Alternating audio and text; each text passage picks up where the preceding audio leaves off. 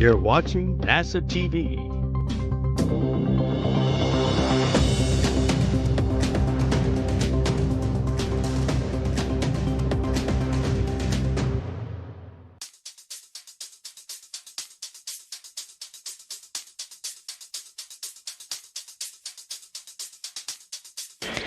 Good morning. Welcome to Mission Control Houston. I'm NASA Shaniqua Marine, and we're bringing you live coverage today of the 247th Spacewalk in support of International Space Station assembly, maintenance, and upgrades. Today, NASA astronauts Kayla Barron, Chari will conduct a spacewalk at the International Space Station to assemble and install brackets and truss kits for upcoming solar array upgrades.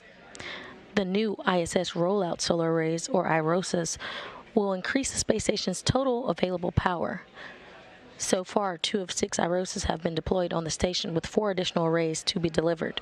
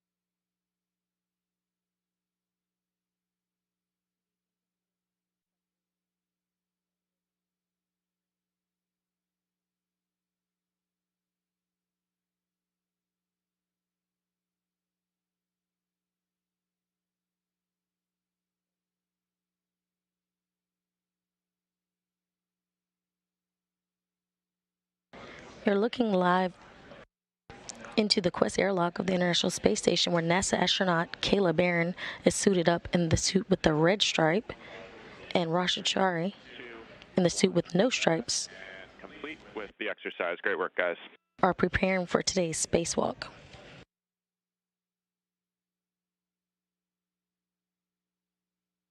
You just heard a call from Capcom Woody Hoberg. Step 4. Copy your go for step 4.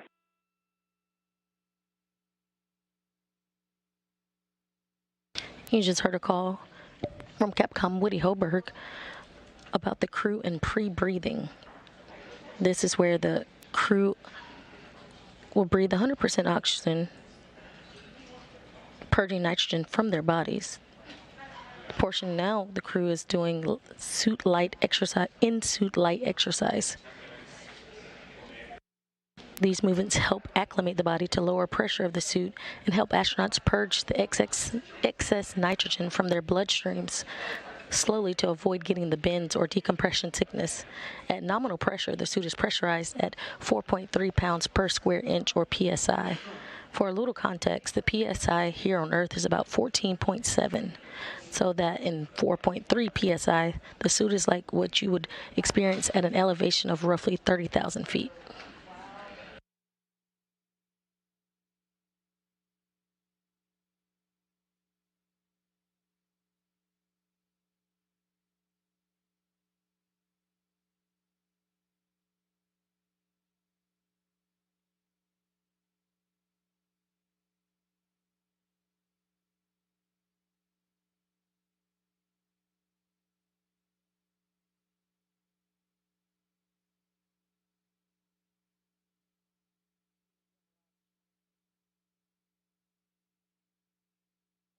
Houston, we are in step 7. Or waiting for step 7. Airlock Houston, we copy. We're going to take a look at the HECA data. Expect about 10 minutes before step 7. Meanwhile, if not already complete, you have a go for steps 8 through 13. Working step 8 to 13.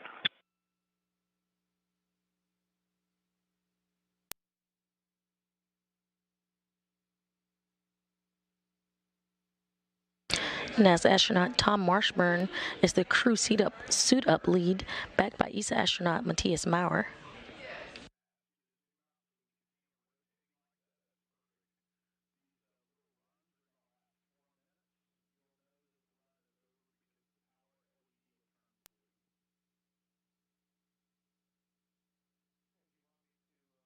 NASA astronaut Kayla Barron is designated as EV1 or extravehicular crew member 1, wearing the suit with the red stripes on the right of your screen, and Chari is EV2, wearing the suit with no stripes on the left.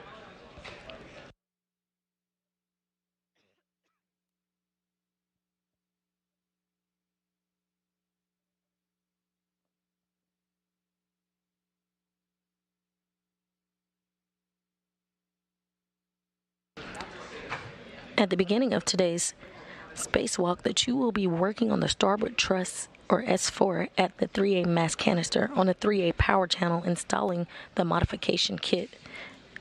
They will then translate to the starboard truss S6 to tie back multi-layer insulation on spare battery charge-discharge units to support robotic replacement and relocation on our later spacewalk.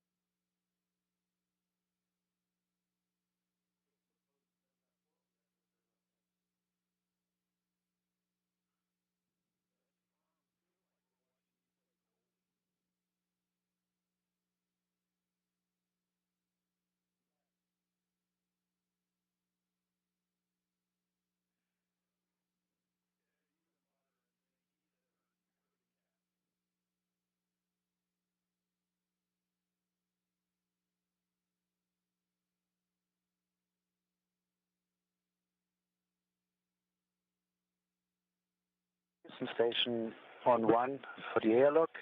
Woody, we would like already to report the serial numbers for the Metox canisters, just to save some time.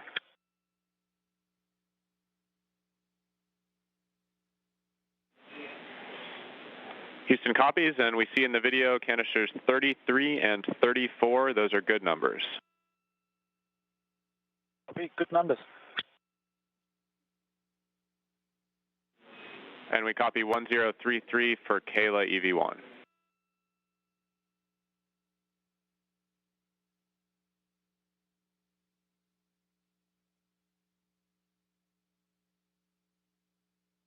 If you're just joining us, you're looking live into the Quest airlock of the International Space Station, where NASA astronaut Kayla Barron is suited up with the red stripe, and Rasha Chari in spacesuit with no stripes, preparing for today's spacewalk. Today's spacewalk will be the 247th spacewalk in support of the International Space Station assembly, maintenance, and upgrades. This spacewalk will be the second of Barron's career and the first for Chari on their first mission to the International Space Station. They both arrived as a part of Crew 3.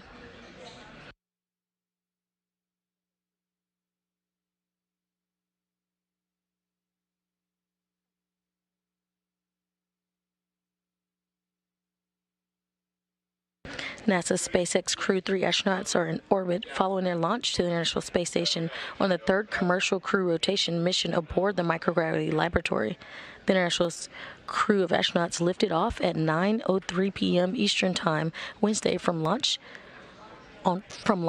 Complex 39A at NASA's Kennedy Space Center in Florida.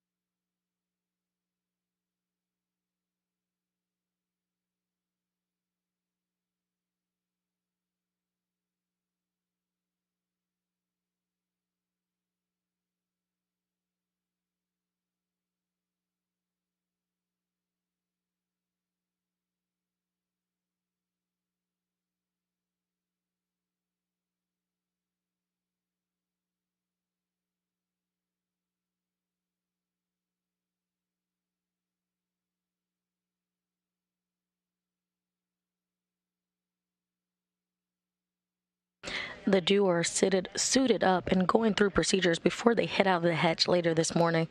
Also in the airlock assisting is ESA astronaut Matthias Maurer and NASA astronaut Tom Marshburn, serving as suit-up lead.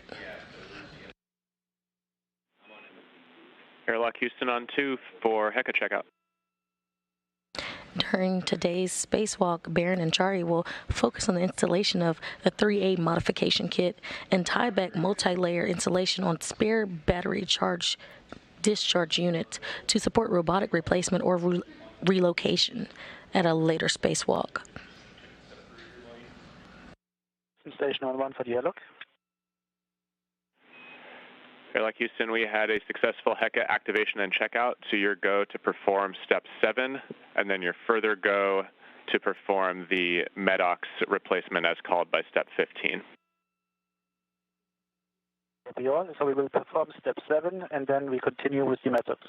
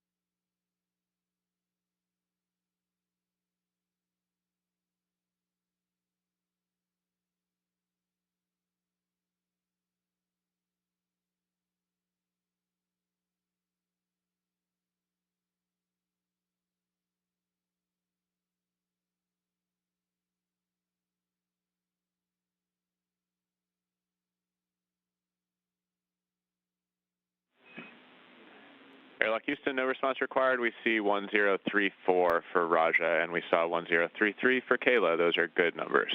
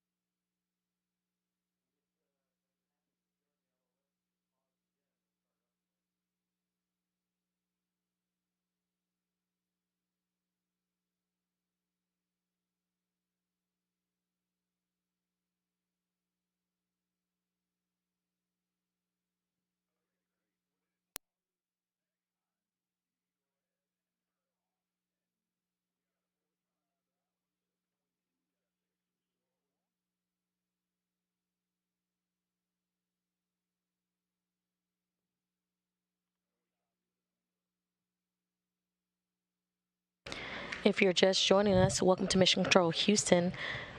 We're bringing you live coverage today of the 247th Spacewalk in support of the International Space Station assembly, maintenance, and upgrades. We have an animation to show you what NASA astronauts Kayla Barron and Chari will be conducting and will be installing today during a spacewalk.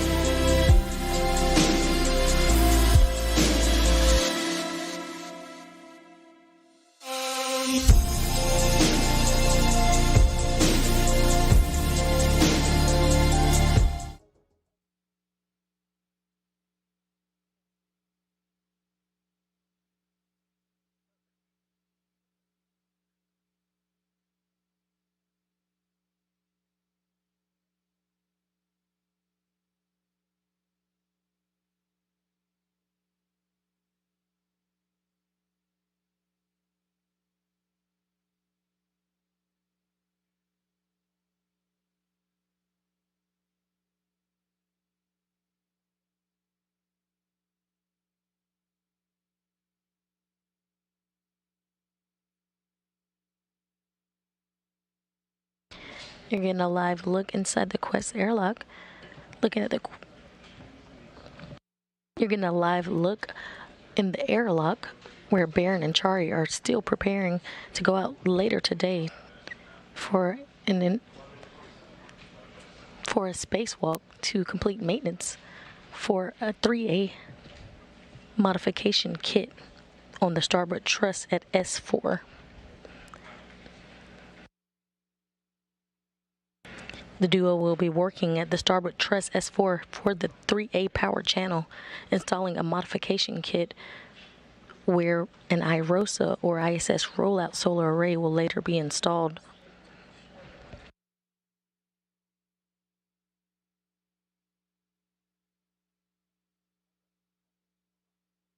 NASA astronaut Kayla Barron is designated as EV1, wearing the suit with the red stripe to the right of your screen. Chari is EV2, wearing the suit with no stripes to the left of your screen. They're currently being helped by NASA astronaut Tom Marshburn as suit up lead and ESA astronaut Matthias Maurer.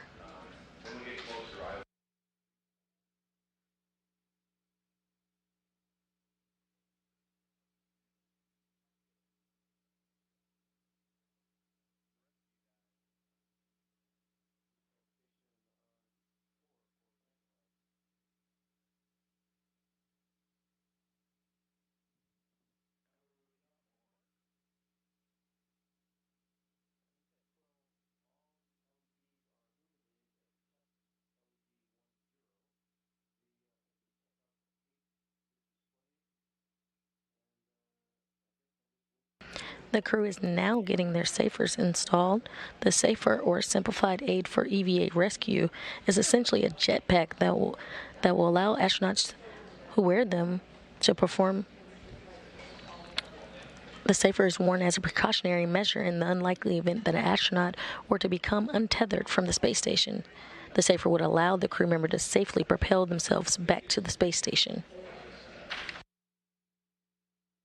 Once the safers are successfully installed on the astronauts, they will be moved through the equipment lock portion of the airlock you see on the top of your screen, now into the crew lock section. The hatch will then be closed behind them, and the final preparations will begin to depressurize the crew lock all the way down to vacuum. They'll then complete suit checks and communication checks with the flight controls team here in Houston before venturing outside the hatch.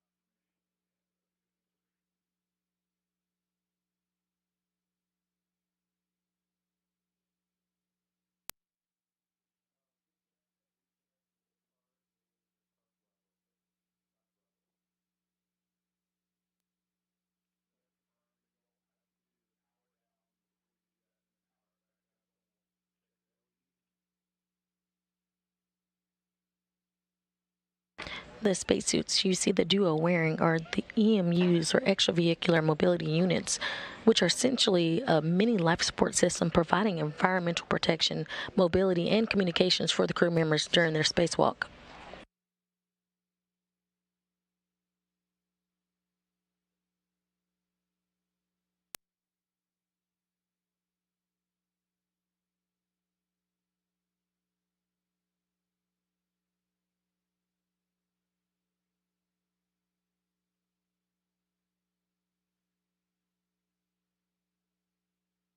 Later today in coverage, we'll have a special guest with us, Laura Kearney. Laura is the program manager for the newly created Extravehicular Activity and Human Surface Mobility Program. Laura will tell us a little bit about the future of spacesuits and how they'll affect Artemis missions.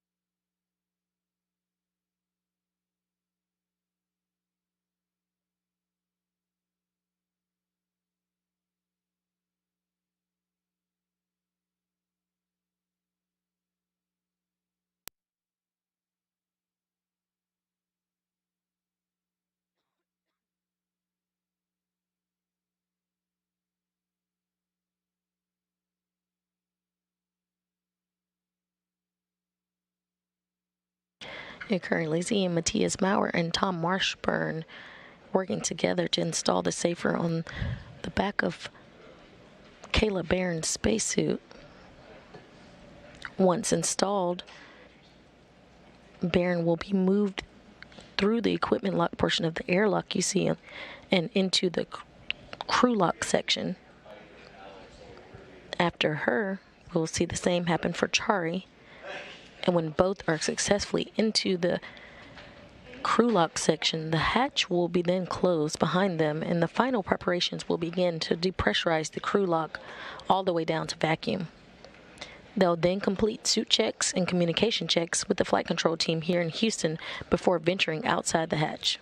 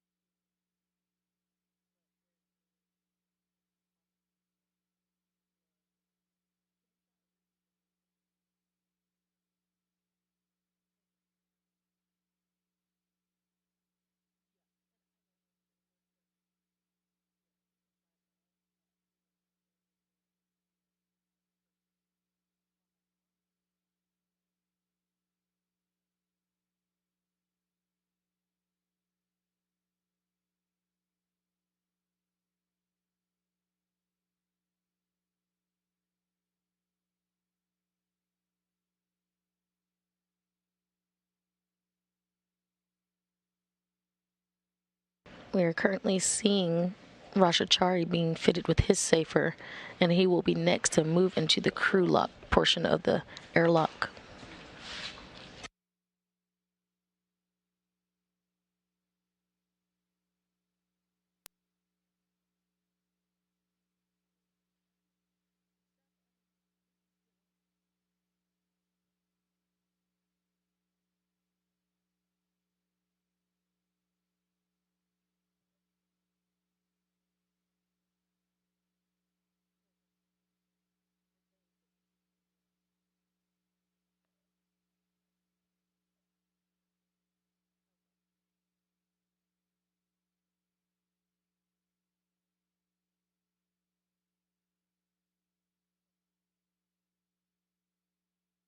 You just saw NASA astronaut Mark Vande Hei fly by. He has another important thing happening today on the International Space Station as he's breaking records. When the clock strikes 12:24 Eastern Time today, March 15th, Mark Vande Hei will claim the title of the U.S. astronaut with the single longest space flight in history. At a mission elapsed time of 340 days, 8 hours, and 42 minutes, Vande Hei will surpass the duration logged by NASA astronaut Scott Kelly back on March 2nd, 2013.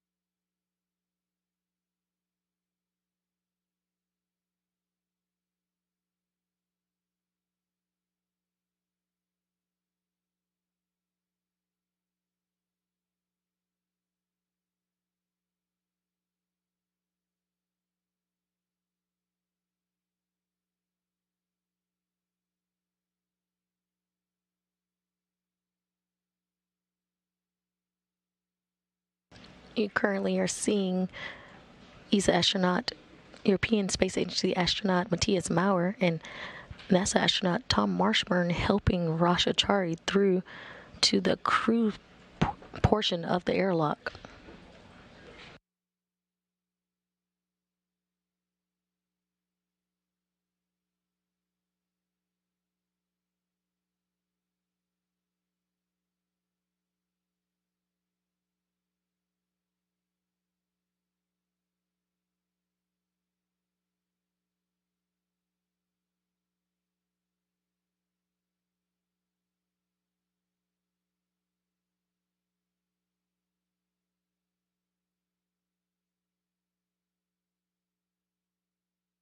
So far, NASA astronauts Kayla Barron and Rasha Chari have completed pre-breathing and headed into the crew lock.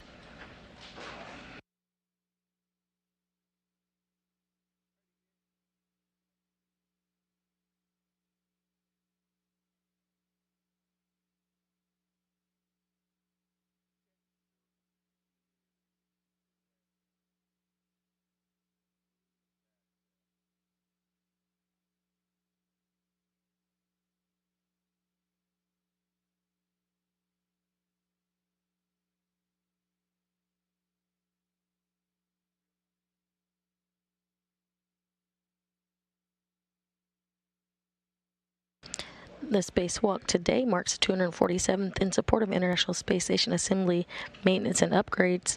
This will be Kayla Barron's second and Rasha Chari's first.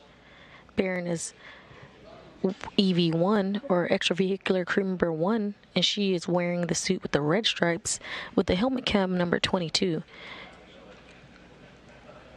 Chari, as EV2, will wear the suit with no stripes and has helmet cam number 16. We'll see those feeds later today.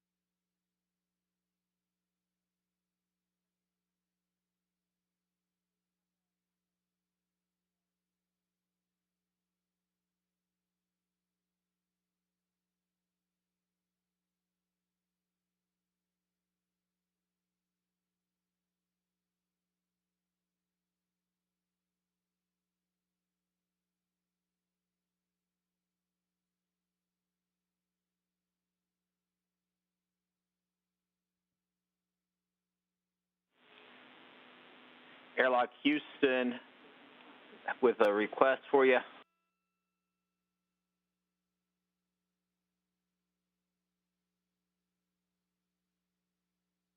Go ahead on one. Yes, it looks like we may have bumped the EV2's HECA. Can you go ahead and turn it off?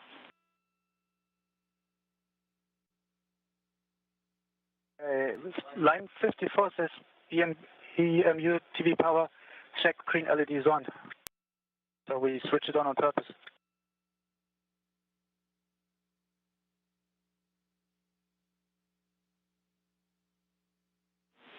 Copy, checking.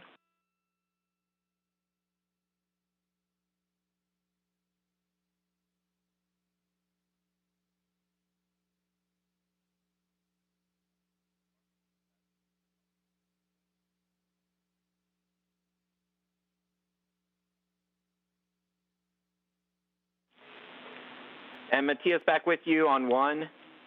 For step 54, that's the EMU TV power, not the HECA. So if you can go ahead and power on the EMU TV and power off OFF, the HECA. And we also found this, and we just did this. Tom confirms the HECA is off on both, and the EMU TV is on both. Copy.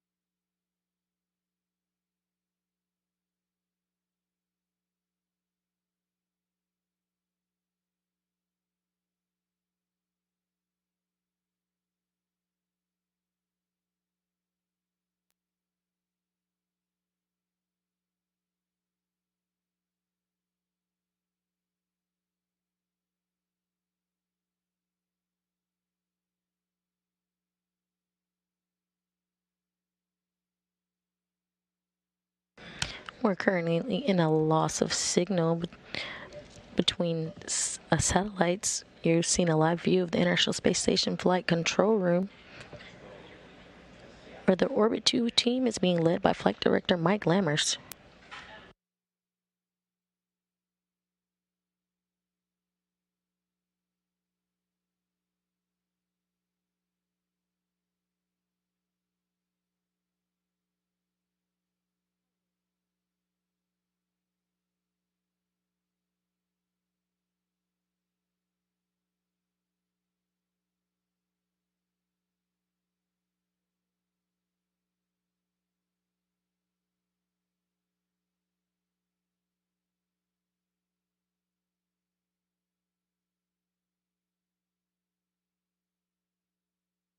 The Orbit 2 team, again, being led by Flight Director Mike Lammers. Next to him is Alex Kanalenkos, who's the Capcom this morning. And next to him will be Victor Glover, NASA astronaut, who will be ground IV today. Sandy Moore is the lead spacewalk officer.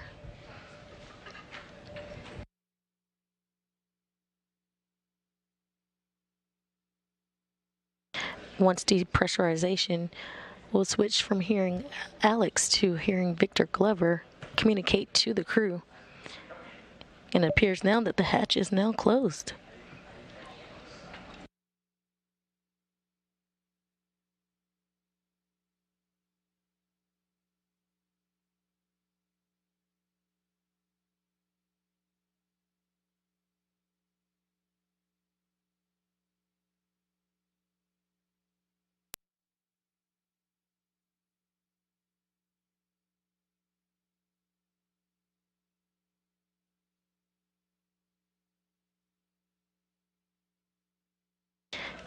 And as you see here, Tom Marshburn and Matthias Maurer are closing the hatch between the Quest airlock and the crew lock, where Barron and Chari will be isolated as depressurization occurs.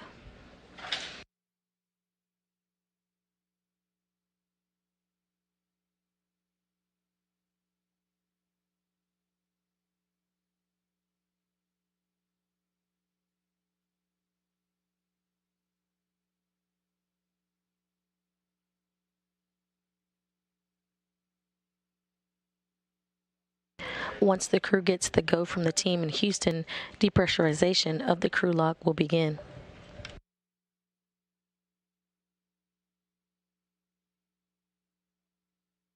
Houston Station on 1 for the airlock. Step 72 and 73 are complete. Copy. We'll put steps 74 through 76 in work, and we'll let you know when the EV crew are hot mic'd. Well, you're taking step 74 to 76. Good read.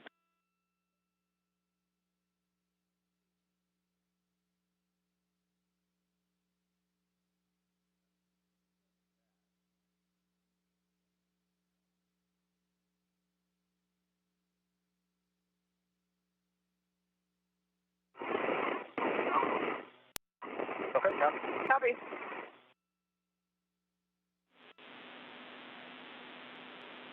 Station Houston, the EV crew are hot mic'd.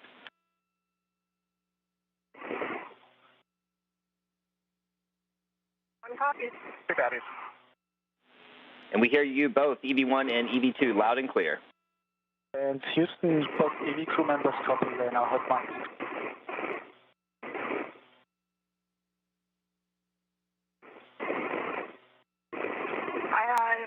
Alex loud and clear in U2, Matthias. No, got you both loud and clear as well. You stepped on each other, but I heard you well.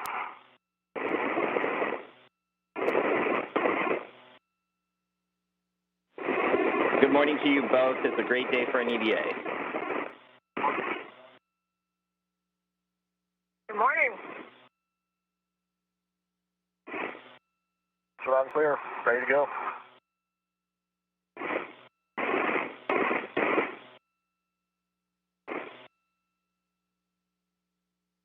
Roger. Check that the switch for the depressed pump power is OFF. Correct. OFF. Depressed pump enable LED is on. Enable is on. We're on the crew lock depressed Q card. On the UIA. Houston, we're waiting for your go at 80. Stand by.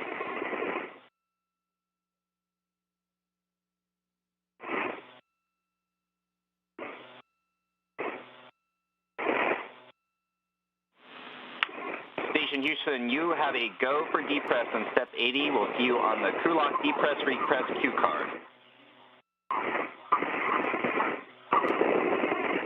Copy, we're going step 80. We're now on the depress repress Q card. Roger, the UIA, switch the depress pump power to on. Wait 10 seconds. Copy. Switch is on.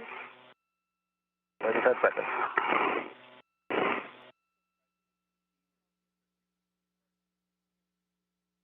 There's 10 seconds.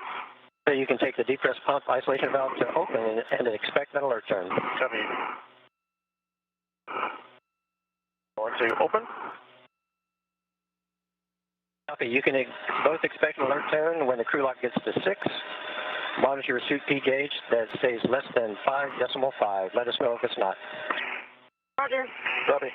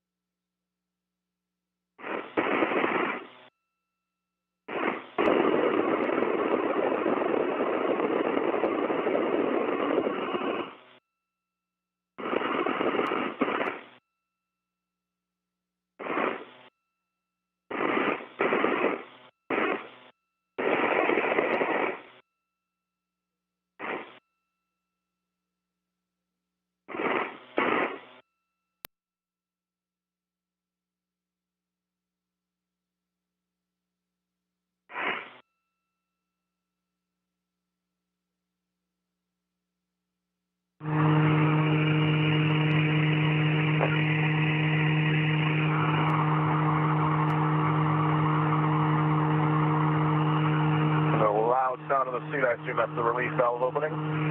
Yep, I hear it.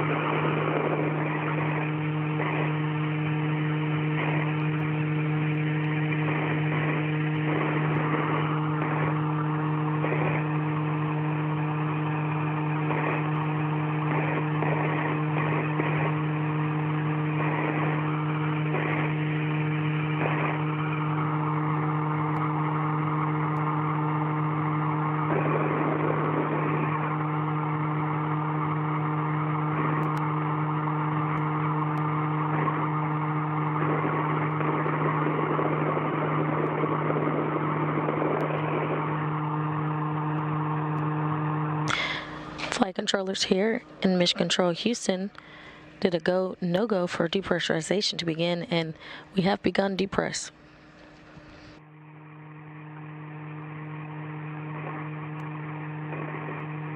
The depressurization of the airlock will be done in a two-stage process.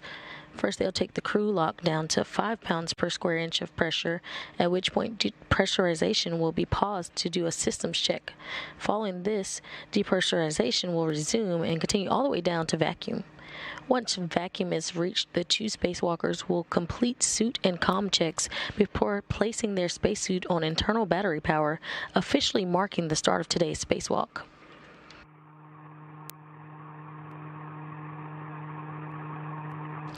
A U.S. spacewalk start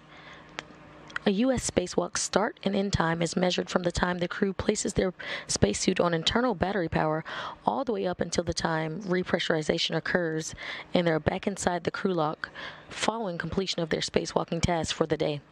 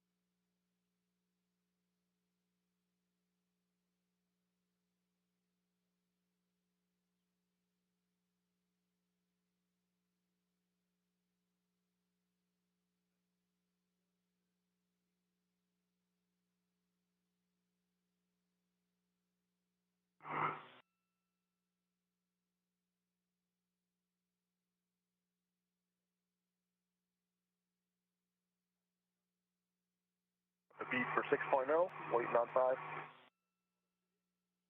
Copy.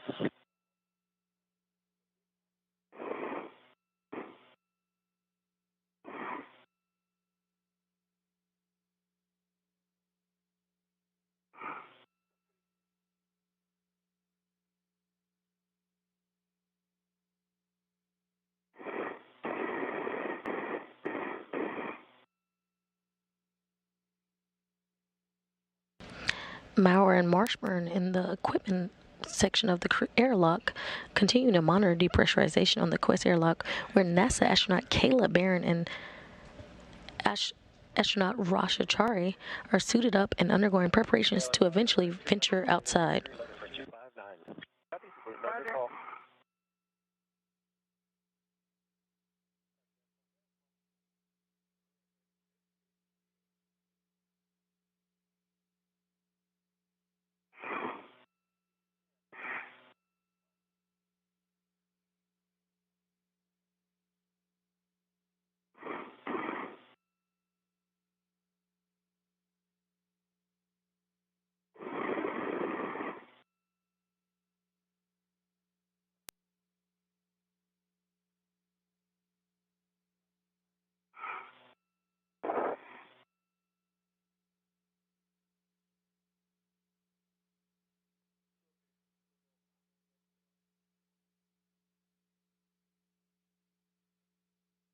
Crew is currently at 5.5 psi inside the crew lock. Again, they will pulse around 5 pounds per square inch and begin system checks.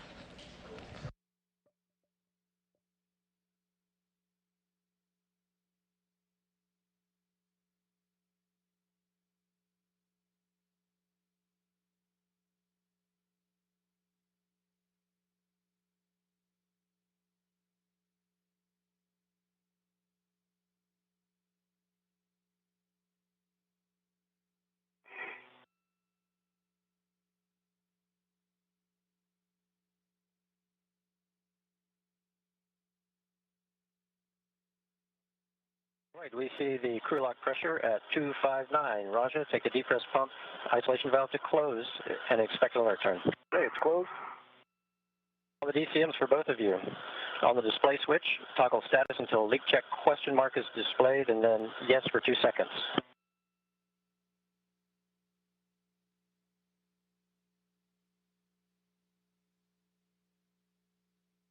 1, 2 leak check, wait. EV2 is the check wait. Copy, and you'll just continue to follow the displayed instructions. Roger.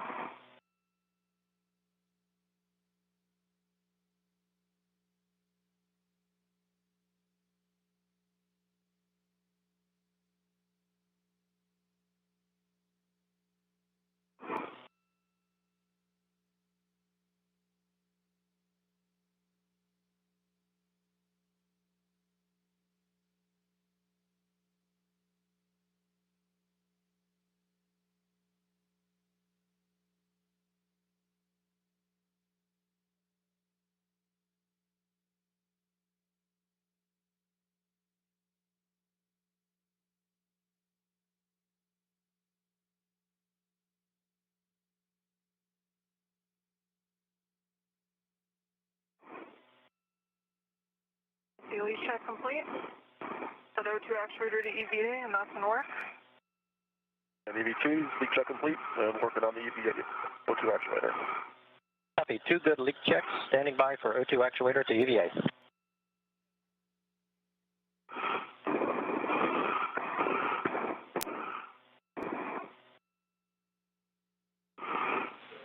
Houston copies. Good leak checks. I'm in EVA.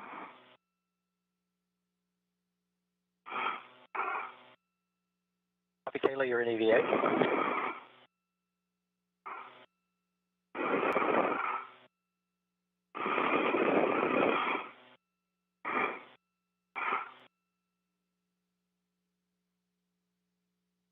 And I'm in EVA as well. Copy, 1 and 2, both in EVA.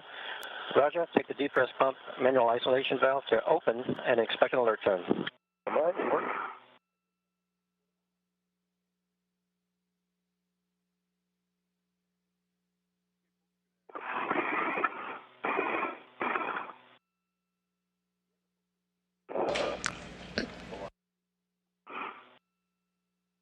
And after our call on good leak checks and good comm checks. In work. And now it's open. Copy. The valve is open.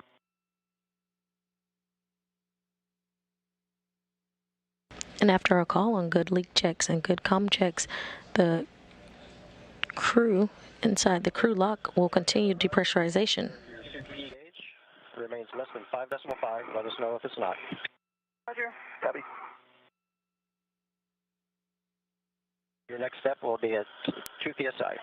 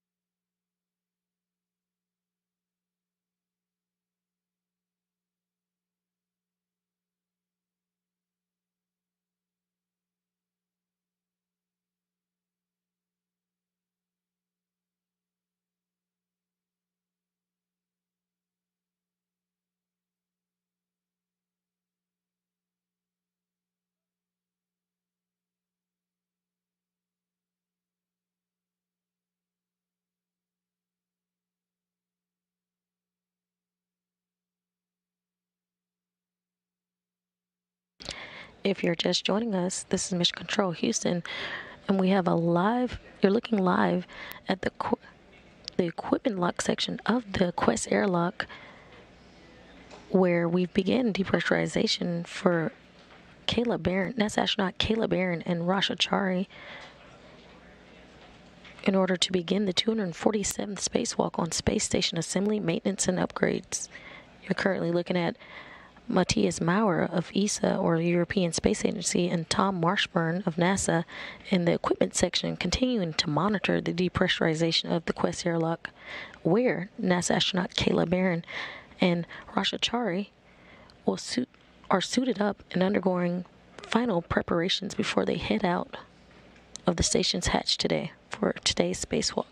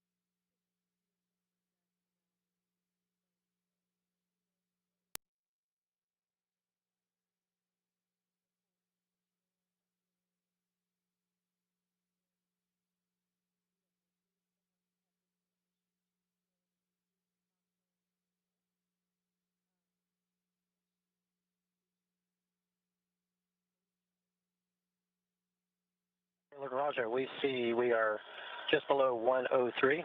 Roger, you can take the depress pump manual isolation valves closed. Hey, it is closed. Switch on the UIA, the depress pump power to OFF. The depress pump on the UA is off. Copy off. Report your initial tether configuration for egress. So if you could move a little to your right. Copy. All right.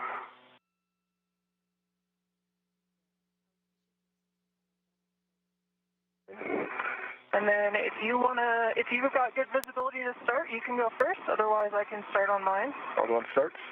I've got my hands on the airlock D-ring extender. I've got my large waist tether hook, gate closed, block on block on that. Run to my small crew hook, which is gate closed, block on block on my left D-ring extender on my body. Then you pick up the rest. I got the right D-ring extender. Okay. I'm looking at my right D-ring extender. I've got another small hook attached to my right D-ring extender. Gate closed, slider locked, block on black. I've got my red hook attached to my right D-ring extender. Gate closed, slider locked, block on black. My red reel is unlocked. My yellow hook is attached to my green reel. Gate closed, slider locked, block on black. My green reel is unlocked. My green hook is attached to my red reel, and it is unlocked, and my anchor hook is on my mini workstation.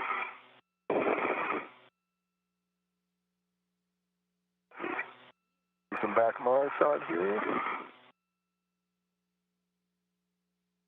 And I might be able to help you out with some of that if you need it. I've got my eyes on my right waist ring, the right D-ring extender. On that, I see a red and white striped crew hook, gate closed, block on block. Run to a red reel, which is unlocked. Attached to the top of that red reel is a green crew hook, which is unlocked. The yellow hook from the red reel is attached to the green reel. Slider lock, block on black. Then off the green reel, I see my anchor hook, which is marked white ED2, gate closed, block on black, attached to your anchor hook, gate closed, block on black. And one correction, it's attached to my waist tether. That's my waist tether.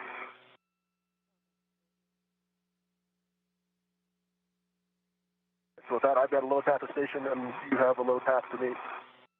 Yep, I agree. And Houston Station, we see a good initial tether config, if you agree.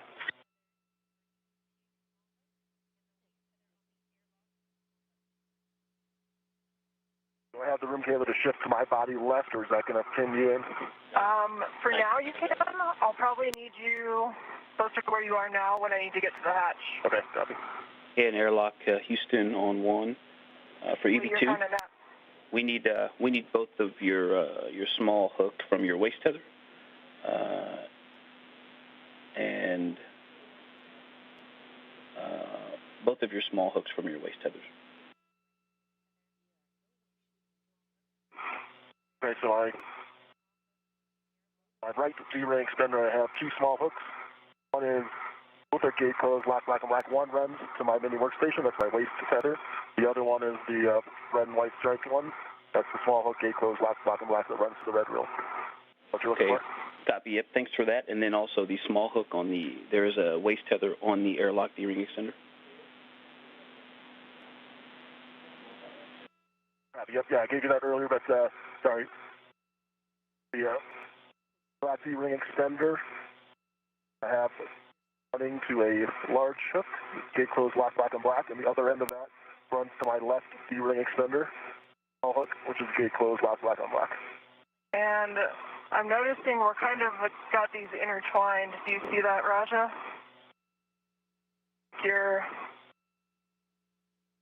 Might be okay. Is this your waist tether? Fine. See how this is like wrapped? Is it okay if I fix that? Yeah, I can't see it from here, but... Okay. What I'm going to do is I'm going to unlock your waist tether small hook from your left D-ring extender and reattach it. Okay.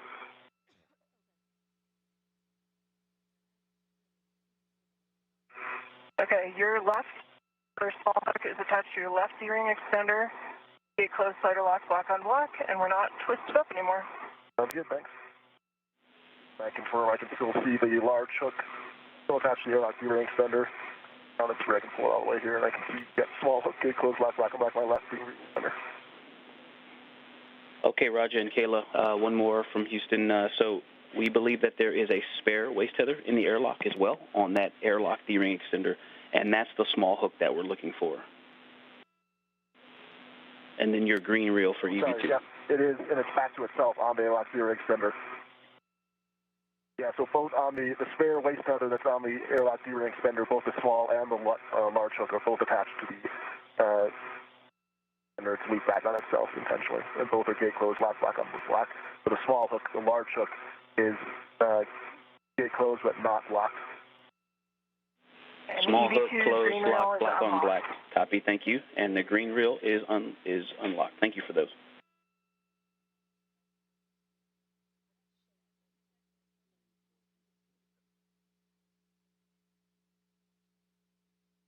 And Houston, from the airlock, if you agree, we'll press on in step 12.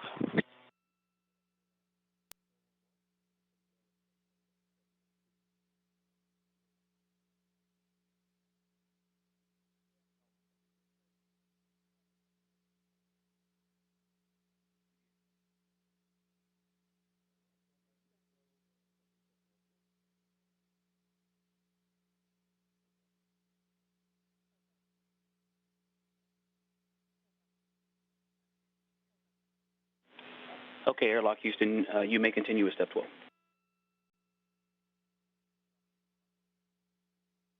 Okay, yeah, we're just waiting for the pressure to come down, and we'll press on. Thank you.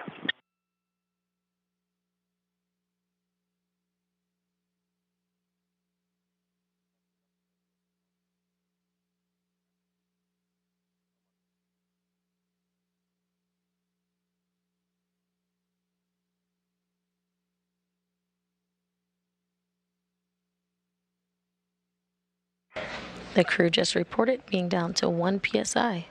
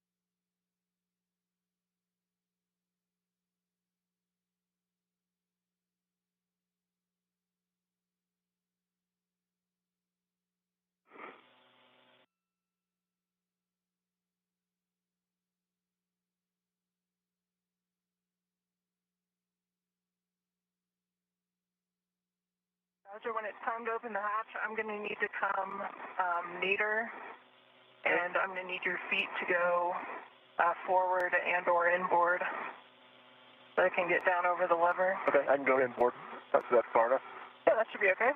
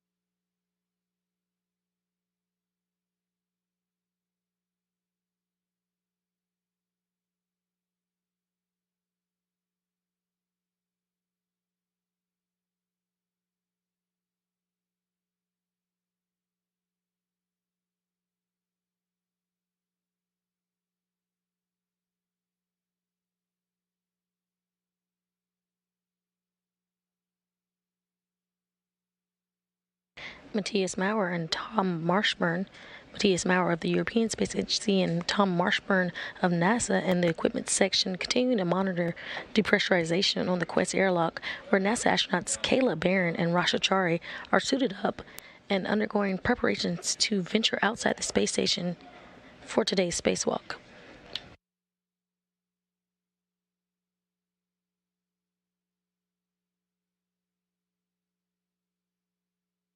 See .6 on the hatch gauge.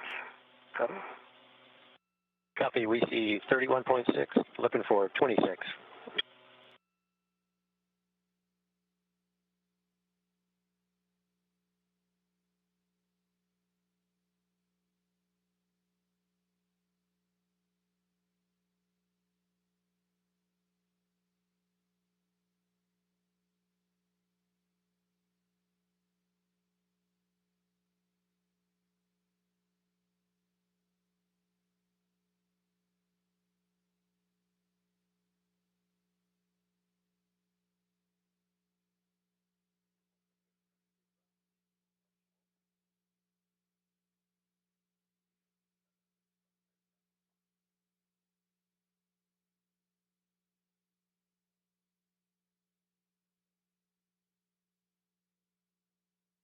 Once at vacuum, we'll look for a call that will say that they've switched to internal battery power. This call will be the official start of the spacewalk this morning.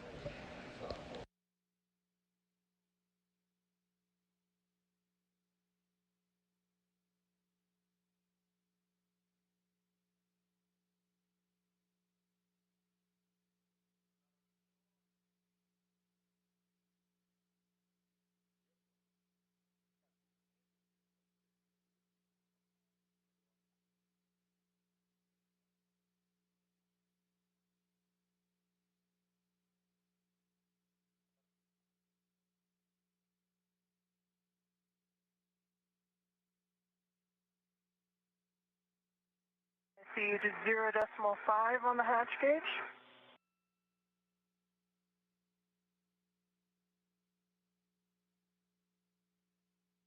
Copy. We see 27. Looking for 26. Okay, I'll stand by.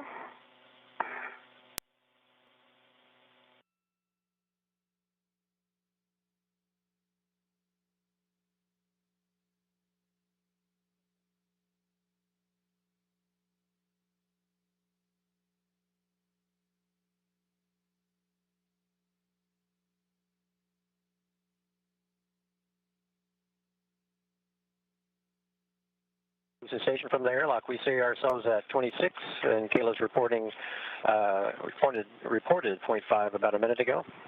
I just want to double check with you. We're good for EVA hatch open. And airlock, you have a go for EV hatch open.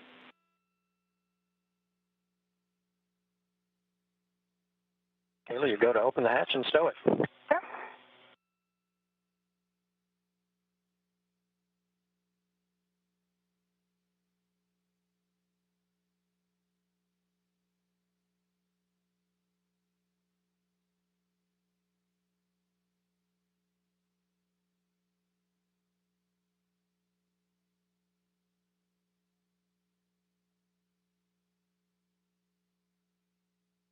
So do you think you can roll onto your side a little bit? Which way?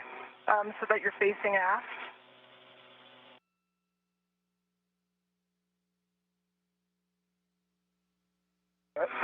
Yep. That'll work. Okay. And the hatch is open. Hatch keep engaged. Copy that. 14, step 14 is in order.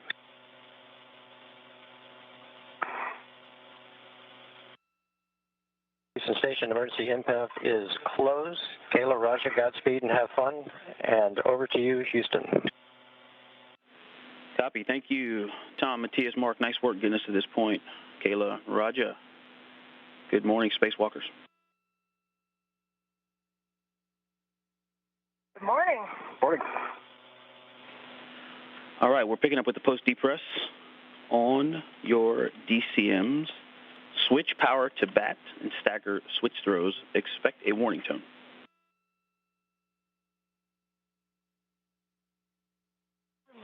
EV1's in bat. He's in bat. Copy, and switch display to Pro. Oh. Copy EV1 and EV2 in bat. And now you can switch display to Pro to verify a functional display. EV1 functional. EV2 functional.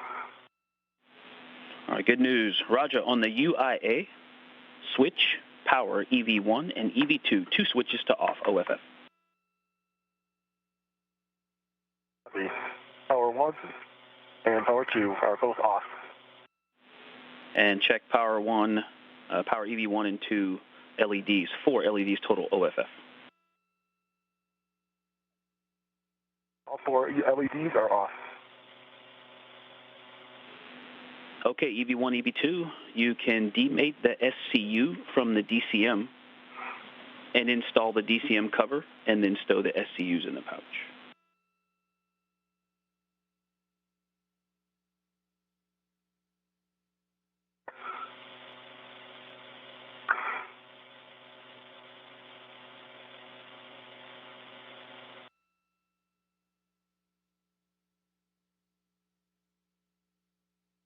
It's stowed.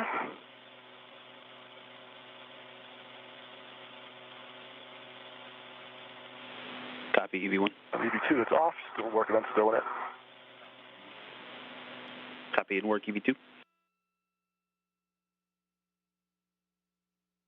EV2 is off and stowed. Copy, EV2. Confirm you're both ready to move on. They're stowed in the pouch. Ready. EV2 stowed in the house, ready. Okay, Roger. Check the depress pump man ISO. And at 7:12 a.m. Central Time, 8:12 a.m. Eastern, the 247th Spacewalk in support of station assembly and maintenance and upgrades has begun. Barron and Chari now will work to open the thermal cover and make their way outside the space station hatch to begin their work for the day.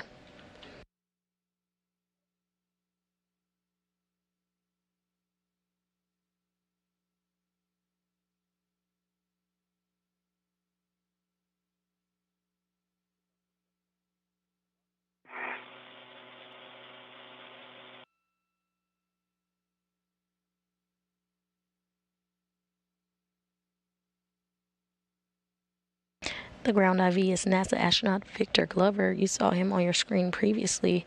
You're going to hear his voice as he speaks to the crew about the International Space Station. He'll be filtering information from the teams here in Mission Control up to the spacewalkers today. EV1 and EV2 max hot. Now you can switch water on, ON.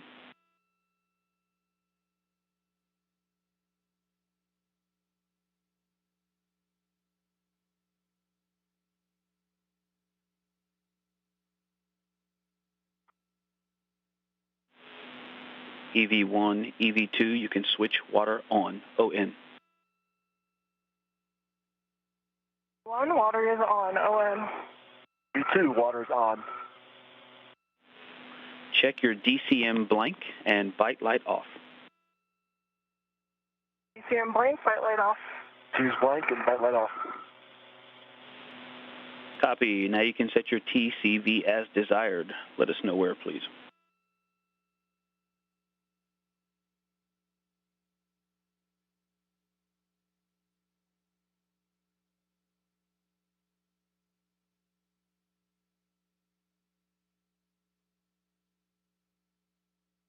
Min 5.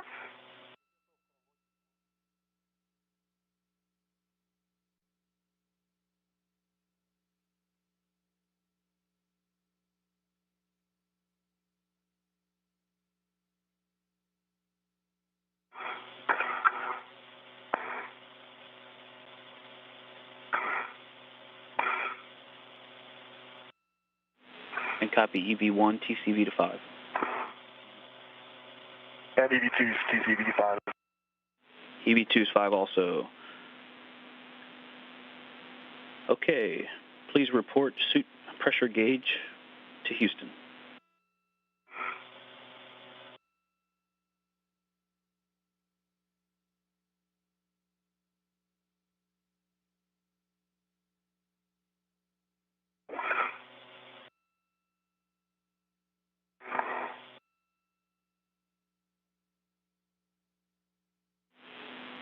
And EV1, EV2, report suit pressure gauge. EV1, 4.2. To 4.4. Copy 4.2, 4.4. Okay, set your visors as required. It is currently night. You're 10 minutes from sunrise and about to pass off the west coast of the United States. Roger that, my visor's up for now. Visor's up, my lights are on. Also have my lights on.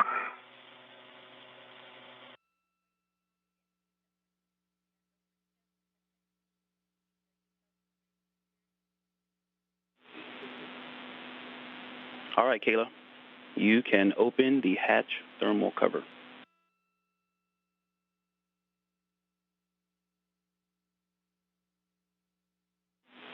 And I've got some detailed steps if you'd like those. Ready to open the thermal cover? Hey, firm, you have a go to open the thermal cover, and I've got some detailed steps if you need them. I think I got it, but Roger, could you either rotate onto your right side or your feet are kind of blocking my access? I need them. Show me if that's okay. There you go.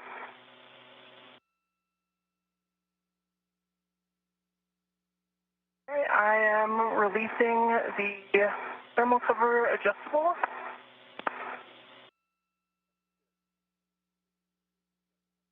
Hold it first.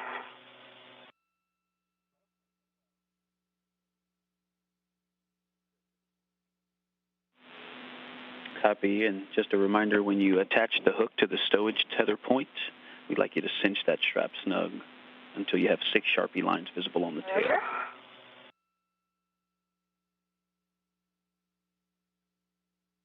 Got on the stowage point and cinching it now. 6 lines. 6 lines, thank you. Thermal cover's open. Looks great. When you're ready, you can egress the airlock. We recommend you position forward on the circular handrail.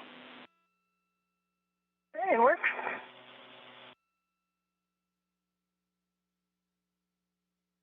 And we now have confirmation that thermal cover is now open.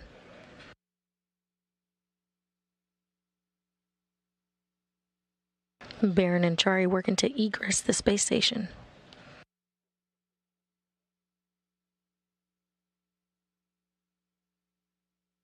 And you can now see on the top of your screen, Barron is now out of the space station. Barron is EV1. Out, and I'm working on my anchor hook is attached to the forward airlock D-ring, gate closed, cider locked, black on black. I have a good safety tether pass, and I'm going to work on Raj's anchor hook. Copy, and Rajas is going to the aft tube. Just working on repositioning my FCU. I got snagged. I think I'm the way out. Make sure I can get to that later. Roger, your anchor hook is attached to the airlock aft D-ring. Gate closed, slider locked, black on black. When ready, you have a go to release your waist tether. Copy. I've got to go to release my waist tether. Let me fix the FCU here first, and I'll work on that. Okay, copy that. And Kayla, please turn on your HECA. Doesn't work. Is on, green light. Copy, thank you. And when you two are ready, Raja, I hear that you're working with the SCU, and then you and Kayla can coordinate transferring out the strut bag. And I'm disconnecting my left waist tether from the airlock D-ring.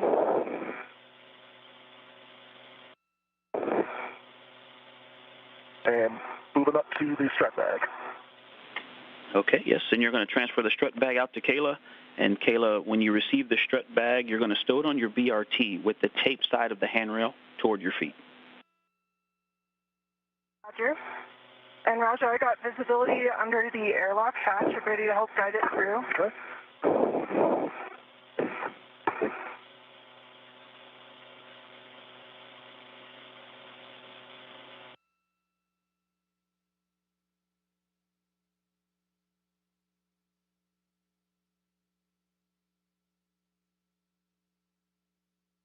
Barron is EV1. On G. See if I can get the handrail towards you, and then I'll try to find it down there.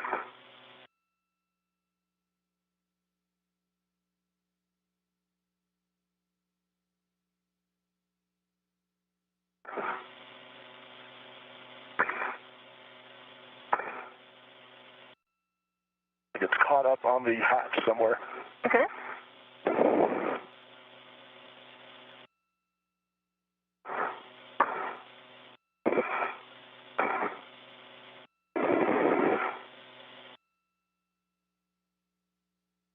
See the end coming down toward me? And it looks like the... Right now you're caught a little bit on the knob of the hatch lever. I think the soft skip's handle, but it's snagged over there. Okay. Feels like it's stuck.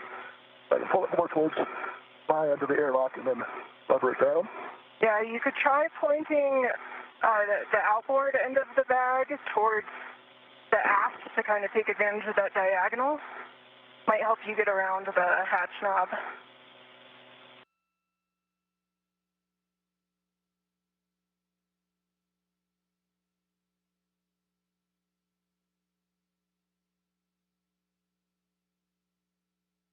I could come back in a little bit if that would help, Roger. I'm trying to...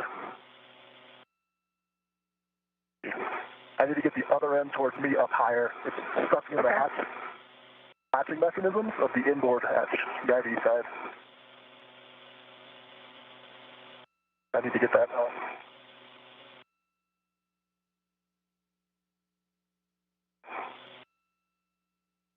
I'm going to try reaching my hand up to see if I can help you, Raja. Yeah, if you can push the whole thing up. The whole bag up?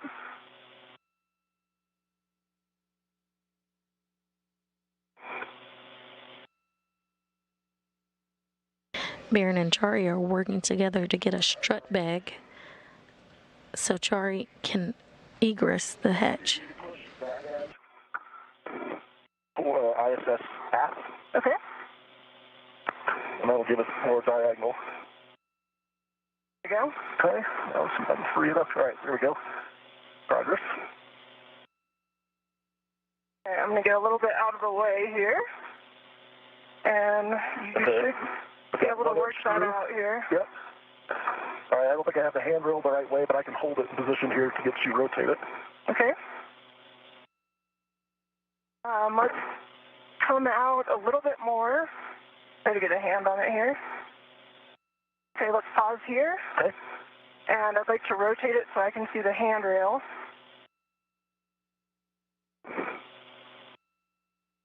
Okay, I see the handrail. Now, Roger, I'm going to put my BRT red on it. Ready?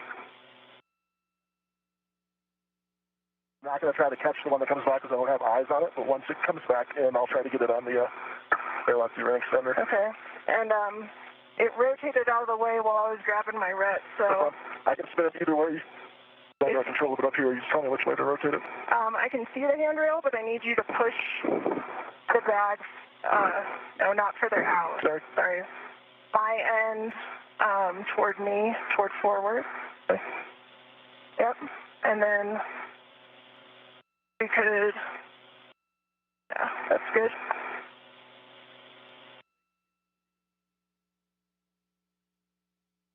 All right, I've got my BRT red on it. Two options, Roger. If you can reach the ret, you can remove it now. Otherwise, let's bring it out another foot or so, and I'll take it off. I can't get to it. It's on the other side of the bag for me, so I can bring it out more. Bring it out more.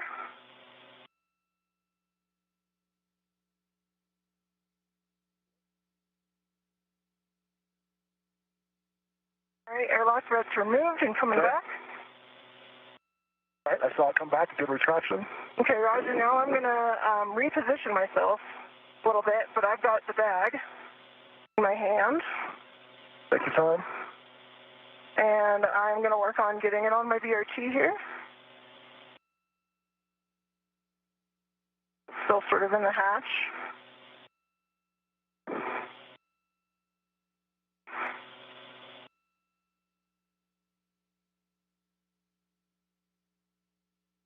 I've got it on my BRT, so I'm going to pull it the rest of the way out.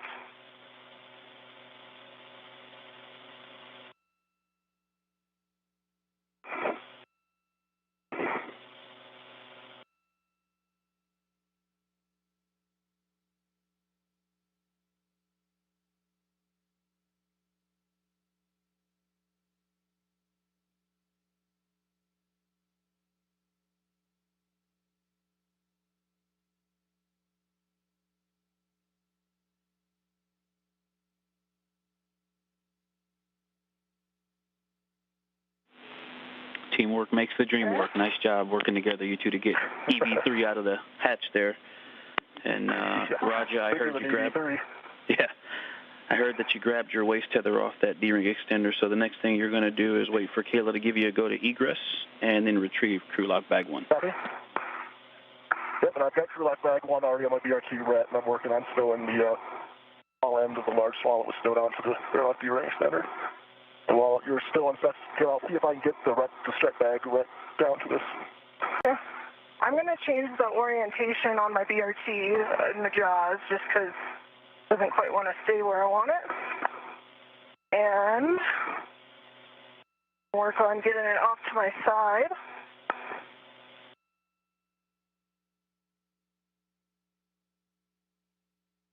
Okay, if I come out partway with my legs, yep, you're go to come out, Raja.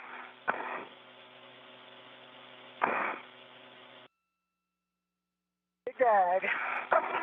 Okay, and I have a small ret that was holding the strap bag that's also attached to the airlock D-ring extender for when you come back. Okay. And Raja, on your way out, there's a depress, repress cue card that's kind of thrown behind the hatch. You have to turn around. I don't know if you're able to, yaw around. It could come out to your waist. I think I see it. Yeah, if you could feed that back in, probably shouldn't have even had it out.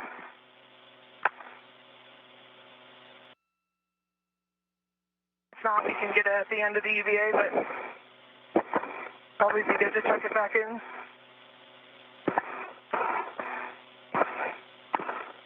And the sun's coming out, Raja, if you want to put your visor down. Okay, thanks. I'm going to increase my cooling a little bit.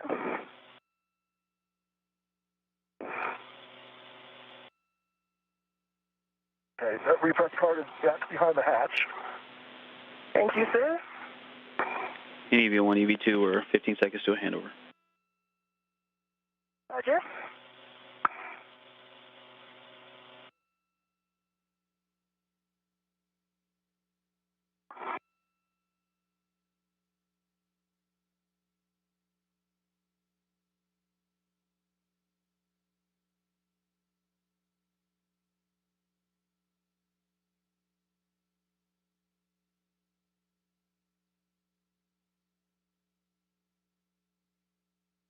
And we're currently in a brief handover between satellites, which you're currently seeing International Space Station Flight Control Room. Right here. Right, I'll move away from you.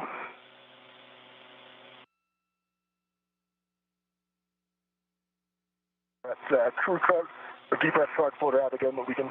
Okay. Should be untangled now to toss back up in there. And I'm trying to get my coolant where I want it. I'm a little bit too far on it. So I'm going to my crew lock bag set up.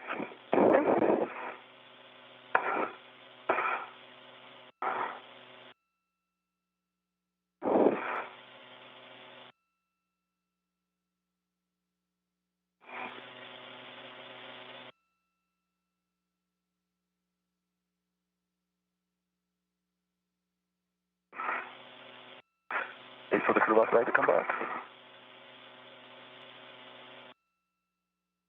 And Chari is now out of the hatch.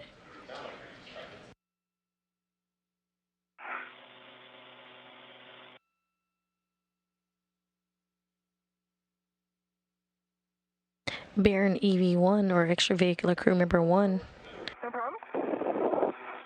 is wearing the suit with the red stripes. Chari is EV2, and he's wearing the suit with no stripes. Another way to keep track of the crew members today will be by their helmet cams. Barron has helmet cam number 22, and Chari has helmet cam number 16.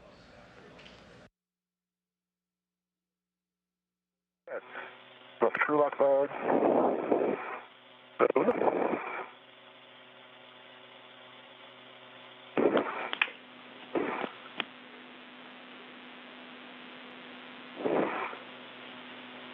Great to see it online, Mark.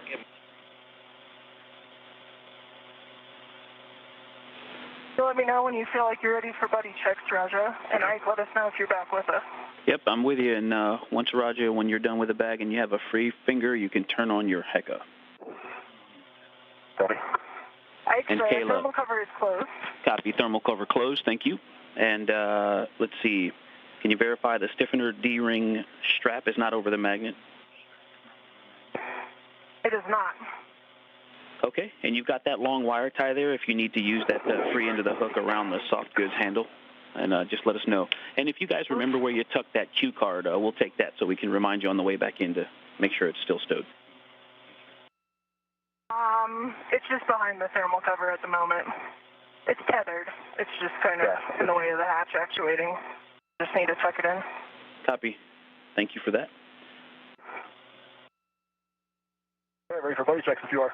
All right, Raja. I see green echo light. I don't see your WBS light, however. So the white button on your EMU TV. So going out before. I see it's on now. Done, okay. Your helmet lights are on. You've got 3 tabs up, 2 main workstation, 1 BRT. Both of your safer handles are down. And you've got the crew lock bag on your BRT. That looks really like a good position. And I think you got good eyes on your safety tether. Looks like you're in a good config there. Copy. And my baseline half check, half is dry. Copy. And for you, I see 1, 2 TV lights on, HECA and TV. Both your lights are on. Just one of each if you want the floods for later.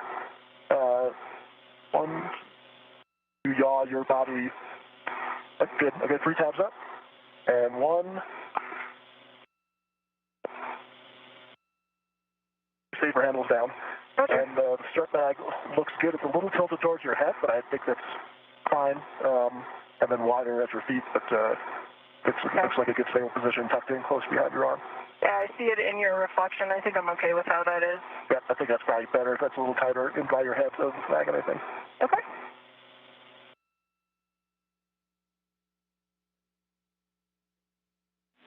And Roger, we'll start transmitting if you are. We'll take a buddy, a baseline half check from you. Dry. Yep, tap is dry. And gloves look good. Okay, copy that. Nice job, you two. And Kayla, that's a big bag with a long moment arm, so, it's only going to stay put for so long, so don't fight too hard trying to keep that where it is. And if you two are ready to translate, you, Kayla, are going to the S3, S4 interface inboard of the Sarge, and you will be leading. Roger, you will follow, translating to the starboard seated cart. Copy. Arming up the toolboxes.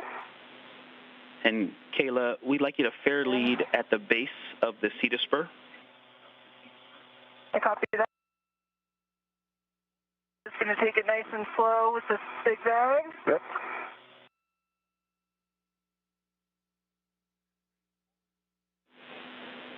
Yeah, that's right, Kayla. Slow and steady wins the race. Perfect. And I've got a couple cautions I'll read to you all.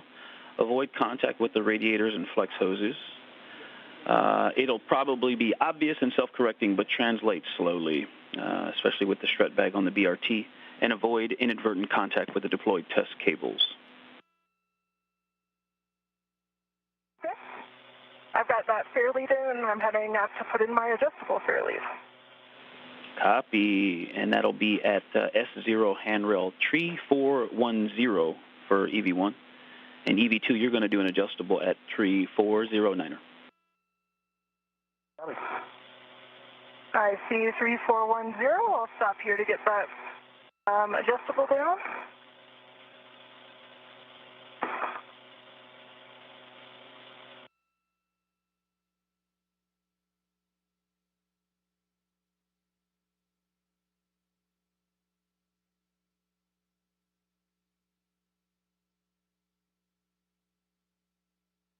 I've got my adjustable fair lead on 3410. Roger, you have a go to start translating up, and I'll kind of keep an eye on you as you come by the toolboxes, and then I'll continue. Okay, I've come up the wagon wheel. I can see your tether.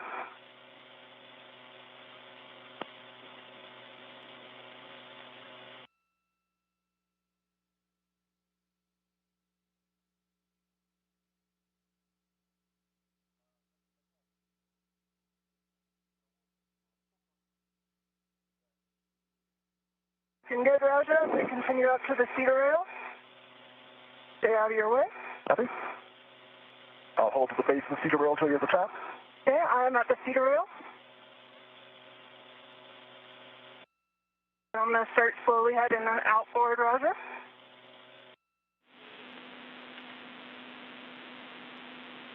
That's correct, Kayla. You're heading to the S3, S4 interface, and we've got a green hook location just inboard of the Sarge when you get there, near mile marker 5250. Okay.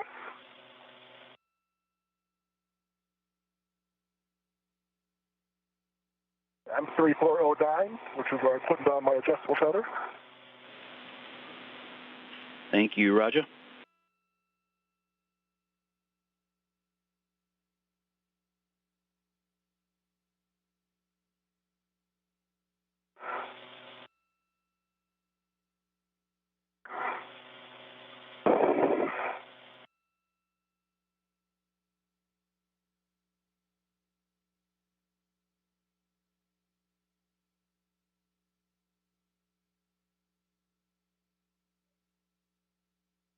Barron and Chari are currently translating to the Starboard Truss S4 work site, where they will install a solar array modification kit. The starboard cedar cart, or correction, port cedar cart, and rotate it underneath it. Nice job. You're looking good. That strut bag is flying formation with you.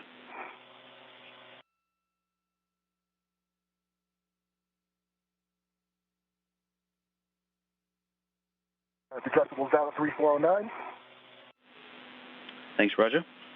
And you're heading to the starboard cedar cart to stow the crew lock bag.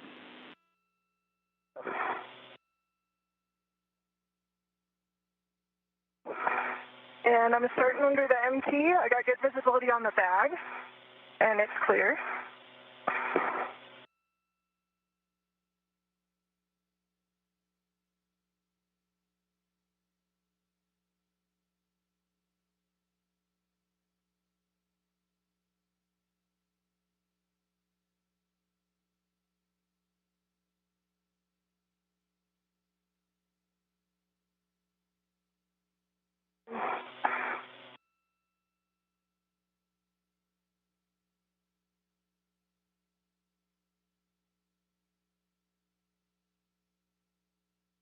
Up to see the handrail starting to go starboard.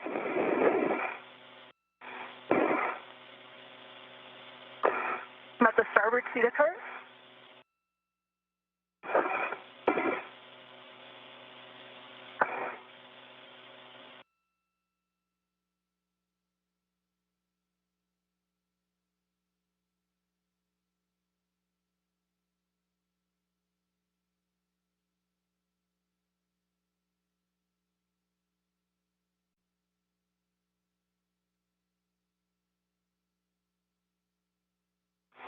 We're currently seeing live views from helmet cam 16, which is EV2 Raja Chari's cam, as he translates to the S4 truss.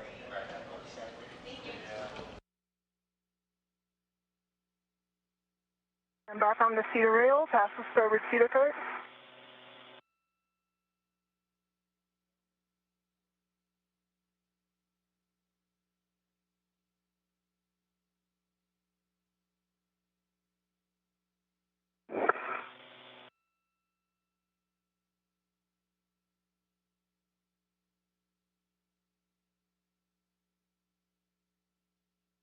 And Ike, I'm approaching the spot where I'm going to head nadir for green hook.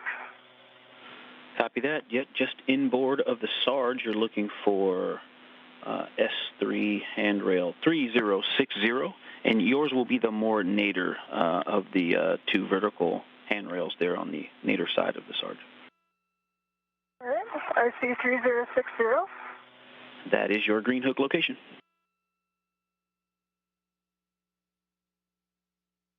And I think I'm caught up on something, so I'm just going to take a look at my tethers. I got it clear.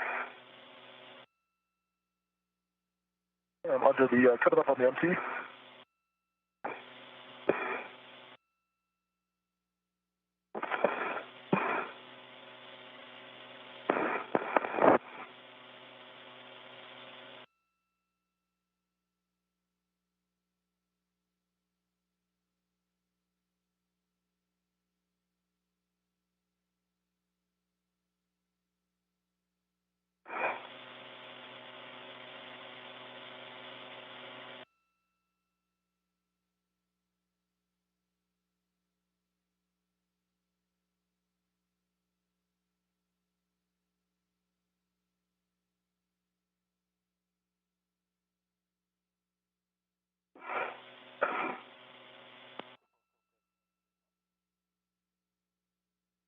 All right, my green hook is on 3060.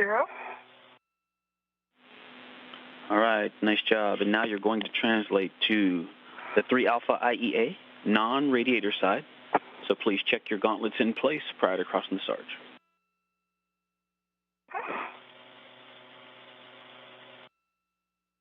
Gauntlets are in place.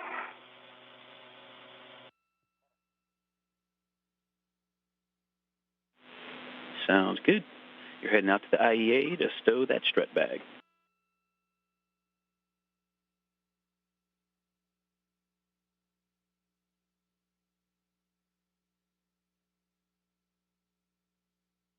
Barron is With 01 on the port, or sorry, starboard key card. I'll get tethered here and get rid of the crew lock bag on top of this.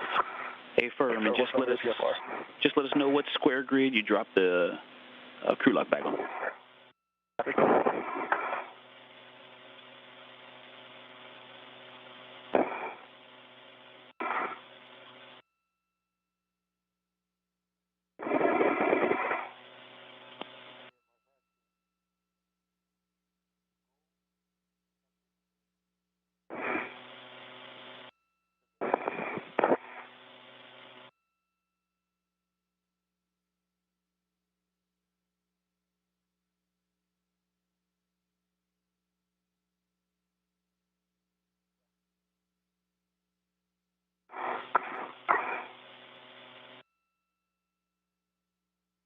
All right, I made it to the IEA, and I'm heading further outboard. Hey, firm, station forward and outboard. And you're looking for handrails 2207 or 2206, and then we'll stow the strut bag. All right, I have them in sight.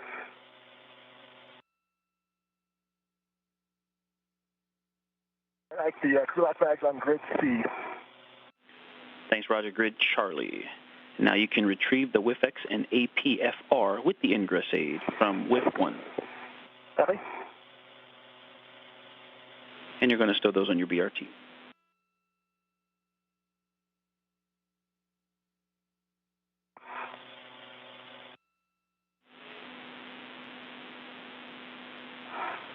And Kayla, it looks like you're close to your position, so when you find those handrails, the way you want to orient the bag, the strut bag handrail goes toward the radiator, or if you can just see the way the lid opens, you want the lid to open toward the center of the IEA or toward the radiators.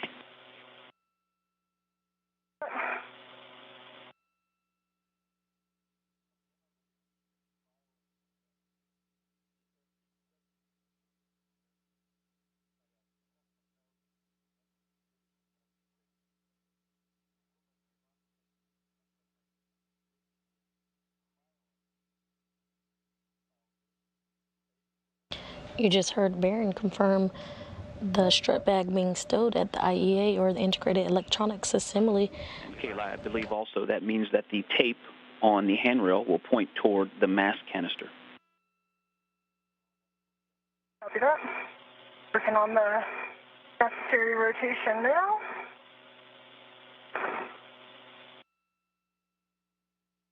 Got it in a good orientation, so we'll work on getting it cleared. Yeah, that looks good. And I think 2207 and 2206 should be right in front of you.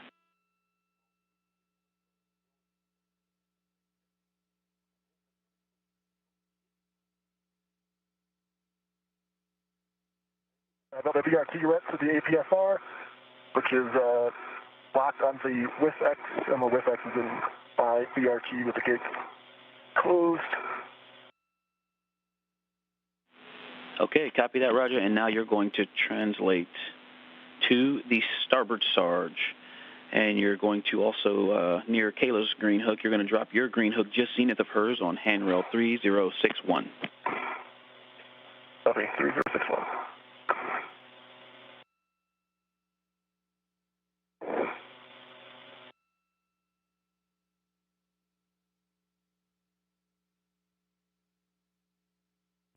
And we currently see Raja.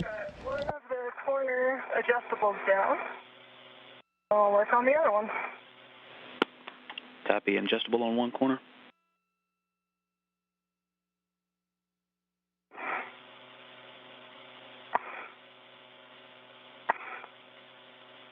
We currently have views as Chari translates back to the work site after retrieving APFR or the articulating portable foot restraint. Now that the bag is permanently. Copy.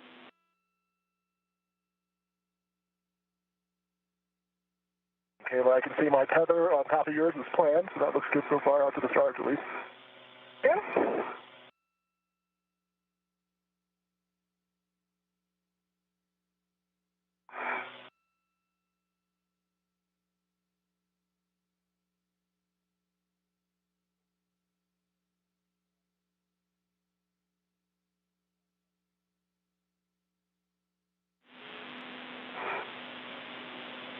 And Roger, I see you're approaching the Sarge there, just zenith of Kayla's hand green hook. You're looking for 3061. 3061.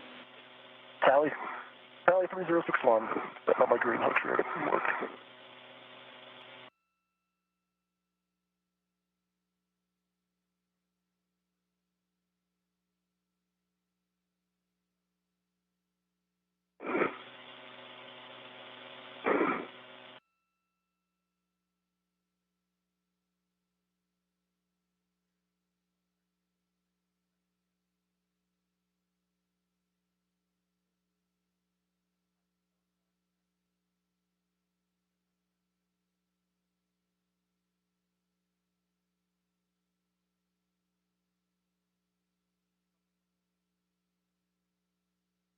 I've got two corners down, and what I'm going to do is open the lid and then probably tie back with one of the lid adjustables.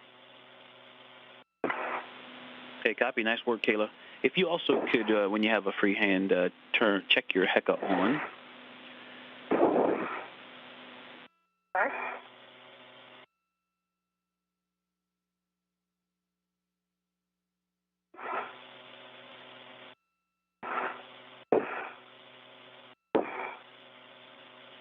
Got a green HECA light. Copy. Thank you for the HECA light. And Roger, just confirm your gauntlets are in place after your green hook. You're going to translate to the 3 Alpha IEA as well on the radiator side, station aft. Copy, my gauntlets are down. I'm just getting ready to go across the Sarge.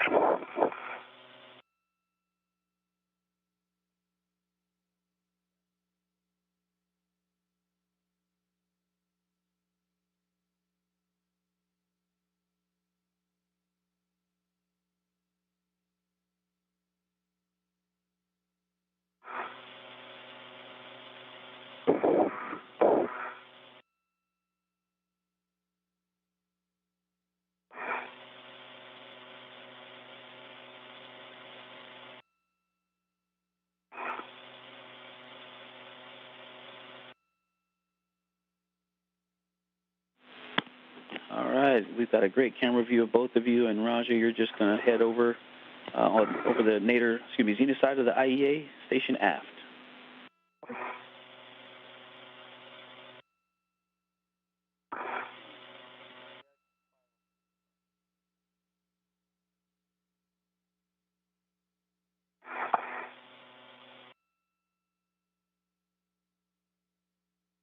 GoPro's on. I think my tether just caught underneath there. All right, I'm happy with the bag for now. I think I'll maybe tighten, actually, the outboard strap real quick, and then the mounting bracket has very kindly presented itself. Yeah, it's ready to get to work, huh? Okay, nice job with the bag, and also I have a reminder here that you can turn on and stow the GoPro, and just let us know where you place it. It's on, and I'm just going to leave it tethered to the bag. Copy, thank you. And Ike, I think I'm going to take a second to put down my BRT, get a little more stability here.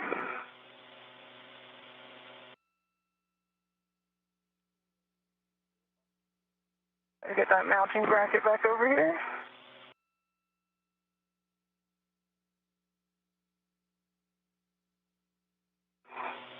Okay, and I've got my eyes on WIF 26, which is my destination. Affirm, yes, and when you get to WIF 26, you want to install the WIFX, and you will clock it to 6. I'll remind you again when you get there and give you the rest of the settings when you're ready. Ike, I've got the mounting bracket, and I'm going to start going for the upper right strut. Okay, so before you start on that, we would like a glove, hat, and gauntlet check, and then we'll get into the upper triangle. Okay, that's in work. I'll check my gloves now. If you're just joining us, we're bringing you live coverage today of the 247th Spacewalk in support of International Space Station assembly, maintenance, and upgrades. NASA astronauts Kayla Barron and Chari have begun a spacewalk to assemble and install brackets and strut kits for an upcoming solar array upgrades. In place. All right, so yes, we are going to start on the upper triangle build, and you said you have the mounting bracket, and yep, it's going to be the right upper strut from bag straps 1 and 2. Those are in the upper left corner, as you're seeing them. The duo exited the airlock this morning, starting the EVA at 7:12 a.m. Central Time, 8:12 a.m. Eastern Time, and now have translated to the starboard truss to the S4 worksite.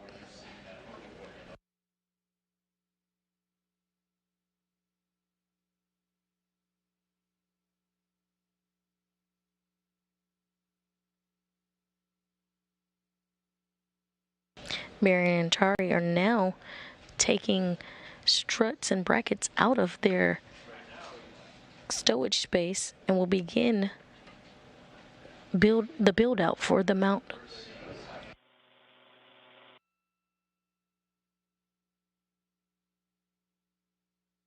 The main focus will be on the installation of the 3A modification kit, but then they will then go to the S6 truss to tie back multi-layer insulation for spare battery charge-discharge units. Pitch knob is popped out. Barron's working on 5 for their WIFX extension. Copy, 6 Golf 5. Those are your settings, and thanks for the pull twist test. This is the 4th set of brackets, first one on the starboard side of the vehicle. A modification kit is the support structure needed for future IROSA or ISS rollout solar array upgrades. Bracket right side, and that's the one to remember. You have that strut tab that needs to go under the mounting bracket guide. The pieces should be flush together.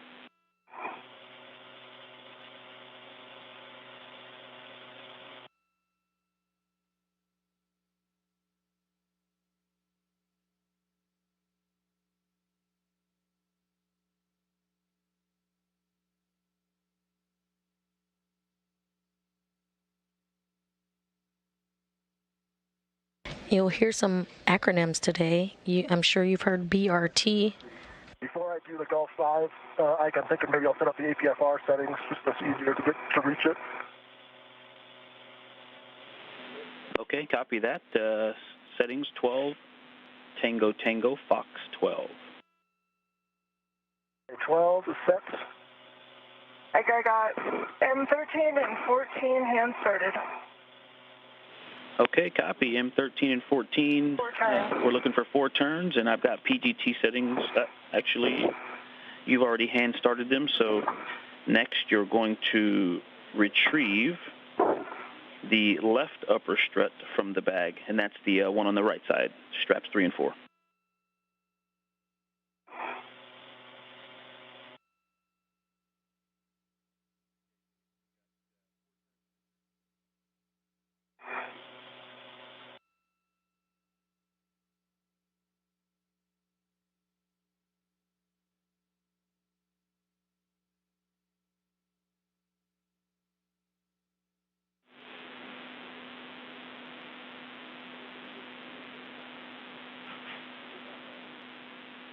You'll hear acronyms today, just like spoken previously.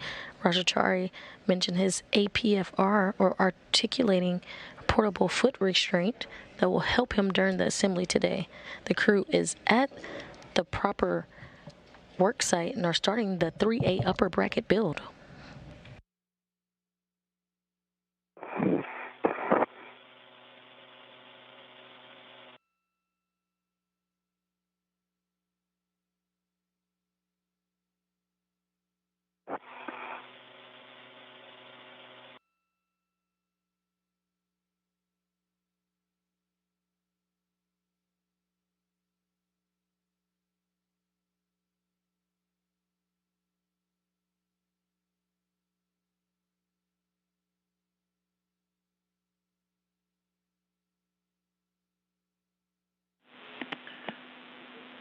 And Roger and Kayla, I've got a warning for you here just about the strut builds. The misaligned or fractured pit pin spring may present a sharp edge. Inspect pit pins before actuating, please. I do. Copy.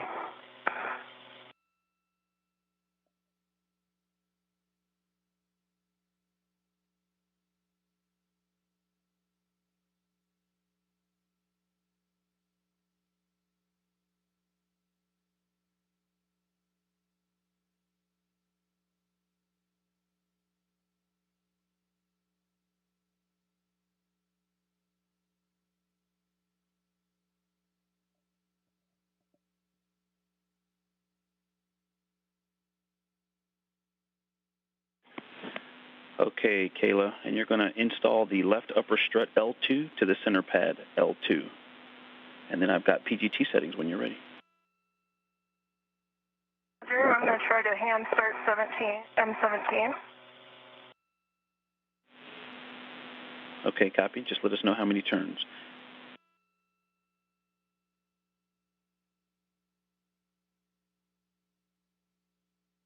The APFR is 12, Tango, Fox 12. I have not done the WIFX extension yet. I'm going to get my BRT right off there first. Untangle with my safety tether, then I'll work on the WIFX extension. Okay, copy that. And for the APFR, please verify that pitch knob has popped out. It did pop out. Yep, good news. Good Took news. a little bit of force. Okay, All right, copy. I'm hand started one turn on M17. Copy, one turn M17. PGT settings are Bravo 1, clockwise 2. Roger.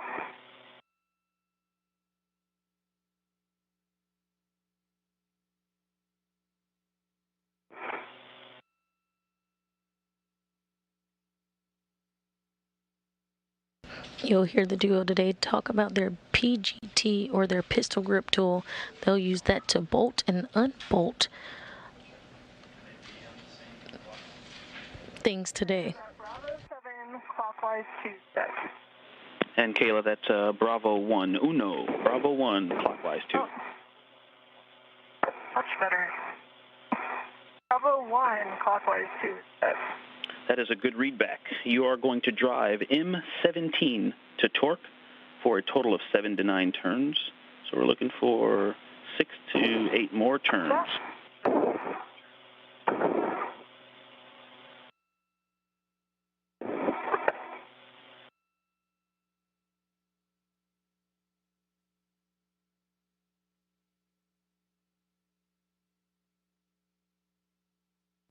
Via Kayla Barron's helmet cam. I have 10 additional turns, back line flush, green light, 11.9 for torque. Copy, 11.9 on the torque. 10 additional for 11 total turns, and the black line is flush. That is a good bolt to M17.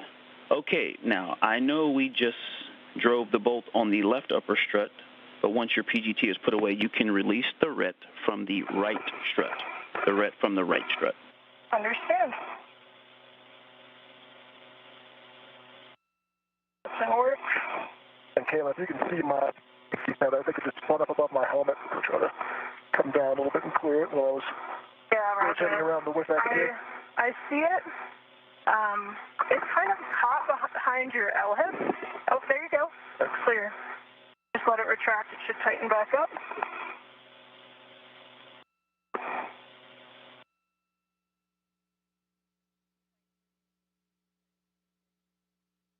And I EV1, EV2. Removing the ret from the upper right strut. That is a good readback. And once that is off, you can install the center pad MLI and pit pin.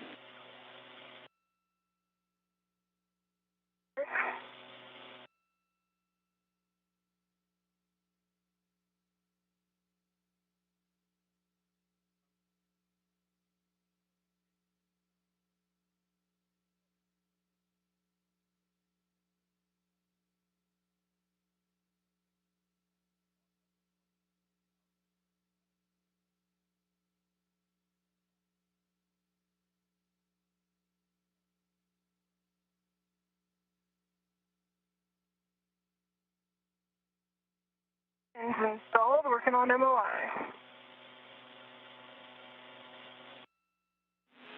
All right, WIFAC and APFR are installed to the 5, and you know where you're at, Kayla, in terms of coming over there to help you? Actually, nice job on the APFR and WIFX. Raja, we need you to pause. Just give your MEDOX a second, so just stand by and pause EV2. And EV1, will you repeat your last call, please? Pins in place, MLI's in place, and I will move on to M1516. Okay, now we're going to assemble the left upper strut to the mounting bracket.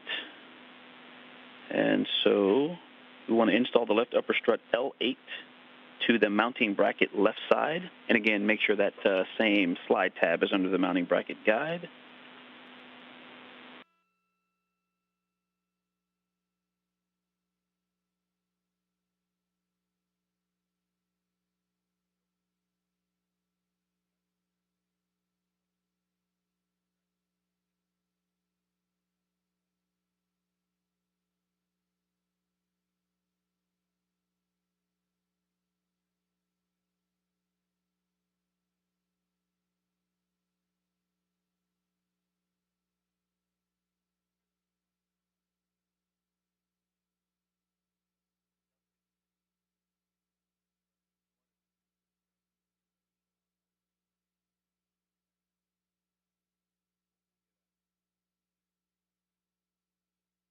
We are currently in between satellites, but we should have signal back to the EVA shortly.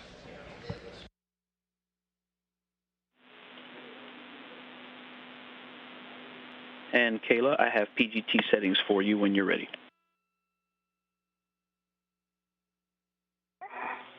I've got 4 turns by hand on M15, and I'm going to see if I can get M16 and engage 1 turn, and then I'll go from a PGT. Copy, 4 turns by hand on M15 in working M16 now.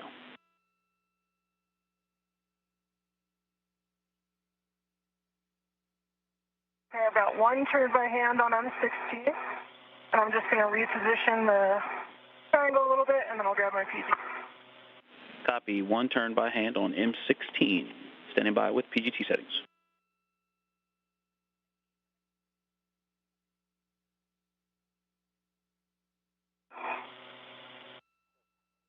Ready for settings. Hey, your PGT settings are Bravo 3, clock 2.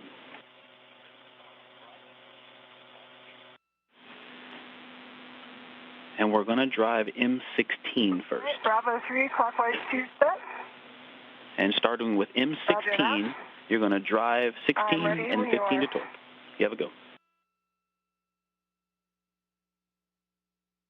Turn. And M16 should be about 25 total turns, so 24-ish more.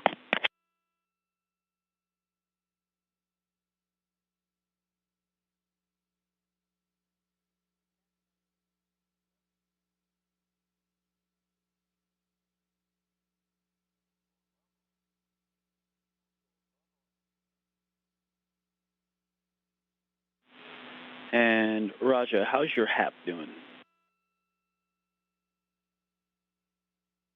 That's right. Copy, dry HAP. Thank you. All right. I got a red light, low torque, 21.24 turn, and that matched my count of 22 turns. Figured I should try it again. Okay, stand by. Copy, red light, low torque.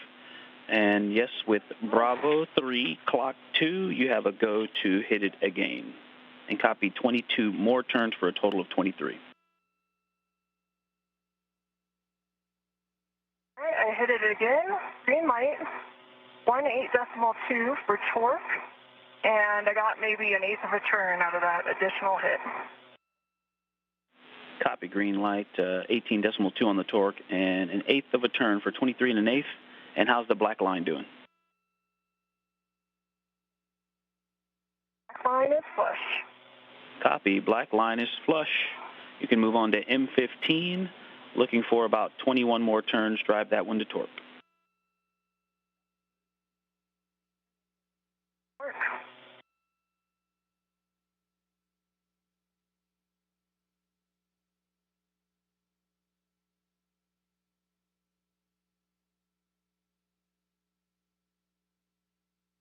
Currently seeing views of Kayla Barron using that pistol grip tool. They'll be using it throughout today's spacewalk. And that is essentially a space drill that is used to help secure and release bolts during the spacewalk. And then we can move over to help Kayla out, building the triangle.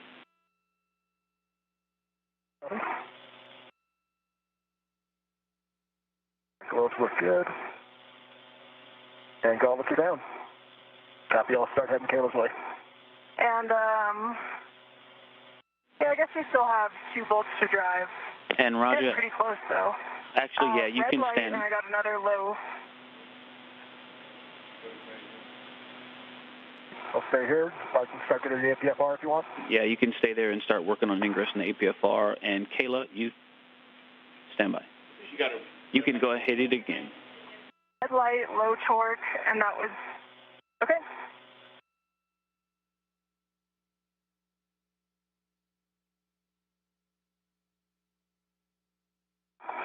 Okay, now I got a green light, 18.3 on the torque, and that was 0 additional turns.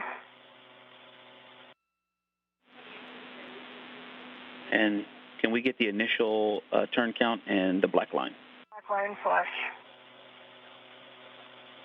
Yeah, I started at 4 turns, and then we got 20 additional turns for a total of 24. Copy, 20 additional for a total of 24. Green light, black line flush on M15. Okay, Kayla, you can release your ret from the left strut.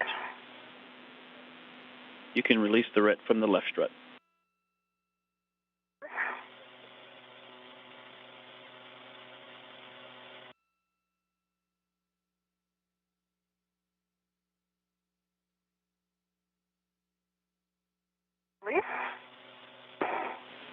All right, you can install the mounting bracket. Get back to M1314. You can install the mounting bracket MLI. Oh, sorry, go ahead. Mounting bracket MLI. Okay, roger that.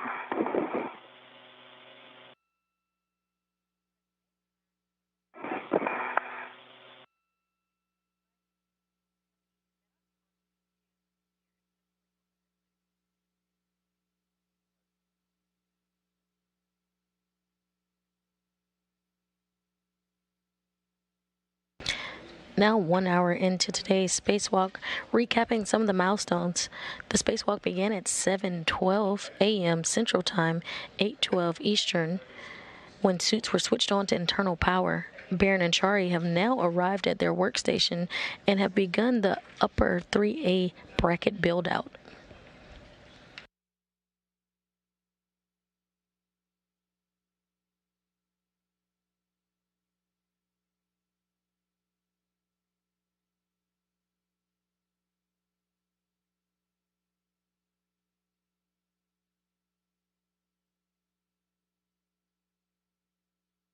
Okay, I think I'm in the APSR. It feels like there's something behind my left leg, though.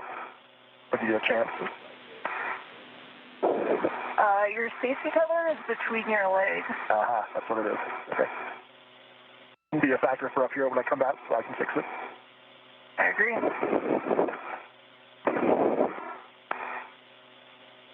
All right, about the MLI on the left side. Mounting bracket. Copy that. Now we're going to go and torque the right upper strut to the mounting bracket. And I've got some PGT settings for M14 and 13 when you're ready.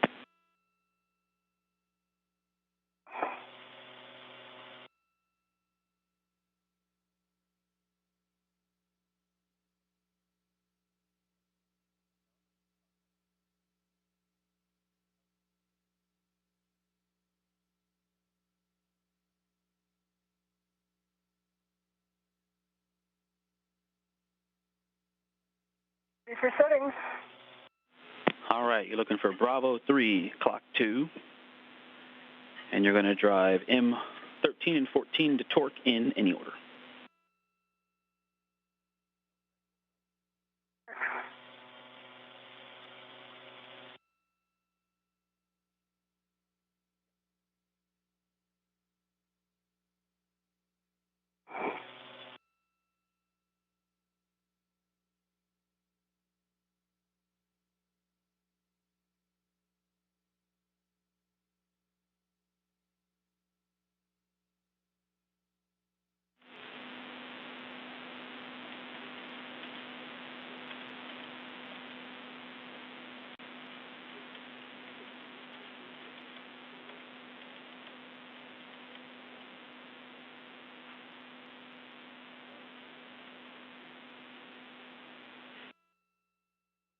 Green light, 18.4.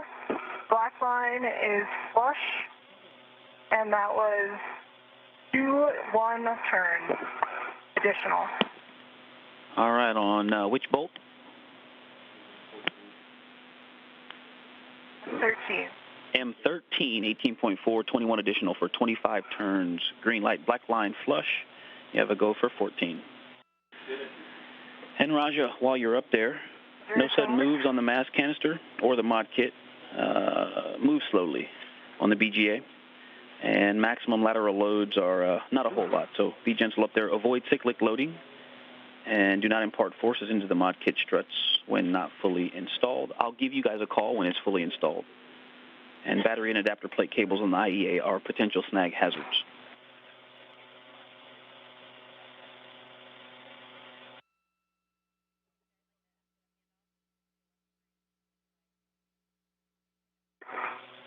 Green line, right, black line flush, 18.4, 0 turns additional. And I believe I copied 20 additional turns for 24 total green light and a black line that's flush.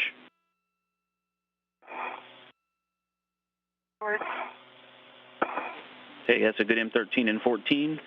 Please verify, after you put your PGT away, verify the center pad MLI and pit pin.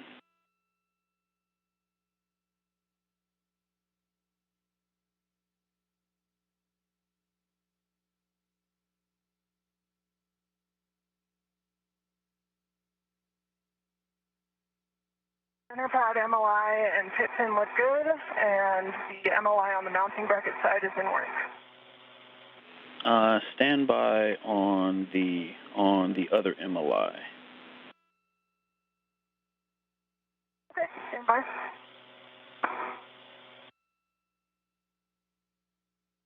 Yeah, just the center pad MLI and pit pin.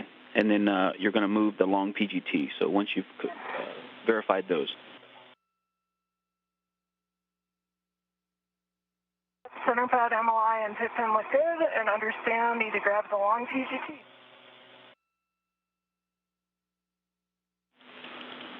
Okay, Kayla, actually, you have a go. We're kind of on edge making that call whether to come over. That's what I start.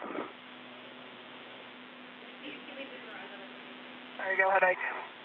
I was going to say, you can do that MLI now if you want to, or you can just leave it for Raja to do. So your choice, and then we're going to move the long PGT, the one with the 7/16 6-inch wobble. For Raja. Yeah, concur. I'll do that. I'll leave it for Raja because it should be a little bit easier for him. And I'm working on the PGT now. Okay, yep, you're going to move the long PGT from the strut bag to the right upper strut handrail, stanchion nearest the center pad. And there is a RET and adjustable in the bag that you can use.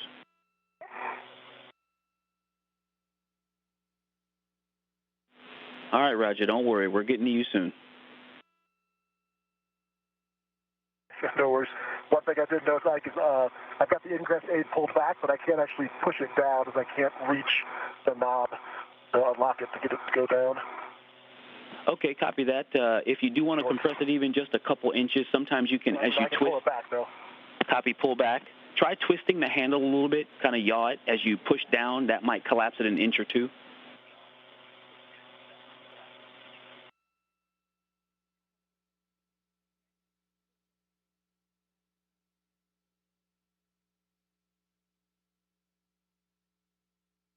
I have to keep trying that, but not get much motion out of it. Okay, if I didn't have the mass caster here, I could bend over and do it, but I can't bend over without my helmet hitting the mass caster. Okay, right, roger that. And is in place. Okay, copy that, Kayla. And Raja, it's just a reminder that ingress aid, we're tucking it because we've seen it knock that BRT tab loose and dislodge BRT. So just be aware of that. All right, so we're going to set up to hand off the upper triangle so that we can install to the mass canister. Let's see. So now, Kayla, we're going to transfer the upper triangle with the PGT to EV2, and you can leave them on the bag. It's a RET in series.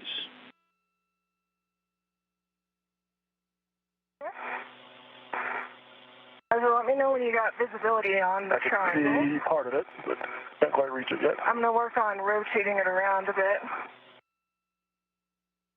to give you the right side first. Just over 1 hour and 7 minutes into today's spacewalk, Barron and Chari are currently focusing on the build-out of the 3A bracket for the solar array modification kit. The new solar arrays, which are set to be delivered to the space station on upcoming commercial resupply service missions, are a larger version of the rollout solar arrays, or IROSA technology, and will ultimately increase the station's total available power from 160 kilowatts up to 215 kilowatts. We do have a special guest with us today on the line. Jeremiah McNatt is a photovoltaic technology lead. Hi, Jeremiah. Hi, Shaniqua. Pointing up. And so remember how this mechanism works. You're going to engage the left side first. Thank you for having me on It's up and today. down to engage it. If it doesn't slide all the way in, it's up and down a little bit till they engage, and then you're going to pivot it to the right to engage the soft dock. Jeremiah, can you please explain to us what a photovoltaic technology lead is? Certainly. I'm the photovoltaic technology lead at NASA Glenn Research Center, where we do a lot of research and development efforts for new photovoltaic devices through arrays. Actually, and Kayla, my role as the tech lead is to oversee all of the projects that we have that we're working on, look for new ideas and new concepts to start to pursue in the future, and then support flight missions such as what's happening with the IROSA arrays and with Gateway and Artemis to photovoltaic systems on the lunar surface. That is amazing. And you did mention just now the IROSA solar arrays. Why are they important technology for us right now? ROSA and the IROSA arrays are super important. As you said at the beginning, they're going to add more power to the space station. The ROSA arrays were developed over the past 10 years or so, and we've seen in the past couple years a demonstration on Space Station, and they were just used on the DART mission. And the benefits of ROSA is that you can store a lot more solar array in a much smaller package.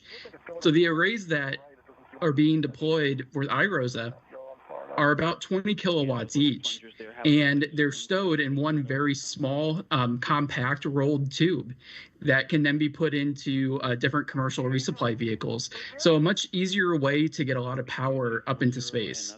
We're going to continue that when we use them on Gateway on the power and propulsion element, and also maybe on the lunar surface. Okay, copy, Roger. Good job on getting that soft dock. I've got some PGT settings for you when you're ready. That's awesome, Jeremiah. And I know you mentioned the Gateway. Can you explain a little bit about Gateway and how the technology that you guys are looking at now will help for future exploration in deep space? Certainly. So I'll first talk a little bit about IROSA to Gateway. Okay, and then it's going to be... The IROSA arrays are around 20 kilowatt each. The arrays that are going to be on Gateway on the power and propulsion element are 30 kilowatts each. So a little bit larger, about 50% larger in size. And what's really unique and what's different between what's happening on Space Station and what's going to happen on Gateway is that when the power and propulsion element of Gateway is launched, those arrays will open autonomously. They'll open on their own. Currently, what people are seeing right now on Space Station is an adapter bracket is being installed, an installation bracket, and then later on, when those IROSA arrays make it up to Space Station, they will be deployed with support of the astronauts. For Gateway, they'll be deployed on their own and will provide power throughout that mission. The power and propulsion element is just one of the different components of Gateway. There's also going to be other modules that will attach to it. And while that's orbiting the moon, it's going to be a great stopping point and a stepping off point for astronauts to go to the lunar surface, to continue to do research on the moon, and then also eventually be able to be used to let us go further out, to go to Mars, and to continue to explore the solar system. And that's amazing. Thank you, Jeremiah, for your time this morning. That's Jeremiah McNett, the photovoltaic technology lead, going over some of the great work that these modification and IROSA solar arrays will help do on the International Space Station and our future with the Gateway. Thank you, Jeremiah. Thank you. 2 turns each, Thank you. 5 through 8. And with the same PGT settings and 2 turns on all 4 bolts, now we can drive M5 through 8 to torque a minimum of 3 additional turns. Buddy, driving all 3 of torque, that's 3 additional turns. Start with M5.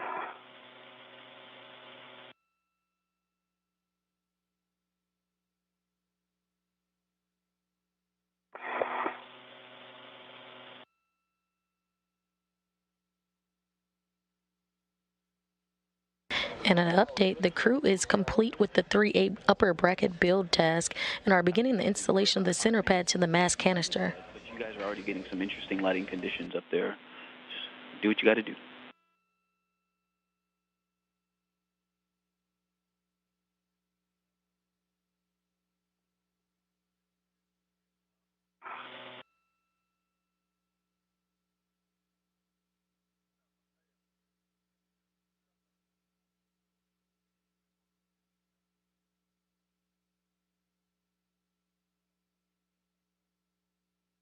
AM5, 4.7 additional turns, good green lights, and 3.1.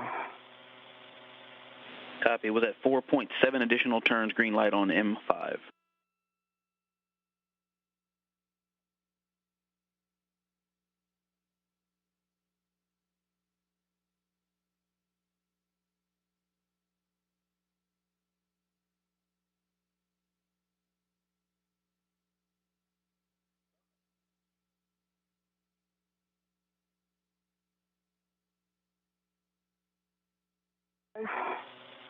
Like 5.3 turns on M8, good green light, 3.6.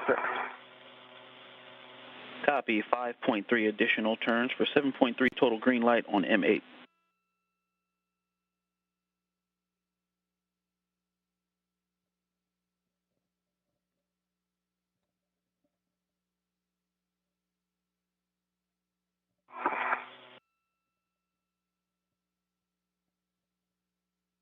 M6, 5.3 turns, good green light, 3.8.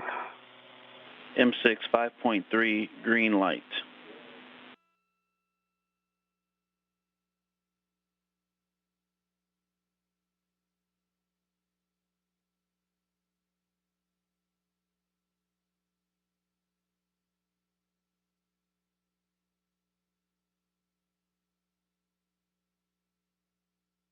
And M7, 5.1 turns, green light, 3.7.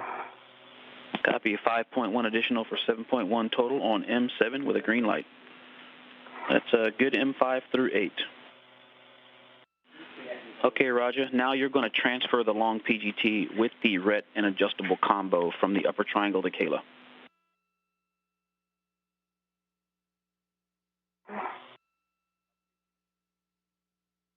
Work on getting in position for that, Roger.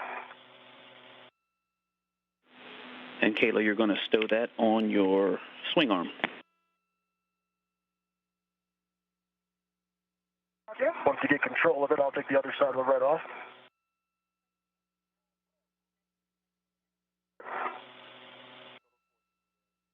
It's above your head. Trying to put the socket down in front of you. I got it. All right. Once you have a RET on it, let me know and I'll let go of this one. I'm back.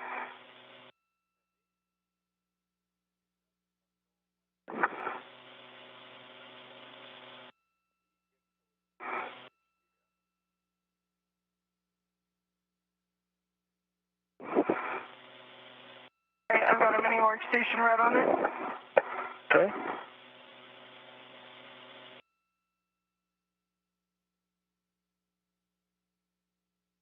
It's coming back. Okay. It's back at the PGT. Okay.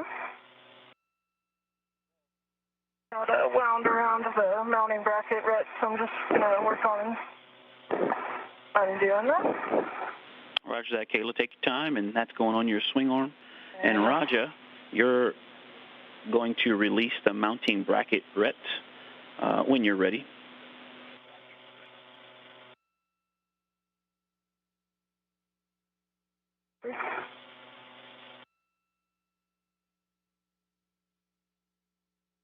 Working on my swing arm here. Mounting bracket RET's coming back to the bag.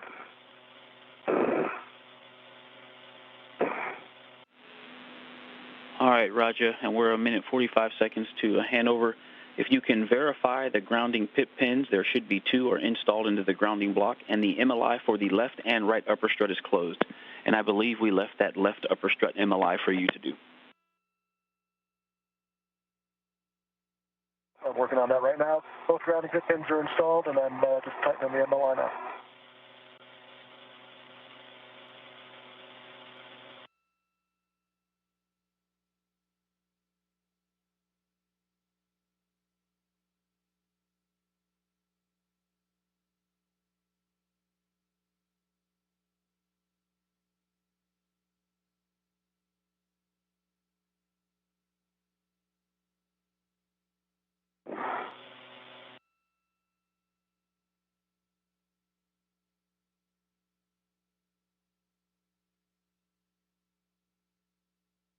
And MLI is closed. I think I'm good to get out of the APFR. Is that correct, Mike? In just a second, yes. Verify the upper triangle is not rotated up. It is not. It is down towards my waist. Copy. And then once you're both able, we'll take glove, hap, and gauntlet checks from you, and then you can egress the APFR and adjust 25 seconds to a handover, and I'll catch you on the other side.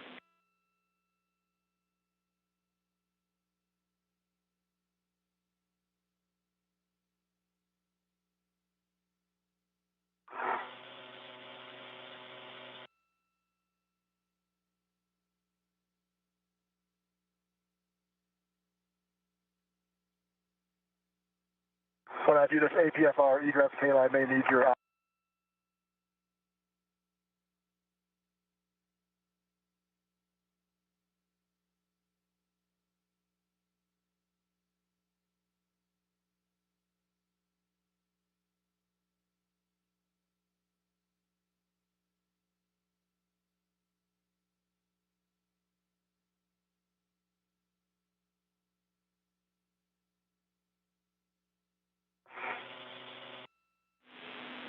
And EV1, EV2, Houston's back with you.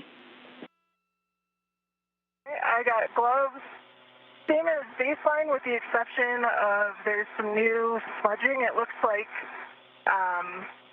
maybe some of the labels on the struts are kind of rubbing off onto my gloves because I can see some mirror image letters on my fingers. But everything else looks good. My hat is dry. And my gauntlets are down. Copy. Dry hap, good gauntlets. And for EV1's gloves, you've got some smudging. You believe it's ink from the strut labels. Good copy. And for EV2, you've got a dry hat, gauntlets are down, and some smudges on my right pinky, ring finger, and index finger, and left ring finger. Just some like smudge marks. Copy. Dry hat, good gauntlets, and smudges on the right pinky, index, and ring finger, and left ring finger. And with that, I'm going to egress the APFR if you're ready.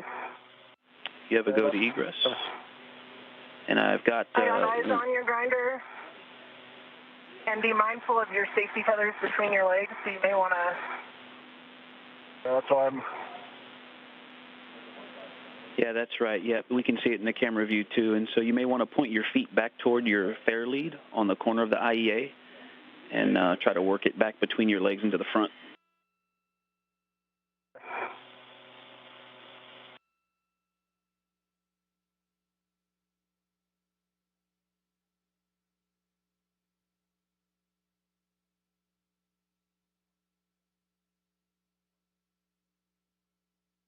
Move your heel outboard. Now kick it back. Yep. There you go. Inboard.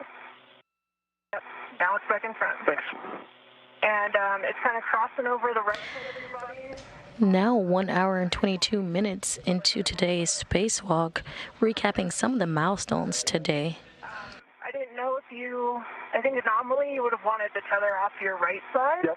Let's go off my left. So far today, the crew has gotten to their work site, completed a 3A upper bracket build-out, and now has begun the installation of the center pad to the mass canister. They're currently doing a hap and glove check.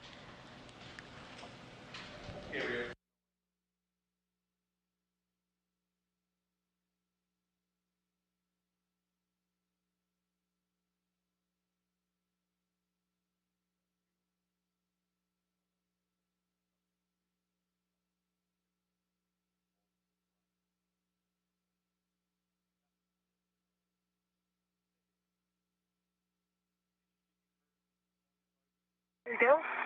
Off to your right now. Thanks. That should be good now.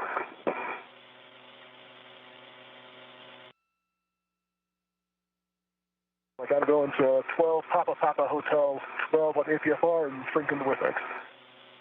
Yep. Good APFR settings. Upper left strut. Or correction, mid left strut. And confirm, Roger, you said adjusting the WIFX extension to 1. Correct. Copy. And then, hey, before you get back in the APFR, if you want to run a fair lead down to that outboard aft corner of the IEA, that's off to your right. That may also help keep your tether in a good config. Yeah, let me do that while I'm down there doing the APFR or the WIFX. Perfect. Good idea. And then last one, and I'll remind you before you get back in, if you want to loosen the friction on the ingress aid a little bit, that might help you tuck it away.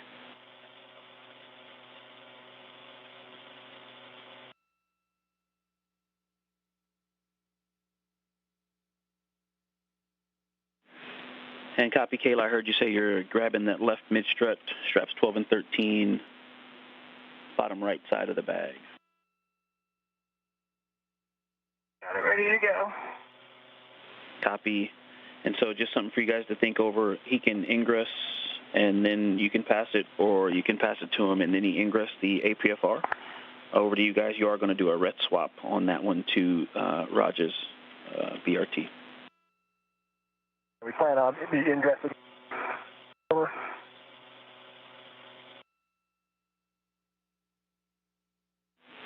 Copy. You said ingress before the handoff? Yeah.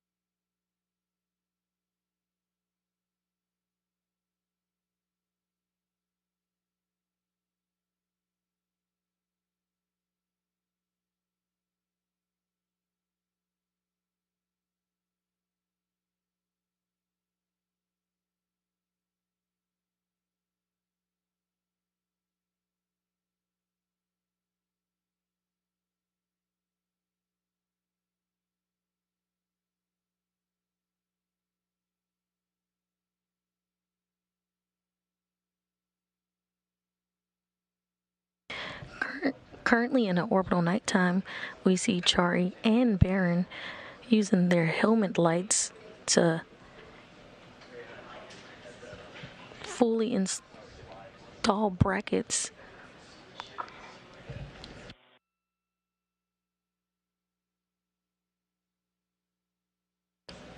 Excuse me, we see Barron and Chari as they install the 3A center pad to the mass canister.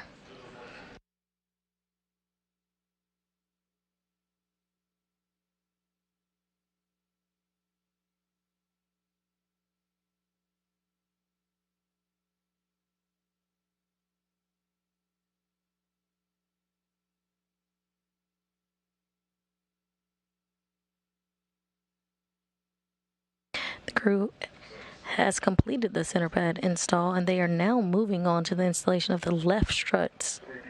We came up again, so when I'm done setting this, I'm going to go back and maybe put an adjustable down there. Roger that. We copy.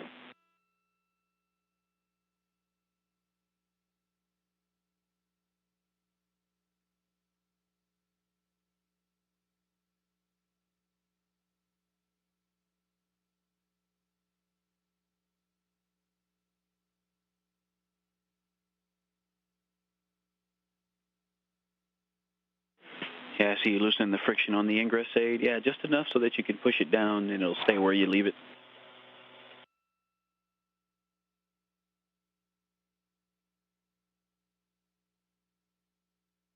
All right, we got 12, Papa, Hotel 12. The lift X is back down to 1. Copy. Those are good settings, and confirm the pitch knobs popped out. They pop out, yep. I'm going to go work on trying to put this tether somewhere so it doesn't keep snagging on me. Roger, you may want to give your waist tether a tug just to get it a little higher. You reel? There you go. I wanted to get caught behind you again. Thanks. I popped off this handrail, so it's behind my legs, though. It's crossing your body over your left knee right now. There you go. You should see it now coming around. Tally, thanks.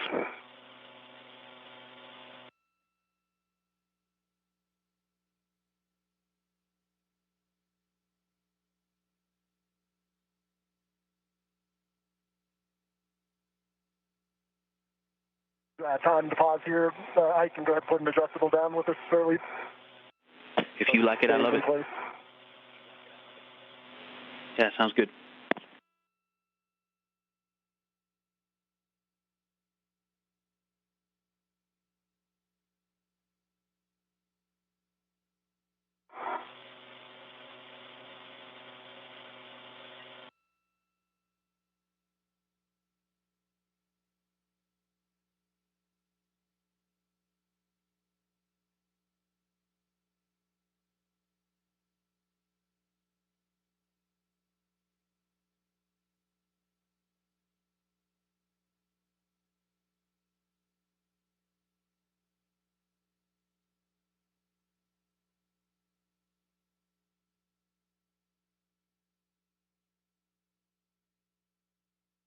All right, Kayla. No problem. Worth the time.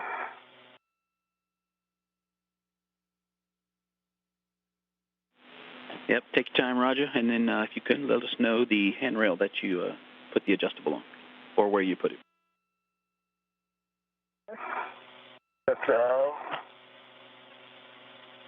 inboard recessed one. The one just 42. Say again, Roger. 242. Is that 2242? It's the place. Yep, yeah, it was the original one we were going to set. It's just I put an adjustable there instead of wrapping it around.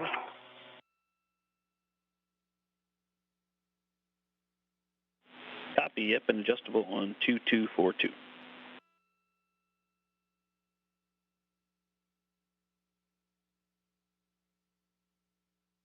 Eyes on you for the thin grass grinder. Okay.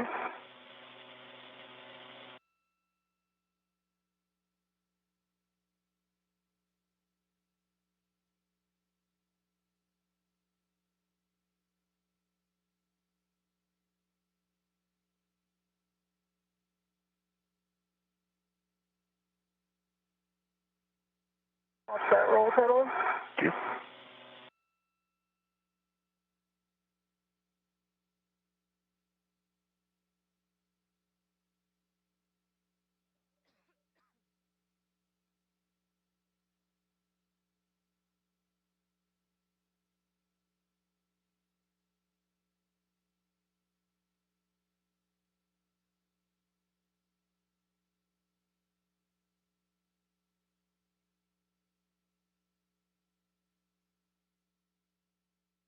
Reels.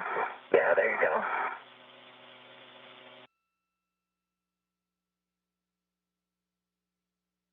Around here. I think the roll changed on me, did it? Cool. Might be pushing the yaw pedal right now. There, it looks square again. Yeah, it's all okay. Yep. Want to make sure. Watch that yaw pedal.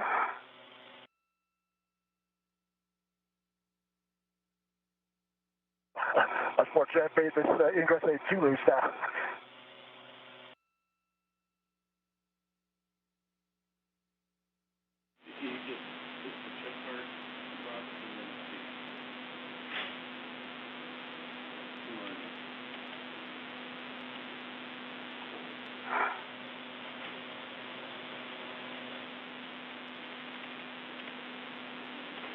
Yeah, Roger, and if you got to leave it rigid, that's fine.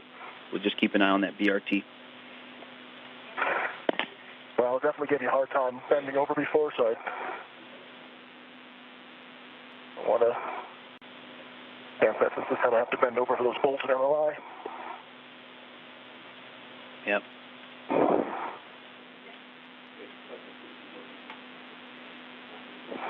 And then just a reminder, Roger, not to use the mod kit for the APFR ingress or egress. Gotta say it. No, understood.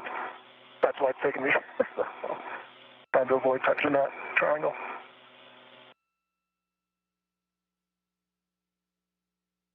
Let me tighten it a little bit more here. Way up, I can still move it.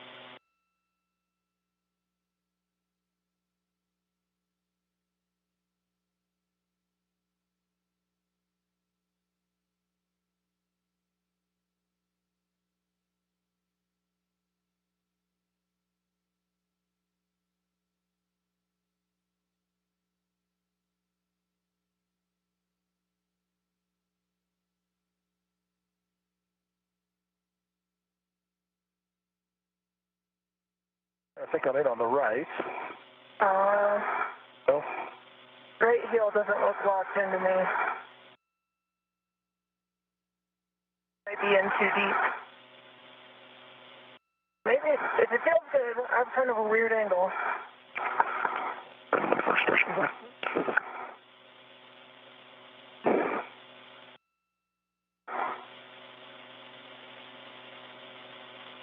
The left is in. Nope, you're right. The right's not quite in.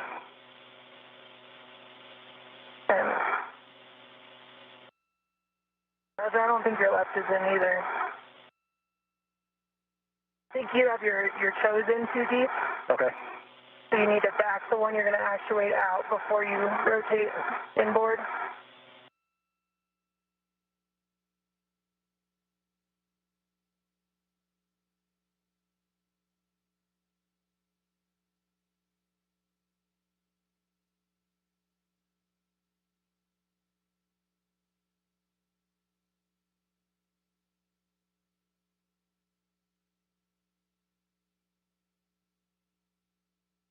Maybe try wedge in one toe and then work in the other heel, and then circle back for the first one. Okay.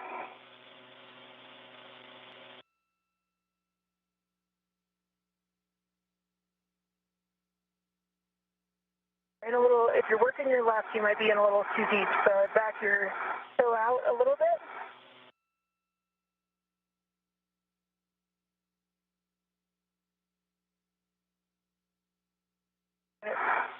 You working your left foot right now? Yeah, I'm trying. Yeah, you're in too deep, so I would start again with your heel out and up. Okay, now there you go. Now rotate inboard. Further, till it drops down. Almost there. Rotate further inboard. And you might need to back your toe out. Now rotate in. Not quite.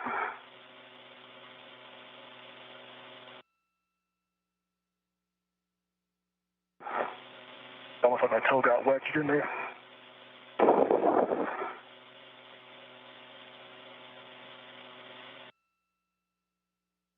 There you go. That's the roll pedal.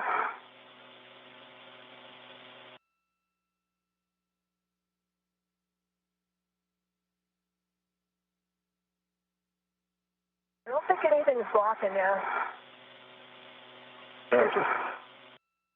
I think your toes are going in too deep? Yeah, your toes are in too deep. So you need to keep your heel back, rotate your heel inboard so it drops down. Then come forward. And hey, Raja, one other thing that helps to keep your feet flat to the boot plate, it's tempting to lean forward and look at your toes, but actually squat down a little bit, put some bend in your knees, and even slightly lean back, just a tad.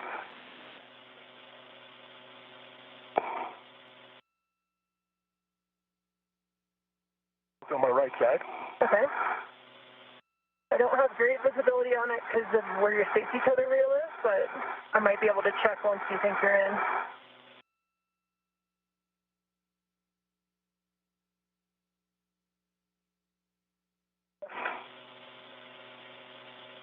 Okay, I think the left's in. That looks good, Brandon. And right, I think I'm in too deep. I agree.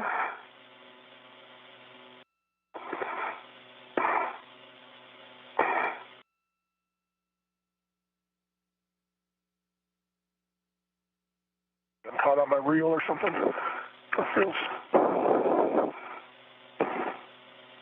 If you want, you could kick your reel out to the right with your foot.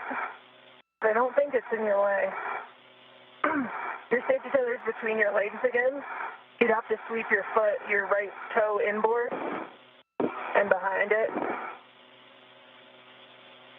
You've got to cross more toward your left if you want to capture it, or maybe pull on your waist tether.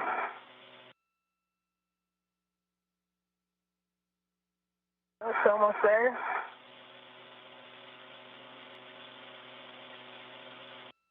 under the boot plate, it seems like. Yeah, you might be able to catch it with your right toe. If you move your toe towards your left foot. You're almost there. Yep, there you go. If you're just joining us, welcome to Mission Control Houston. We're bringing you live coverage today of the 247th Spacewalk in support of the International Space Station assembly, maintenance, and upgrades.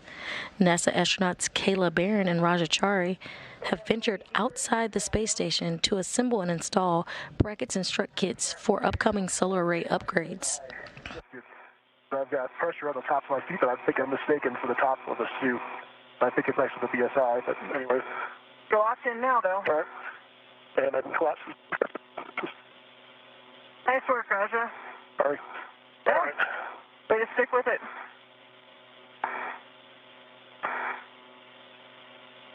Go a little higher. This is going to get my BRT red on it. Hey, firm, you're going to red swap and then stow that one on your BRT. To recap some of the milestones, at 7:12 a.m. Central Time, 8:12 a.m. Eastern Time, NASA astronaut Kayla Barron and Chari turned their suits onto battery power, marking the official start of today's spacewalk. They are currently working on the starboard forward truss at the 3A power channel. So far, they have successfully installed the upper brackets and center pad to the mast canister. They are currently working on the left struts. All right, Kayla, looks like you're back to the bag, grabbing the left lower strut, straps 5 and 6. And work.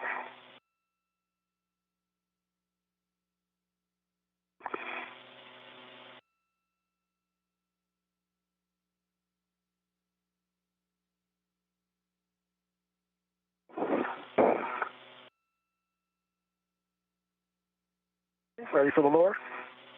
And Raja, once you've got that mid-strut on your BRT and out of the way, tuck and, if you can, collapse that ingress aid. Already done. Copy.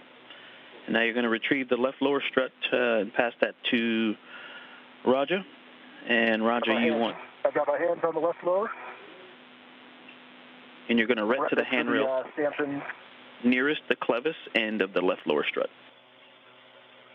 Yep, I've got that. It's the same stanchion that has the wire tie on it. And I've got control of it, and I've got my red on it. I'm going to release the bag rep. It's released. Okay.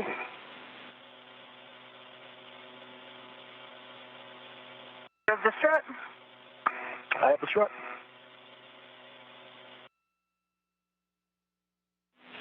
Okay, Kayla, you can translate to the SOB launch bracket at the base of the mast canister left side.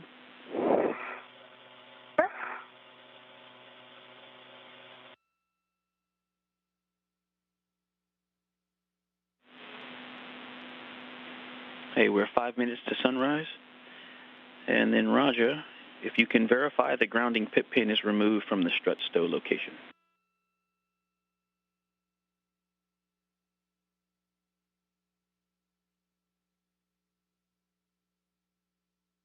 The pin is actually in, if you can see my camera, so you want that out, correct? But they need to put that into the mounting bracket. Hey, firm, we like it removed.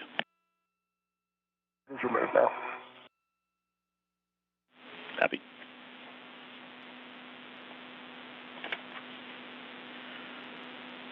Okay, Kayla, once you get to that SOB launch bracket, you're going to report the spherical bearing alignment, and remember that's a pitch point. Keep your fingers clear of the lower strut pad and BGA interface when you guys go to install this bolt. It looks pretty straight to me. Okay, we copy. That's good news. So now we're going to work together to install the left lower strut M21 to the SOB launch bracket. Hey, Roger, if you want to start working the... Coming towards you. Very nice. All right, we need to go zenith. And if you could push your end a tiny bit toward the mast canister. It's good right there. Okay. A little more zenith. Okay. Maybe, yeah, that's good for now.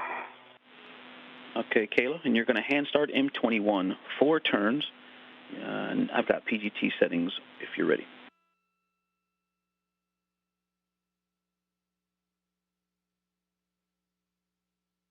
And started 4 turns. Copy, hand starting 4 turns on M21, and I've got PGT settings if you're ready. It's already done 4 turns. And Copy. Do I start driving now, or does Roger do his end first? Yep, copy 4 on M21, and so we're going up to Roger. Standing by. Copy. Okay, we're going to... PGT, looks like I'm doing Bravo 1 clockwise 2. Affirm, Bravo 1 clockwise 2, and 2 turns on M22. Copy. I'll use the PGT, going to count it. And Kayla, you're going to PGT Bravo 7 clockwise 2 next.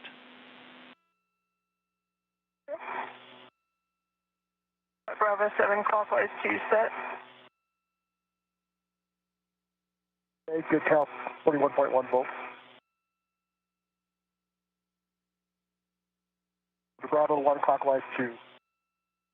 Affirm, Bravo 1 clockwise 2 for Roger.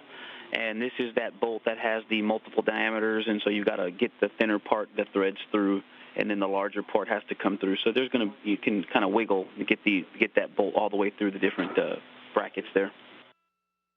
And then you want to put 2 turns on M22, Bravo 1 clock 2.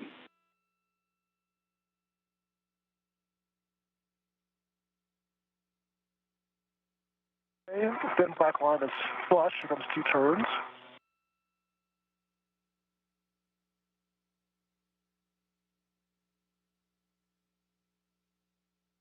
Okay, 2 turns. Copy, 2 turns on M22. And Kayla, we're going over to you now. We're going to drive M21 to torque. And again, it was Bravo 7 clock 2, so get in a good position. Yep. Bravo 7 clockwise 2 set, and I'm going to start turn.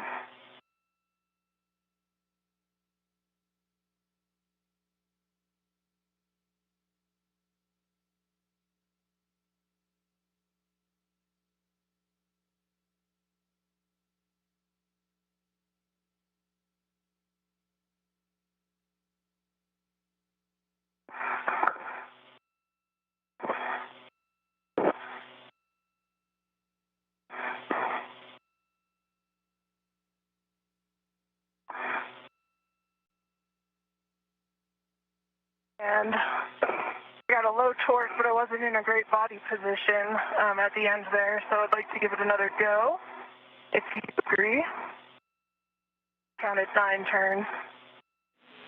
Okay, I think I heard 9 turns with a low torque, and you have a go to hit it again.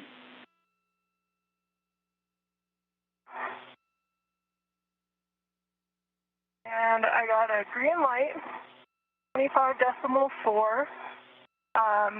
And that was maybe half to 1 additional turn. And I'm going to get in a better position to tell you black line. Copy, half to 1 additional turn, so I'm showing 13 and a half to 14 turns with a green light, and you're checking the black line now. Actually, we aren't in final torque yet, so the next thing you're going to do is socket swap the 2-inch socket off of your PGT to the torque wrench, and we'll final torque with the wrench.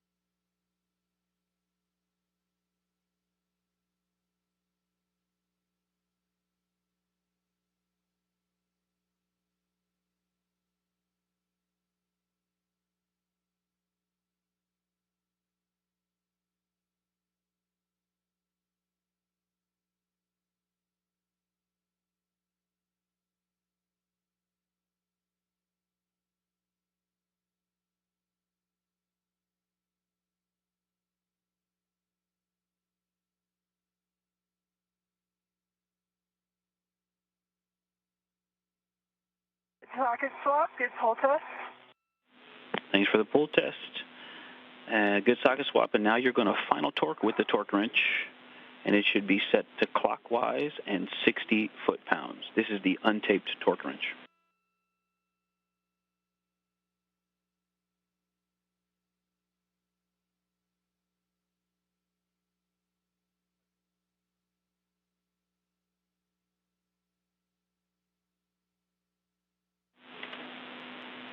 And we're looking for about one turn, and we want the torque wrench to break over twice.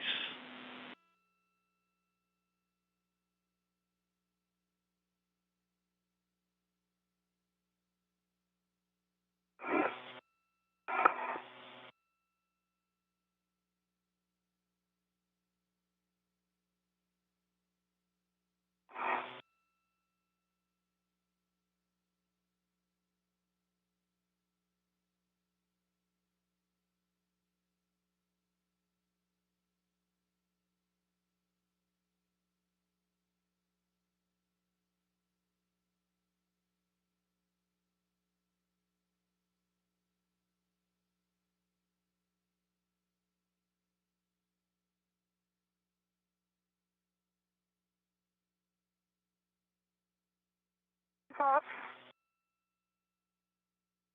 Black line looks parallel and flush. There's maybe a tiny bit of metal still showing, so maybe not, like I would say maybe a millimeter. Okay, the black line is a millimeter. About a little over one additional turn. A little over one additional turn, and about a millimeter between the black line and the bolt cam. Hey, stand by, we're checking.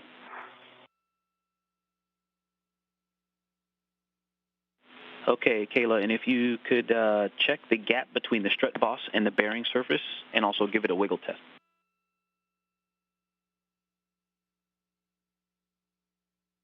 Looks parallel with no gap, and good wiggle test, still secure to me. Okay, we call that a good M21. And you can socket swap the 2-inch from the torque wrench back to your short PGT. And Roger, I've got PGT settings for you when you're ready. I think I've got throttle 1 clockwise 2 and ready for number turns and drive. All right, you can drive M22 to torque. The torque.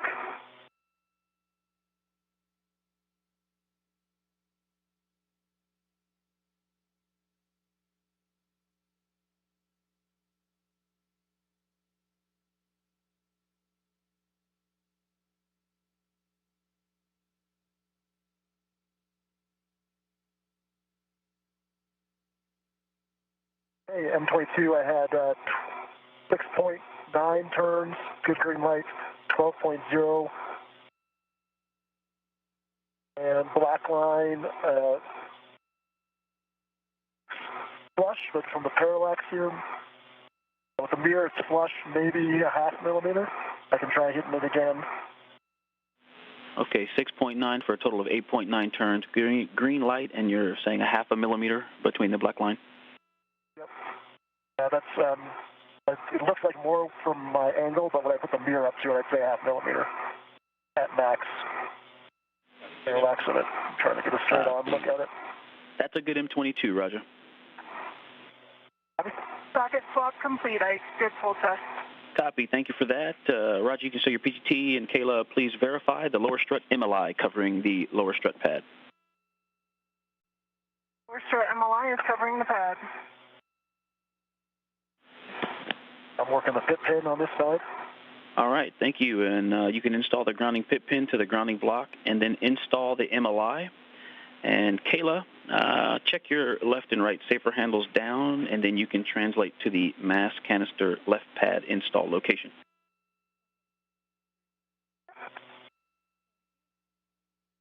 Okay, grounding pit pin is into the mounting brackets. And MLI is around the M22 bolt. Okay, sounds good, and you can release the ret. That's to the left lower strut.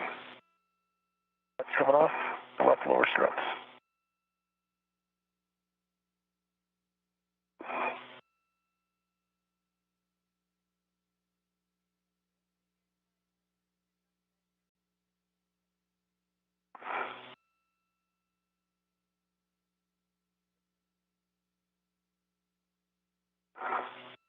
Mike, I'll check my safer handles when I get up to the side pad. I can see your right side is down. You're good on that side. Thanks, Roger. Copy, Kayla.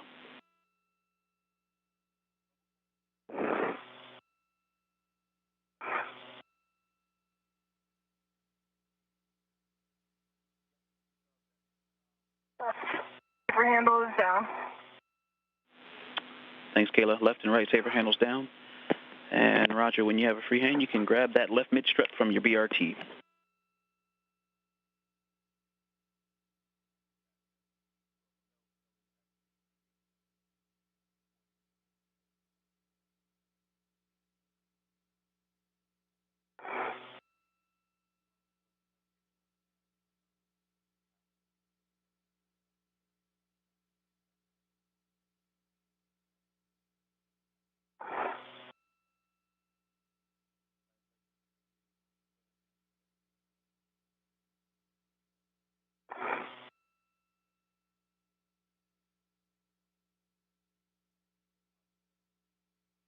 And confirm I can take the locking pin out of it and start extending it.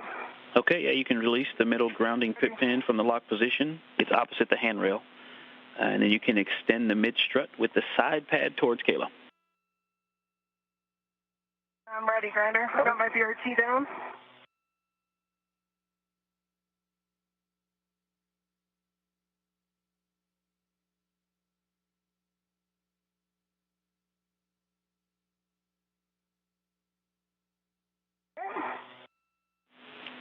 All right, Kayla, and once you have that side pad, you're going to engage the right side first. Remember, it's a little up and down to engage that clevis, and then you're going to pivot it outboard to the left to engage the soft dock.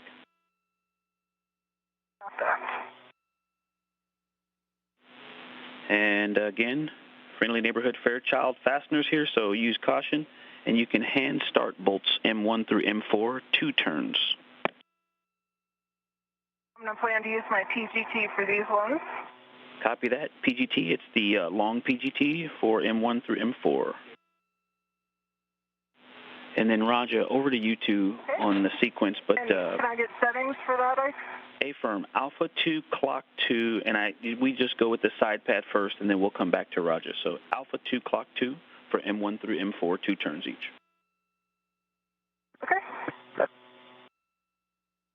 Are you holding this for me because I won't be able to reach it after you have it? Yeah, I will be able to get to it. I'm just biased a little left for the bolts here, but I can move over there.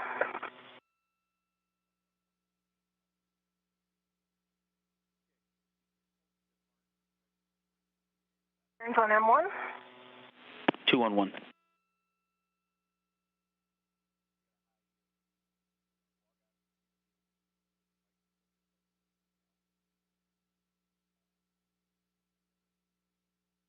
Turns on M2.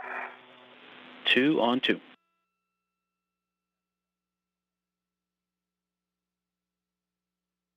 Turns on M3. 2 on M3.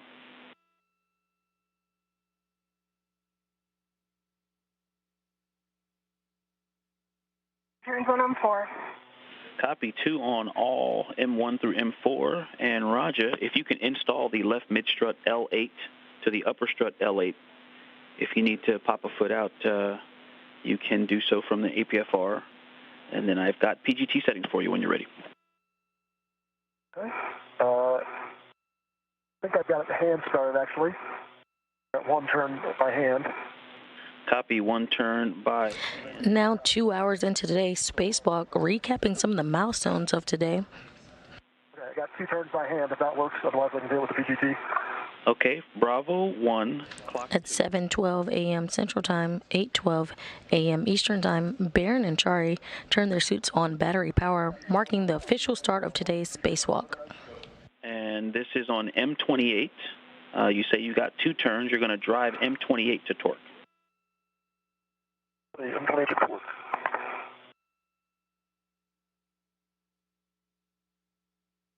Sorry, I got ahead of you there. I was able to pop it through with my fingers and see the fastener come out the other side, so I didn't want to go my grip. I hear you. Get it while you can. All right. The crew then translated over to the 3A work site on the S4 truss, where they have now completed the 3A upper bracket build, 3A center pad to mass canister, and they have just completed the left lower strut install. The IROSA mod kit is in a good minimum configuration, and the crew is continuing to be on time on the current timetable. Copy. Thank you. Yeah, M28 had 6.7 turns on the PGT. Good green light, 11.8. 6.7. Copy. Black line flush. 6.7 after your two hand start for 8.7 total turns. Black line flush on M28. Roger. You can stow your PGT, and Kayla, those same PGT settings we'll use to torque M1 through M4. Alpha 2, clock 2. She's doing that. I'm going to put the pit pin in up here. Alpha 2, clock 2 set. Copy, and you have a go to drive. Copy, M1 through 4 to torque. And Roger, you can install that grounding pit pin to the grounding block.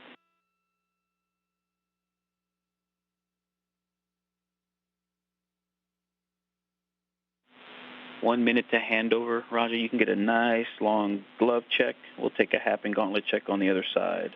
And Kayla, you can drive M1 through M4 to torque at Alpha 2, clock 2. M1, green light, 3.7, 4 turns. 4 turns, green light M1.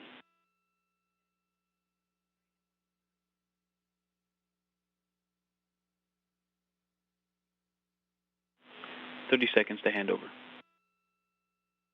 Green light, 4 turns, 3.7 on the torque, M2. M2, 4 turns, green light.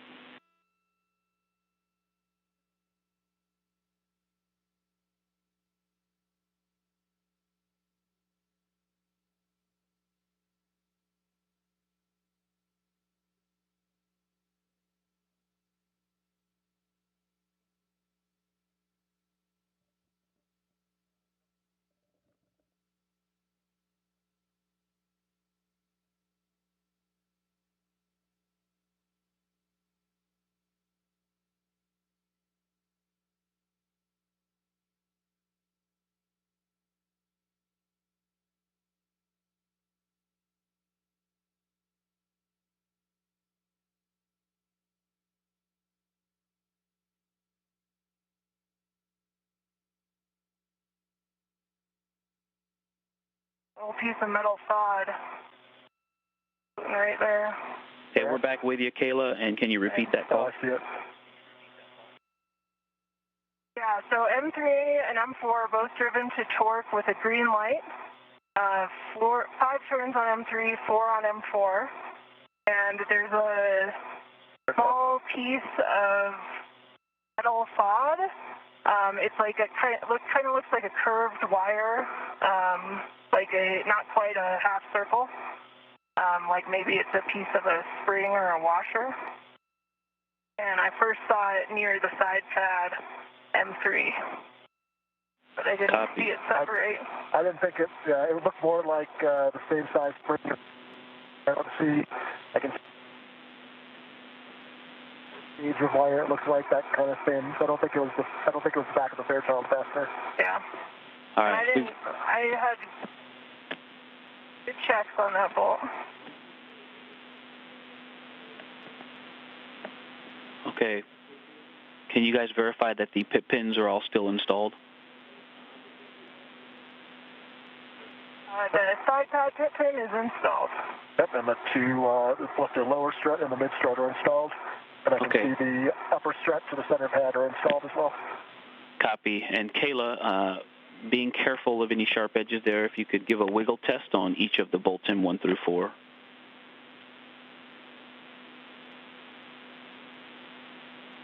Recessed, so it's a little bit hard to get my fingers in there, but they do look flush.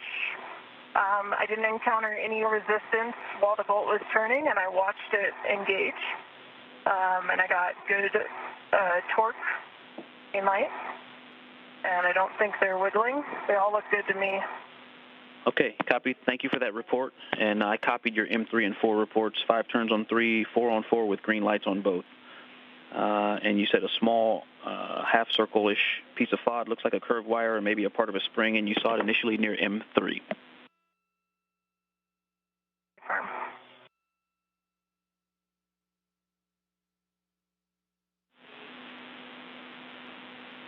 And Kayla, do you see where that piece of FOD is now? It floated toward Raja and then away. I tried to stop it with my glove and then it bounced station forward. Copy. Thank you.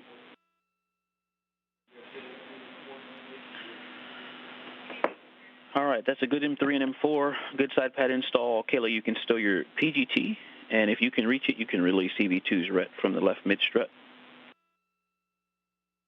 Ready, Raja? Yep. That's released. My PGT is stowed. Okay, copy. And the mid-strut hip pins installed. Thanks for that, Roger. And we'll take that glove hap and gauntlet check from you. And Kayla, you can verify the pip pin and the MLI are installed over the side pad. Verified, installed. My gauntlets are down. Still have a dry hap, and the only other new smudge is on my left thumb, a small little smudge. May have been there before, I just didn't notice it, but no other new. Copy left thumb smudge for EV2.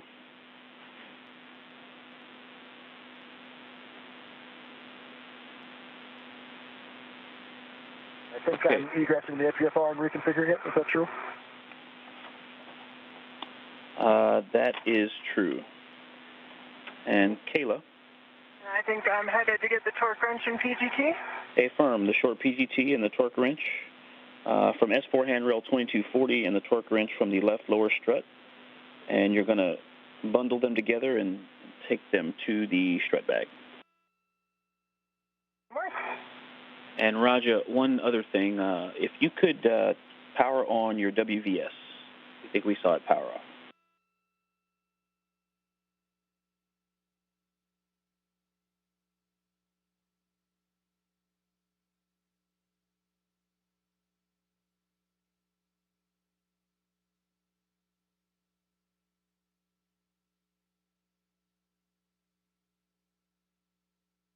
Okay, I push the button, it looks like the light's still off. I'll push it again. I still don't see a green light. Try it one more time. Okay, I see a green WVS light. Copy. Good config. Thank you. Mm-hmm. All right, Kayla. So, yeah, you're grabbing that short PGT and that torque wrench from the left lower strut. You're going to bundle them and then attach them to the right lower strut, which is in the strut bag.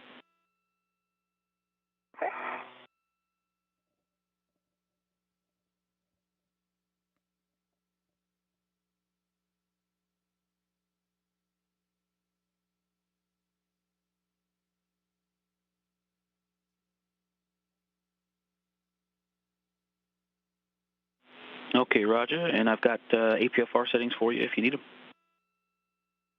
So Papa Charlie 12, I can just change the roll. Good copy.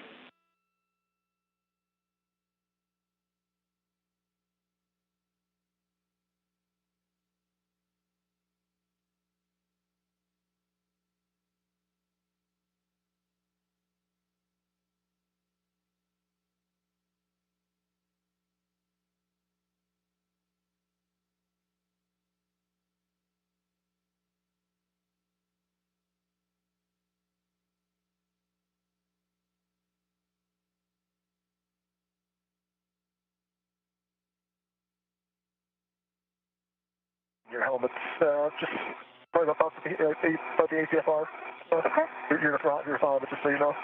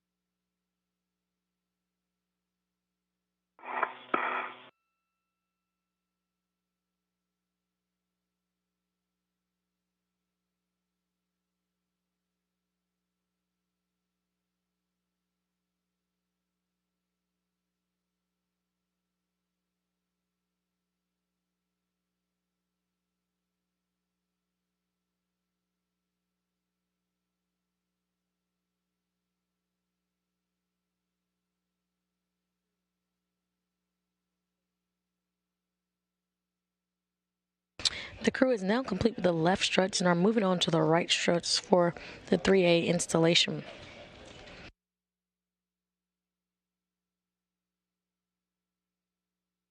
If you're just joining us, we're 2 hours and 12 minutes into the EVA, where the crew has gone to the 3A work site and has built an upper bracket build, as well as completed the center pass to mass canister install.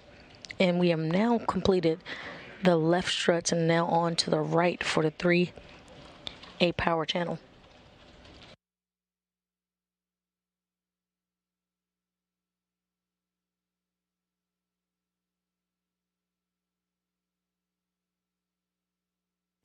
On your screen, you see EV1, Kayla Barron at the top of your screen, and you see Chari in the articulated foot restraint. His suit is designated with no stripes, while Kayla Barron, EV1, has the red stripes.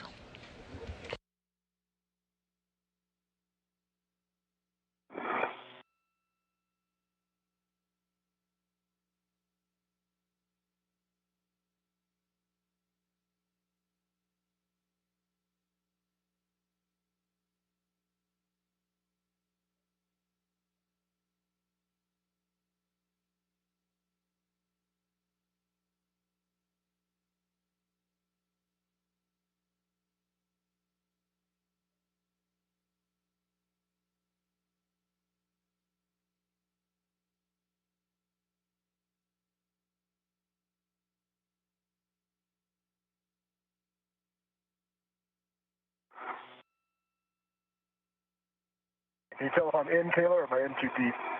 I can't get my heels up, so I think I'm in. Stand by a minute, Grinder. Yeah, no problem. No rush.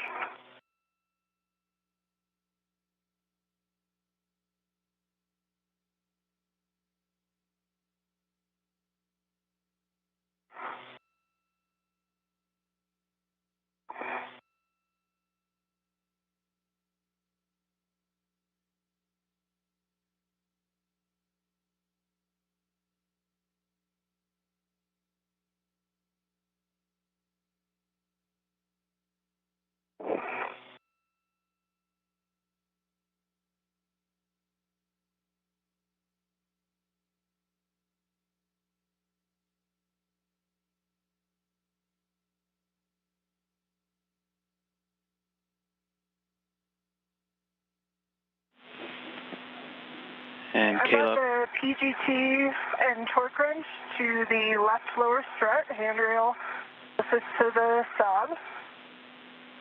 And go ahead, Ike. perfect. I was actually going to just remind you where you wanted to put them, and then you can lock the PGT ret and or use the strut wire tie to stow the tools as needed. And then we'll take a glove, hap, and gauntlet check from you. Yes, stand by.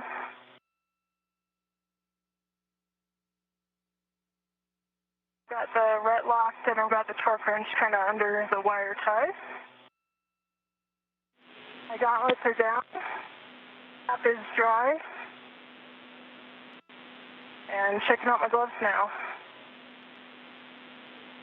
Dry, hap, good gauntlets. Copy.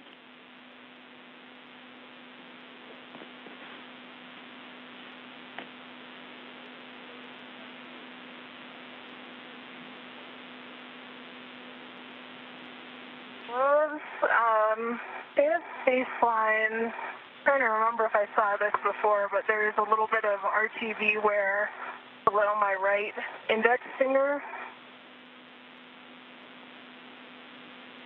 Okay, copy. Was that? Spot that's come up. Did you say below your index finger or on the right index finger? Just below it, in the transition between like the pad RTV and the turtle skin RTV below it. Okay, right index finger, and we've got a good video of that as well. Thank you. We copy. Right index finger RTV wear. And Roger, just because of your orientation, I can't tell for sure if your heels are in. Yeah, I can't pull them up, so I've either wedged in so good or I'm in, but either you way, look pretty secure to me. Either way, I can't move. What I can tell, you look like you're in. Okay, Kayla. you're going to retrieve the right mid-strap. That's back straps 9 and 10 to transfer to Roger. And he's obviously a little farther away, so you're going to have to work together to get that handoff. More of a blind handoff when we get to. Yep. And you're going to stow that mid-strut on your BRT, doing a ret swap to the stanchion closest to the side pad.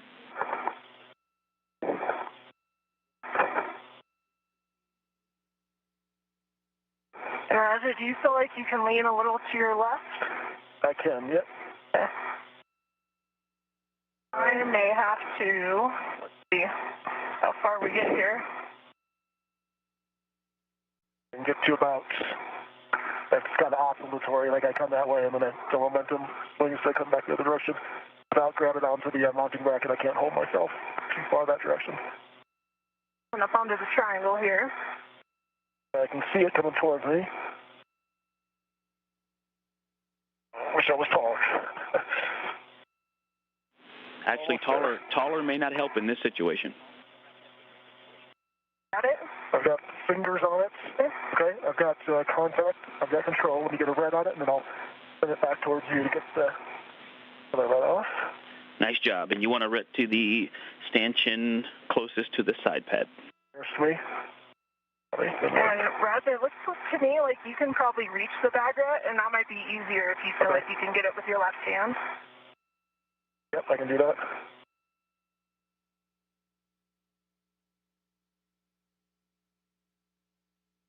Coming back. Go for it.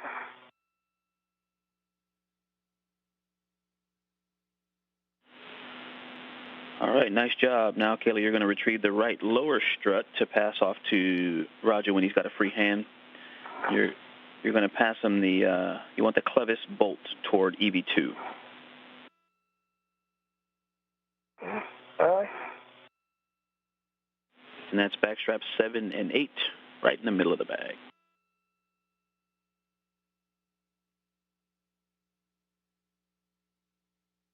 How are we doing relative to timeline, Ike?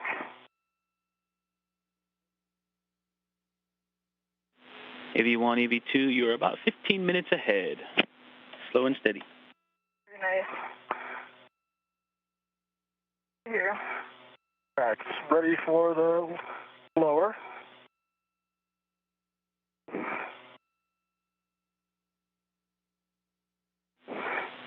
And Roger, you're going to ret to the handrail stanchion closest to the clevis end of the right lower strut. Okay. Could you tip it towards the mass camp or towards the center? And then it's a little towards me. I've got a hand on it. Don't have control yet. Now I've got control. And you set the handrail closest to the clevis? Stay firm. Handrail stanchion nearest the clevis end. And Ike, am I good to start translating around?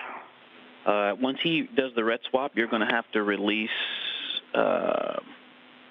Yeah, the bag ret. I've got my red on it. It's coming back to you. Yep. And then Kayla, you can translate to the mass canister right side sob launch bracket. We recommend going outboard of the mass canister to the radiator side, and please fair lead so that your tether stays off of the BGA. You can use S5 handrail 2102. Right, bag ret's removed. Okay, I've got it. And Roger, just a reminder, there's a PGT and a torque wrench on the bottom of this one, so you've got some tools down there as well that you're moving. Perfect. Okay. But I can see the spherical bolt from here. It looks flat. The right side. Thank you for that. Right side spherical bearing looks flush. Okay.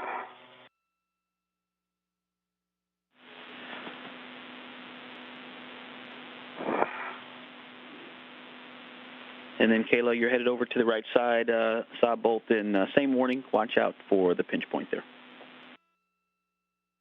And could you say again the handrail you want me to fair lead on? Recommendation is S5 handrail 2102. But the important thing is just if you keep your safety tether cable off of the BGA, there's quite quite a few options to do that.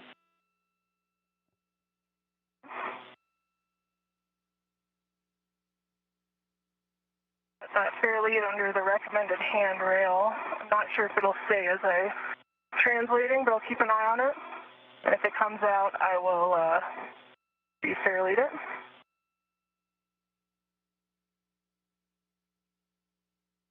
Okay, we copy.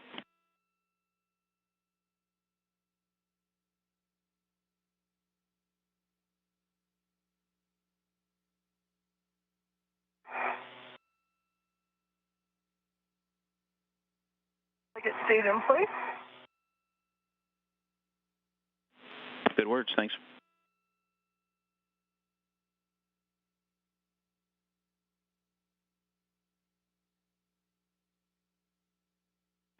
And Roger, if you can verify that the grounding pin is removed from the strut stow location.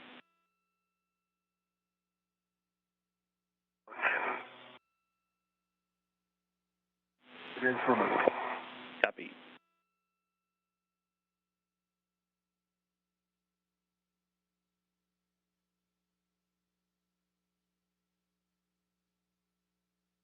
Currently 2 hours and 23 minutes into today's EVA, we see Kayla Barron translating over to the right side of the 3A mass canister to help Chari install the 3A right struts.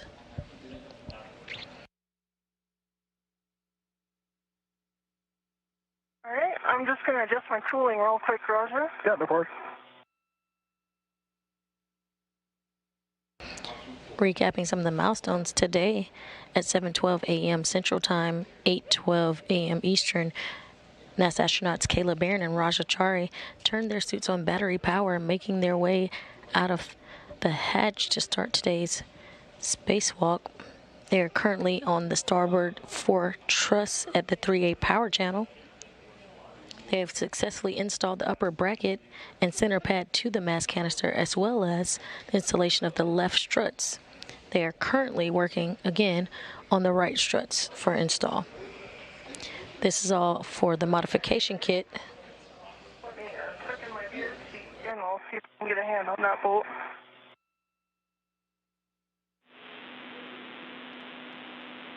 Sounds good. Yep, then you're going to work together to install the right lower strut M19 to the Saab launch bracket. This install will be for future IROSA or ISS rollout solar array upgrades. And we want to. Yep, I'll hold it there. And we're going to start with 4 turns. I've got PGT settings if you want them.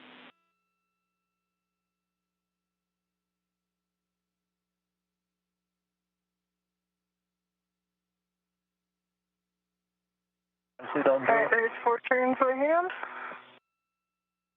Copy. 4 turns by hand on M19. All right, so we're going to move over to Roger, and we're going to hand start the right lower strut L6 to mounting bracket L6. That's bolt M20, and we'd like 2 turns. I have PGT settings if you need them. 2 turns. Affirm. If I can get it through the yeah, and you've got some Sharpie marks there to kind of show you where the bracket should align, but it again is one of those multiple diameter bolts, so you got to get that wider shaft through multiple pieces of that bracket. And then 2 turns. 2 turns by hand. Copy. 2 on M20. And Kayla, now we're going to drive M19. I've got PGT settings. Ready? Okay, you're going to do Bravo 7 clock 2 on the short PGT. Bravo 7 clockwise 2 is set. Okay, we're going to torque M19, expecting a minimum of 10 more additional turns. I'd adjust my body position here once I see where the PGT is. Starting turn. Good readback. Bravo 7 clock 2.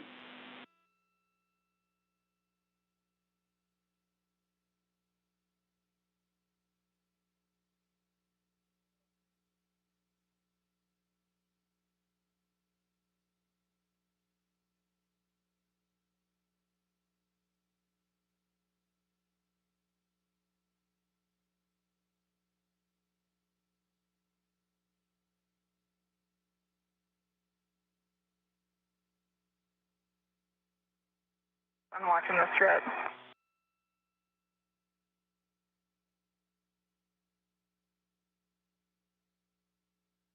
And I'm experiencing a little bit of running torque, but it might be the angle I'm holding the PGT at. I'm going to double check that I'm right on here. Okay, copy some running torque. It was just close to the end there.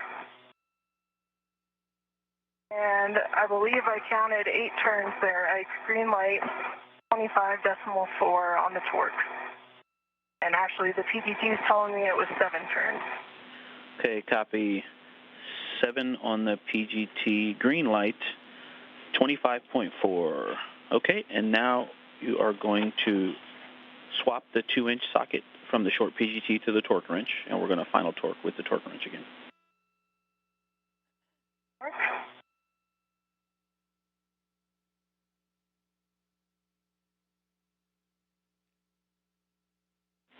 All right, and I'm showing 11 turns total, so we may expect more turns on the torque wrench.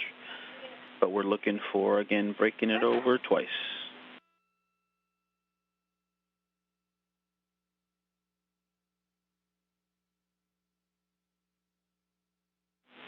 Okay, copy, and maybe 3.5 turns on the torque wrench.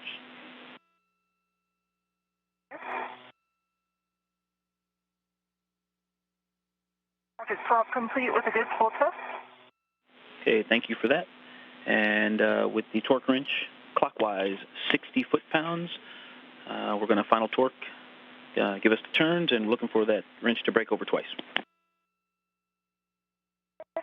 Just so the PGT is not flying around, I'm going to have an independent right now for the torque wrench, and I'm going to remove the adjustable between them. Okay, copy. You've reattached the PGT, and you're going to disconnect the torque wrench and the PGT reds.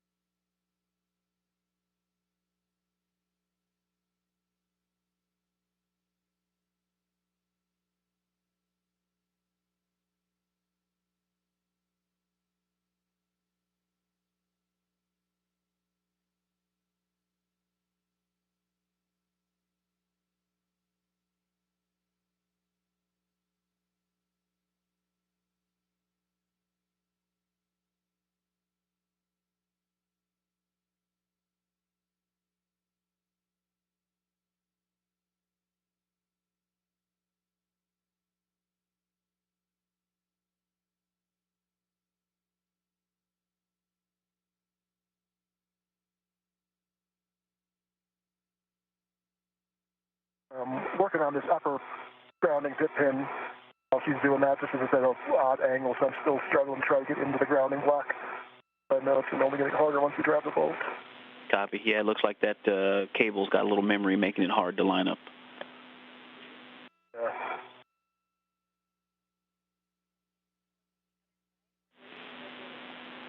And you can go in from the other side, that other hole. As long as they both are in the grounding block, that's a good config. Yeah, this one that's facing towards me, I'm saving for the mid-strut, because I think that's even harder to get around the corner with. Okay, copy. Looks like that one you got a good start on it.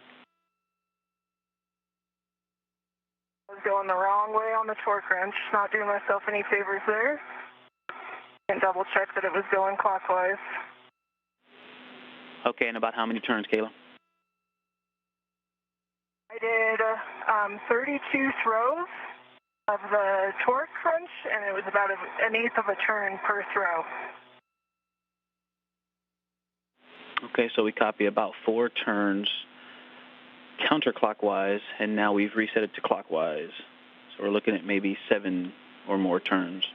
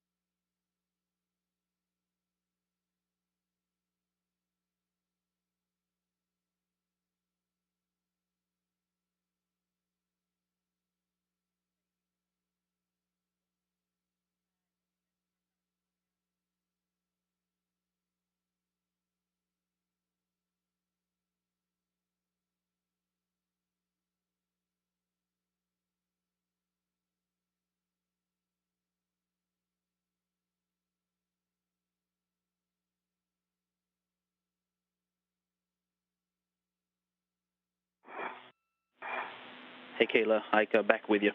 Sorry about that, not giving you a heads up about the handover. Still working the torque wrench.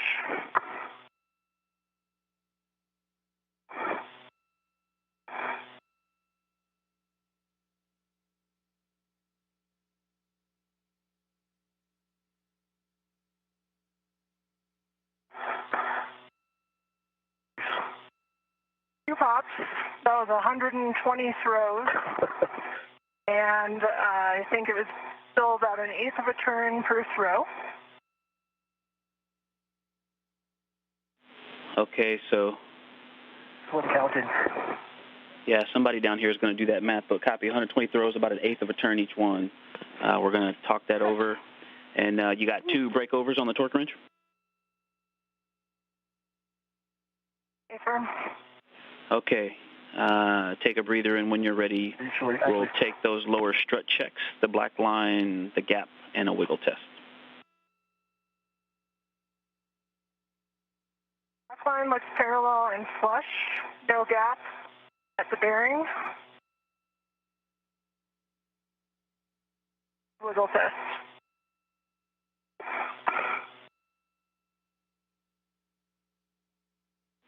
I just heard wiggle test. Kayla, confirm a good wiggle test? Good wiggle test. Copy, good wiggle test. That's a good M19. Nice work there. Take a breather, and you can leave the short PGT and the torque wrench on the right lower strut handrail. And when you're ready, verify that MLI covering the lower strut pad. Roger, I've got PGT settings for you when you're ready. Covering.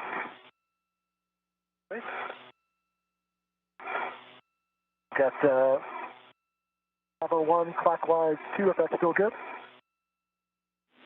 That is a good readback. You can drive M20 to torque, looking for a minimum of 5 more turns.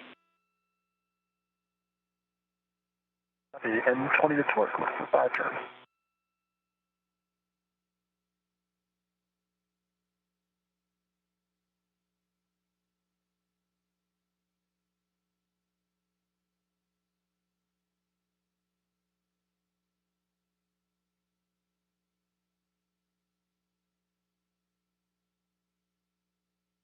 All right, can I go to head up toward the side pad? We'll take a glove, hap, and gauntlet check, and then you do have a go to translate to the mass canister right side pad install location. Got a low torque light, 7.8 with 4 turns. You want to hit it again? I think it's a better body position here. 4 additional for 6 total, and a low torque light. Yeah, again. Hit it again, please.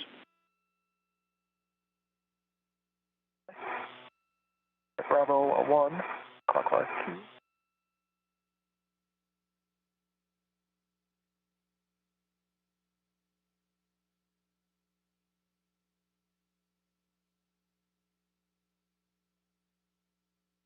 And Kayla, for you, we recommend... Glove, same as last report. Okay, dry hap, good gloves. Gauntlets down. And good gauntlets. And we recommend you go outboard 1 handrail to 2123 and then transfer to the mass canister handrail. Go ahead, Roger. Got a quarter turn, good green light, 11.8. Back line is maybe a half millimeter from being flush. And for total turns, it was probably closer to 2.5. But I did the initial hand start in retrospect versus 2. If that helps with you, anything.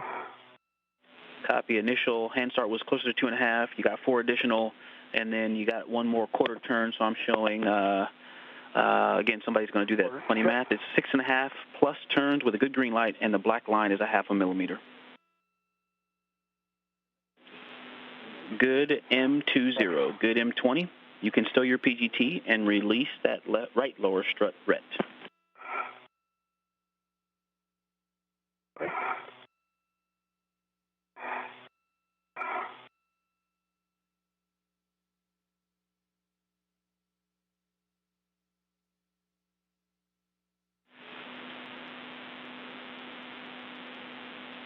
pit pin is in. We know you got the pit. On the upper strut here, the ret is released. Perfect. Good ret. Did you say the MLI is in work and the pit pin we heard you install? We'll take a glove, hap, and gauntlet check when you're done, and then we'll start on the right mid-strut.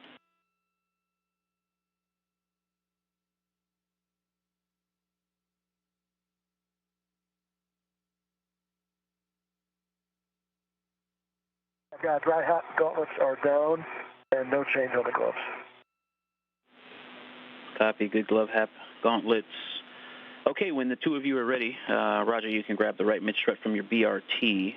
Release the pit pin from the locking position, and when Kayla's ready, you can extend that side pad toward her.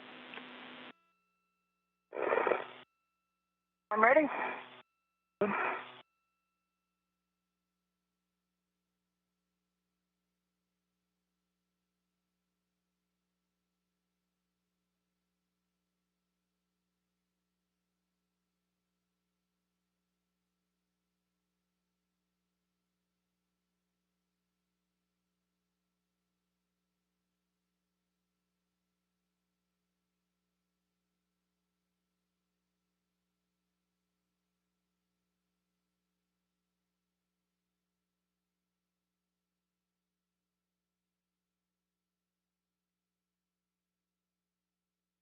iPad. All right, Kayla, and the same as the other side, you're going to engage the clevis on the inboard side. As toward the top of your head, you're going to have to go a little side to side, which is station up and down, to get those teeth engaged, and then you'll pivot it toward your feet, station outboard, to engage the soft dock. Very nice. It is soft dock. And when you're ready, you can either hand start or use the PGT, the long PGT, to put 2 turns on M9 through 12. I'll use the PGT, and I'm ready for setting. Alpha 2, clock 2.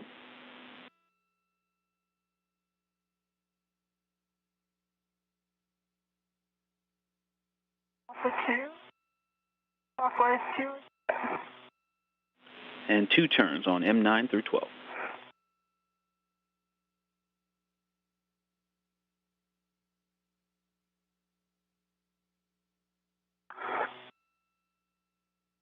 On M10.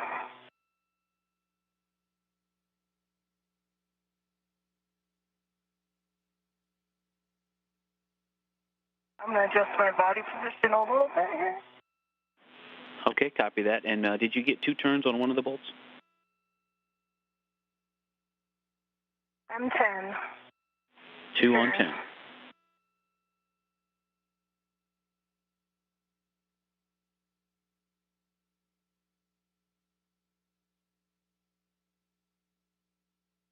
Turns M9.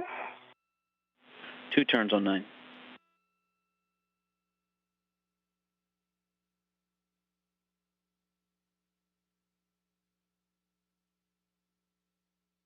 Turns M12.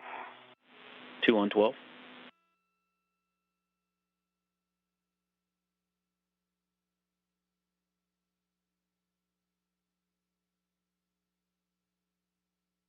Turns M11.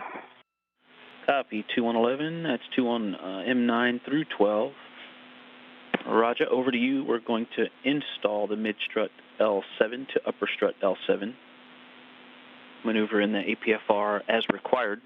And I've got PGT settings for you when you're ready. 7. I'm looking at M24 volt. Is that going into L7? That is it, M24. And you're going to drive M24 to torque with Bravo 1, clock 2. I can hand start it if that works. Over to you. I'm going to hand start it just to keep it in as soon as I got it started. Sounds good.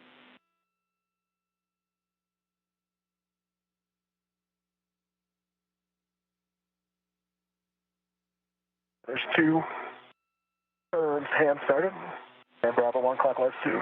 Copy. 2 turns hand started, Bravo 1 clock 2. Good readback. You can drive M24 to torque. Copy.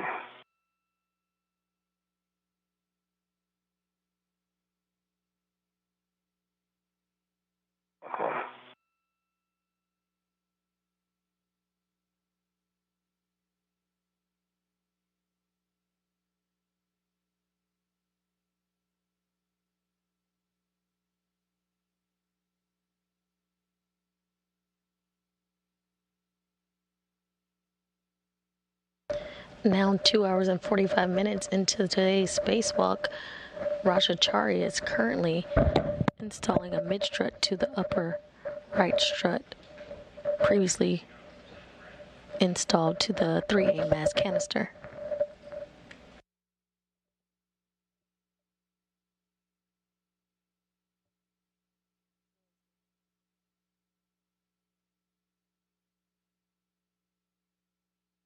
Good catch.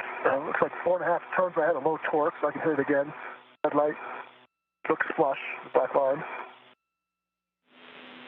Copy. You can hit it again. 4.5 for a total of 6.5 with a low torque. Go to hit it again.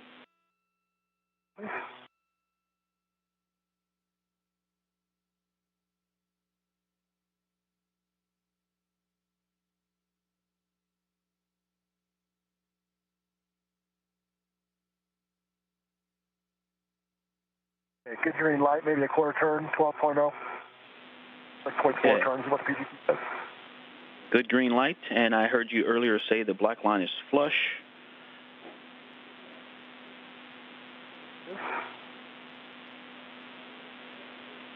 All right, it's a good M24. You can stow your PGT. Say again, Kayla? On the PGT. I just said you broke up on your last call, so we might have missed something you said. Okay, that's a good M24. PGT, and I'm looking for a go to drive M9 through 12. You can drive M9 through 12, the torque.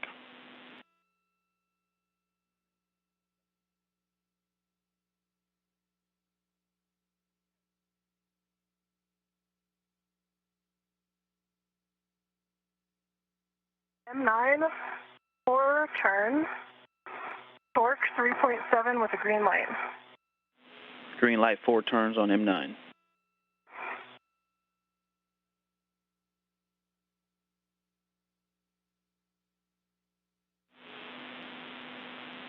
And Roger, if you haven't already, you can install the pit pin to the grounding block. Pit pin's installed. 5 turns on M10, green light, 3.6 on the torque. M10, 5 turns, green light.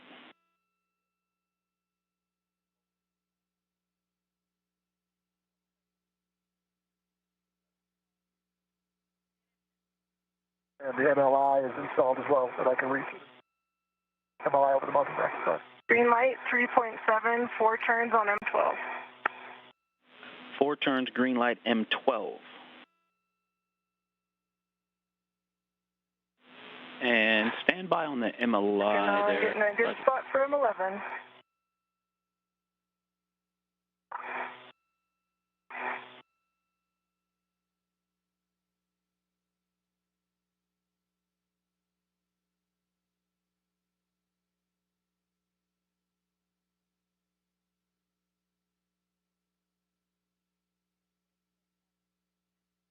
About 4.5 turns on M11, 3.7 on the torque, green light.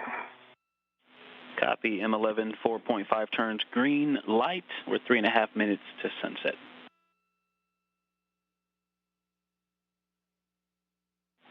Okay, Kayla, once you put your PGT away, you can release EV2's ret from the right mid strut and then verify that MLI is covering the side pad clevis.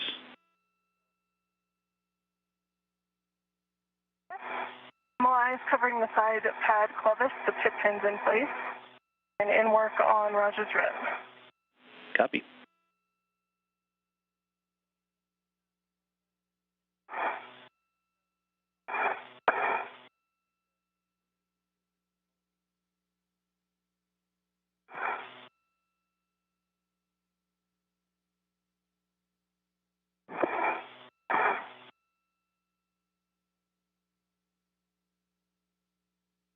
Coming to you. All right, so next thing we're going to work on is the clamps and the MLI. And so the right mid-strut adjustment collar, all the struts have been good so far. And so Kayla, if your BRT to the mid-strut handrail, minimize normal and torsional loads into the mid-strut. Counter torque wrench loads, please. And so you can translate to the right mid-strut collar bolts. Roger. and then verify the middle locking pit pin can reach the receptacle, but do not install it yet. North.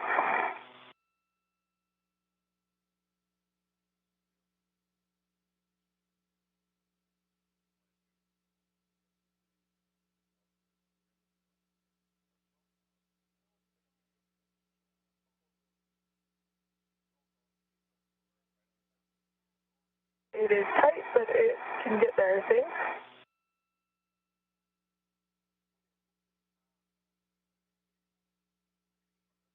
And that is.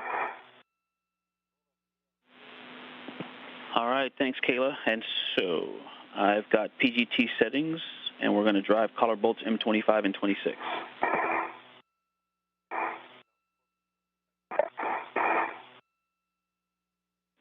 We're looking for Bravo 7, clock 2 with the long PGT. Kayla Barron. Bravo 7, clockwise 2 is what we're looking for. Affirm. That's a good read back. And you're going to drive bolts M25 and M26 to torque. North. NASA astronaut Kayla Barron currently being seen on screen with a PT designated EV1 with the red stripe. She has her pistol grip tool where she's driving 2 bolts on the mid-strut collar. I'm going to get a little bit higher here.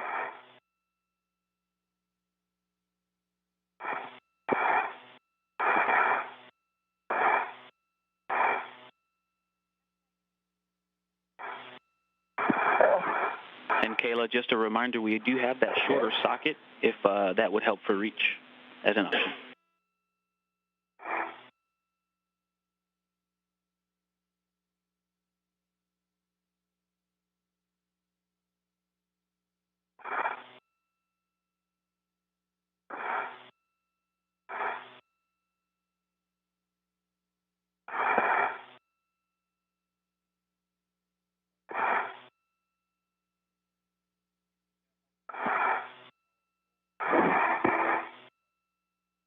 All right, 5 turns, green light, 25.5. Copy, 5 turns, green light, and which bolt? That was M25. On M25, 5 turns, green light.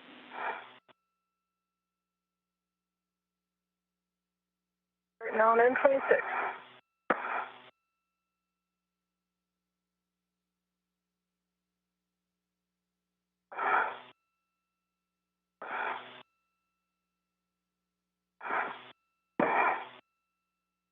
Alright, that was 4 turns on M26 with a green light, 25.4.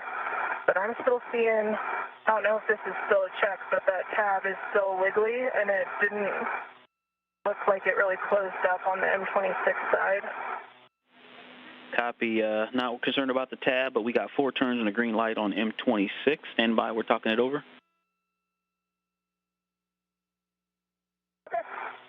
It looks symmetric with the other side. Okay, that might have been parallax for me. Roger's saying the gap looks parallel.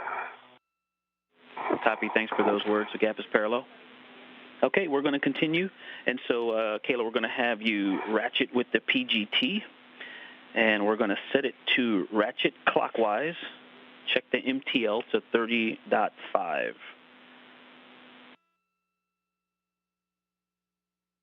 I'm in ratchet clockwise, and MTL is in 30.5. Okay, we're going to manually ratchet M25 and 26 to torque. We're looking for 2 pops on each one. Okay. Figure out my best body position here. A little bit challenging. It is, and you know, holding the very top over the display with one hand and the bottom underneath the battery is one great position, and you can also counter the torque doing that if you're able to reach it that way. We are 1:45 from a handover.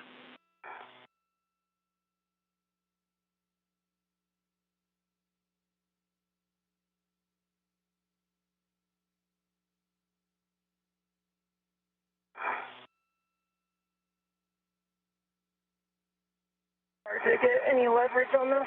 Oh, there's one pop. Indoors, yeah. Copy. We heard one pop, and we just a reminder, we have that shorter socket if you think that'll help.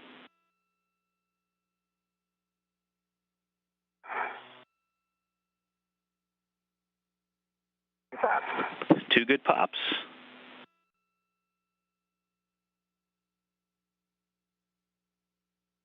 The right struts have been installed. The crew has begun torquing down the adjustment collar bolts, and the crew is currently 25 minutes ahead of the timeline.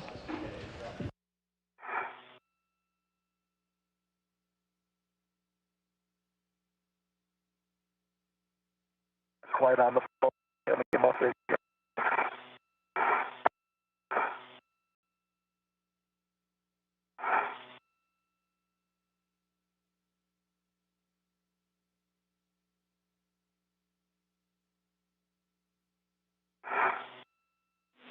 And Roger, Ike, did you call? No, just talking to Kayla. One pop. Copy, 1 pop, and we're 10 seconds to a handover.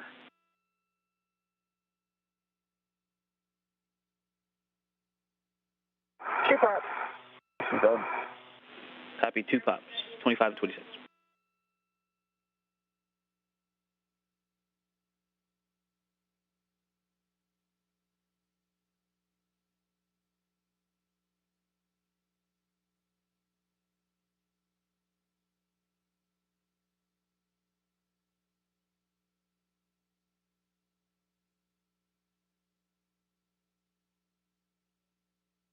My next thing is Allies and wire side. yeah. All right, Kayla, Ike, back with you. And did you get any additional turns on 25 and 26? Hard to say, really, Ike. I was throwing the PGT, the butt of the PGT, maybe an eighth of a turn, probably 4 or 5 times. Okay, so maybe a half a turn, somewhere between a quarter and a half a turn. And is that on each? Yeah. Yep. Okay, we copy. Thank you. You can reset your PGT to motor. Verify MTL is still 30.5. Actually still good, so I'll reset it to motor next time I get it out. I go to install the pit pin. Okay, and your last call was quite choppy. Yes, you can release the folded MLI and install the middle pit pin in the final location, routed under the same side of the MLI as the lanyard anchor.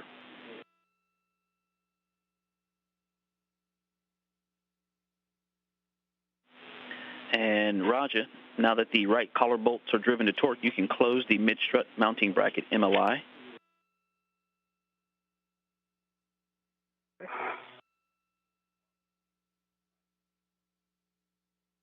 All right, we may have a problem with this pit pin. Yeah. Say, Pushing back.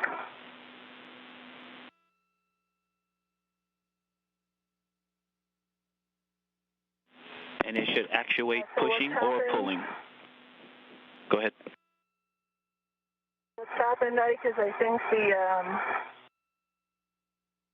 the washer and grounding washer has like pushed too far, like it's overextended, so I think that it should be above the ball bearing, like all of those pieces. It's below the ball bearing right now. Is that how it should be? They're starting to move. Oops. Oh, and it just came apart. Yeah, we agree with your assessment that it should be above. Stand by. The two pin just came apart, Ike. Yeah.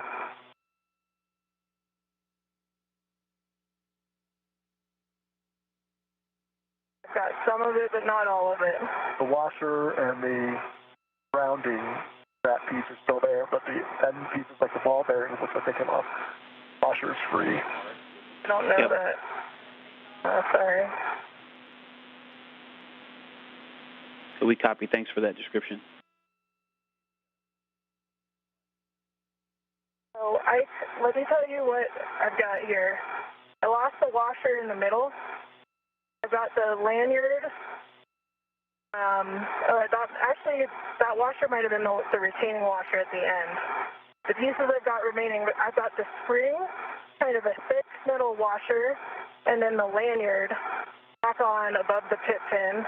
I think we lost the washer that was on the end. And that had like popped over the detent and was jammed. And when I was trying to push it back on, it came apart. I think electrically you'll still be good when you install that, as long as it stays in.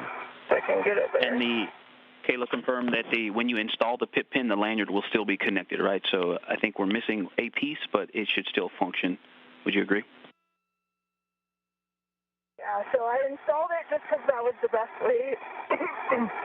Sorry, something in my throat. The best way to keep it from getting lost. And, copy, it's installed. What I see is I have the receptacle, then the lanyard, then the washer, the thick washer, and the spring. Copy, receptacle, lanyard. And do you think that it will stay in? I do, yeah. I think, you guys got, do you have my HECA view of it? Yeah, I'm wondering if you guys can see it on my HECA. Yeah, I do think it'll stay in. I just need to be careful not to pull on the ring and pull it out. Yep, Abram, don't pull on the ring. We can see it in your HECA. It does look like it's installed, and we've got a couple questions just to see if it's going to serve its function. So we're talking it over. Give us a second. Okay.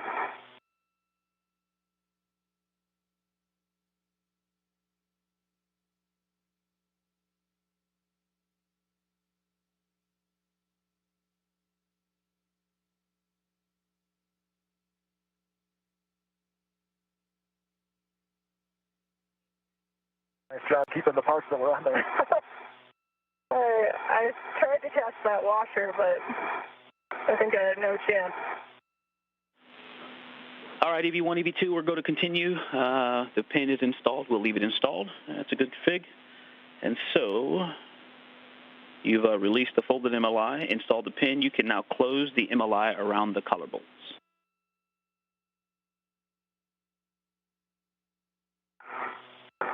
Can you reach that, Roger? Yep.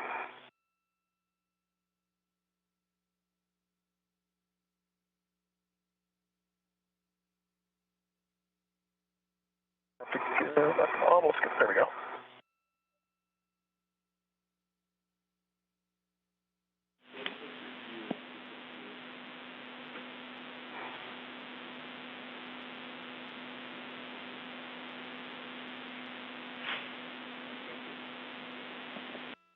Assume there's no more slack on that end. There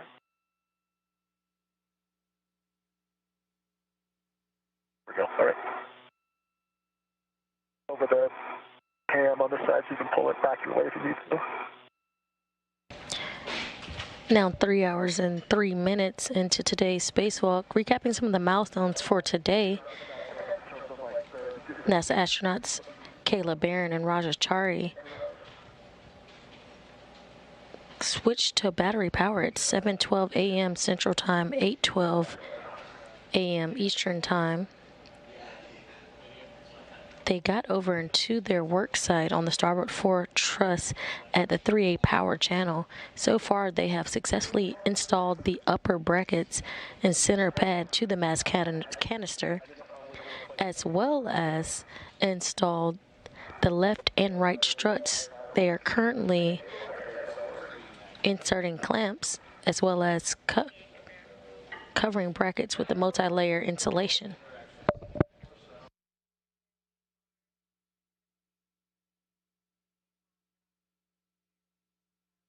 I confirm I'm going for a short wire tie.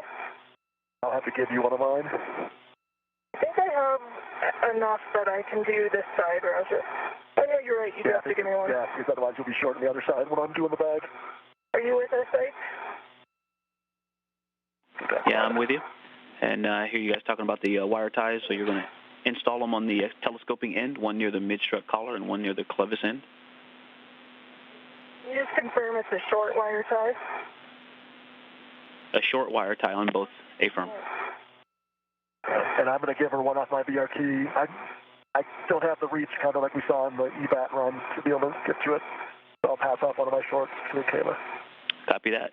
EV2 passing off a short wire tie to EV1.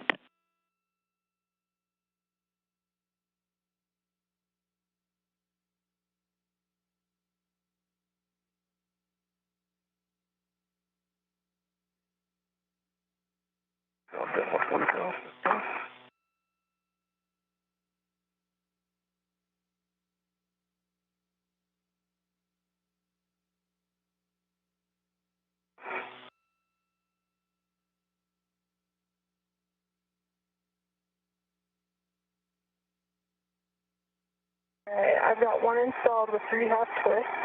I'm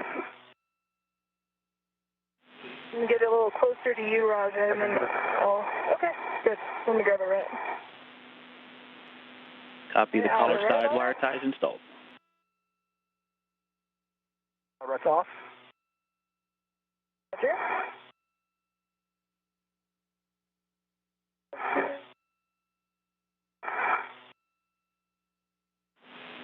All right, Kayla, working on the second wire tie, and Raja, you can egress the APFR and retrieve the short PGT and the torque wrench from the right lower strut. The ratchet. Okay. Half twist on the second wire tie. Copy, second wire tie installed. All right, so now we're going to work on the left mid-strut adjustment collar. And so you can translate to the left mid-strut adjustment collar bolts.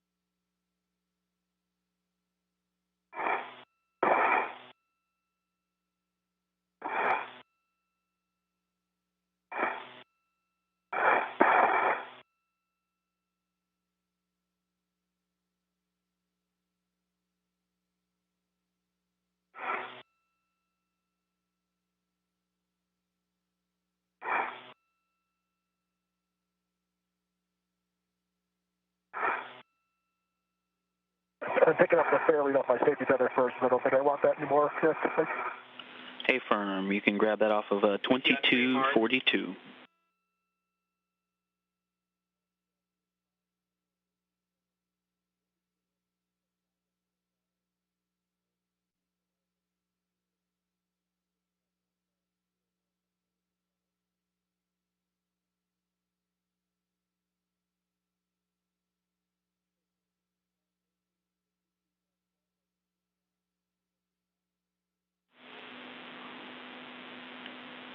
All right, Kayla, and very similar to the other side, we're going to, once you're in position, verify that middle locking pit pin can reach the receptacle, but do not install.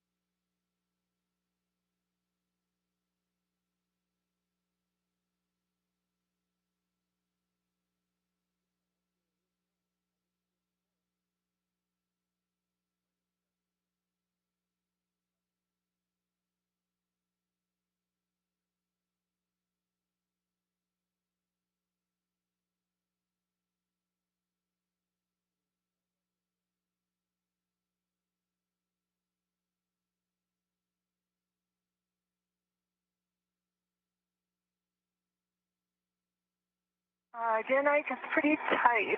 Hard to verify without attempting to install it.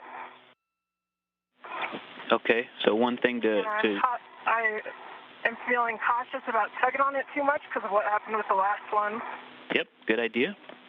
And just make sure you're routing it along the side that it is anchored on at the handrail. So just check the base of that cable and make sure you're routing it from that side. I am. And one challenging thing about the fit check is the MLI is still in the way. And you can release the MLI. This accordion to MLI. You can release the MLI.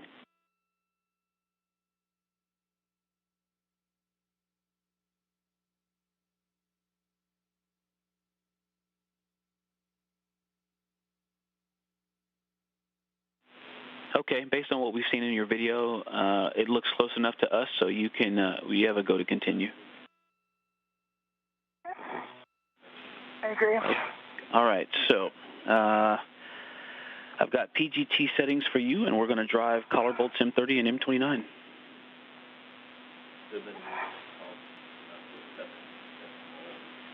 And Roger, you're going to take that PGT and torque wrench to the strut bag and verify that EV1's fair lead is still in place, that it's not in the way when you go to repack the strut bag.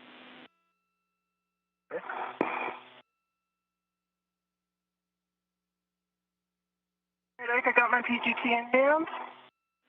Okay, your settings are Bravo 7, clockwise 2. All right, I'm back in motor, and Bravo 7, clockwise 2 is set. All right, with a long PGT, you can drive bolts M29 and M30 to torque.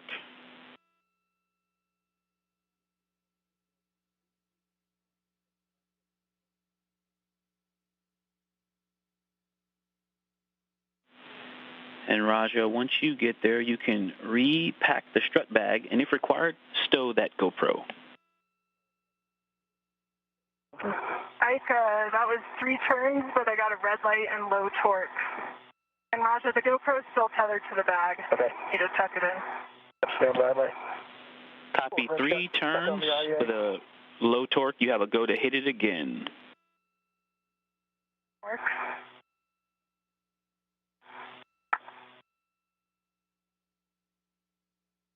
Green light, but it said low torque, but I do have a green light, no red light.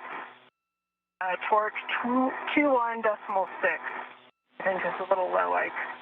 Copy, and how many more turns? That was 1 additional turn. Copy, 1 additional for 4 total turns, and which bolt? That was M29. Copy, on M29, we got a green light. You said you also saw low torque?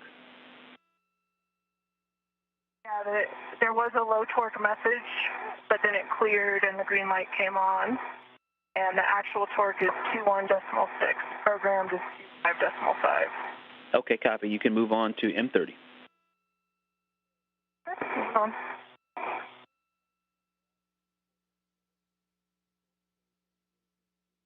On the strut bag, I can see her tether on the other side of the outboard part of the IEA, so I think we're good. Can't see the rest of it since it's dark. But. As long as you think you can stay clear, Roger, you can stow the short PGT and torque wrench in the strut bag, and then we will take an inventory of the strut bag. And Ike, that was 6 turns on M30. Green light, torque is 25.4. M30 green light, 6 turns on M30. No issues. Okay, Kayla, we're going to ratchet again, ratchet clockwise, and verify MTL 30.5. Reminder, we have the 2-inch rigid socket if desired, and we're looking for 2 pops on M29 and M30. Work. Copy. And any additional turns as well, please.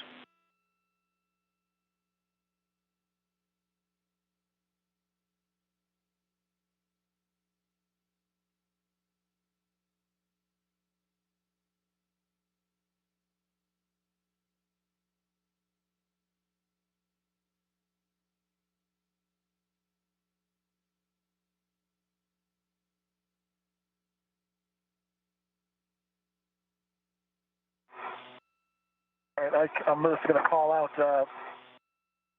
go from inboard to outboard of the strap bag and tell you what I've got, okay? That works. And We are ready for the inventory. M29. And 2 pops on 29. Calls in real quick, guys. That's M29. That was about 1 additional turn. And on to M30. All right, grinder. Okay. All right. Copy. On 1 internal bag ret, I've got 2 small reps. 1 small rep going to a PGT. That PGT also has an AET on it. The other small is going to the torque wrench. And that is connected to the same AET as the PGT. That's that strap. Internal tether point hotel has a small ret with a hammer, and then an adjustable with the GoPro. Strap internal D-ring number 11 has 2 small rets on it. One of them is a pit pin.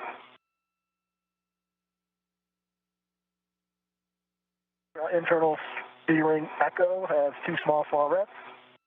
Internal D-ring India has 1 small ret with a taped torque wrench attached to it.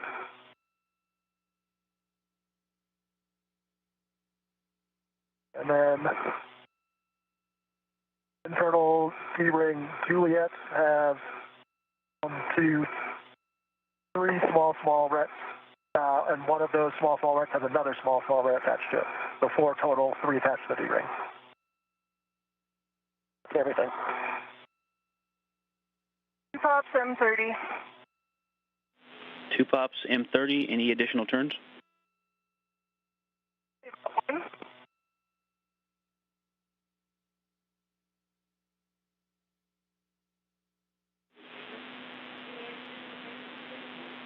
Kayla, any additional turns?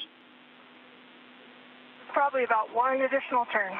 Copy. 1 additional turn, 2 pops on 30. It's a good M29 and a good M30. And Roger, we're talking over this inventory. Thank you for those words.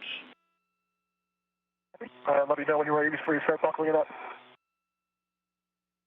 I go for pit pin, MLI.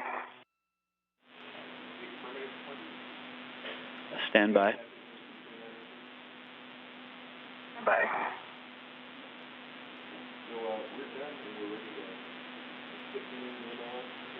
Okay, you can release the folded MLI and install the pit pin in the final location, routing it under the same side as the lanyard anchor. And EV2, Roger, did you call? Yeah, just looking for a go to start buttoning up the bag. Happy with the inventory.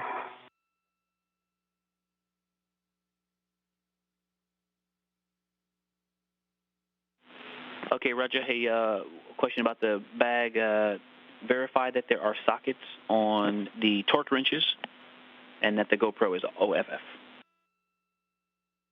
There are sockets on both torque wrenches. There's not a socket on the PGT, and working the GoPro right now. Okay, that with the GoPro off, that's a good config. And then you can start to fold and cinch the bag. Copy. You can fold and cinch the bag, Roger. And Kayla, you can close the MLI around the collar bolts and the mounting bracket and install the wire ties.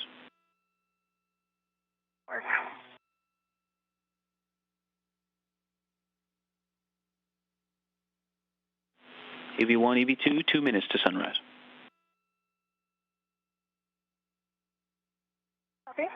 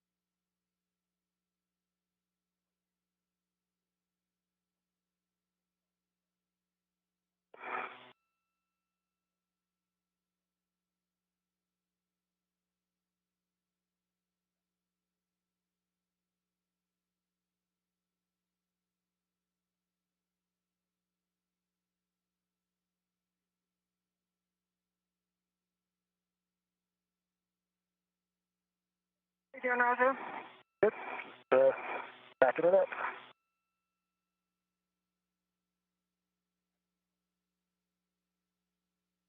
Do you wind up doing what we tacking it down to both sides?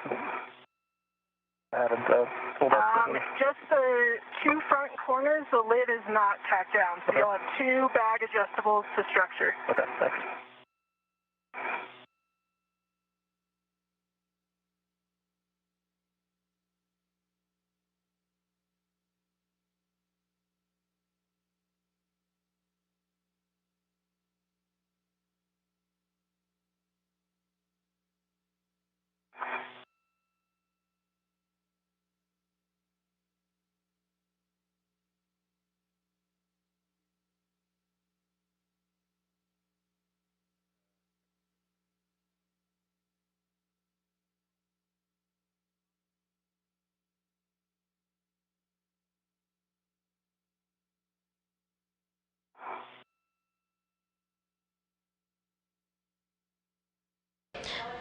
If you're just joining us, we are 3 hours and 22 minutes into the 247th spacewalk in support of the International Space Station assembly, maintenance, and upgrades.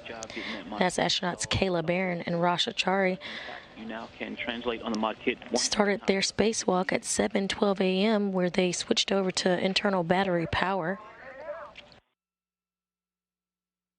And on the wire ties.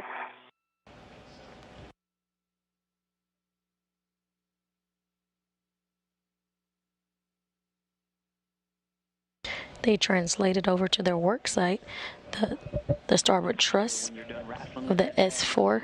On the IEA, and then head back over to the starboard fore truss, where they are completing a modification kit for the 3A power channel. Copy, one wire tie near the collar bolts installed.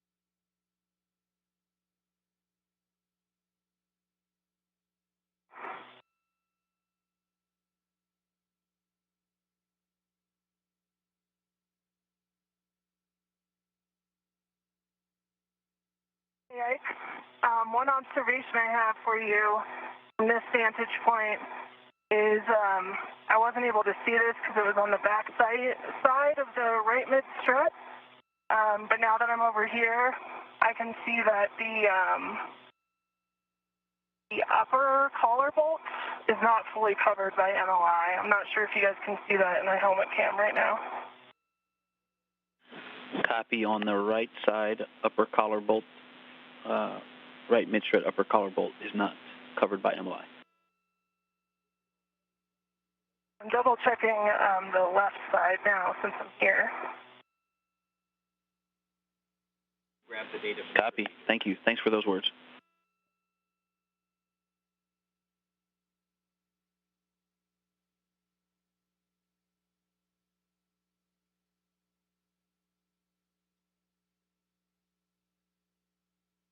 You want me to start heading back over there to fix it, Ike?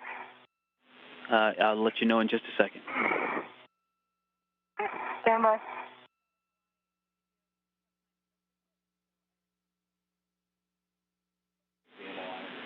Okay, Kayla, yes, we would like you to head over once you're done with this one and verify that these collar bolts are both nicely tucked in. You can go over to the right side and cover those collar bolts with MOI.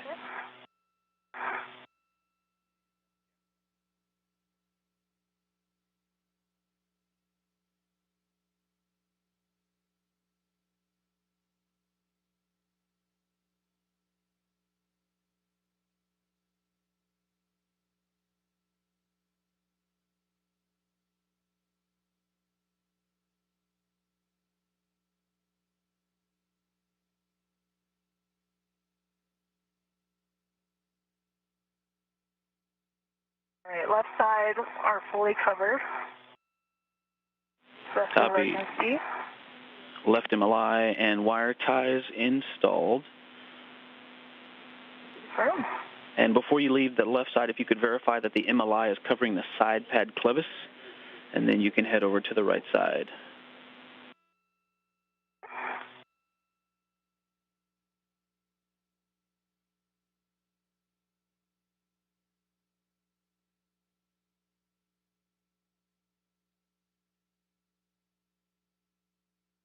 MLI is covering the side pad clevis.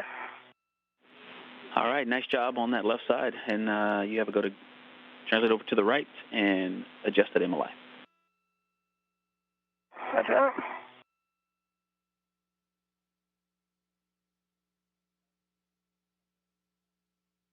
Doesn't look nearly as pretty as the video, Kayla. And hey, Kayla, we're going to have you get some photographs. Your preference if you want to get some of those now before you move. Looks like you're already on the way. Okay, yeah, maybe. Yep, go ahead over to the right, and we'll come back and get the pictures.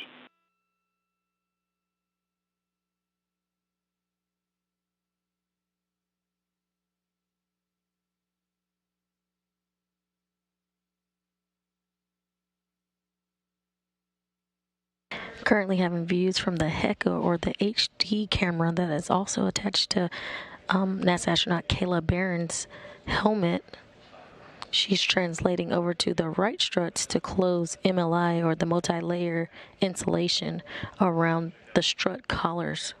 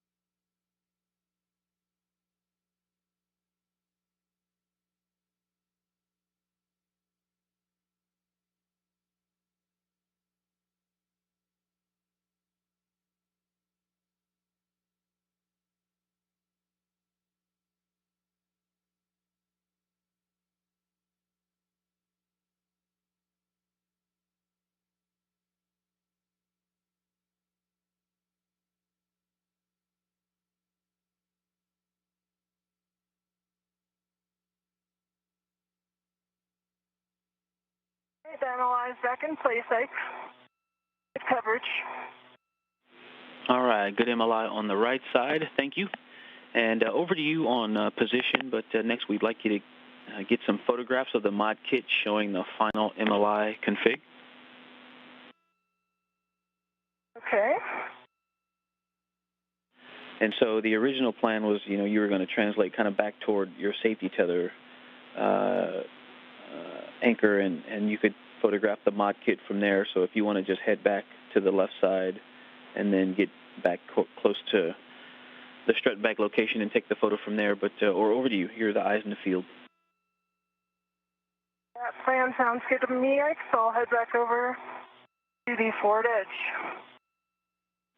Copy. Nice job. Raj, I see you're wrestling with that bag, and remember, it has to just be packed. It doesn't have to be pretty. It's not pretty. It's the modern business person's briefcase here, ready to go for you, Kayla. Sounds good. I've got the handrail kind of facing up on the IEA, and then there's one adjustable tether that's holding it down. That's on the outboard edge that you originally had. So you should be able to just put your BRT on this and set up. Nothing could be worse than the full strut bag, so I think you probably did a good job, Grinder. Definitely improvement over the full strut bag. Nice job. Nice job. And when you're done with wrestling the bag, you can head over to S4 WIF 26 to grab the APFR WIF X.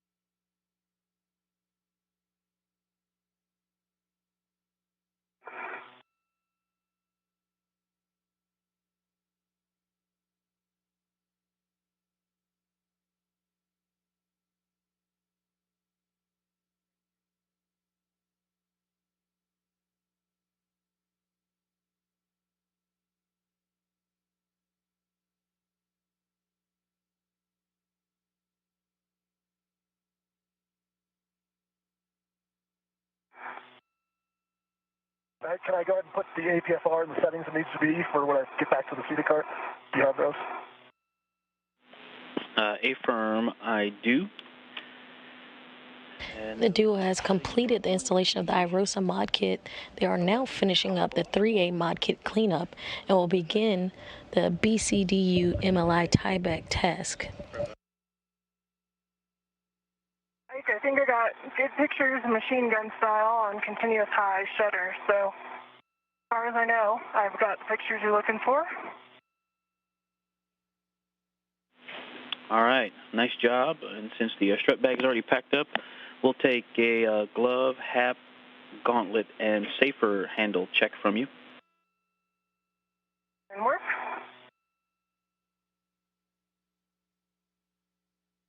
Actually, I lied. I'll just do the APFR settings now and get the WIFX when I get closer to this, and I try to go to alpha. It'll get towards the mod kit.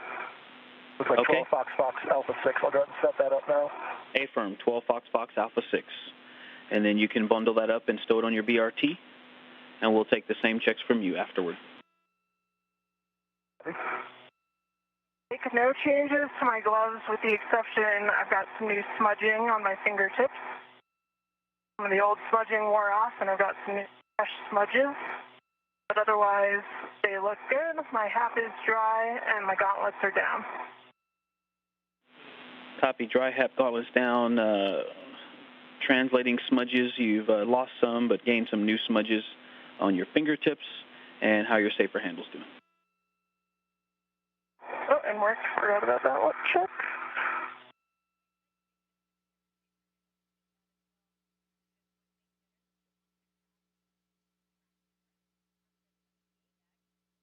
That was Kayla Barron giving a good glove and hap check, inspecting her hands for scrapes and stains, as well as making sure that her helmet absorbent pad is free of water.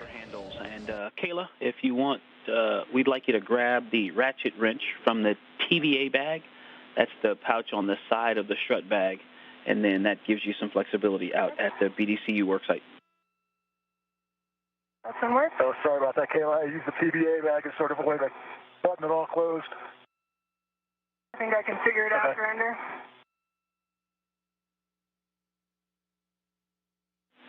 And Kayla, there is also a ratchet wrench in the crew lock bag, so if that's too difficult, we can just wait for the crew lock bag one.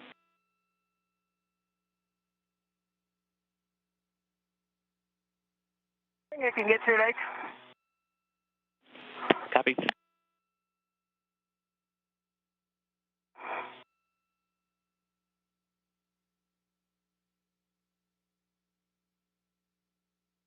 After finishing the 3A cleanup, Chari and Barron are looking to tie back multi-layer insulation on spare battery charge discharge units to support robotic replacement or relocation on a later EVA or spacewalk.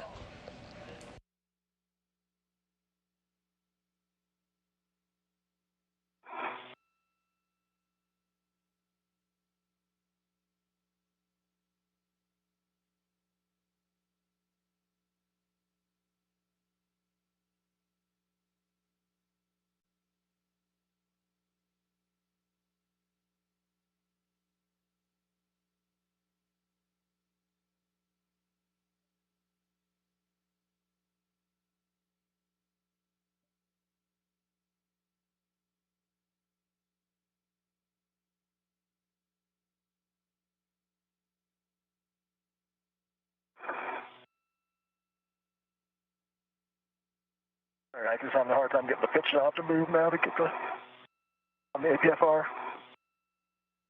Do you need the tool grinder? I got it before. Okay. I just have the TVA bag open right now. Okay, copy that, Grinder, and it helps to not if you don't have any pitch load on it, right? You know what I mean? If you're trying to pitch it while you're trying to push the pitch knob, that'll put some side load on it, make it a little harder. I've got the ratchet on my mini workstation. The TVA bag is closed. Copy, EV1, ratchet on your workstation and the TVA bag closed. Nice work. Okay, we're setting up for the BCDU MLI tieback. You guys are doing great, about an hour ahead of timeline. And so,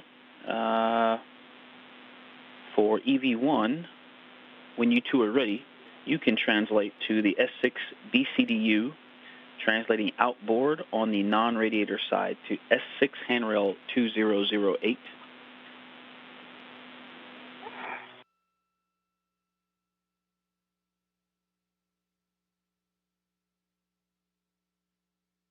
And Raja, if you want to wait to get those APFR settings.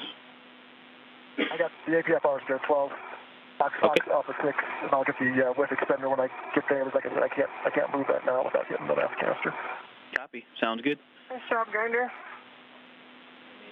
All right, you can pick that up, bundle it up on your BRT, and you're going to head to the starboard seated cart.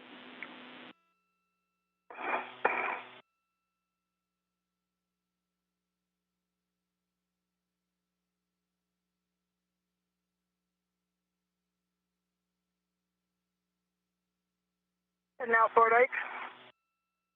Copy, I'm looking for 2008. And hey, Kayla, can you just verify, can you check again that the TBA bag is closed? Closed. Do you guys see imagery otherwise? I'm pretty confident it's closed.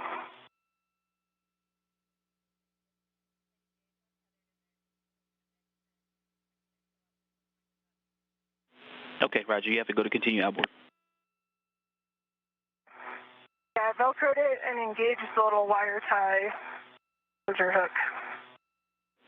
Sounds good.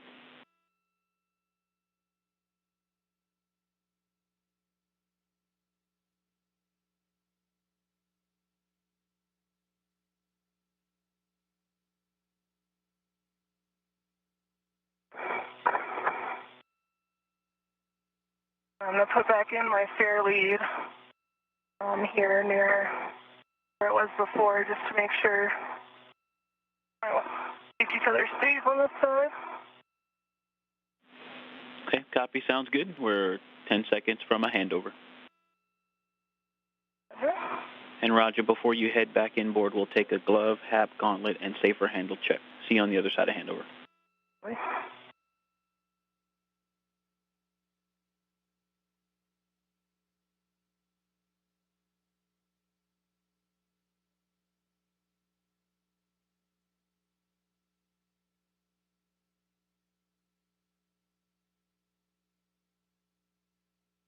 If you're just joining us, you're looking live at the International Space Station Flight Control Room, where Mike Lammers is the flight director.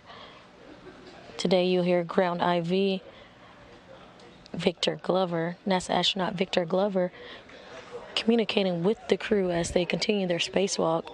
Right now we have NASA astronauts Kayla Barron and Chari conducting a spacewalk to assemble and install a modification kit to the 3A power channel. Barron and Chari have successfully completed the modification kit, and they are actually translating currently to the S6 truss, the starboard 6 truss, to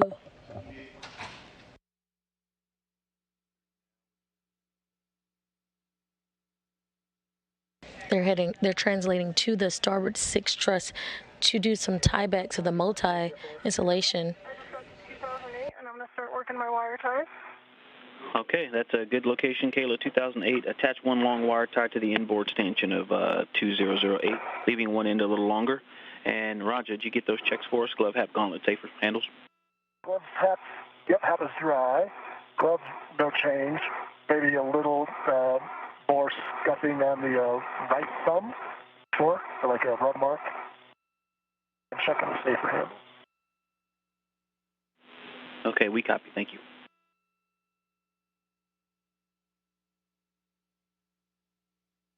Right side down.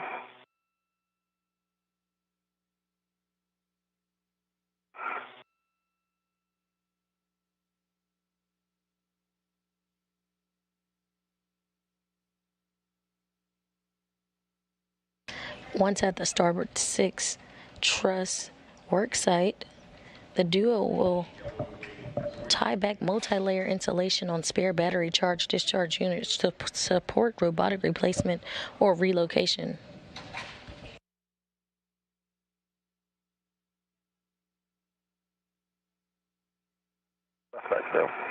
Safer handles down.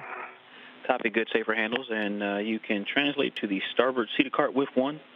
You can leave your green hook in place, and you're going to stow the APFR with They will break torque and reset bolts on spare battery charge discharge units to support future robotic replacement or relocations. Copy that. We see you. We've got a great helmet video. Looking good.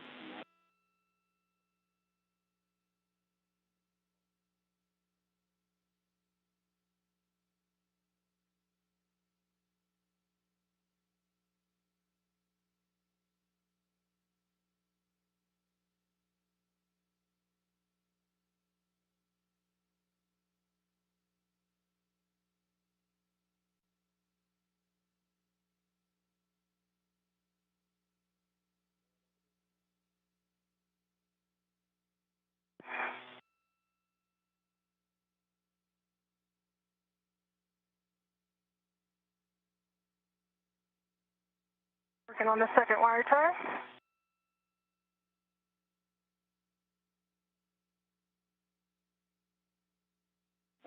Copy, Kayla. And yep, this one just goes to the outboard stanchion of the same handrail, 2008.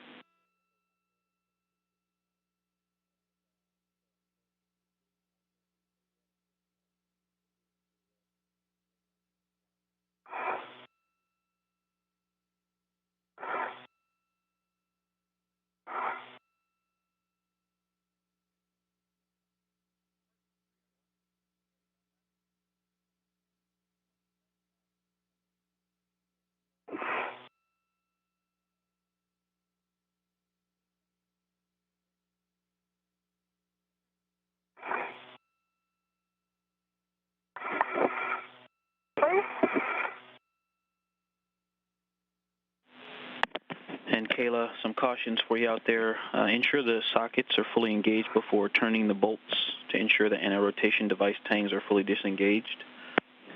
To prevent bolt damage, do not exceed 1/2 turn when breaking torque. Torque is broken when motion is felt on the bolt. And once torque is broken, do not translate on the microsquare until torque is reset. Roger. And Raja, for you, just as you're translating there on face one, the TUS cable, which is underneath the nadir cedar rail, that white ribbon-looking cable, is the TUS cable. Just be aware of that, especially with the BRT and the WIFX and APFR combo. Yes, I think the BRT is behind me right now, away from the structure.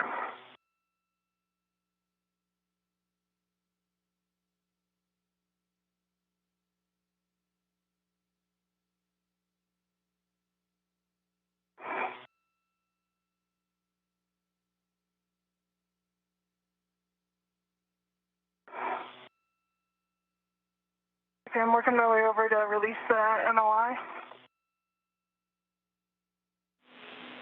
All right, Kayla, yep, with the 2 good wire ties installed, you can translate to the radiator side of the BCDU via the inboard edge of the S6 IEA. Fair lead your tether at the handrail 2009 to keep your tether clear of the EWIS antennas, and then we can start working on the MLI. The target is BCDU1, the outboard BCDU.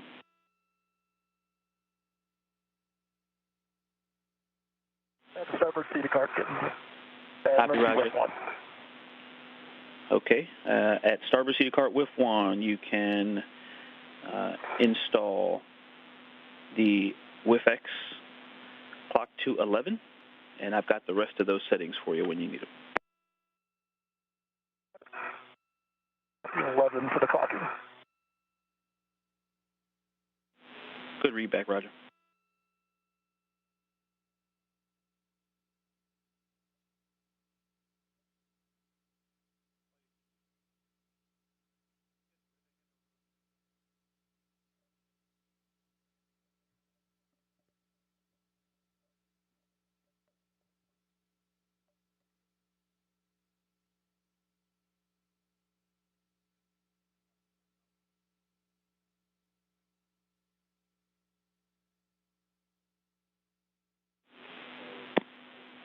right, Kayla.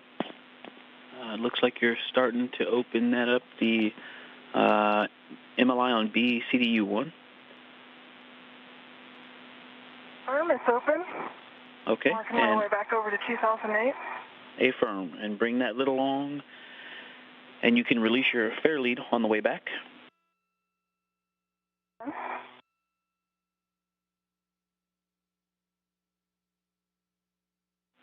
And we believe that MLI is Velcro on the sides that you released, and that the side that's attached, that you're folding it toward, is like sewn on.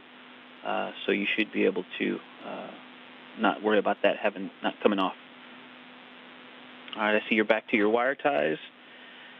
And so we're going to fold the outboard looped side under the lid to form a triangle. That looped edge will stick out from underneath the body of the lid with the loops pointing inboard for that outboard lid.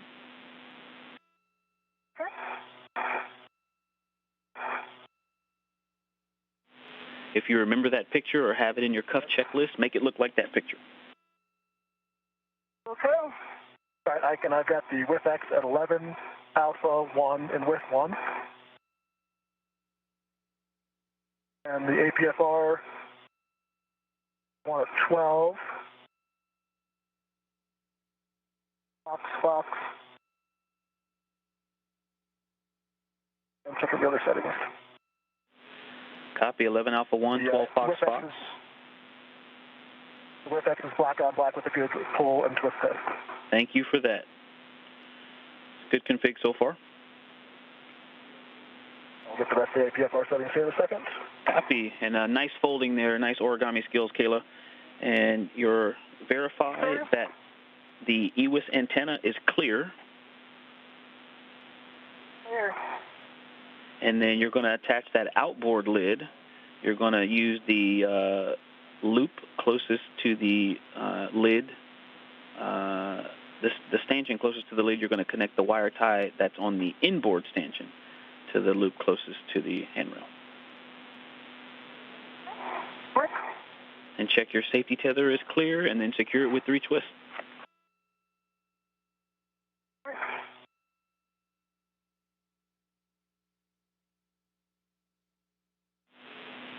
And roger, those last 2 settings there are alpha and 6 for the APFR 12 Fox, alpha 6.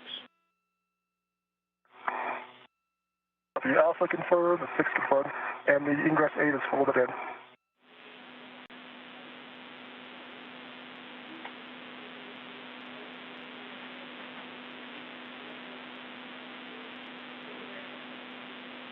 Copy that, X.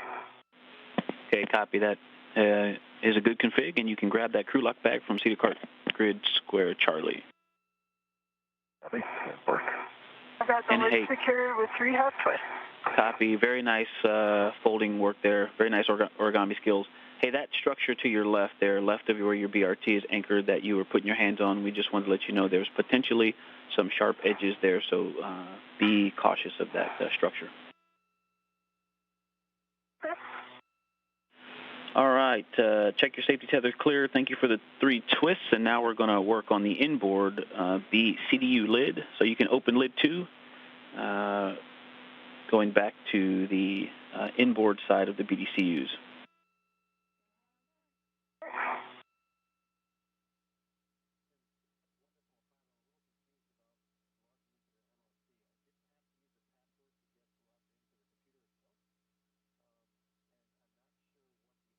Lock bags on my BRT. All right, copy that. And once you're all ready, you can translate to S6B CDU to join Kayla. And you're going to go back to the radiator side of the S4 IEA and then outboard to the BCDUs.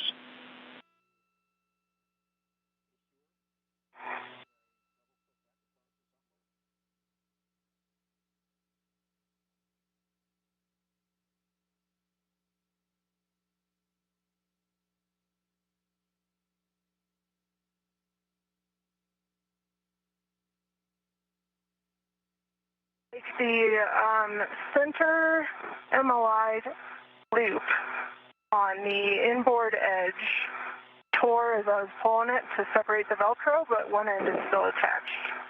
And it's not the one we need to secure it down, so I think it's not a big deal, just letting you know. And what about the loop, Kayla? There is a loop that is sewn down on two ends, and one end came free while I was removing the Velcro. Okay, copy. Yep, no concern for today, but thanks for those words.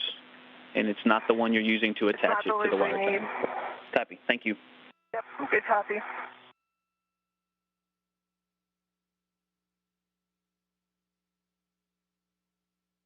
Get my tethers and the better config here since the safety tether wrapped around the starboard key cart. I'll start heading your way. Take your time. All right, Kayla, it looks like you're heading back towards handrail 2008. Confirm.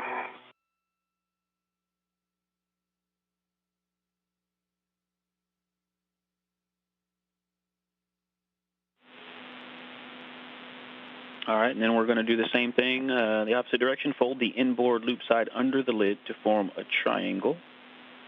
The looped edge will stick out from underneath the body of the lid flap, pointing outboard.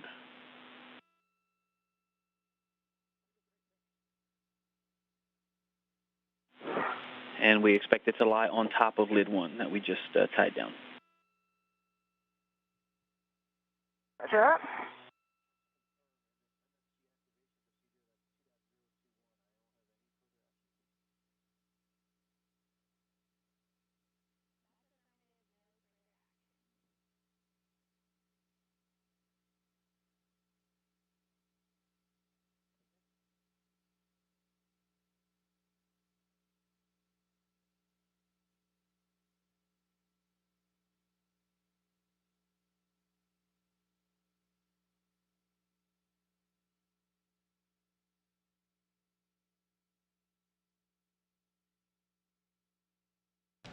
Now 3 hours and 55 minutes into today's spacewalk, NASA astronauts Kayla Barron, EV1 with the red stripe, and Chari, the suit with no stripe, Verify the gauntlets are in place and has completed a 3A modification kit and now has begun the tieback multi-layer installation on spare battery charge discharge units to support robotic replacement or relocation. nice origami skills again. I see you attaching it to the wire tie, and that looks good. And once you're done, just verify both EWIS antennas are clear, Kayla. You say again the verification you're looking for? The EWIS antennas, the two conical devices inboard and outboard of the folded antenna. Clear. I'm sorry, of the folded lids. Copy, they're clear. Thank you. They're clear.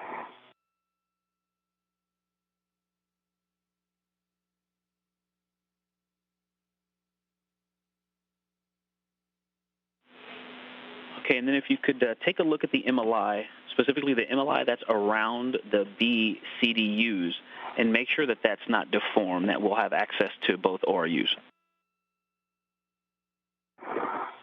Might be able to give you a better call on that when I head over towards the bolts. Right now I'm still just kind of looking at the edge where I folded. Copy that.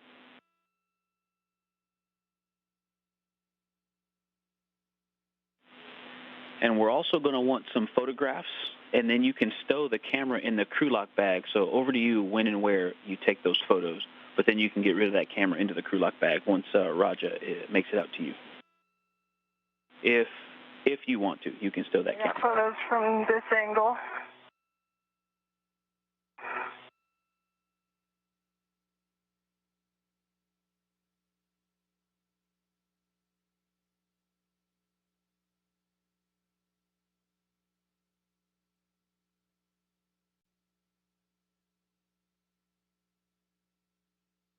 My fair leave out here, Ike, is just to keep it off the BGA, correct? Not a particular... Affirm, to keep it off the BGA. That's correct.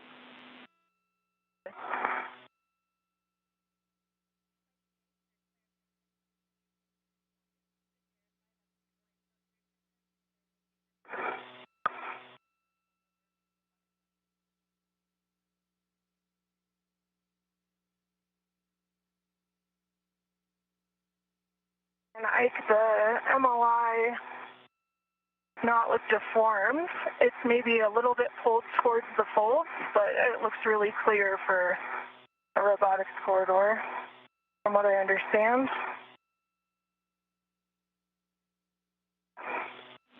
Okay, copy that. Good words. Thank you. All right, and then some more photographs. We'd like to see the final config of the MLI, and also if you could get the EWIS antennas in the field of view. And then option for you, once Roger makes it out, you can stow that camera in the crew lock bag.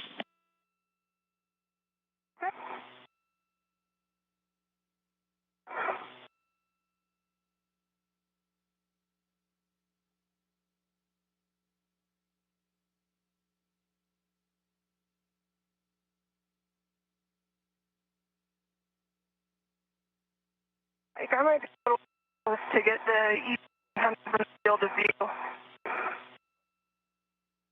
Trying, but it'd be hard. Yeah, best effort. Best effort on that. Okay, thank you. To your left, Kayla. And from this angle, the folds are blocking the antenna, my view of the antenna, so I can't get this. I might be able to get better pictures when I go to the other side of the onboard side. Okay, yeah, we copy. And I'm okay hanging on to my camera for now.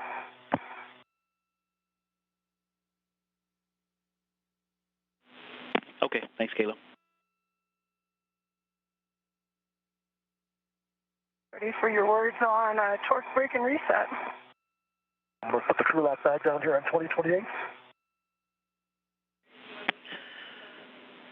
Okay, yeah, so you can drop the crew lock bag in a position for you to access H1 bolts, and we have a recommended location, but something for you two to decide. You can do a socket swap and put a 7/16 6-inch rigid socket onto your PGT, Roger, or you can work together and hand off the ratchet wrench. Either of those is okay with us. Just let us know.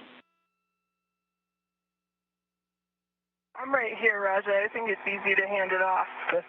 But your call, though. I think that makes sense. And I've got the ratchet wrench in my hand if you want to give me the first bolt we're driving here. Breaking torque on.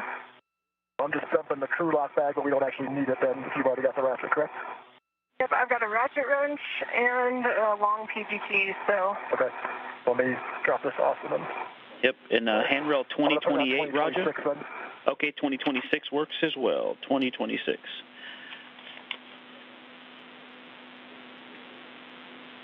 And Roger, what I'd suggest here is I can break torque on BCDU1 with a ratchet wrench and pass it to you. Okay. And while I'm resetting torque with my PGT, you can break torque on the next one, and then I'll hand you my PGT for it. Sounds good. Let me get set up here. Okay, and we copy, and we like that plan as well. And can I get a go to break torque on BCDU1? Okay, on BCDU1, the outboard, H1 and H2, 1/4 to 1/2 turn. H1 first. Mark.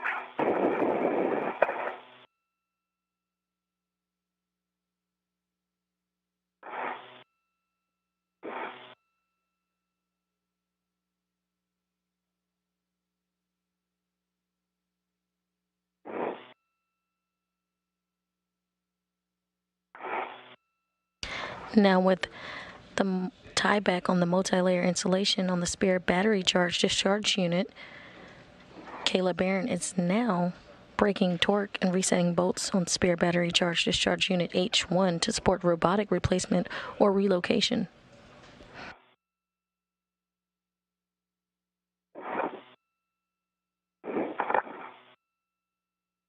H1, torque broken, a 1/4 turn. 1/4 turn on H1. Copy, moving to H2.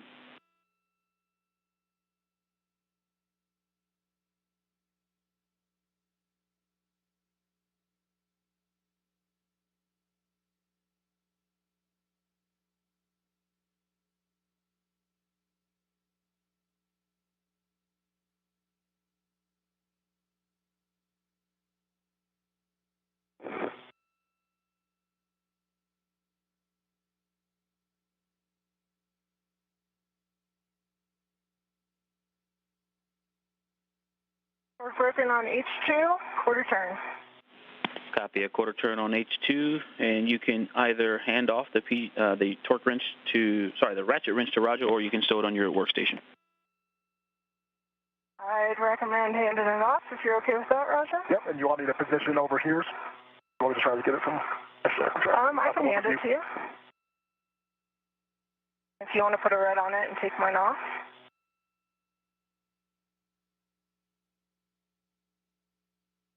The local back with you.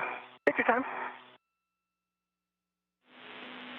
And Roger, you're going to break torque on BCDU2, the inboard ORU, and Kayla, you're going to reset torque on the one you just broke torque on. And I've got PGT settings when you're ready, and we're going to go H2 and then H1. Okay. And so, Roger, if you get to it, you've got time. You can break torque on H1 a quarter to a half a turn, starting with H1. And Kayla, starting with the two you just released, H2, alpha 6, clockwise 2. I copy that, starting H2, alpha 6, clockwise 2. Good read back on H2. Roger has the ratchet wrench, and he'll work on getting in position over there.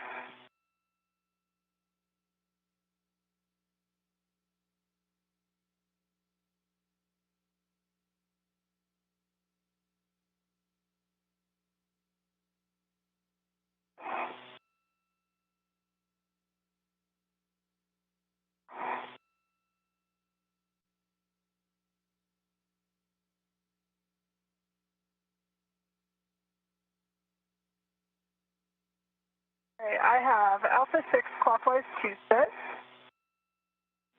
Good read back, Kayla. And I'll get in position over H2.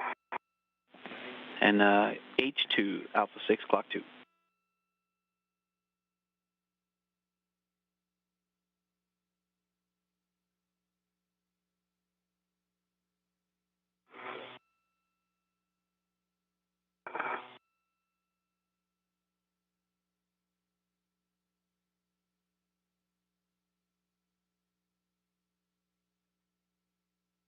On a must to bump the off switch on my PGT, so I'm going to recal it, and then I'll do those turns. Copy. All right, I can either do an H1 or H2 first, sorry, you probably told me. You're starting with H1, 1 quarter to 1/2 turn, braking torque on H1, BCDU2. Okay, I'm back in alpha 6 clockwise 2, and I'll do H2. That's correct for Kayla. H2, you're able to go to drive. There's 1/2 turn on H1 on the inboard. Copy inboard BCDU, 1/2 turn on H1. You have a go to release brake torque on H2. Ike, I've got a green light. Torque is 8.5, and that was maybe a quarter of a turn. Copy on H2, 8.5 on the torque, quarter turn, green light. You have a go to move on to H1. Sure.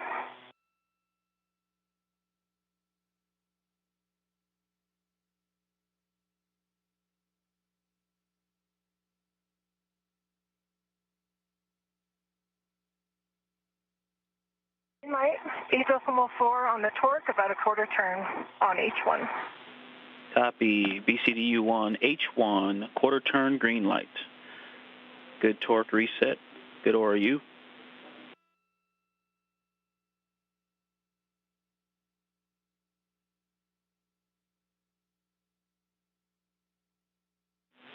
And Kayla, we're going to use the same PGT settings to reset torque on the inboard BCDU2. So over to you on the handoff, or are you doing that? Yeah, if Grinder's good with it, I'll just hand him my PGT. It's over there. And H2 first. And H2 torque is broken, sorry, 1/2 turn. Thank you. 1/2 turn on H2. PGT now. Okay, PGT, same settings. You can stow the ratchet wrench on your in the crew lock bag or on your mini workstation and get ready to PGT. Okay, for now I've just got it tethered to my mini workstation. And as soon as I'm done with the PGT, I'll send that back to Kayla. She's still on her ret. Okay, that works. Alpha 6, clock 2, and we're going to start with H2. Okay, starting with H2. Alpha 6, clockwise 2. Good readback. If you're just joining us, we are 4 hours and 8 minutes into today's spacewalk, where NASA astronauts Kayla Barron and Chari are currently breaking torque and resetting bolts on spare battery charge-discharge units. Turn, looks like 8. Good green light, 8 filings, 8.1, H2. 1 turn, green light on H2. You have a go to drive H1.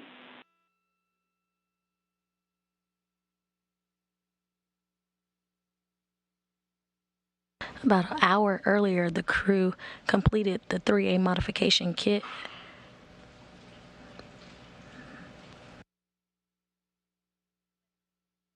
And that was half a turn, green light, 8.2 on H1. H1, half a turn, green light. I show a good B, CDU2. Now you can stow the ratchet in a crew lock bag. A modification kit is the support structures needed for future IROSA or ISS rollout solar array upgrades.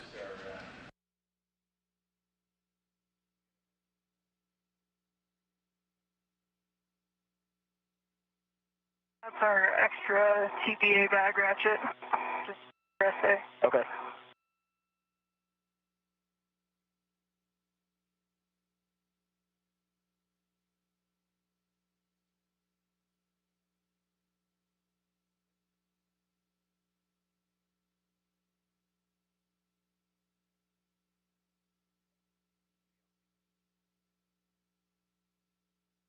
And Ike, I'm going to go back toward 2008 to see if I can get good pictures of the inboard antenna for you. Okay, copy. Good plan. I can get a picture of it from right here, too, if you want. I can see it. I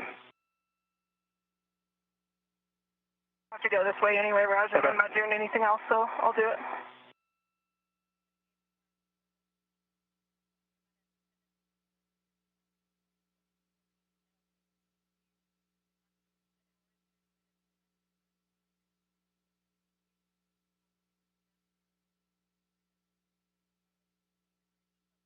Right, at least if I'm too close, I'll let you know. All right. I can come back over there if I need to.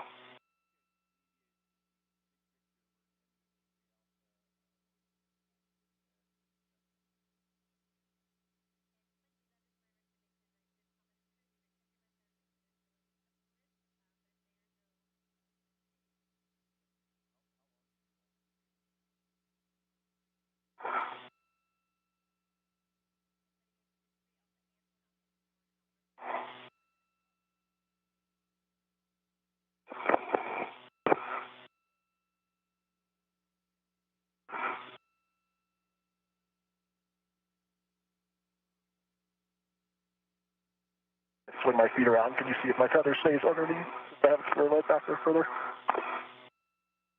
Right now it's in front of you. Okay. Now it's crossing over your left ankle.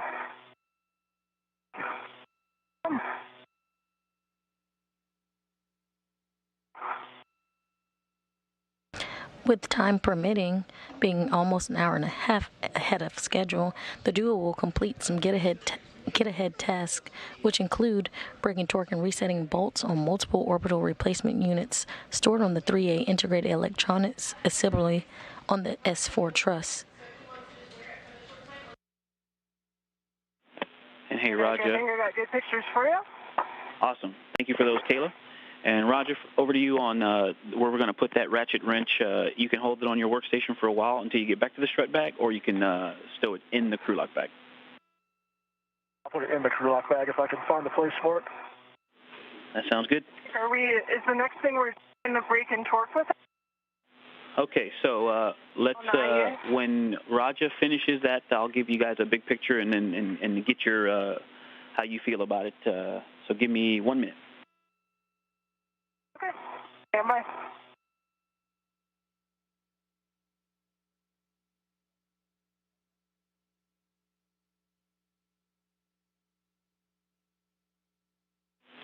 And yes, just to set the stage for you guys, you're about an hour and a half ahead, doing great. You're flying through these most recent tasks. And so I'll tell you what we're thinking, and you let us know what you think. Roger, give me a call when you're done with that ratchet wrench. Yep, well, do you happen to know offhand if there are any free wrenches in this bag? Otherwise, I'll pull the adjustable. So I pull everything out looking for it. Let's use my other adjustable. I'm thinking all the integrals are already used out there.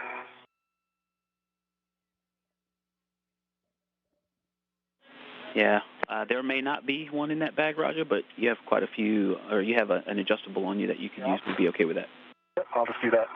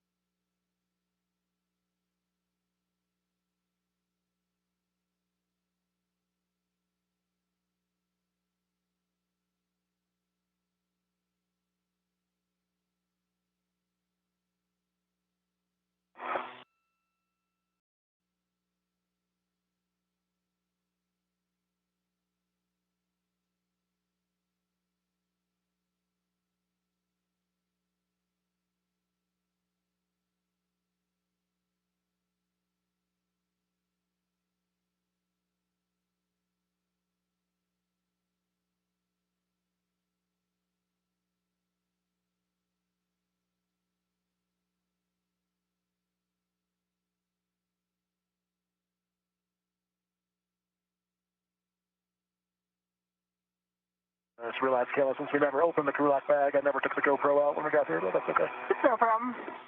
Nice to have. All right, second ratchet wrench now back in the bag.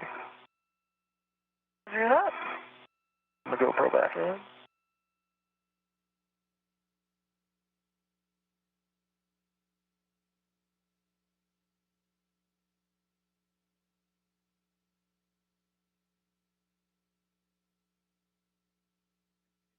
I assume this crew lock bag's going to wind up back on my BRT. Okay. I think you'll bring it back in board with you. Affirm. That's correct, you guys. And so you can start working on that if you can spare some brain bites to listen to this. The big picture, we're looking at the bolt breaking torque on the bolts on the 3 alpha IEA. We'll move to that, get ahead, and then we'll move to the 1 alpha bolts as well. And then that's about an hour's worth of tasks, and that still leaves us about 20 minutes to do AMS. So how are you guys feeling about that? We're feeling good about that plan, and maybe we could just check in after the 3 alpha before making the call to go to 1 alpha, but Raj and I are both feeling good. Absolutely, we'll check in with you, and don't be afraid to check in with us. Okay, so with that, yes, Raja, you can retrieve the crew lock bag off of 2026 and put that on your BRT, and then we'll take a glove, hat, and gauntlet check from you. Raja, your left helmet. It's the sun setting. Okay. You know. And then, Kayla, we've got an audible for you when you're ready. I'm ready for an audible. Okay, so we'd like you to temp stow the strut bag out of the way of the S4 IEA ORUs as desired, and we've got recommended handrails. Once you get over there, I can give them to you. Yeah, I'll head that way and take a look. You know when I'm there.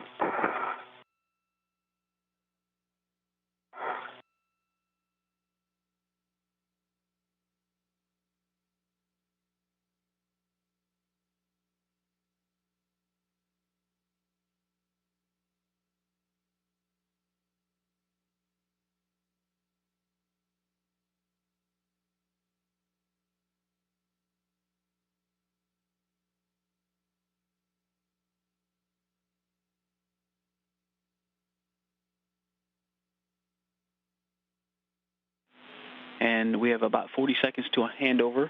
EV1, when you have a free finger, if you could get your HECA on. And Raja, same to you, HECA and WVS on. Okay. Get that in a minute here once I put down the local. And I got a green light on my HECA. Want me to power cycle it again? Yes, please, Kayla. Power cycle. Neither of my green lights are on. They both are on now. Thank you, EV2.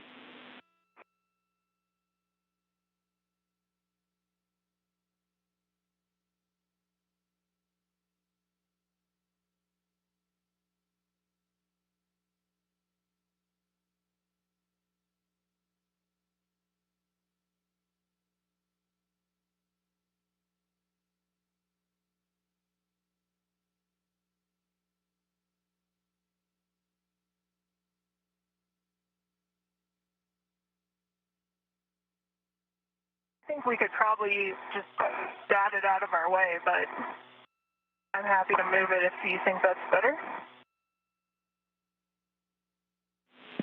And Kayla, I just caught the end of that. Was that for the ground or for Raja? That was for you. I'm at the strut bag.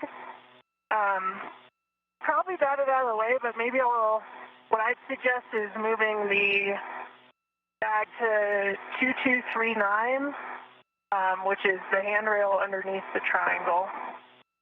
And then we should be able to kind of bat it inboard out of the way. Okay, we'll go with that. 2239 sounds good.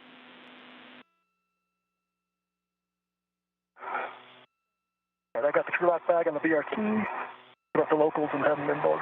Okay, before that, we'd like a glove, hap, and gauntlet check from you, and then, yeah, you can proceed inboard after. Okay, copy. My hap is dry. Another smudge on my left middle finger. Other than that, gloves look to be in good condition, and my gauntlets are down. Copy. Left middle finger smudges, otherwise good conditions. Dry hap and gauntlets are in place. And you can now translate to S4 handrail 2206. That is inboard on the radiator side of the IEA, and then translate over to the non-radiator side via the inboard edge of the IEA, and then back outboard toward the where the strut bag was.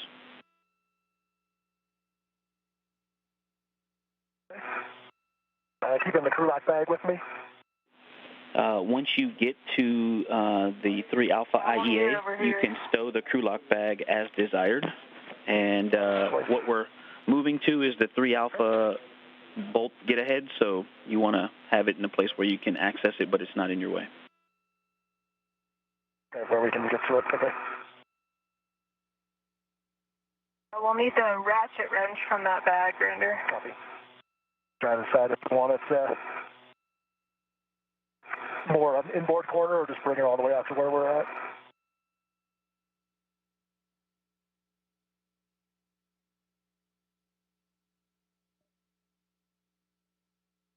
I mean, the inboard corner would be a better spot for the end of the task if you feel comfortable translating with the ratchet outboard to the first ORU. Yeah, I don't mind. When it's ready, ready to put away when we get there.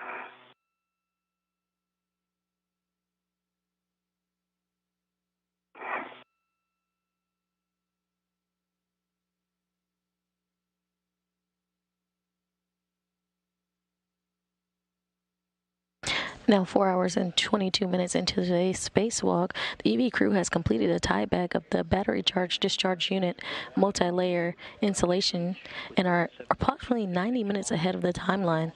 The crew will begin braking torque on the 3A ORUs, which is part of today's get-ahead task. We will want to scoop the middle one. To the middle one. Let me look at the map here. ORU is orbital replacement units. We'll want to get into it. The middle one is the one that's recessed. The recessed ORU. Between the more proud ones. Right here, what I'm pointing at? Yep. Okay, so I can put the crew lock back on 2204, which is right in front of me. That works. And Kayla, before you get going, can we have a glove, hap, and gauntlet check from you, Kayla? Yeah, we'll go. It works.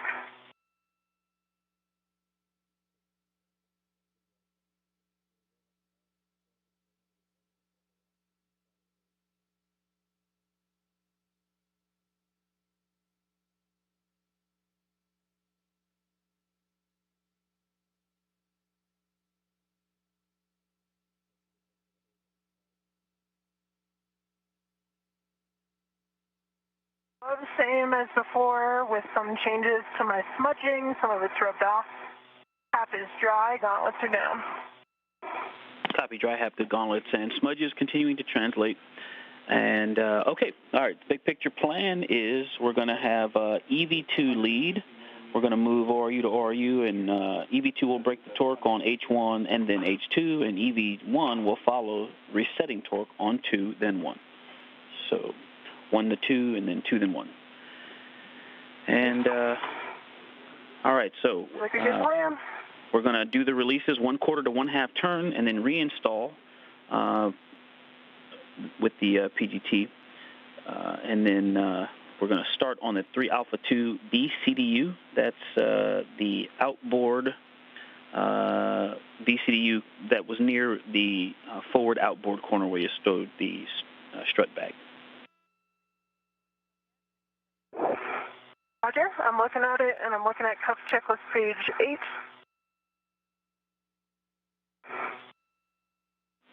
Copy that.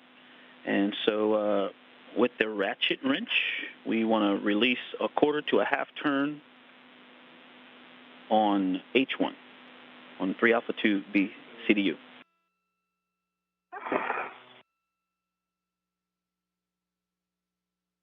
For Roger with the ratchet wrench. And Roger, we are ahead and doing get ahead, so take your time. Yep, I'm just trying to fix my BRT. I think I got spun around on the controls here.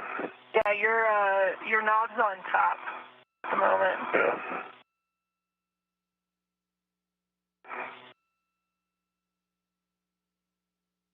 Yeah.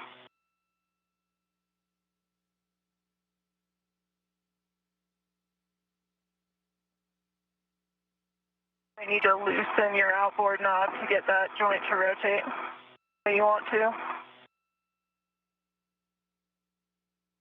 I think I will see you flip it 180 around. I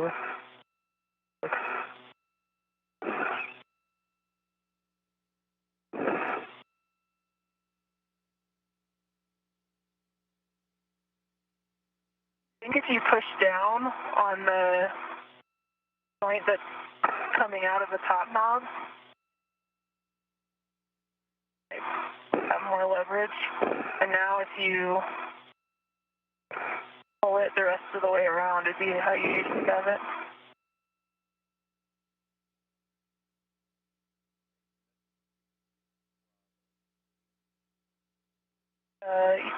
Yeah, don't rotate it anymore. Now, like, pull that around to the front. Yeah, there you go.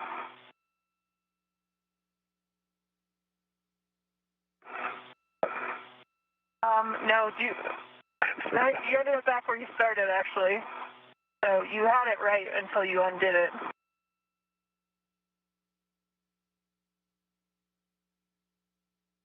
What you just did. Pushing down seemed to work, I think. Yeah. So push it down until the top knob's facing your feet, and it is now. There you Just go. grab the actual ball stack. Yeah, don't rotate it anymore that direction. Bring the ball stack forward. Got it, or? Yeah.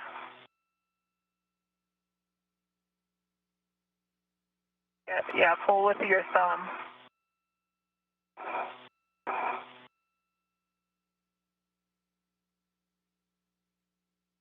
There you go.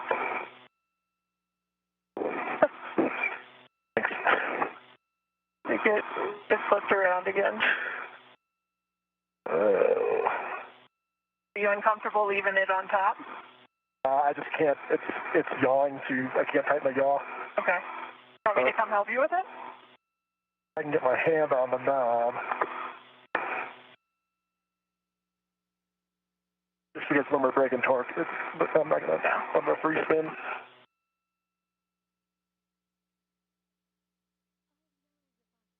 I think I can get my hand on this knob to tighten it.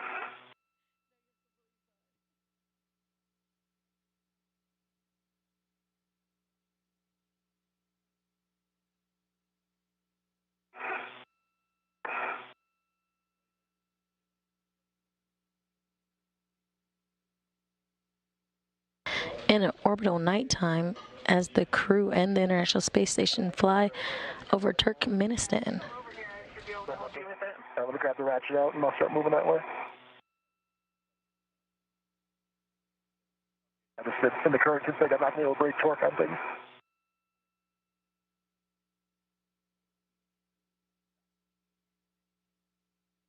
Barron and Chari, with extra time, decided to go forward with a get-ahead task, which includes breaking torque and resetting bolts on multiple orbital replacement units stored on the 3A integrated electronics assembly on the S4 truss. And so for this first one, we're going to break torque, and then we're also going to fully release H1.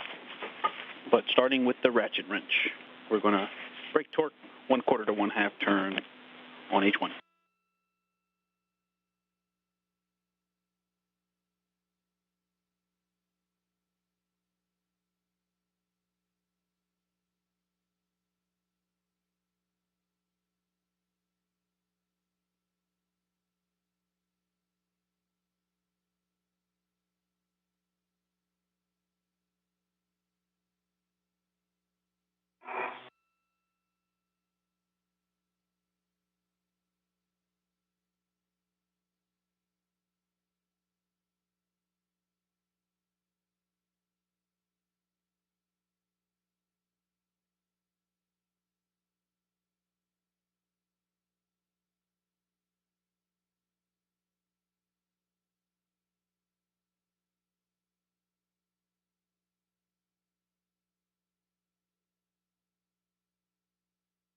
I'll do a ret swap and I'll start moving that way.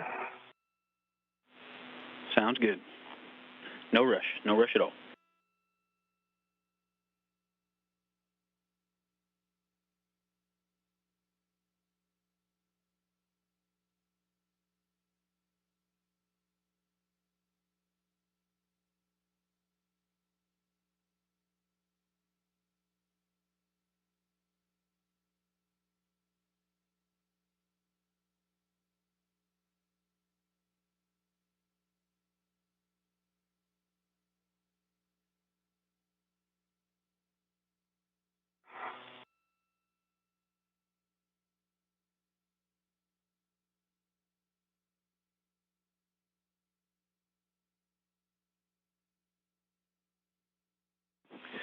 All right, Roger, and you're going to the 3 Alpha 2 B CDU. That is the forward outboard RU. H2 first.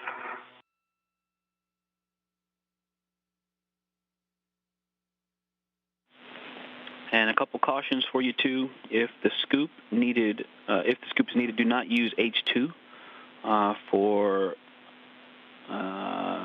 batteries on S4. And then avoid putting loads into the PFCS H1 or H2. And we can talk you onto those when you get close to them.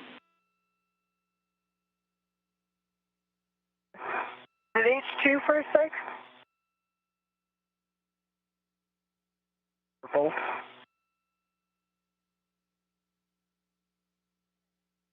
I think it's 1.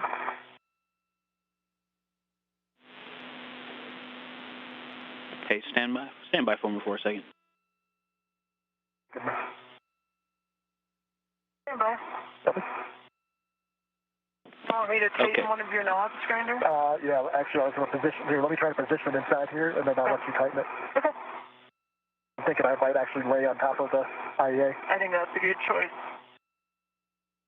Go ahead, Ike. Okay, no, I was just, we were just verifying something. When you guys are done adjusting that BRT, then you have a go to brake torque on H2.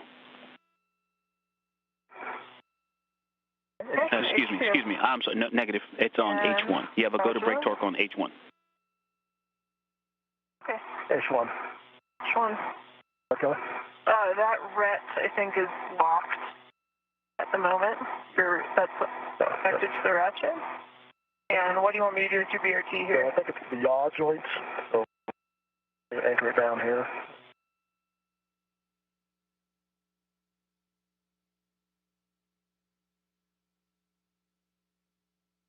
You want it tightened? So the one that... this one, yep. Thanks. It's fully tight.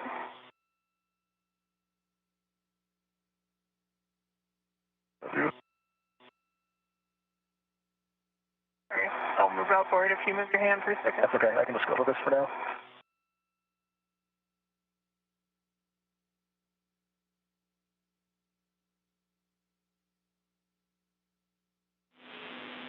Hey, 15 seconds to handover. And if you get to it, you can do 1/4 to 1/2 turn on H1 to brake torque. Copy, 1/4 to 1/2 on H1.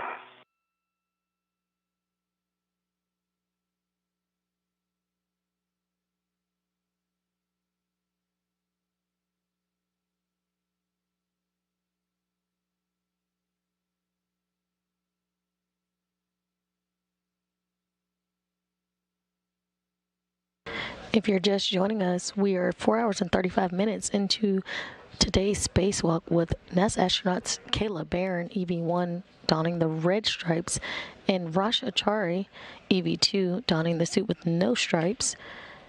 They have successfully installed a 3A modification kit and tied back some multi-layer insulation on spare battery charge discharge units. Copy, 1/2 turn on H1. Being ahead of schedule, the two decided to move forward on some get-ahead tasks for a future spacewalk.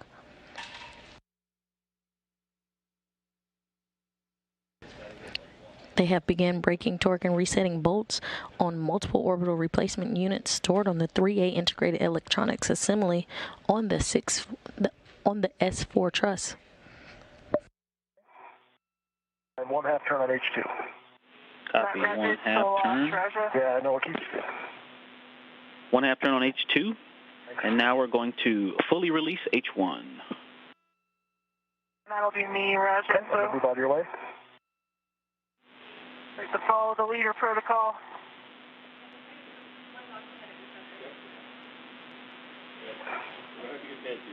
And then, Raja, if you want to just scoot over to the next ORU, it's the 3 Alpha 1, which is just one inboard.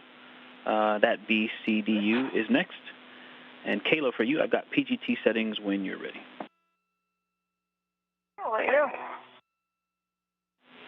Bravo. Say again, Kayla.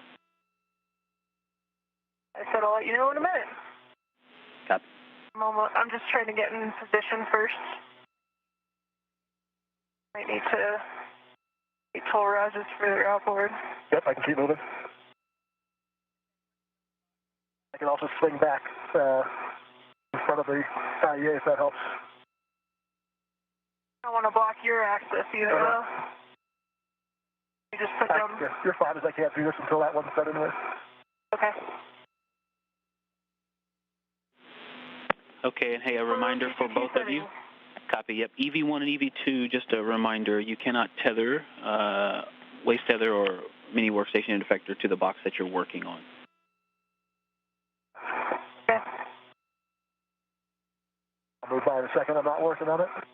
You can actually stabilize your legs here too, Kayla, if that helps. I think I'm good. Ready for settings, Ike. All right, Kayla, Bravo 7, counterclockwise 2.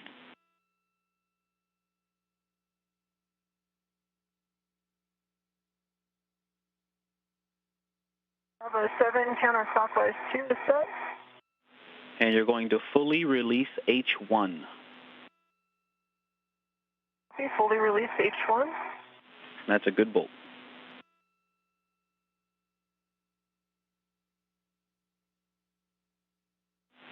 And Roger, on 3 Alpha 1, you can brake torque on H1, 1/4 to 1/2 turn, if you're ready. Yeah, I'll wait until Kayla's done here.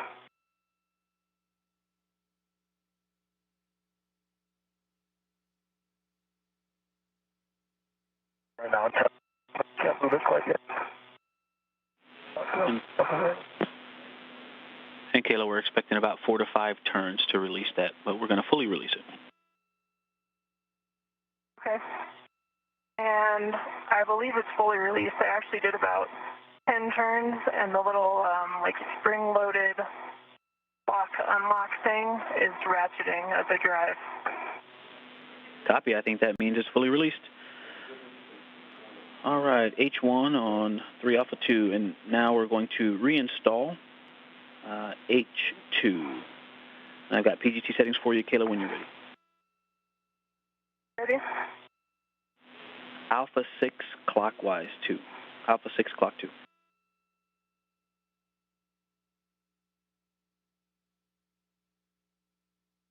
I'm going to see if I can stay on the forward edge here, such that we can work simultaneously. Okay. I can stay out of your way.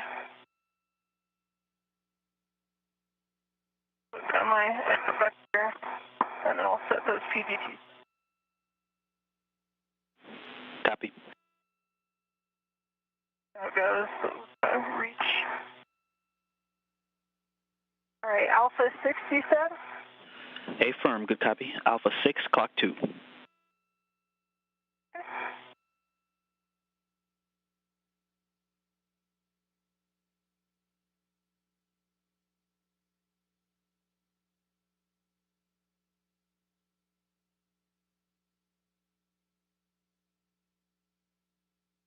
Alpha 6 clockwise 2 is set. Okay, and you're going to drive to torque H2. H2. North. And I'm lining up to get H1 of the next unit here, the one inboard of where Kayla's working.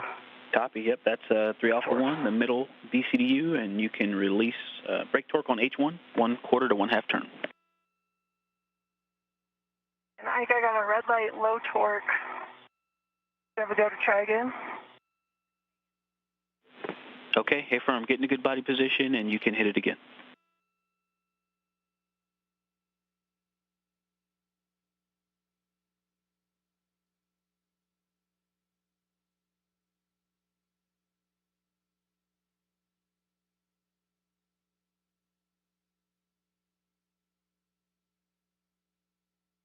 Green light, half a turn, 9.5 on the torque.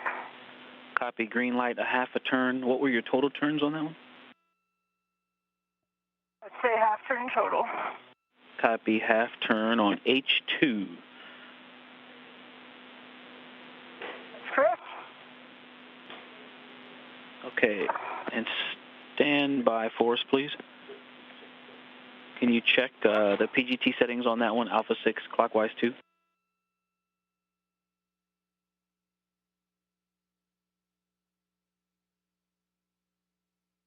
And it's actually an Alpha 7.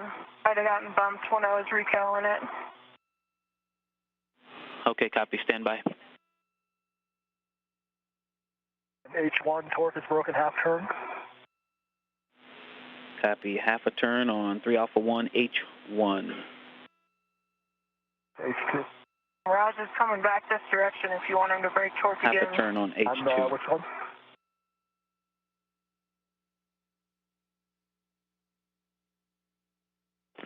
Okay, Kayla, that H2 is good as is. We're going to continue. And Roger, copy that you broke torque on H1 and H2 on the middle B CDU. H1, correct? H2 is in work, actually. Okay, H2 in work, copy.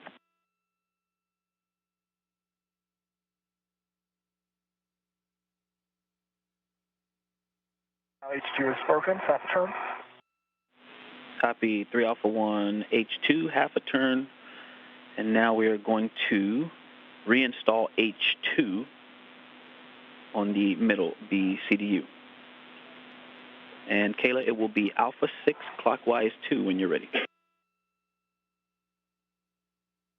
I'll head over there once Grinder heads further inboard. Out of the way.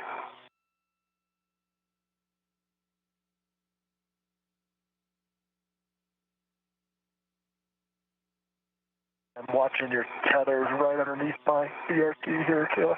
Okay, give me a stop.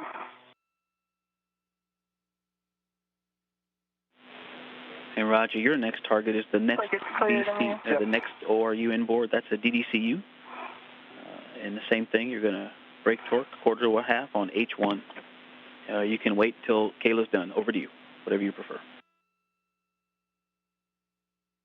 Okay, I've got Alpha 6 clockwise 2 set, and I understand I'm resetting torque on H2. That is a good readback, good settings. Alpha 6 clock 2, you're driving to torque H2.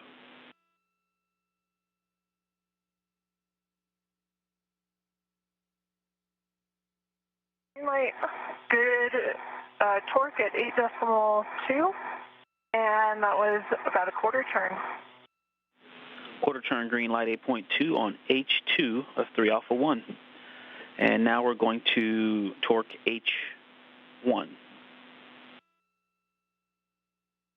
And towards H1.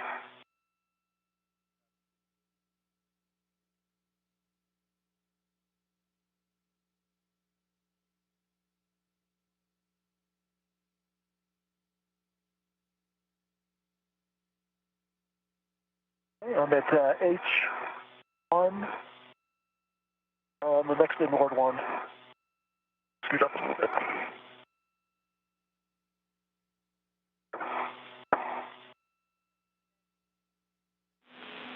And Roger, say again, please. I'm setting up for H1 on the third. Okay, copy. Yep, that's the 3 Alpha DDCU, H1. 1/4 to 1/2 turn. And I'm at H1. I'm still in Alpha 6 clockwise 2. And you have a go to drive it to torque. All right, and your way, Kayla. No, you're good.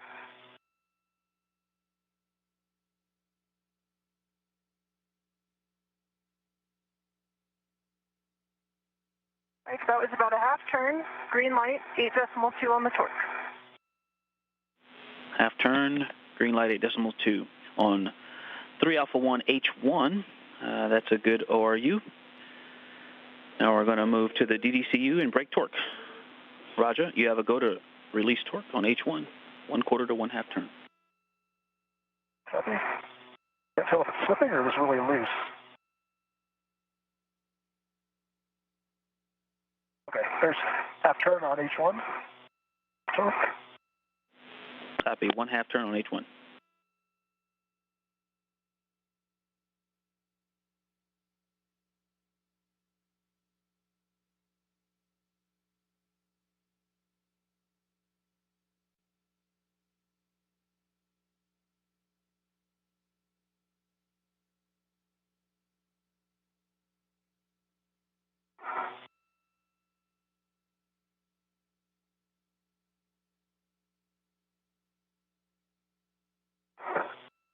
Turn at H2.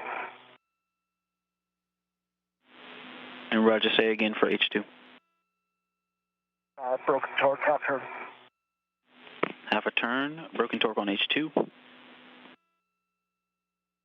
of your way. Okay, Kayla, same settings, Alpha 6 clock 2. And we're going to torque H2. I think I probably need to work on getting the scoop out then for the next ones, right? There's one more in the corner. Okay. I'm not sure what order I want. So the next place we're going is 3 Alpha 3, that BCDU in the forward inboard corner. So yes, continuing the same direction. Okay. All right, Alpha clockwise 2, H2 on the third ORU. Alpha 6 clock 2, H2. You have a go.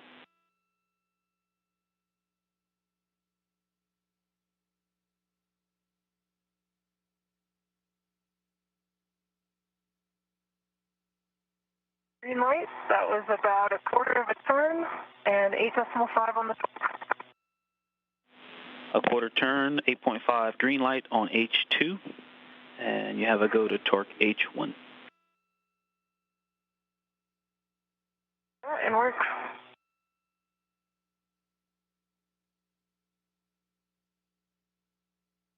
A quarter turn, green light, 8.4. Copy, a quarter turn, green light, 8.4 on the DDCU H1.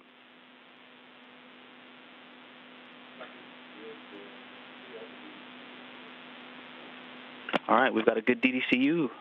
Moving on to the inboard, BCDU. We can set up to brake torque. This is another one where we're going to fully release the H1 as well. We'll start with braking torque, 1/4 to 1/2 turn on H1 to Roger. Roger. Copy positioning.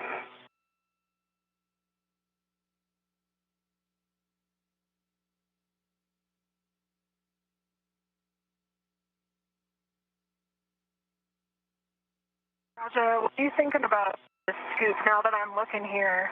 There's these triangle-shaped things to hold on to. You have a higher run-in torque. Do you want me to get the scoop out? My only concern if I brace too hard on those triangle things is it's a little sharp edge on the inside. I'm not there okay to translate on, but if I was pushing against them, I don't. Okay. Do you want me to start getting the scoop out for you? Yeah, if you don't mind. Okay. I'll do that while you're braking torque. Okay, copy that. And just a reminder, if the scoop is needed, do not use the H2 on the lithium-ion batteries. See that? So use the H1, the non-doghouse side.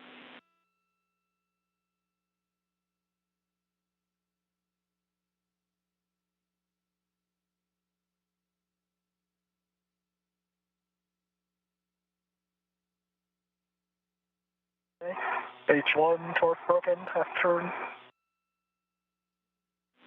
All right, 3 Alpha 3, H1, a quarter of a turn.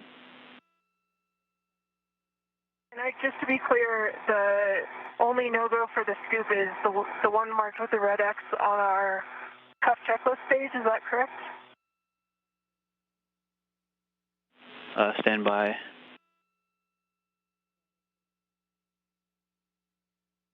Torque broke on H2. I mean, I can try it, Kayla. If you want to move on to this one, I'll go out there, and if I can't do it, then we can get the scoop out. Okay. Why don't I give it a shot? Got the crew lock bag open, so you let me know. Hold on to it for now. And Kayla, that is correct, per the picture in your cuff check. I'll try it without the scoop and see how far I get, and then I can always come back and get it. It's no problem, Raja. I've got it right here if you want it. Let's give it a shot without. But I guess just watch out for my safety tether here as you go, as I head inboard. Okay, I'll keep an eye on it. This bag closed again. Sorry. No problem. And Raja, what's the status on H2? You're both broken, half turn. Half turn on 3 Alpha 3, H2. Now that I'm here, okay. Yeah, I think we will do the scoop. You will or won't? Well, okay. So I'm a local to this one that we're not. The ones we already adjusted local to, correct? The ones we're actually working on. Hey, firm, the ones that we have retorqued, you are go to translate on those. Okay, copy. I'll work on getting that scoop out for you, Raja.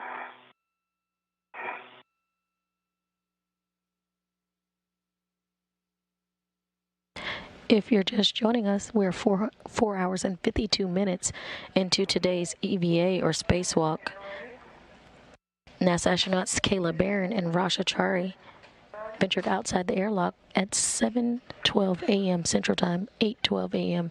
Eastern Time, where they switched to battery power and proceeded to the 3A power channel work site. The duo successfully installed the 3A modification kit and then proceeded to tie back multi-layer insulation on spare battery charge-discharge units to support robotic replacement or relocations. With additional time, the crew decided to move forward with get-ahead tasks, which includes where they are currently, breaking torque and resetting bolts on multiple orbital replacement units stored on the 3A integrated electronics assembly on the S4 truss.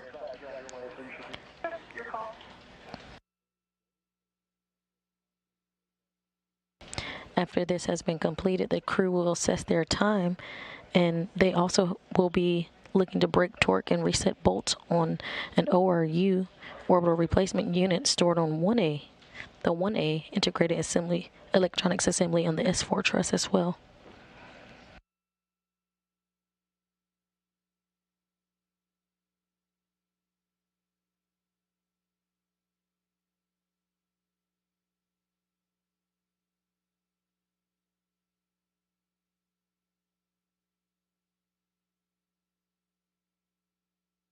Our safety tethers are deconstructed.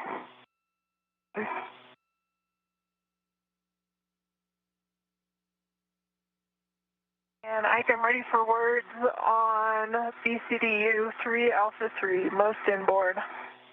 All right, on the inboard BCDU, we're going to fully release H1, and I've got PGT settings when you're ready. I'm going to put my visor down here real quick. Copy that, and the sun is coming up. And I'm ready for PGT settings. All right, it's going to be Bravo 7 counter 2.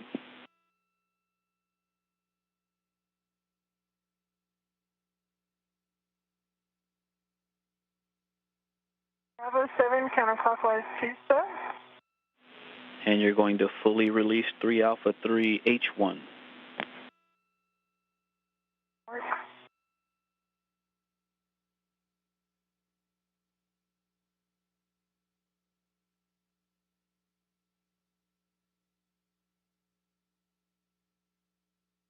And working on my visor as well. Hopefully not kicking you here, Kayla.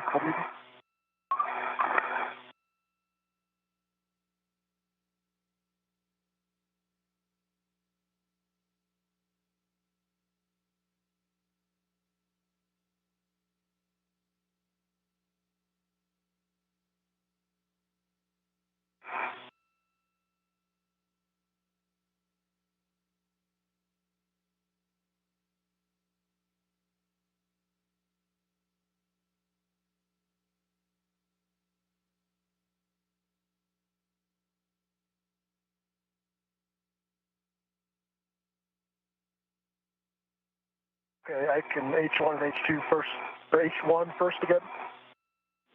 Okay, so you're moving to the DCSU, which is just aft of the station, aft of the DDCU that you worked on.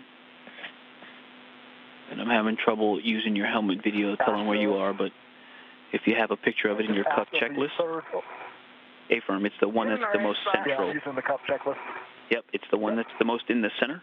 DCSU 3 Alpha, and you're going to break torque H1, then H2. 1/4 to 1/2 turn. H1 is fully released on 3 Alpha 3. Copy. H1 fully released 3 Alpha 3. Stand by, Roger. Standing by. And how many turns was it on H1, Kayla? 8. 8 turns, fully released 3 Alpha 3, H1. And then we are going to reinstall H2 to torque. PGT settings when ready.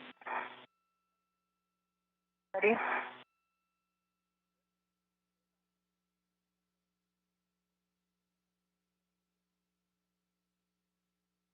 And I think I'm experiencing a little bit of choppy comm.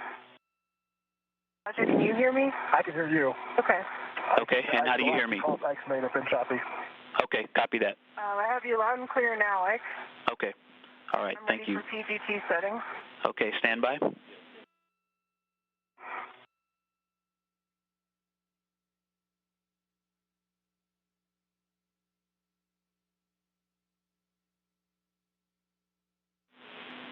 Okay, Roger.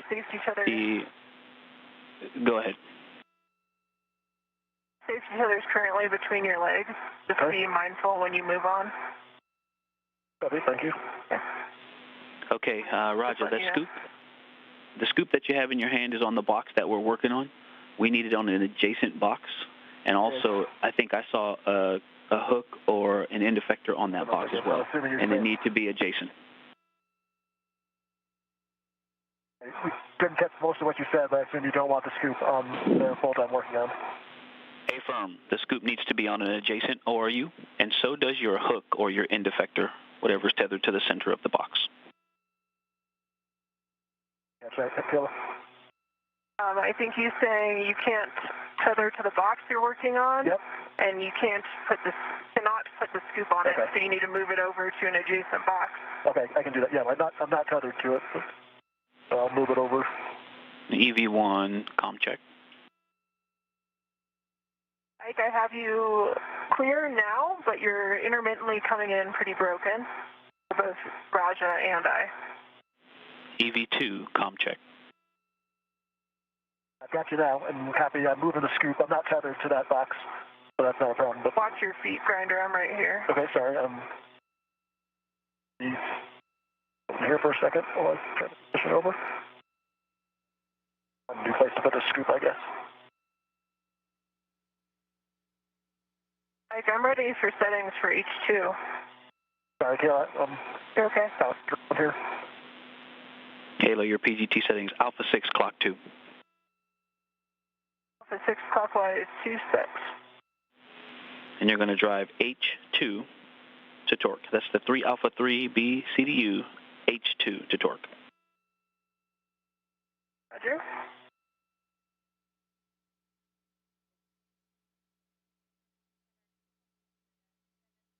You're kicking me, Grinder. Sorry. Okay. Oh. Green light, 8.6, and that was about a quarter turn, maybe? 8.6 quarter turn, and a green light on H2 of 3 Alpha 3.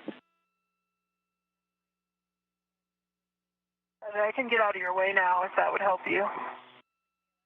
You want me to move at all? I don't think you need that.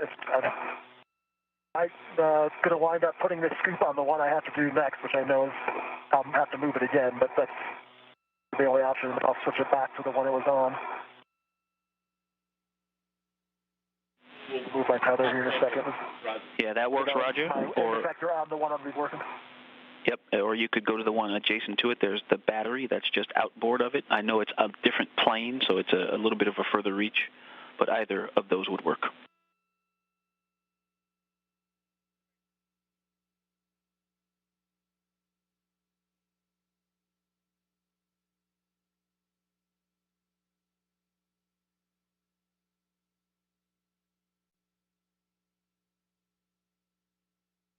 Can I swing my legs back this way then? Or?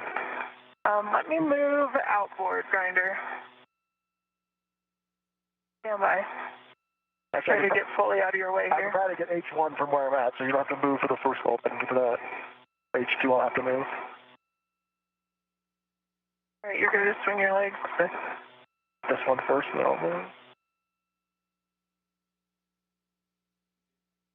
I think I'm caught on the crew lock bag, maybe. The crew lock bag is behind your left heel. And yeah, there you go.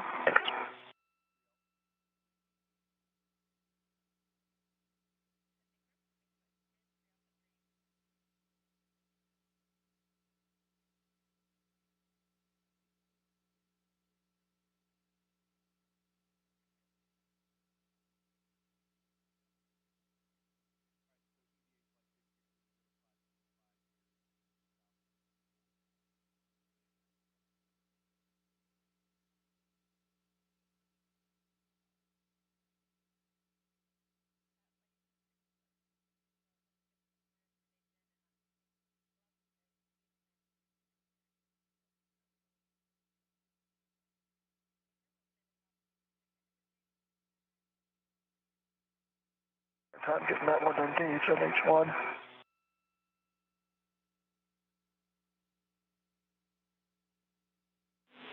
And Roger, can you say again about H1?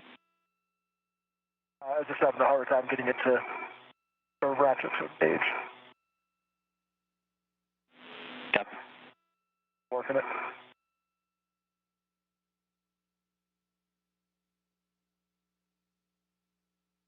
There we go. Okay, H1's torque's broken. Quarter turn. Yeah, Roger. Copy, quarter turn on H1. And you have a go for a quarter to a half turn, brake torque on H2.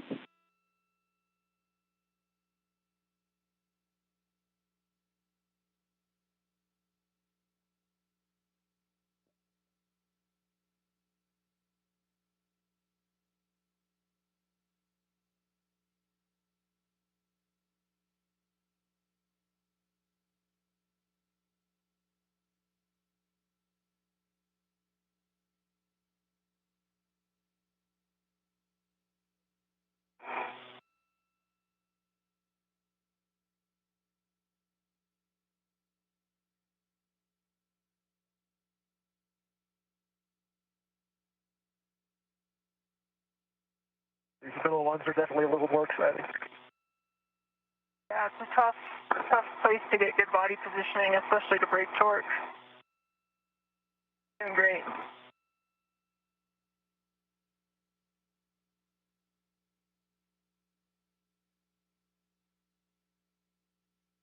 My legs towards you for a second.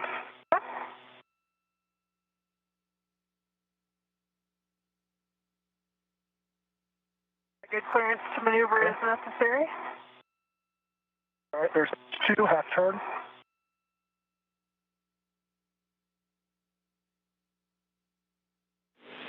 Okay, hey, repeat, I heard 2 half turns. Quarter on H1 probably, and half on H2. Okay, copy, that makes sense. Half turn on H2. All right, so now we're going to set up to reinstall H2 and H1. So Kayla, when you are in position and ready. Shift out of Kayla's way here. And Raja, you just take your time getting to where you want to go next, and then I'll come in there. I'm trying to decide so we can miss. Roger, the next ORU is the PFCS, which is just aft of the DCSU. Yeah, I'm just looking for a place to put the scoop. Why don't you just release it to the crew lock bag for now, Grinder? Okay. And if I feel like I need it, I'll reinstall it.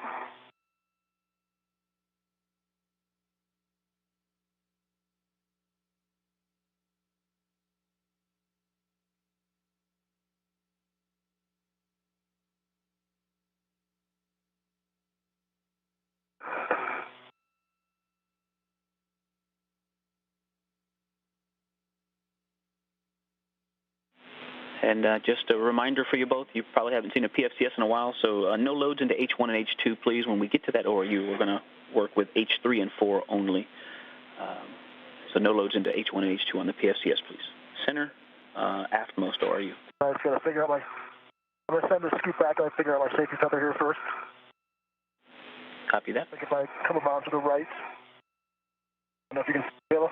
Yeah, it's kind of pulled up behind your VRT. It's going to release itself. There you go. Okay. Now it's off to your right. All right, so let me get a local bat on the And it's going side. Between your legs now, Raja, so you might want to kick. Yeah, there you go. Thanks.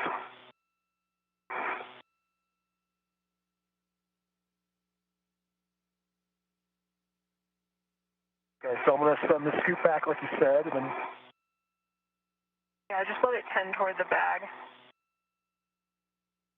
No.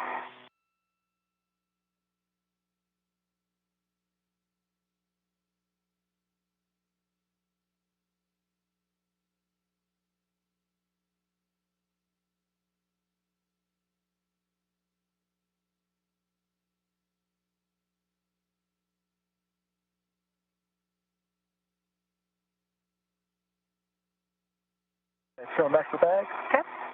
Fine.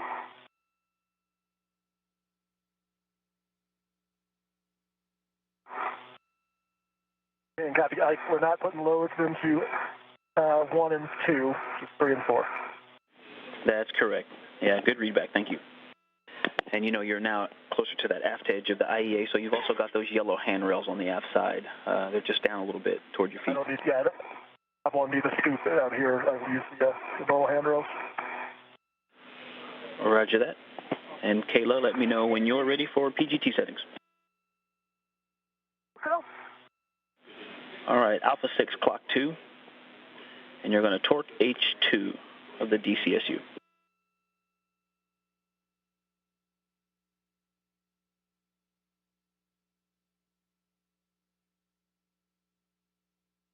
And Ike, am I starting with H1 or H2? You are going to torque H2, starting with H2. Alpha 6, clock 2, torque H2. Let you know when I'm there.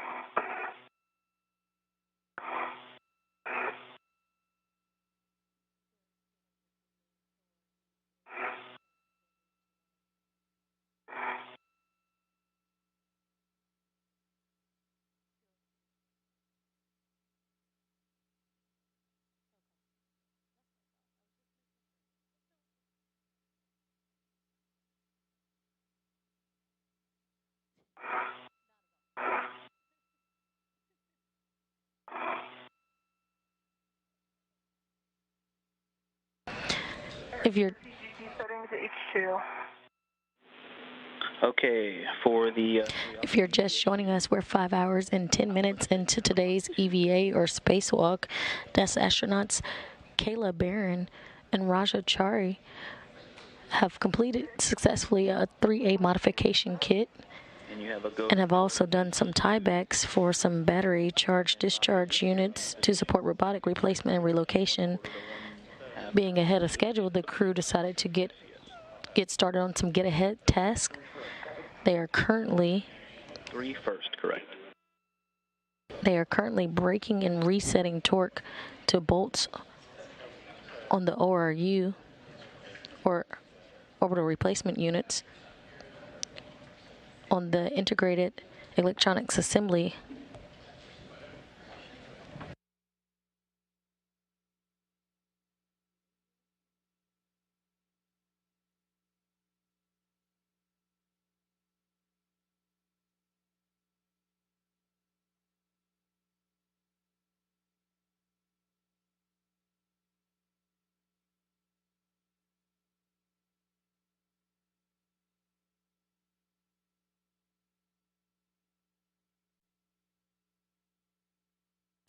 The crew is currently braking torque and resetting bolts on the multiple orbital replacement units stored on the 3A integrated electronics assembly on the S4 truss. Attempted reset, but I got a low torque. Do you have a go to try again? Affirm, you have a go to hit it again.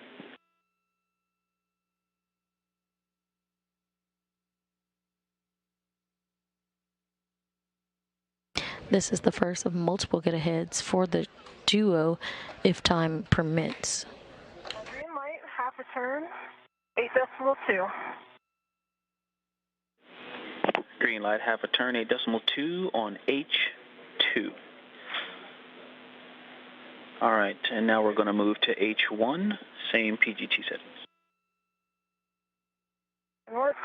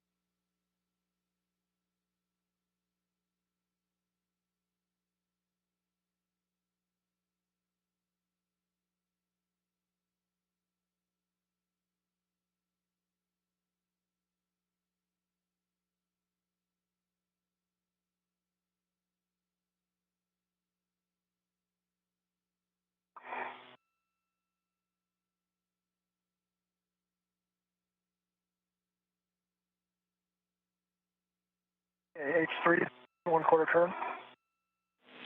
Copy. Release torque on PFCS H3 1/4 turn. H4. Copy, moving to H4.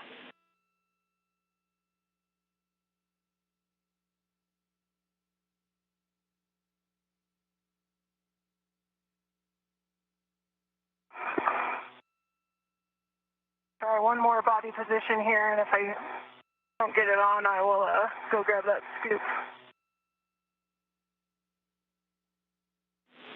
Okay, we copy, Kayla. No rush. You guys are doing great. I've got a BRT down if you can use me if I'm close enough to stabilize off of my leg or arm or something.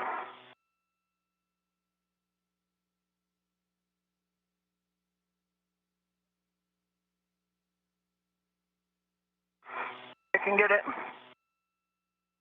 Let me know if I can hold on to it.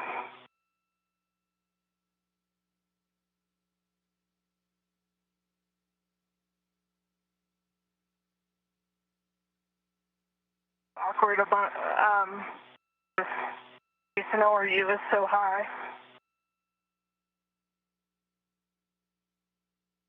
Since it's recessed so much more than the other ones, it's hard to...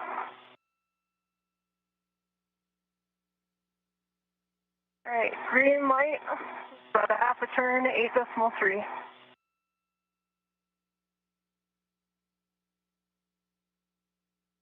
And Raja, I'm tempted on that one, since you have a BRT down, to just hand you my PGT to finish the last box. That would make sense to me. Trying to work on H4 right now. And Kayla, I missed that call for H1. Yeah. How many turns? It's about a quarter turn, green light, 8.3. And Grinder's working on H4 on the PFCS. Copy, green light. And on H1 on the 3 Alpha DCSU, I show that 4RU complete. Roger.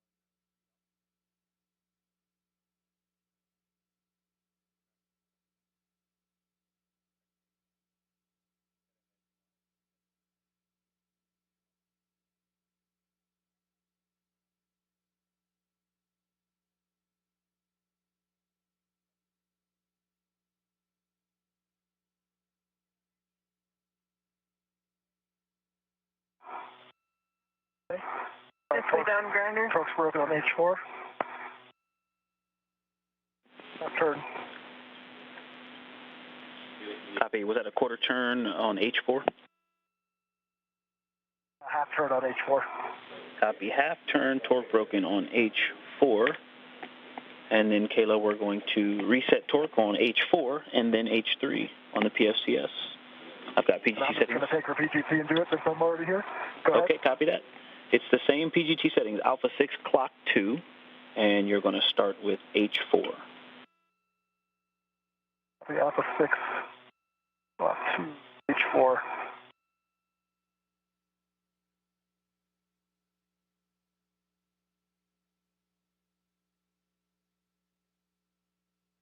I think that red looks locked on the PGT. You might need to unlock it. Say that again? My PGT red. Locked. So I had basically a half turn, good green light, but I didn't get the torque value. I can do it again. Actually, back 8.1. Copy 8.1, green light. And how many turns on H4? Am I thought it was about a half, what the PG is. Copy, a half. 4. Good, H4. And you have a go to torque, H3. I think going H3.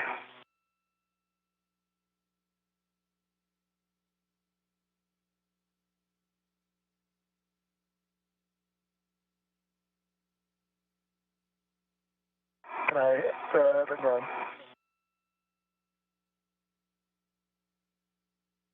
Didn't understand you, Gardner. Yeah, I was going to say something, but you can't actually see what I'm... Okay. I'm run. H3. 10 seconds to a handover. H3, point, half a turn, green light, 8.3. GC's coming back to you. Half a turn, green light, 8.3 on H3.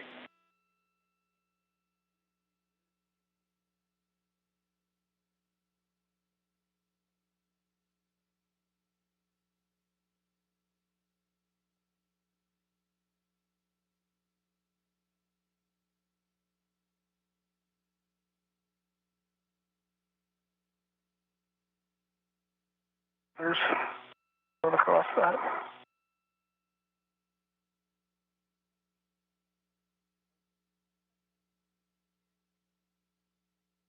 Currently in a loss of signal.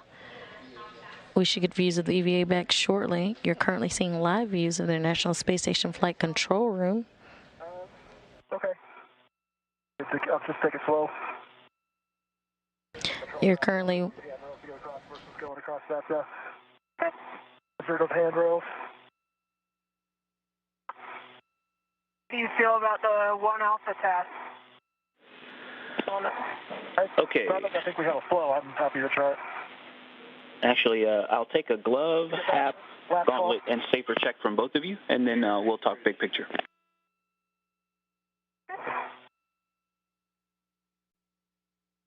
Let me get back onto the front here now.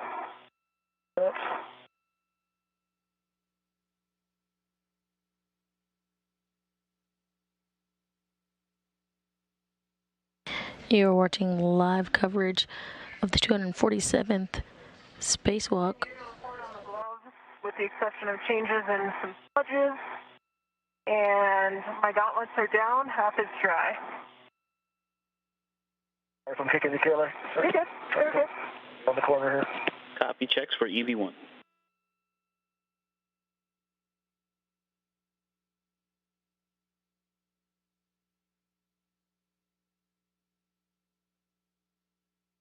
NASA astronaut Kayla Barron and Chari ventured outside the airlock and switched to battery power around 7:12 a.m. Central Time, 8:12 a.m.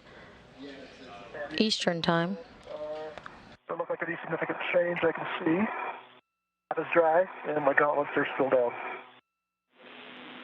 Copy. Good glove, hat, and gauntlets, and then safer handles for both of you, please. The duo ventured to the 3A work site where they successfully completed a modification kit for future IROSA upgrades or ISS rollout solar array upgrades.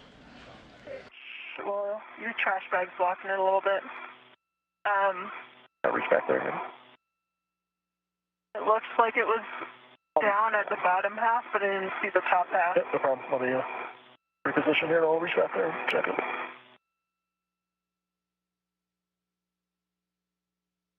The duo completed tie-back multi-layer insulation on spare battery charge-discharge units to support robotic replacement or relocation.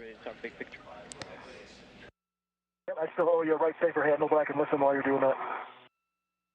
With extra time to spare, the duo decided to move ahead with get-ahead task and are currently finishing up breaking torque and resetting bolts on multiple orbital replacement units stored on the 3A integrated electronics assembly on the S4 truss. Copy. Good safer handles for EV1 and EV2.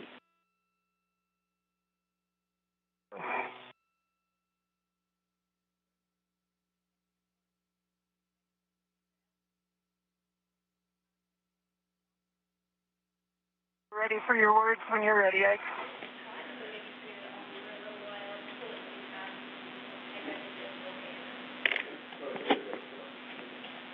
Okay, Roger, we need you to check your HECA LED. If it's off, turn it on. If it's on, power cycle it, please.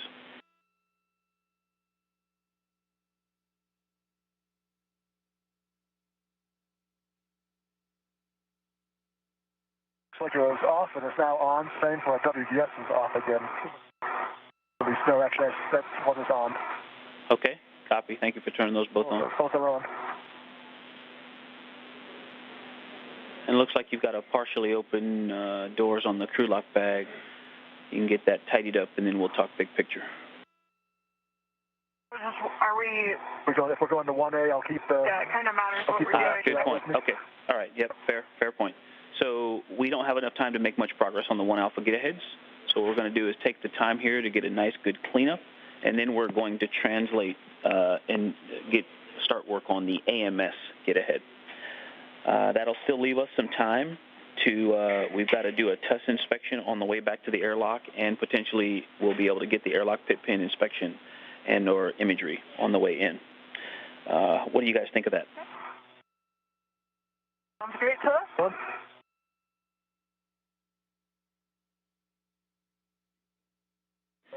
I'll go and take the crew lock bag. The door is open for you to stow the ratchet and inventory.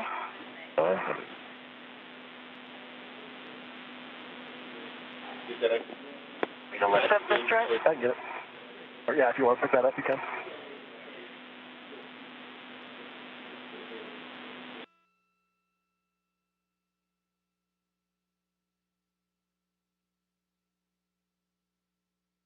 Sounds like a handover, maybe.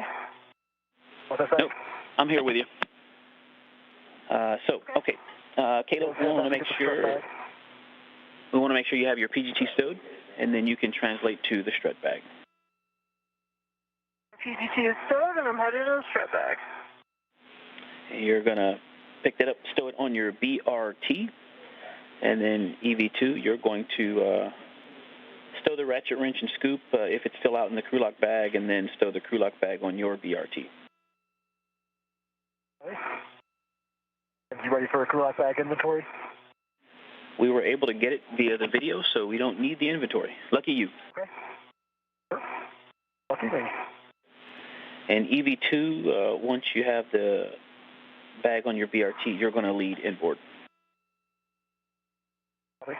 And I saw like a small white pod. I can't quite tell you what it was. Fly off toward the solar array. It looks like it was maybe like soft goods of some kind, actually. Like a little piece of fabric, but it's moving around like a decent mass. But it bounced off and it's headed back this way. Or to the solar array I'm not right next to. I don't recognize it as part of anything to do with me or my suit, but just reporting it. Okay, yeah, copy for that. Thank you for that description. We copy, and yeah, update us if needed. Okay.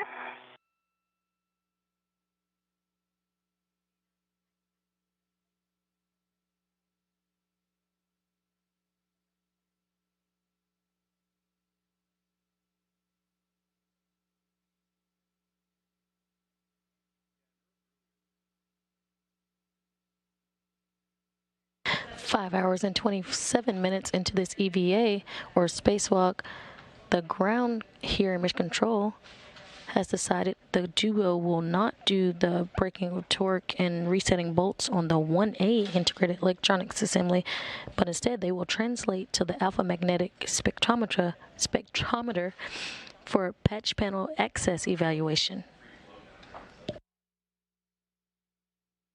Still in get-aheads, the crew has about 1 hour left scheduled in a 6 hour and 30-minute spacewalk.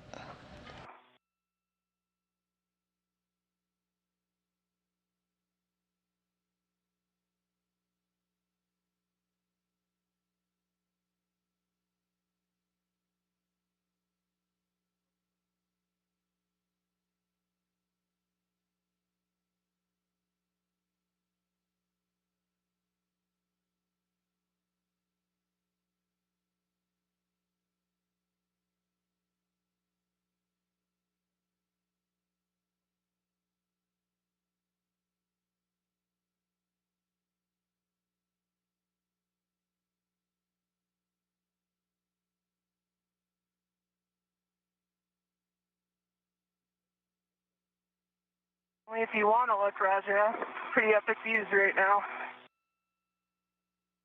Pretty cool. You got a few pics of you earlier. All right, I got my BRT right to the crew lock bag.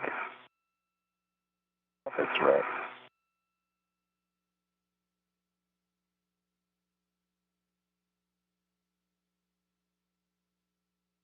Just strap back on my BRT. Copy Kayla and copy Roger. And EV2 is going to lead as you both translate back inboard, just inboard to the Sarge.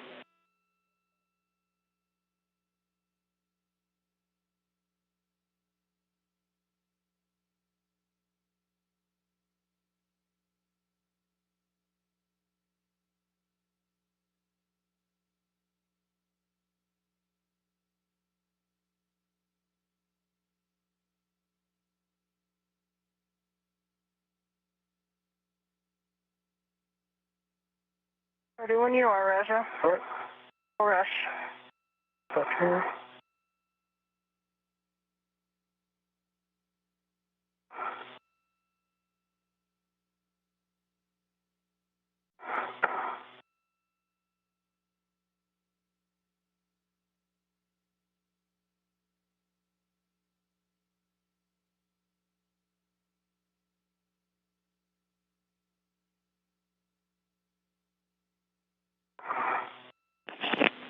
All right, you two are headed inboard.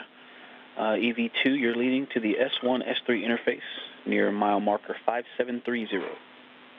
And you can both leave your green hooks in place. We leave our green hooks in place.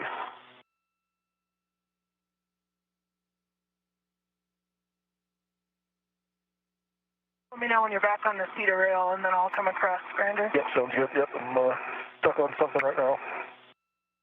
Oh, your waist tether is hooked. It's almost clear. Should be good.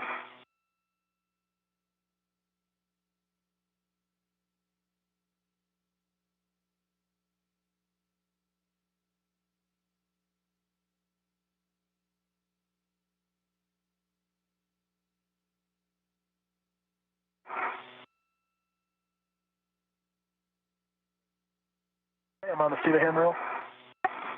And passing my green hook.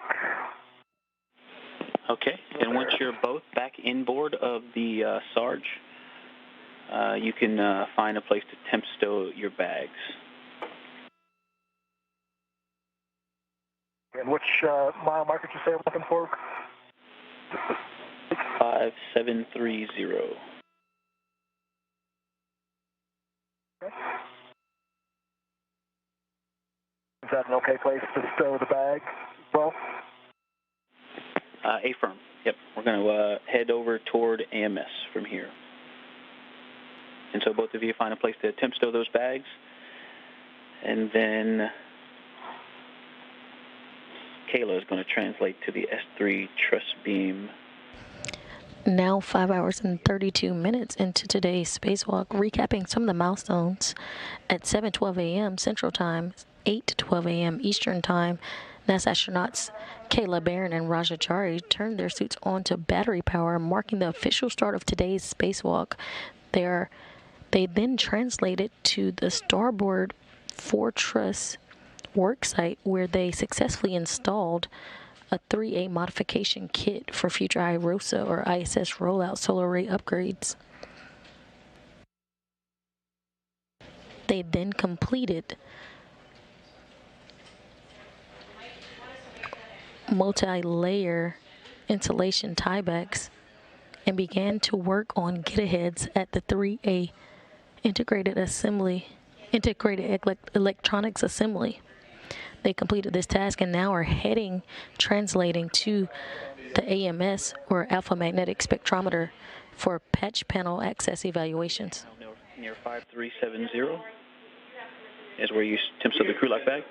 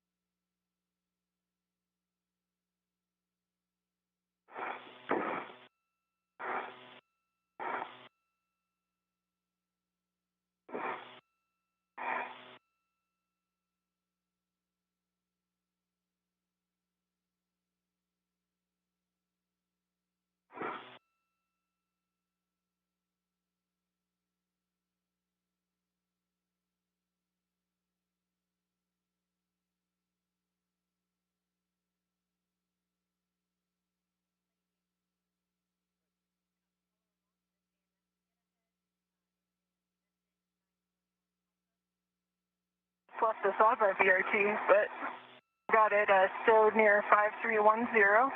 Strut bag. Copy the strut bag near 5310. And when you guys are ready, Kayla, you can lead translate to the S3 truss beam location near S3 with 28, and you're getting set up to monitor Raja. Okay, and a warning and a caution. I'm going to have to push those bags toward you before I go Zenith, just to have room. Get up there, and then you can push them back to get them out of your way. No problem. Okay. And warning, entrapment hazard. We're going up toward a confined space under the forward AMS radiator. So just be careful. And then also avoid contact with the ACC cable and tracker flat cables inside the AMS work site. And if you don't have a picture of that in your cuff, I can talk you on once we get up there.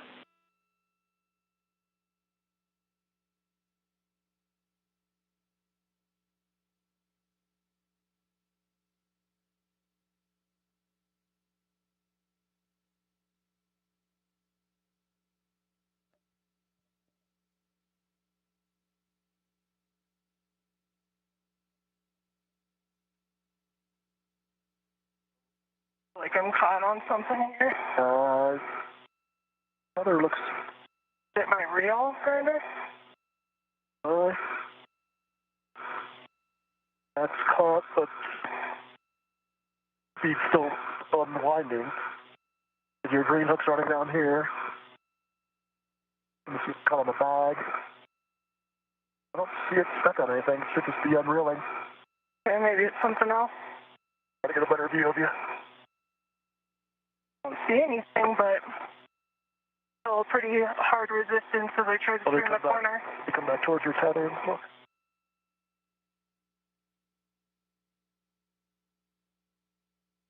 I think your green hook I can see. I think I got by it, Raja. Okay, actually, maybe it's a PPT at ELC too.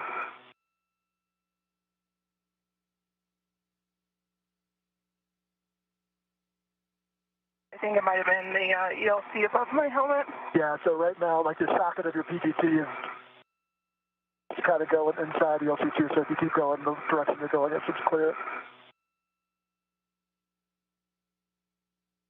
Again, the crew has completed braking/resetting torque on the 3A orbital replacement units and is transitioning to the AMS, or the Alpha Magnetic Spectrometer patch panel fit check task.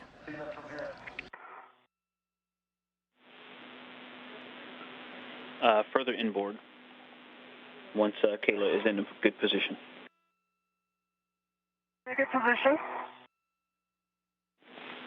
Okay, and then obtain a body position for monitoring Raja's clearances, and then you can give Raja a go to approach AMS. Raja, you have a go to approach AMS. Okay. I might need a little bit of a GCA here to figure out how to take it up top. Copy. And Raja, you're going to translate to the forward Nader AMS worksite. Raja, you might consider climbing up the CETA cart as an option. There's a handrail here that I'm on. There's one when I get up here. It's a good point.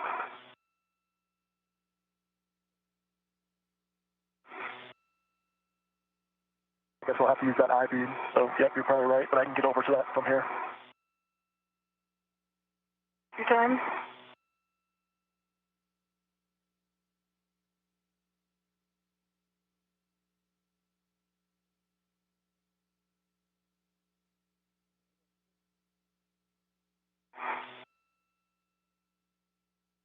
I think I want to come towards you on this diagonal piece, right? Yep, and then there's a small handrail after you cross the next gap. And try to slow your rate a little. Okay. And nice job, both of you.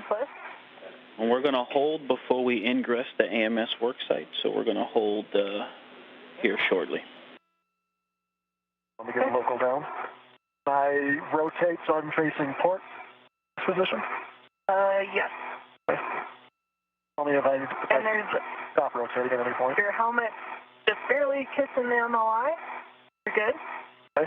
And there's another short handrail on the left side of that same beam, a little to your right. Okay, before I rotate, let me get a local down, so I'm just realizing there's nothing for me to stop my momentum. Yeah. Local and your end effector might be good.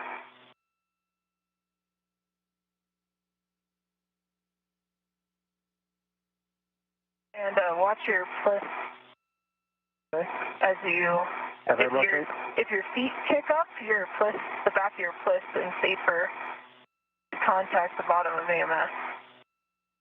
You keep your feet down.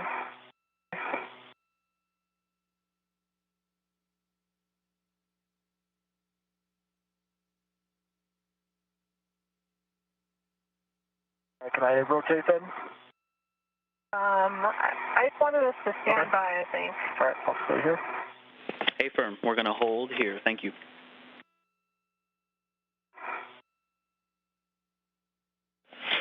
Yeah, and just in general, so when we get in there and start looking around, we've got some time here to hold. We're coordinating exercise constraints, but just big picture before we get in there, main thing that I'm thinking about this whole time is you not getting stuck. So as we move in, we want to make sure that we can get back out. And there's quite a few no-touch things in there. I think you have a picture in your cuff. All of it is covered by white MLI, so it all looks the same. And some of them are things we can lightly touch, and some are absolute no touches. And so let's just go real slow and real steady so we don't hurt AMS. I think in this position I can see that ACC cable up there above my left shoulder. Your helmet, you need to go a little nader. Okay. Right now your helmet's in contact with something. That better? Yep.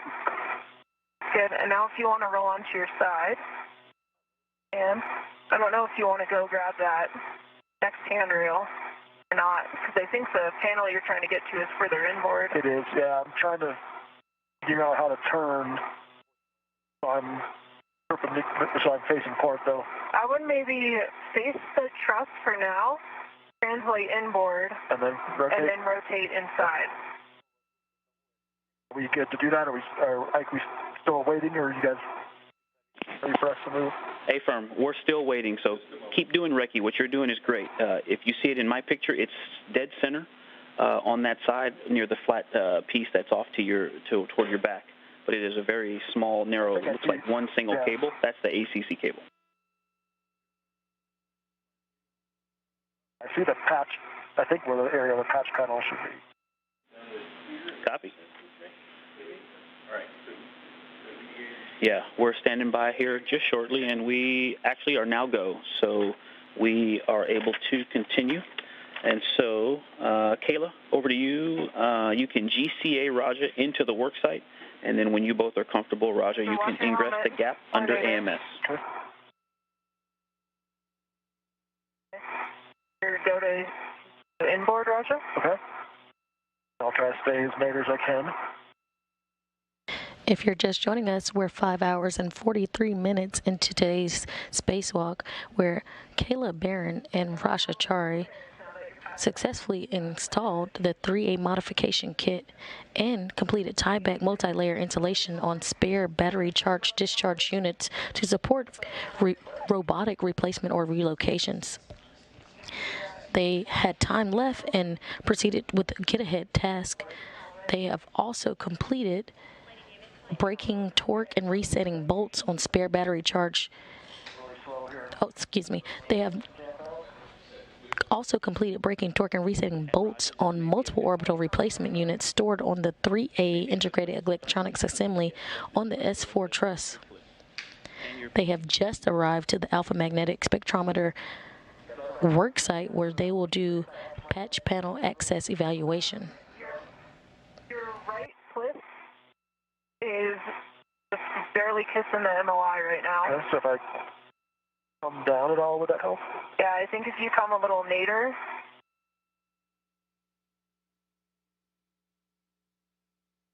Anything to react against, unfortunately.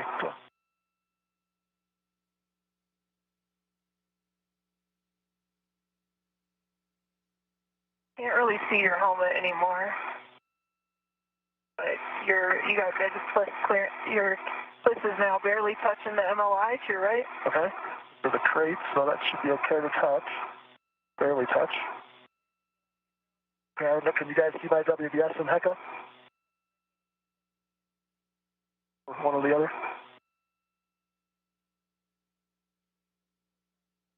That's your head.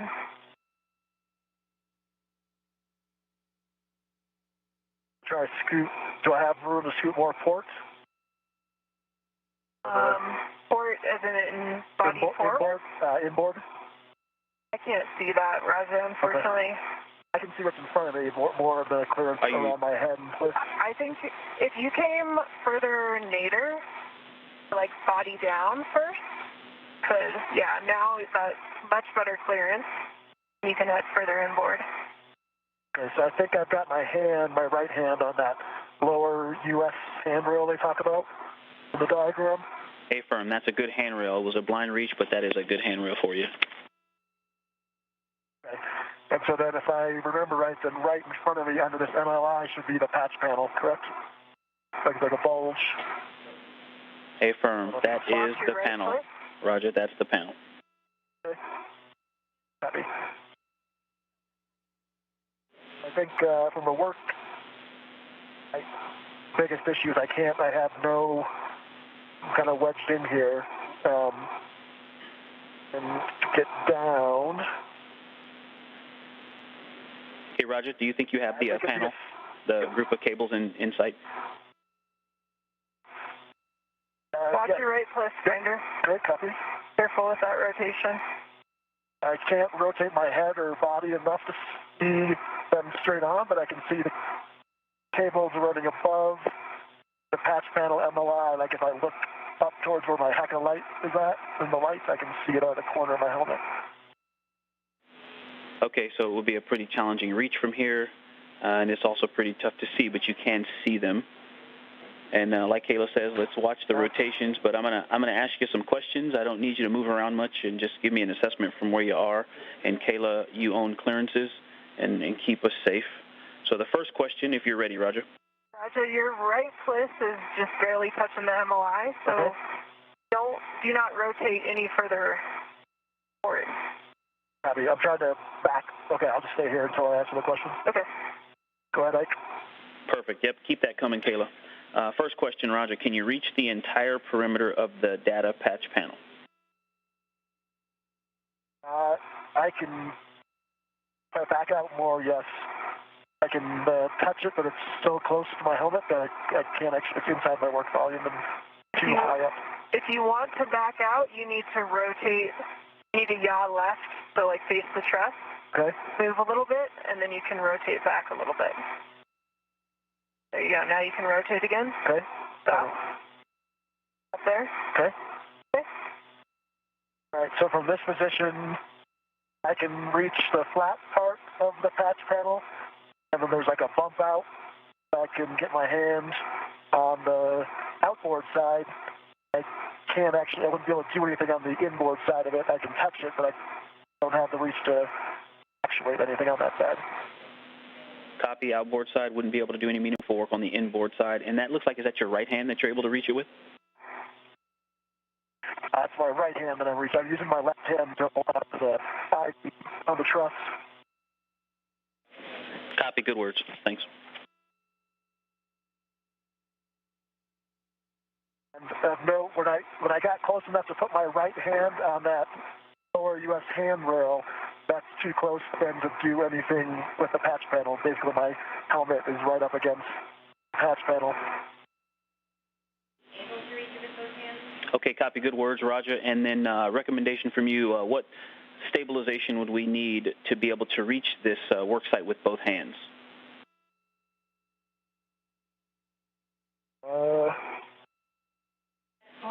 I put the BRT on the handrail behind me, this one? Yep, I agree. That's a handrail just inboard of width 9. Handrail just inboard of width 9 as a potential BRT, copy. And do you remember that APFR image that we sent you? Yeah, where I'm kind of on my back, sort of. Your feet would be a little more inboard. You think you'd be able to get into that position if you remember that image? I'm trying to remember, so my back, in that picture, my feet are pointed inboard, and my back is nadir. Back towards nadir. Your back would be outboard. Your back would be outboard.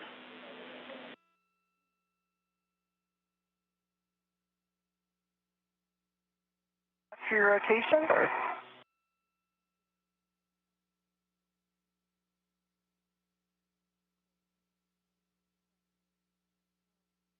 I'm not sure we're going to be able to answer that well, since we don't have the picture in front of us.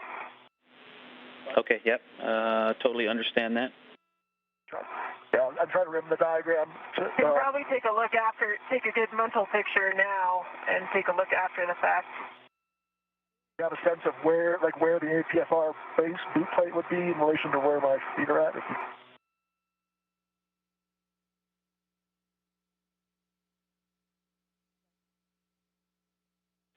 And Raja, say again, please. I'm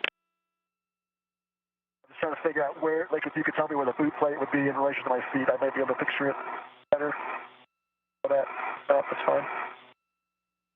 Watch, don't back out any further. Okay. Copy. Separate idea is that BRT handrail that you guys recommended. Do you think that BRTing to that handrail would allow you to access the panel with both hands?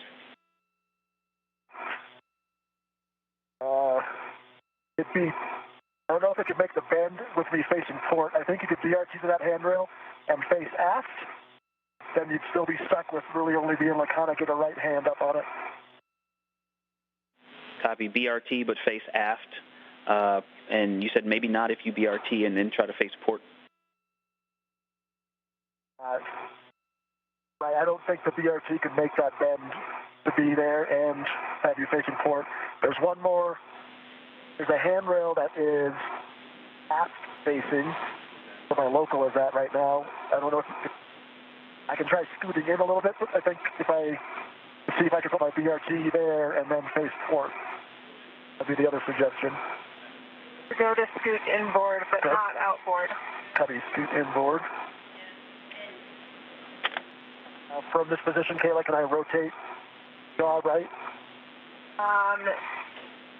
Maybe about 10 degrees. And more if you pulled yourself further aft. Okay, stop. Okay. But this would be the handrail I'm on now, the left hand would be the other handrail you could put a BRT on.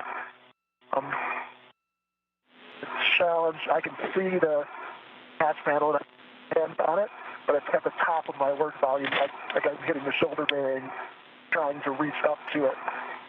Copy. I try to be able to get the MLI off, and then it'd be hard to actuate things though at that reach. Copy. And you said it's the handrail that your left hand is on is where you're referencing? And it's I can't see the number on it, but it's aft facing. Oh, okay. I got a picture of him holding that, kind of simulating a BRT with his left arm.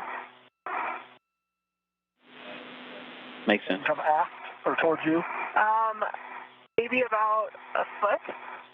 To get out, Raja, because of the bump out over here, you're going to need to face the truss more. Okay. And then go a little bit nadir. From this position, I could BRT. I could get both hands on it. It's right at the limit of reach, both up and okay. EV1, EV2, away from my body. Stand by for me. Stand by. We're going to have you pause. We're going to come up with another plan of attack here and have you assess something else for us. Just stay where you are. Okay. You phone, Raja? Fine. Hanging out.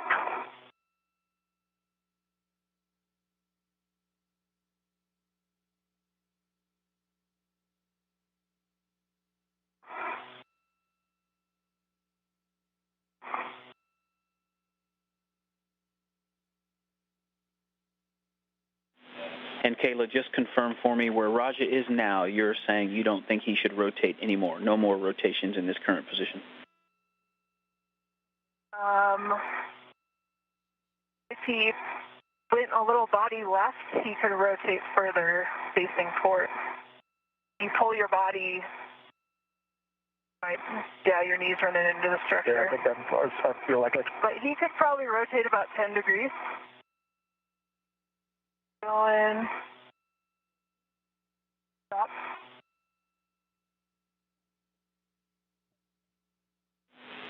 Okay, copy. Thank you.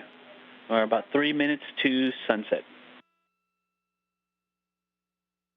Just FYI, sounds like I'm only getting calm in my left ear, so I'm not getting stereo, but I'm still hearing both of you fine. Only in one ear. Roger. Okay, copy that. Only comm in one ear, EV2. Correct. The left ear, the right ear, I'm not hearing anything anymore. And Roger, how's your HAP at this time? HAP is dry. Okay, copy dry HAP. Which ear are you having comm trouble? The right ear, I'm not hearing anything. I don't feel any moisture in the ear or anything. It's cut out about 2 minutes. Copy, no comm in the right ear. No comm in the right ear. And a dry HAP.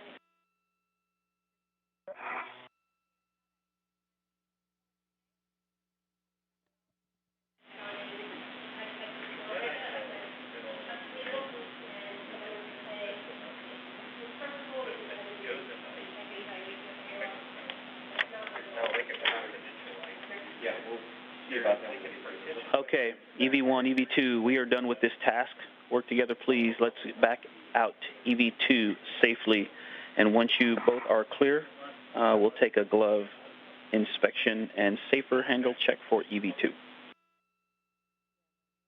Hey, Raja, if you could yaw left, so face the truss more. And you're going to need, before you come further outboard, you need to go at least a foot, maybe a foot and a half further nadir. Okay. If you could grab that left handrail with your left hand. Gotta get the local up first.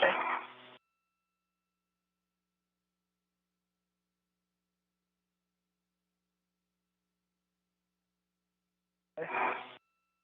Now you're good to continue outboard.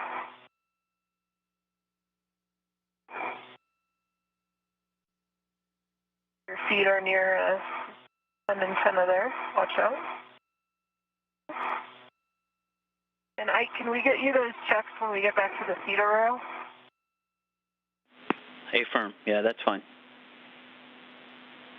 A lot of handrails up here for Raja. Be better for him to just head back down there. Hey, firm, if you two want to transfer back to your bag location, then we'll take the glove checks, and then we can pick up those bags.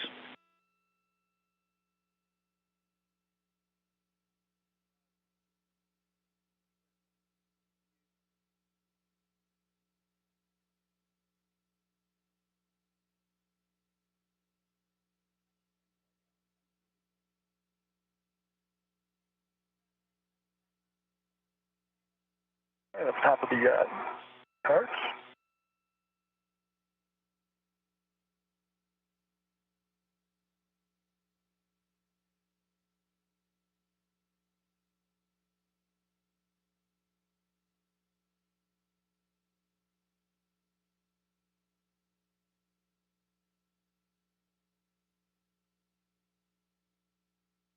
I'm back on the seat of handrail. And moving down, Kayla.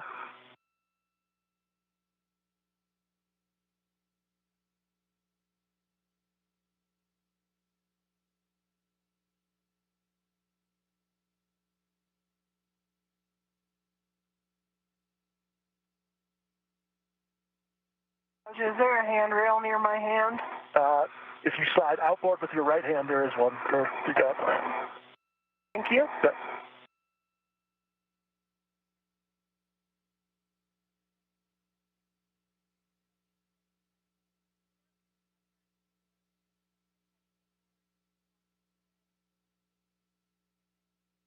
Raja, could you head inboard just like a foot? Yeah, absolutely. Till I get down?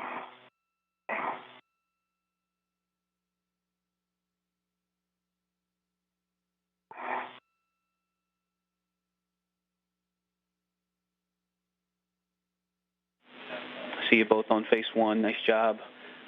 Over to you if you want to grab your green hooks first. We need to pick up those green hooks, and we need to pick up the bags. So finish up your glove checks, and then let me know which you prefer to grab first.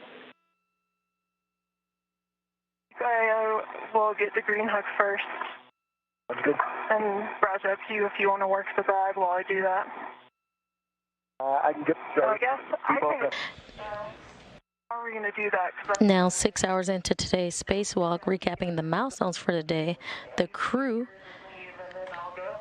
at 7:12 a.m. Central Time, NASA astronauts Kayla Barron and Chari turned their suits on to battery power, marking the official start of today's spacewalk.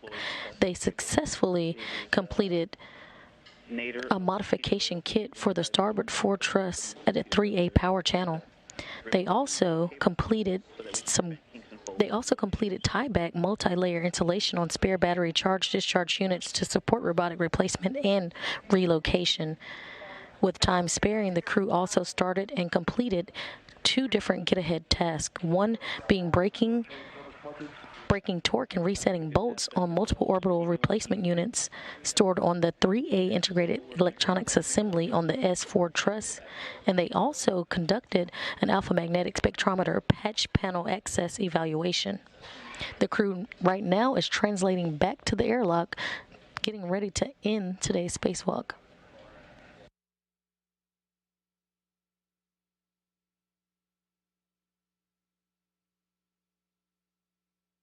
Raja, you have a go.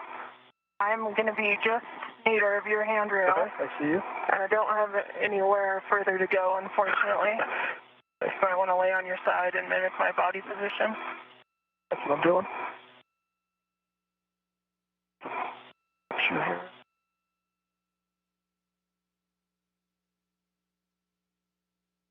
All right, let me get my bump on you. I just, could I put a local on your handrail? Yeah, yep. Okay, thanks. I'm going to do the same.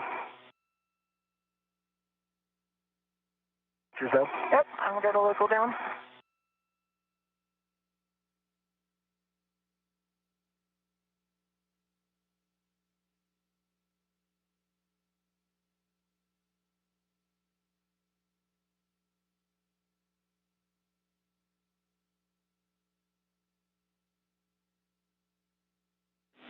Two minutes to a handover. Green hooks picked up. Let's start heading back towards my crew lock bag. All right, nice job, Roger. And when you get a chance, we need a safer handle check from you. Okay. And I think I just looped around my... Make sure it's in a good config.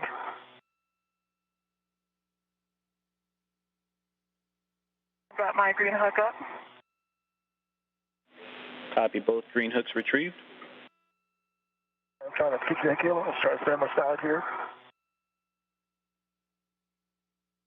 I'll get you my safer handle check when I get back to the bag location. Sounds good. Roger, you let me know when I'm good to come back up. You should be good to move now. I'm back on the strut bag here. I'm trying to get it on your side. Yeah, you're good to move up.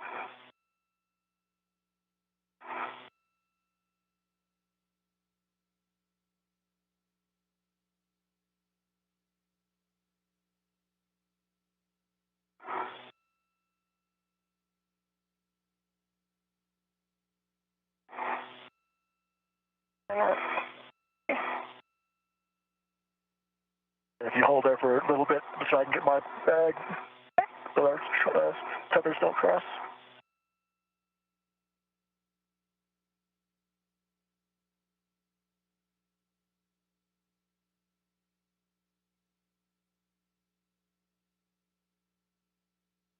The right safer handle down is down, Kayla. I can see that.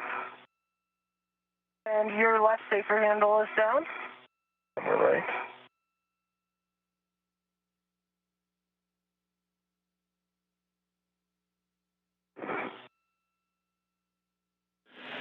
And were those both for EV2?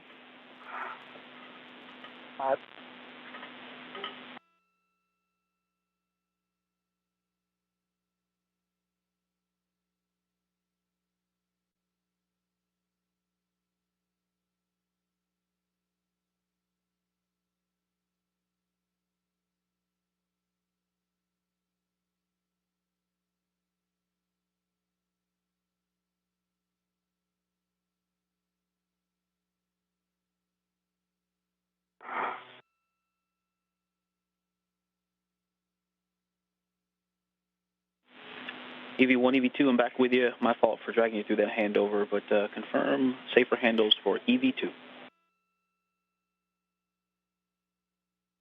EV2, both safer handles are down. All right, copy safer handles for EV2. And then, yes, EV1's grabbing the strut bag onto the BRT. EV2's grabbing the crew lock bag onto the BRT. And I'll let you know where to go from there.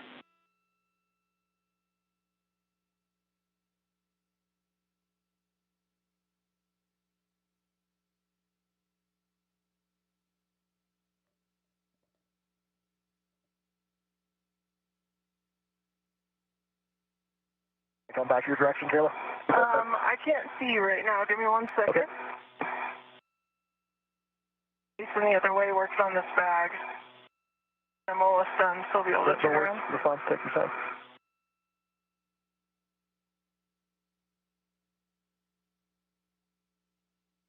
We're pretty close to each other, but you could probably come left a foot if you need to.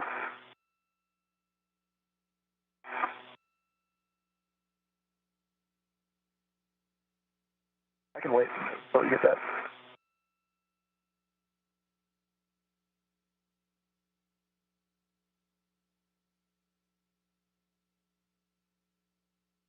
Ready to get the crew lock bag?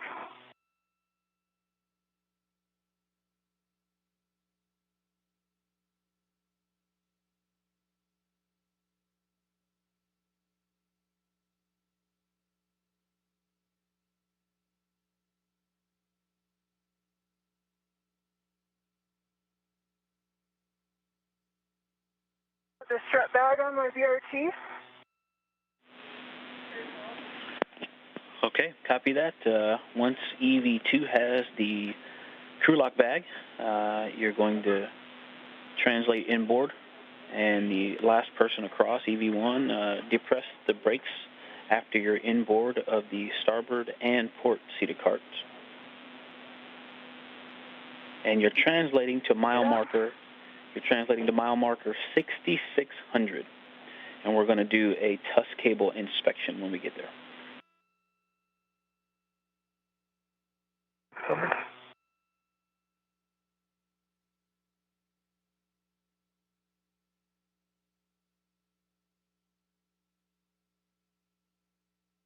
I've got crew lock bag on my BRT. Copy.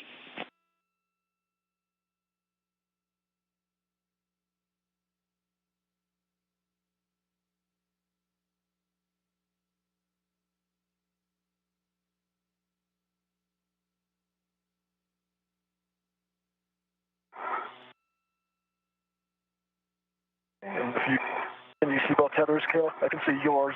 I can see mine, but not yours. Yeah, mine is out under the seat.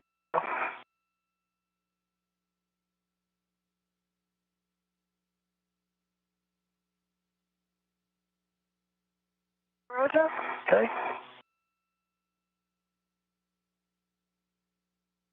I'm looking for 6600.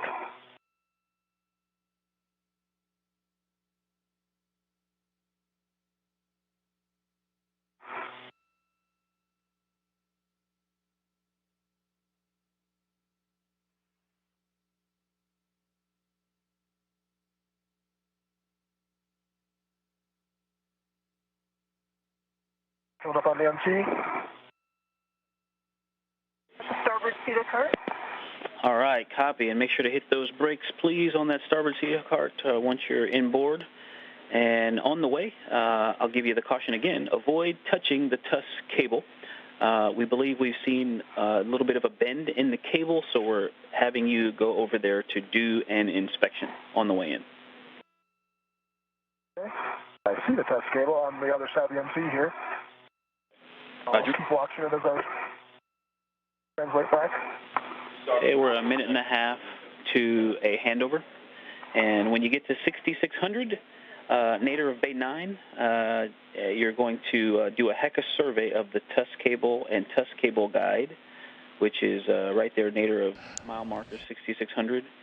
We're currently in a brief handover period, but you're getting a live shot of the International Space Station Flight Control Room, where you hear NASA astronaut Victor Glover talked to the crew as they head towards the crew airlock to end today's spacewalk. Before they do so, they will be taking some HECA or HD images. Brake pedal depress.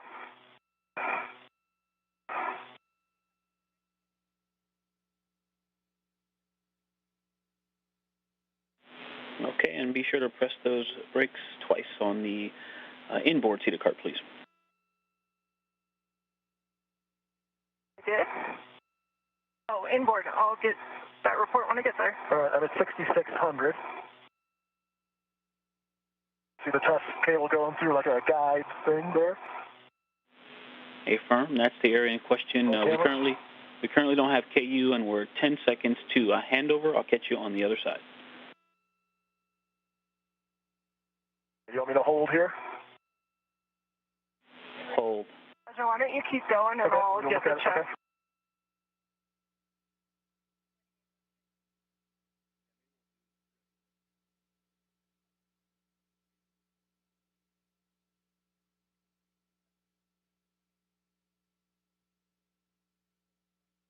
Tether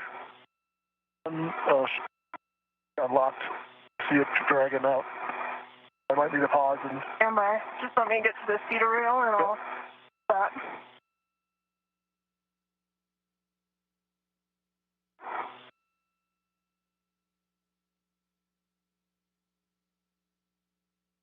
All right, I've got the port cedar cart brake pedal depressed twice. I'm turning around. I agree your safety tether looks like it is unlocked, or your reel is locked, I mean. It's unlocked. Oh, that's... Maybe it got pulled too far, and you need to pull it a little further to get it to... That's starting to retract. Okay. It must have gotten... Not wanting to go all the way, though, you're right. Hard to suck up the excess.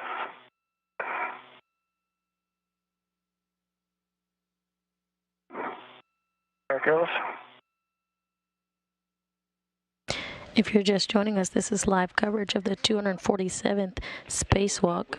And we're just waiting for KU to lock up. And then once you've located the area of concern, mile marker 6600, and go nadir, and you'll see the tusk cable going through guides, the one that's almost directly nadir of mile marker 6600. NASA astronaut Kayla Barron and Chari have just completed the AMS, or alpha magnetic spectrometer patch panel assessment, and it's moving inboard. The plan is to perform a HECA or HD camera inspection of the TUS cable and cable guide on the way back to the airlock. And the test cable looks great. No kinks by perspective.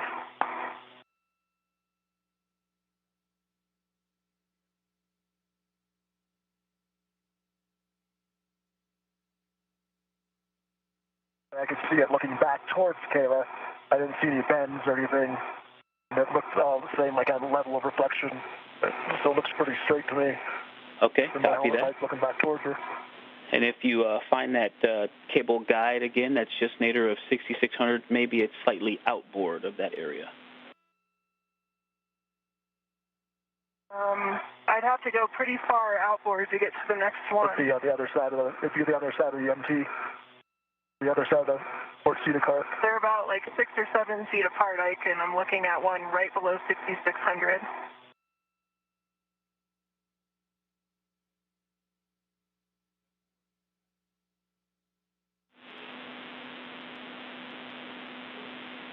Okay, 6600 to Kayla. I think you're near 6600. Is that correct? Firm. I am at 6600. There is a tusk cable guide immediately nadir at 6600, and the tusk cable looks straight, no kinks. Okay, copy. And I'm pretty sure I can see in my helmet lights the next one is under the port edge of the port seated cart is where the next guide is at. Okay, we're straight running through that. The area where Kayla is what we're concerned about, the one right under 6600. And so, Kayla, are you able to see both inboard and outboard of that guide, just on both sides of the guide, and the cable looks straight on both sides? Firm, it is straight. And if you're able, I know you still have that strut bag on your BRT, if you're able to go nadir of it and look zenith, go under it and look up, that's the perspective that we think we've seen. The only problem with that, Ike, is I'll risk touching the test cable to do that. I have to get at a pretty wide wingspan down there and get the orientation you're asking for. But I'm looking at it and it's not kinked. Yeah, we can see it in your helmet as well. It's at the bottom of your helmet view, but we see it as well, and yeah, it looks good. Again, the image that we have on the ground here is from nadir looking up, but if you think it looks straight, you're the eyes in the field, and it is a slight bend. What we're seeing on the ground is a slight bend, and that cable is so wide, it's like a ribbon, right? It's on the nadir edge of that ribbon, so are you maybe able to get your mirror down there right under the guide, just outboard? Are you able to maybe see it in your mirror? I can see it from here, actually. Maybe like 2 inches outboard of that guide. There's like a small dip in the cable, but I wouldn't call it a kink. It's looking at it from where I'm at. It's just the line's not perfectly straight there. Yeah, I see what you mean, Raja. So maybe what it is, Ike, is no. So can you see it in my WVS right here where I'm pointing? Affirm, yes, Kayla, we do see that. And I also see the little bit of a divot in there that you're pointing to. Not a divot, like a bend in change in direction. That coincides with the small, I don't really know the right word to describe it. That coincides with what Raja was describing. It doesn't look like a big problem. Okay, all right. We think we've got what we need. So if you guys are good, we are ready to continue back to the airlock. I am ready. Okay, and you want pictures of the pit pin when I get there, correct? Yes, affirm. And remember, you each have fare leads. EV1, yours is on 3410, and EV2, yours is 3409. You can grab those adjustables and continue back to the airlock. Copy. Where are you right now, Raja? I'm just down the cedar, just started down the cedar spur, and I'm just at my adjustable. The crew has just completed the HECA inspection of the TUS cable and the cable guide on their way back, and they're now on their way back to the airlock. Get that a little further. Okay. I can continue inboard a little bit? Yep, I think that'll be fine.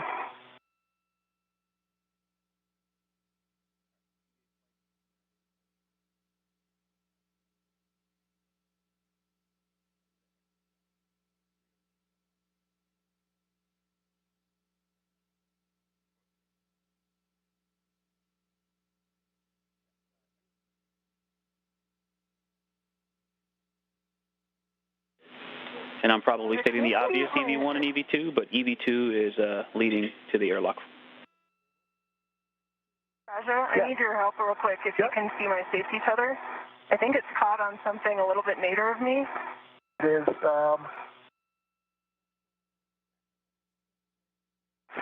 maybe the corner of that box. Not quite sure how to, yeah, there you go. Thank you. Yep. Clear. I'm heading down towards the airlock.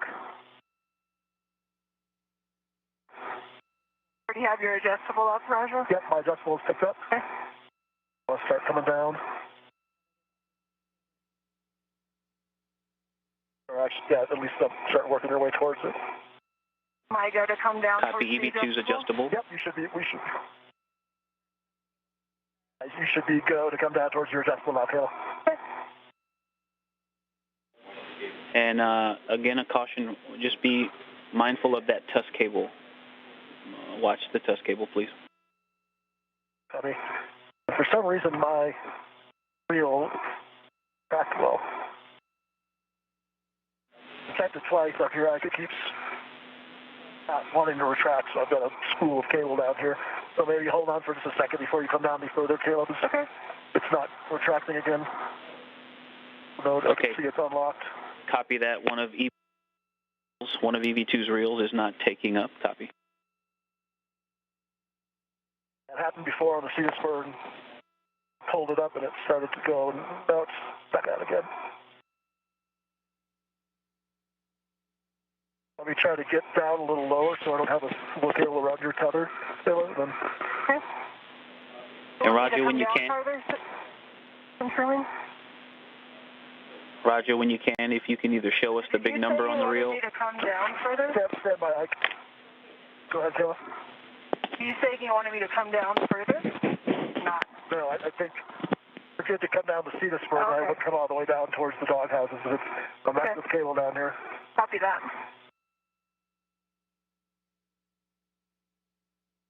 Okay, go ahead, Ike. Okay, Roger. If you have a chance, we'd like you to either show the reel, the big number on that reel to the camera, or just report that number. Yeah, stand by. I'm trying to pull it all in. And one other thing you might do, once you've confirmed it's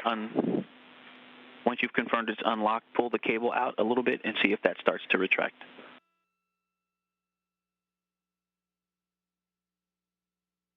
$28. Copy 28. Kind of pushing it in.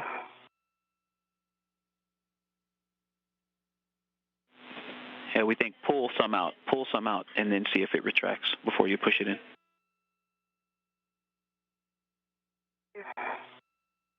I'm just free floating down here, Kayla.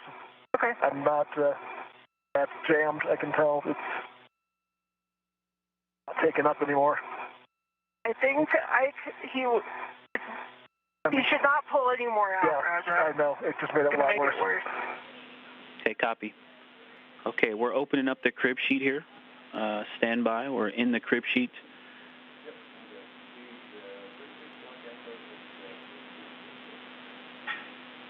Okay. Let me try to get on the aft part of the do not attempt standby. Here, Kayla, so I'm not in your way. Yep, just stop for a second and stand by for me. We're going to get together and work this crib sheet procedure. And the first thing is a caution, do not attempt to push or assist the cable back inside the tether reel housing. How copy? Can I just talk to Roger real quick before we get into crib sheet? Go. I think it might help if I can come down and get eyes on it and maybe actually help him, but I just need his clearance that I'm okay to come down. You're clear to come down, Kayla? I'm trying to pull all this tether clear of you. I mean, so you I could also just stay away if we're worried about me getting caught up in it. And so for EV1 and EV2, the next thing that we're going to do in this procedure is to coil some of it up, and that might help clear the path for you to get down there. What do you think? I've got control of it over here, Kayla, so you can come all the way down to the part of the circular handrail. You should be clear. Yeah, mine's not really... Oh, there it goes. Okay. I'm coming down. Go ahead, Ike. Okay. So we've verified that the reel is unlocked? It is unlocked. Okay, verify the tether reel and or cable guide is clear of FOD. I don't see any FOD in there. I can see the braided cable on the inside. I can see, looking in there, there's one piece of cable that's like crosswise. Normally they all go in a straight line. Everything else is parallel, and there's one that's diagonally running across them in the inside. Copy. Good words. Thank you. And you can coil the safety tether in order to bring it inside. Okay. You can wrap it around the reel housing. And the thermal cover. Copy. Thermal cover. The thermal cover is caught on your safer. I'm going to work on the tether here.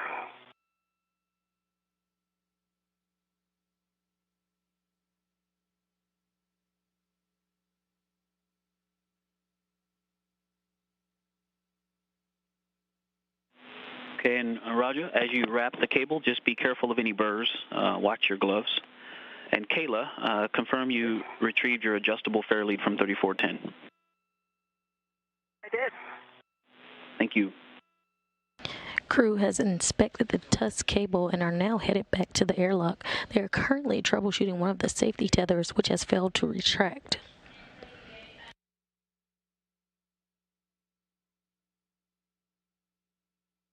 Trying to figure out how to. I've got it coiled. What do I do with that coil? Open question. You could tuck it behind your mini workstation, or wrap an adjustable around it, or if you feel like you can get in. I think I'll do the adjustable, maybe. You can just take it in with you. Taking it in might be the best bet. It's just, I think if I wrap an adjustable around it, I don't think it'll be tight enough to actually hold that. Yeah. I think your best bet is probably getting inside. If I try to chuck that in there, I think it will go up inside there. Yeah. One challenge is how we're going to get inside with, normally I would daisy chain to your tether, but maybe we should both go to the airlock D-ring. D-ring? Not a bad idea. That way you can just manage your tether. That's probably a good idea. I could probably hold your coil while you get inside and put your local on the airlock D-ring extender. And then I can put them and you can have yours. The hook. Yep. And then I can hand you the bundle back. Sounds good. A little closer. Are you okay with that, Ike? Okay, Kayla, we like that plan. I just really think about it. If you want to do something a little different, you know, what the procedure was written to will still work. We'll just have to manage that bundle. But if you guys want to both go to the airlock D-ring extender, go ahead and let us know. Yeah, the concern with the bundle is I don't think it's not big enough that something would restrain it. So as soon as we let go of it, it's going to uncoil again. Yeah, I think, in my opinion, we should both go to the airlock D-ring extender because I think it would be difficult to manage the bundle otherwise. Copy that. We are go with your plan.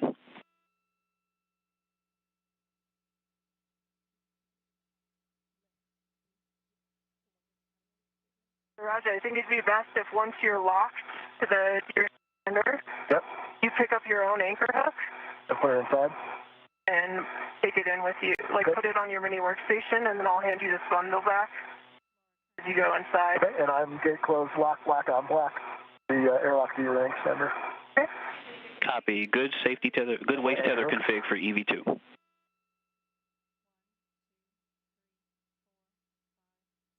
I still have to get rid of my crew lock bag, but I can do that once I kind of push this up into the airlock just to get it out of the way. Okay. Are you ready to take it, or do you want me to hold it for now? You want me to try to get the crew lock bag in first? Yeah, why don't you do that since I've got the bundle? Okay.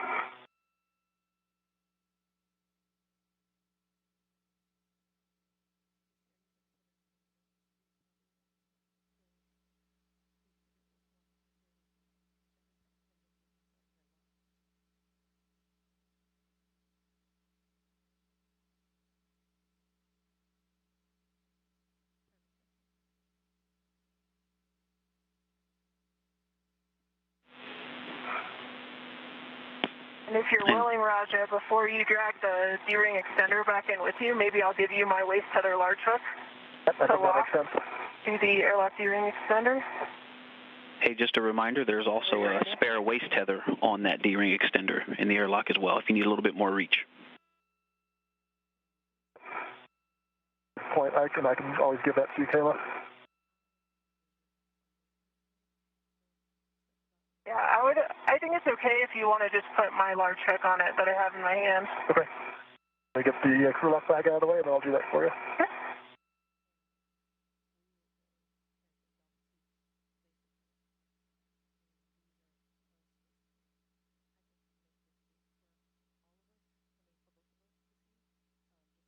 Yeah, the crew lock bag is connected inside. Let me get back to the Rex.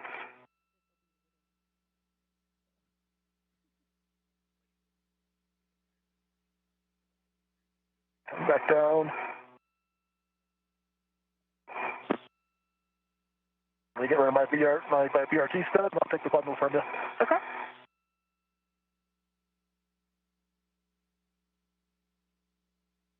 Maybe do my hook and then I'll give you the bundle. Yep.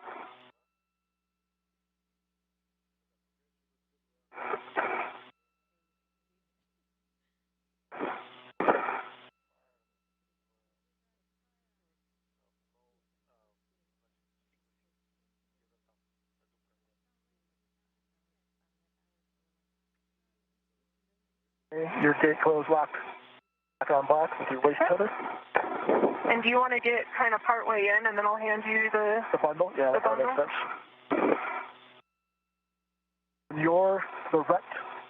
The strap bag is on this same thing. The heater extender. Just want to get parts way up here, and then I'll take it from here.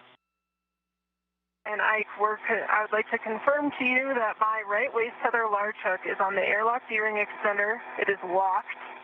I have a good load pass through my right waist tether. Copy. With your right waist tether, that is a good config for both EV crew members. Okay.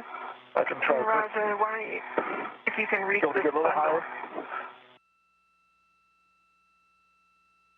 You need me to get a little higher? No, you're fine. I'm trying to get my reels out of the way, and then I can get the bundle behind them.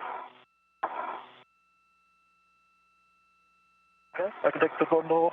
Sorry. It's okay. As the astronauts enter the crew lock portion of the air.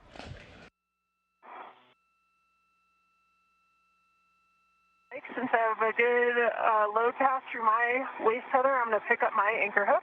Do you agree? We are go.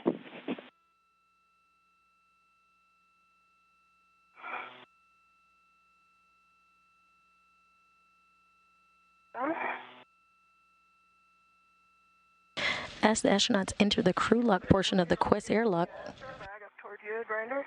Okay. With you on 2. I'll try to clear out of your way here. Hey, Alex, it's Mark. Tom are you okay with me passing it to you? The sniff test came up negative. Let's say again, negative. He's about to do you need me to do the rest? Hold on. If I can do it, I just need to get the tether. Copy that, and we will wait for the CSACP reading. Okay, we got all zeros on the CSACP. 0, 0, 0. Okay, if you want to pass it towards me, I can get a red on it. Thank you, sir. The main thing is you want to get. I've got a red on it. You're going to release my BRT ret if you can. It's on the handrail. Mark, we copy all zeros on the CSACP reading. That's good news. We're calling this a false fire. Copy, false fire, and second reading was all zeros as well, and I take it that means there's no crew actions. I'm going to try to slide up out of your way here. Take room for you. There are no additional crew I'm actions. going to do a heads-up ingress. Okay, copy. Copy, thanks. I'm over the UIA, and should be out of your way here. Let's see that. And Ike, did you want us to try to get that pit pin imagery? Negative. Negative on that. Continue your ingress. Nice job working together to manage that reel and cable. And just a heads up to you, we had a false fire in Cygnus. It did some reconfig, and so at this time you're not going to have O2 on the SCUs. We are going to continue with ingress nominally at this time. We're working to get O2 back on. Vehicle O2. We're working to get ISS O2 back on. I'm just going to try to put my anywhere station end effector on the thermal cover real quick. Okay. And hey, if you could, when you both have a spare finger, get your heckas off, please, OFF.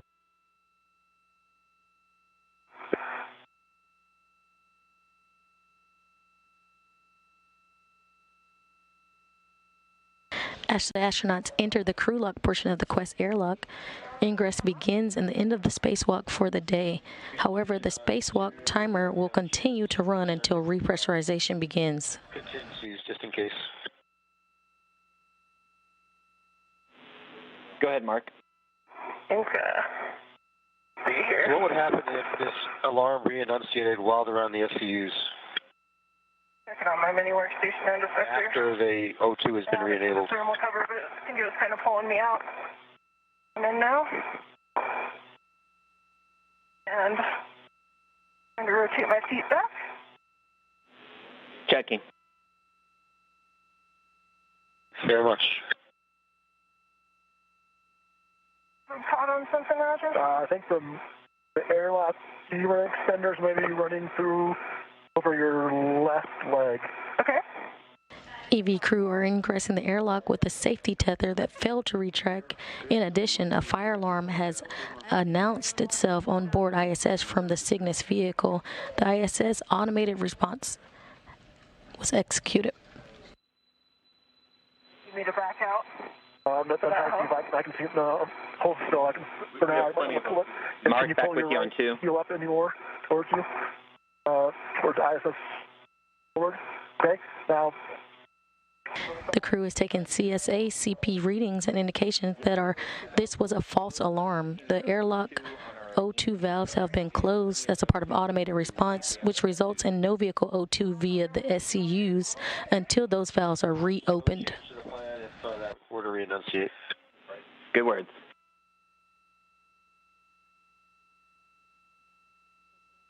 I'd like to maybe, I need to kind of roll onto my stomach, Roger. Okay. I'm not, I think I might be running into you or something. There's a waist tether going between your legs. I'm trying to figure out how to undo it. Гайфцу по Москве ВСГ-2. On space to ground 2 for Anton and Fyodor 4, come config for interview.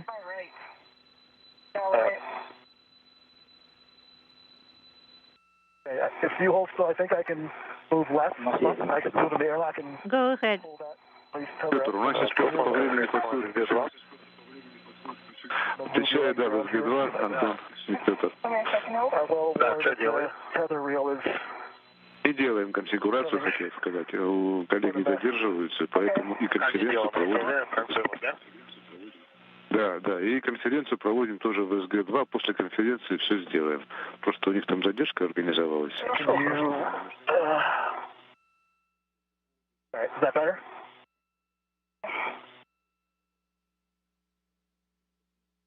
Anything? Hold on 1 sec here. PGT out of the way. Space to ground 3 for Roger, Tom. And Roger, I just need to back out. Get out of the... Yeah, I can't clear anything more. It's basically the airlock D-ring extender is going behind your left thigh. My left side feels clear, but right? Your right side. I can't pull it further, any back further. What if I go back up like this?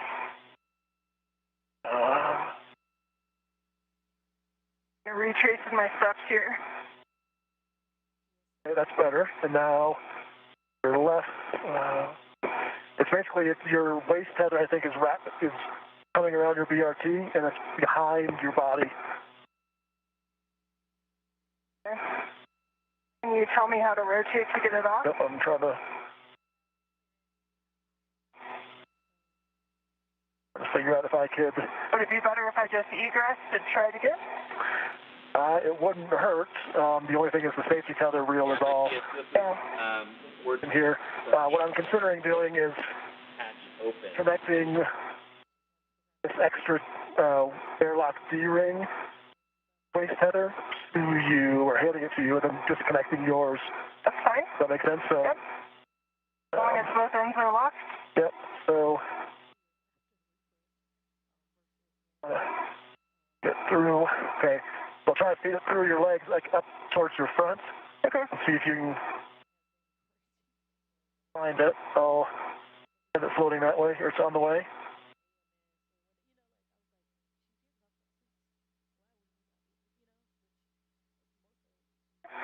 If you put that on anything, the small side is black on black, gate closed. So if you anchor that to something, you'll have a load pass. Our truck is gate closed and locked for the left steering extender. So now, this is the one that's causing you pressure. I'm going to take that off your left steering extender. All right, pushing your leg down here.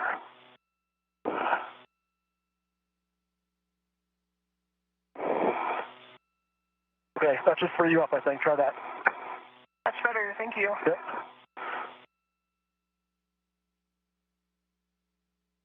And I can move out of your way some too. I'll work on the strap for the thermal cover.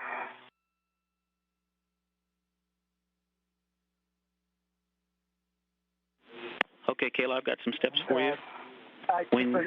Go ahead. So you're following, we both have load path. I just swapped which waist tether is attached to Kayla for her load path, so it's the spare waist tether is now attached to her.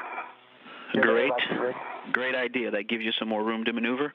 And once you two are situated, let me know, and I've got some steps for closing that thermal cover all the way.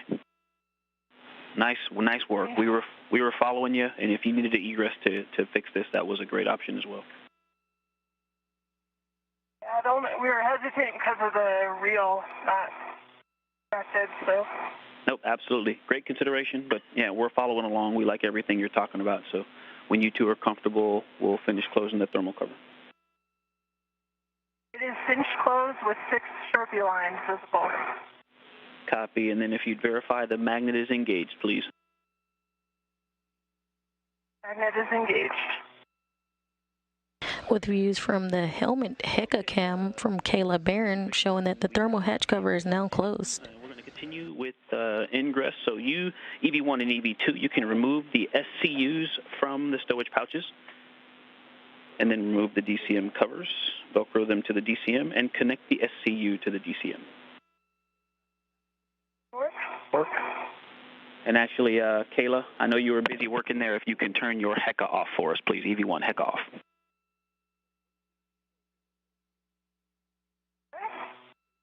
Just FYI, we've got quite a tether snag configuration going on back here with the tether reel and then the rep from the strut bag wrapped around that. So my EMU TV is no longer on my helmet.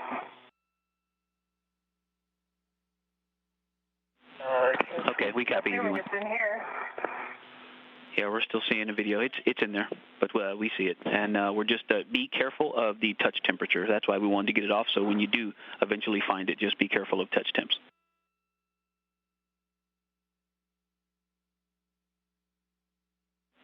And it looks like it's in the overhead at the port starboard handrail pointing at the hatch. But don't worry about that now. So we'll get the SCUs out of the pouch, DCM covers open and Velcroed, and then connect the SCU to the DCM.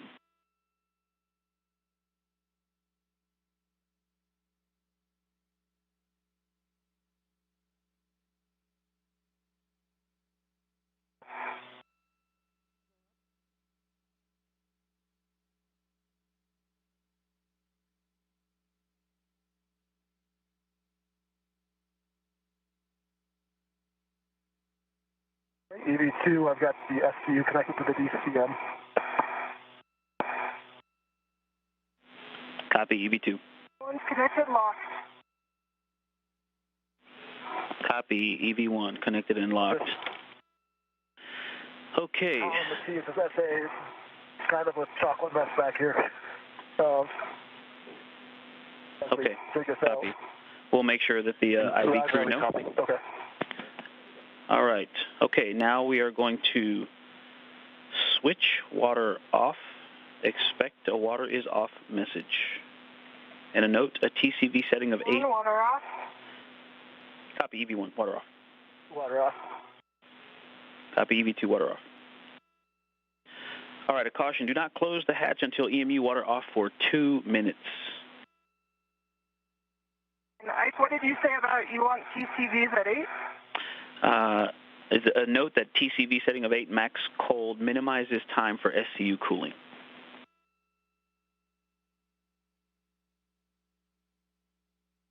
Once the crew lock is completely repressured, the astronauts on the other side of the Quest airlock will bring our spacewalkers from the crew lock portion of the airlock to the equipment lock and will help them doff their suits, and the safers will be removed.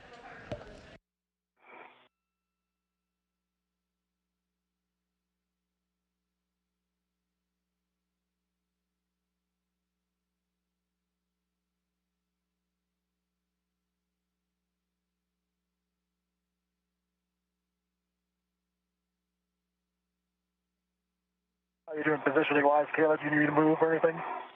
No, I think for now I can reach the hatch keep. Okay. I might need to move as I'm closing the hatch, but I'll let you know. Okay.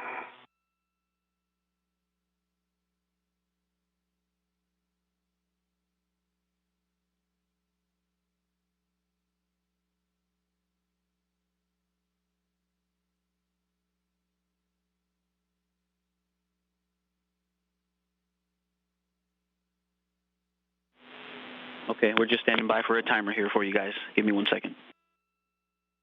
No worries.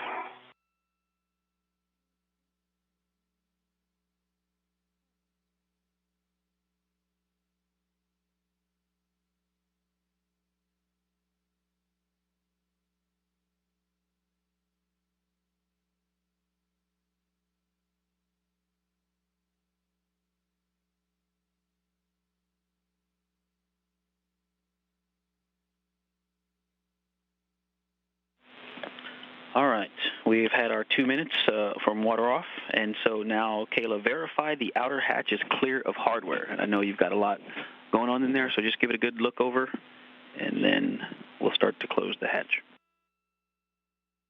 Outer hatch is clear of hardware. Okay, verify the handle position per the hatch decal. Listen.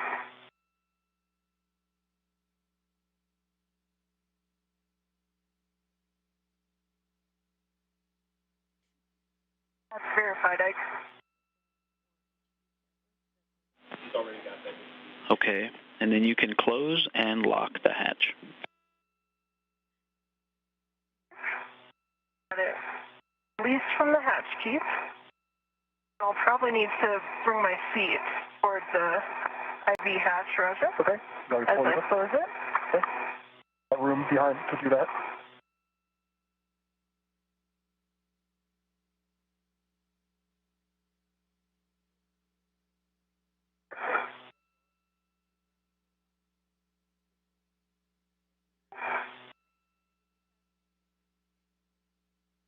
Getting it latch.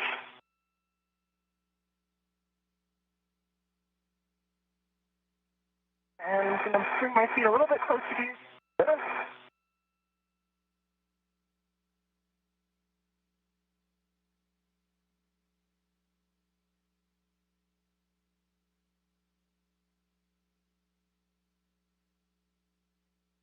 Hatch is latched and locked. Nicely done. Nice job. All right, My HECA is off. nice job. Way to grab that, HECA. All right, we are moving to the pre-repress cue card. All right, EV1 and EV2 on your DCM. Check your SCU is locked to your DCM. SCU is locked to my DCM. SCU is locked to DCM. All right, EV1, EV2, check switch water off for 2 minutes. And we gave you the 2 minutes. My water switch is off. EV1 copy. EV2 copy. All right. And the crew lock, check EV hatch closed and locked. Hatch is closed and the latch is locked. Copy, Roger. On the UIA, check the oxygen EMU 1 and 2 valves, open. They are both open, 1 and 2. Okay, Roger. Check switch power EV1 and 2. 2 switches on, ON. They're changing on. Okay, 2 power switches on and 2 LEDs green. Confirm 2 LEDs on? Correct, 2 LEDs are on. Okay, check power EV1 and 2 volts equal to 18 to 19 volts. EV1 18.8, EV2 18.6. Good numbers. All right, on your DCMs, switch power to SCU and EV, expect a warning tone.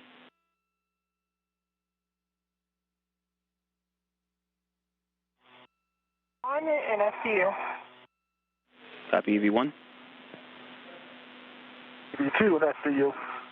Copy EV2. It has been an honor and a privilege working with you. Way to go, Turtles.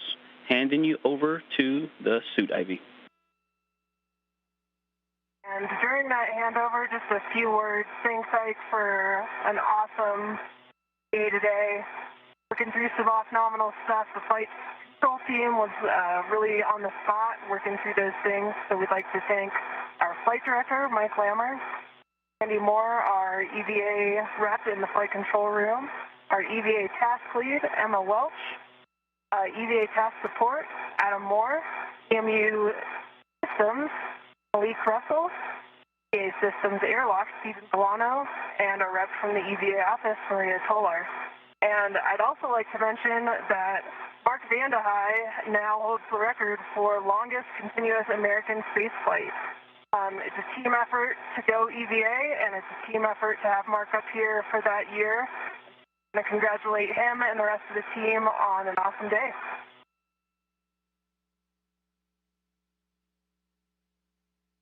And from the airlock, Kayla, thanks for those great words.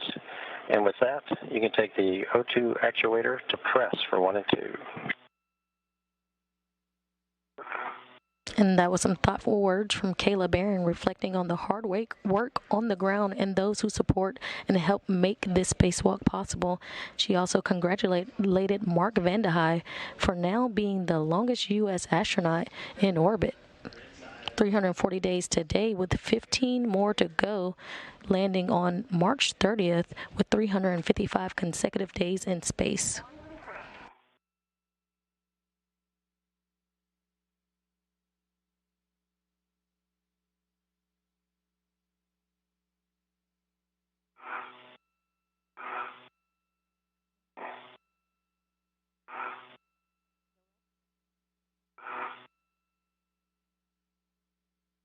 And EDT's still working it.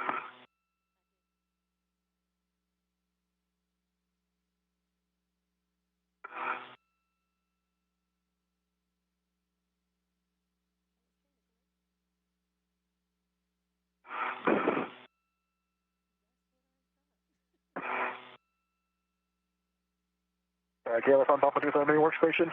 Awesome. And let me know if I can get out of your way at all.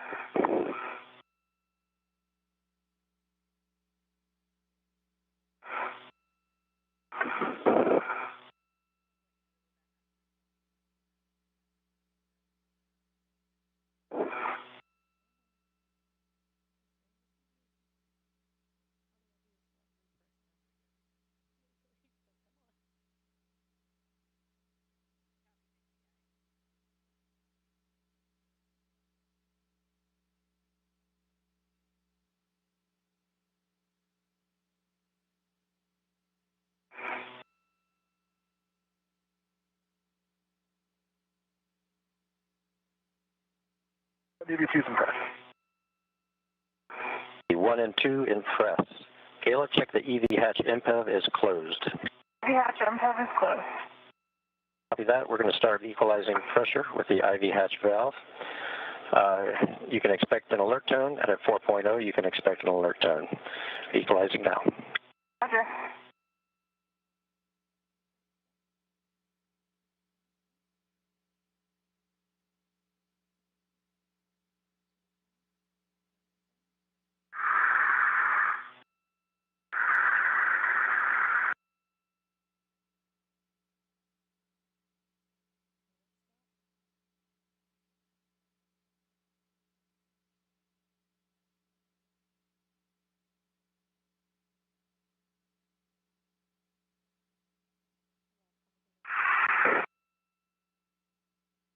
Maybe slow down a little bit. Slow down just a little bit.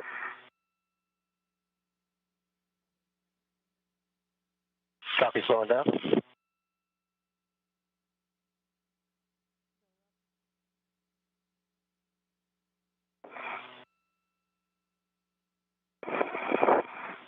I got a good clear on both sides. Okay. Get the continues. That's the rate. Yep, we're good.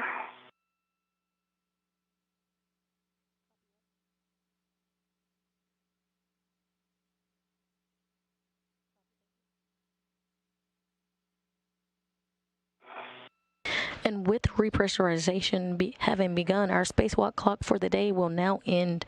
The spacewalk officially ended at 2:06 p.m. Central Time, 3:06 p.m. Eastern. The elapsed time for this spacewalk was 6 hours and 54 minutes.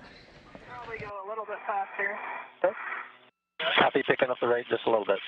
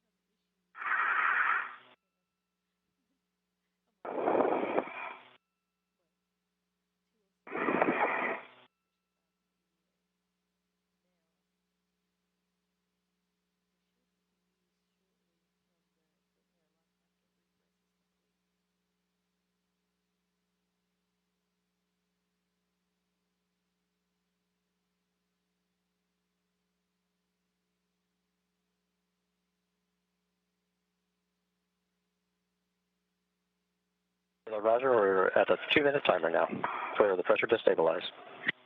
Roger.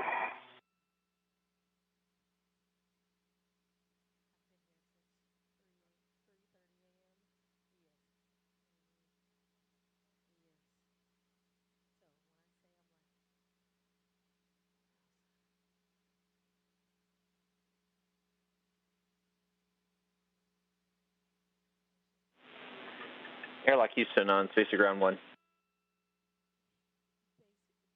Go ahead. Go ahead on 1 for the airlock. Yes, sir. Just a couple of things. A reminder that potentially EV1's HECA is going to be hot because we were unable to turn it off. So just be watchful there. It is off. Also, a note that the spaghetti mess of the safety tether there, so you might it may spring out when you open the hatch. And lastly, to have the hefty bag on standby. Copy. See it there. We copy. We have the hefty bag on standby right next to us. We'll watch for the safety tether to spring out, and we'll avoid the HECA for touch temperatures.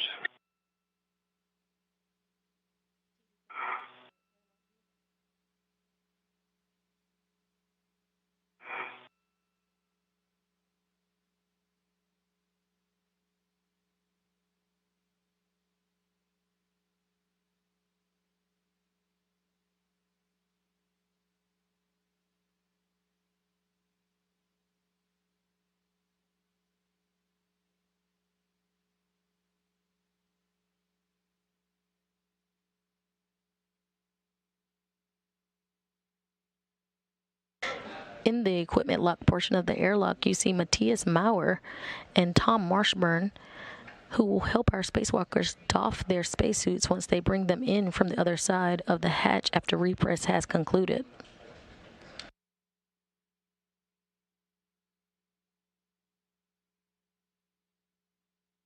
Kayla, Roger. We finished the 2-minute timer. We're waiting for the 1-minute leak check to get pressures. Roger. Copy.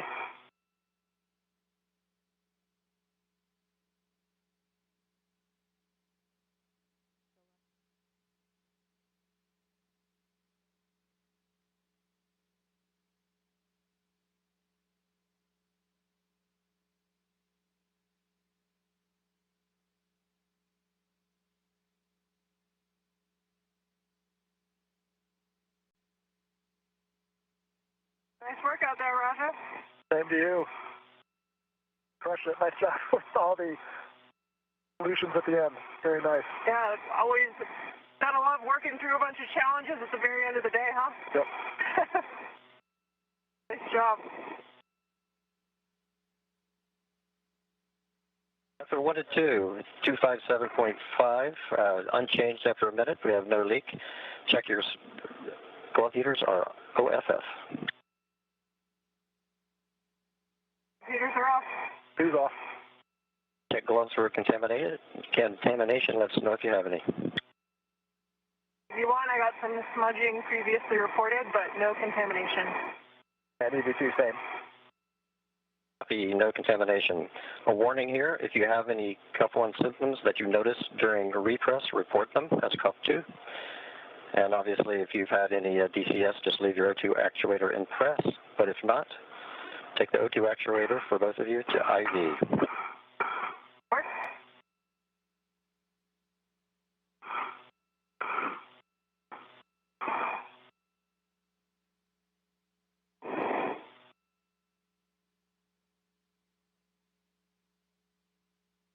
V1, O2 actuators, and IV. And EV2 is an IV. Copy, both in IV. We're in step 11, IV hatch equalization valve. I'll start bringing the pressure back out in there. Roger.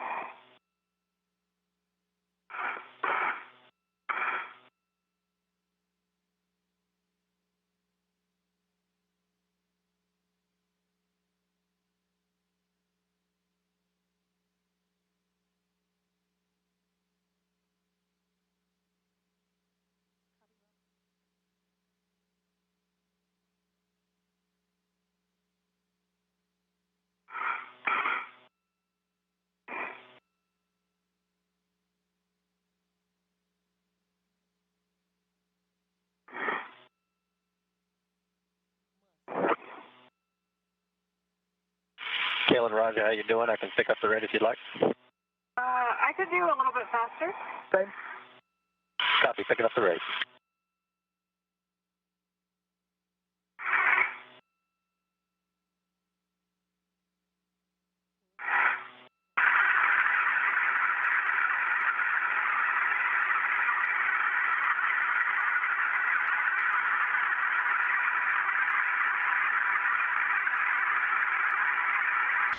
With the completion of today's spacewalk, we have some updated statistics.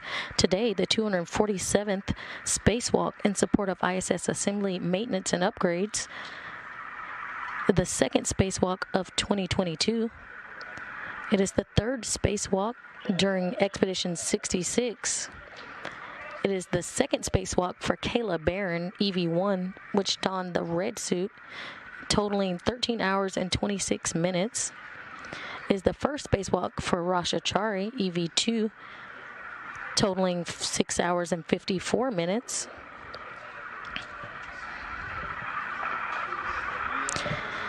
Total spacewalk time over 1,562 hours and 31 minutes, which is the equivalent of 65 days, 1 hour, and 31 minutes.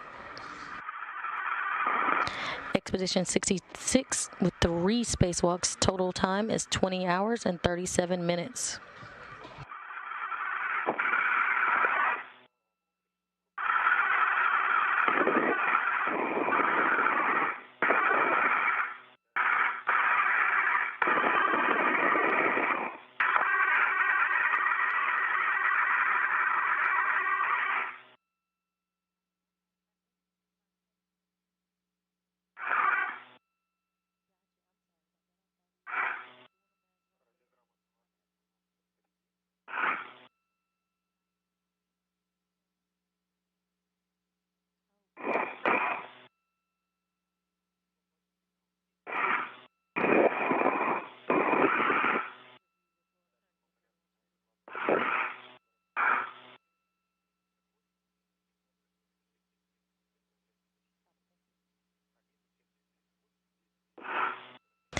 And before we end our coverage, we have another special guest with us, Laura Kearney. Laura is the program manager for the newly created Extravehicular Activity and Human Surface Mobility Program. Hi, Laura. Hi, Shaniqua. How are you today? I'm doing great. We are now at the end of this EVA, and we still have the spacewalkers repressing, but as they come through, we'll see their suits. I want you to tell the folks watching today what the difference we'll see with this suit and future Artemis suits. Well, we're really excited to be building the next generation suit, both for the ISS program and for Artemis. You'll see a lot of similarities, but obviously a lot of upgrades as well. Right, the current EMU is quite old, originally built to support the shuttle program, and has been upgraded for both shuttle and space station over the decades. But the Artemis suit's going to bring some really neat new advantages to us, particularly in the mobility. The mobility of the new suit is going to be greatly increased, and we will not only be using that additional mobility for ISS, but particularly when we get to the lunar surface, where we have a gravity field and we really need that extra mobility so that our astronauts don't get too tired. You're going to see also the suits be able to fit a much wider range of astronaut sizes. So we'll be able to support very, very small crew members all the way up to very large crew members. So a wide range of anthropometric size. Of course, just technology has come a long way since the EMU was first designed. So we're going to see a lot of neat new capabilities, like in heads-up displays and the helmet, a lot of dual redundancy and safety systems within the life support system itself. Of course, when we're on the lunar surface, we have to worry about dust. So we will be making sure we take care of the dust in the special overgarments that we have with the new suit for Artemis. And those are some of just the big highlights. That's awesome to hear, and I now see that we are opening a hatch to get the crew members inside the equipment side of the airlock as they do venture over, and we do see the EMU that we currently have. I know you talked a little bit about the future of spacewalks. Where will the future spacewalks take place, and what are the goals for the suits?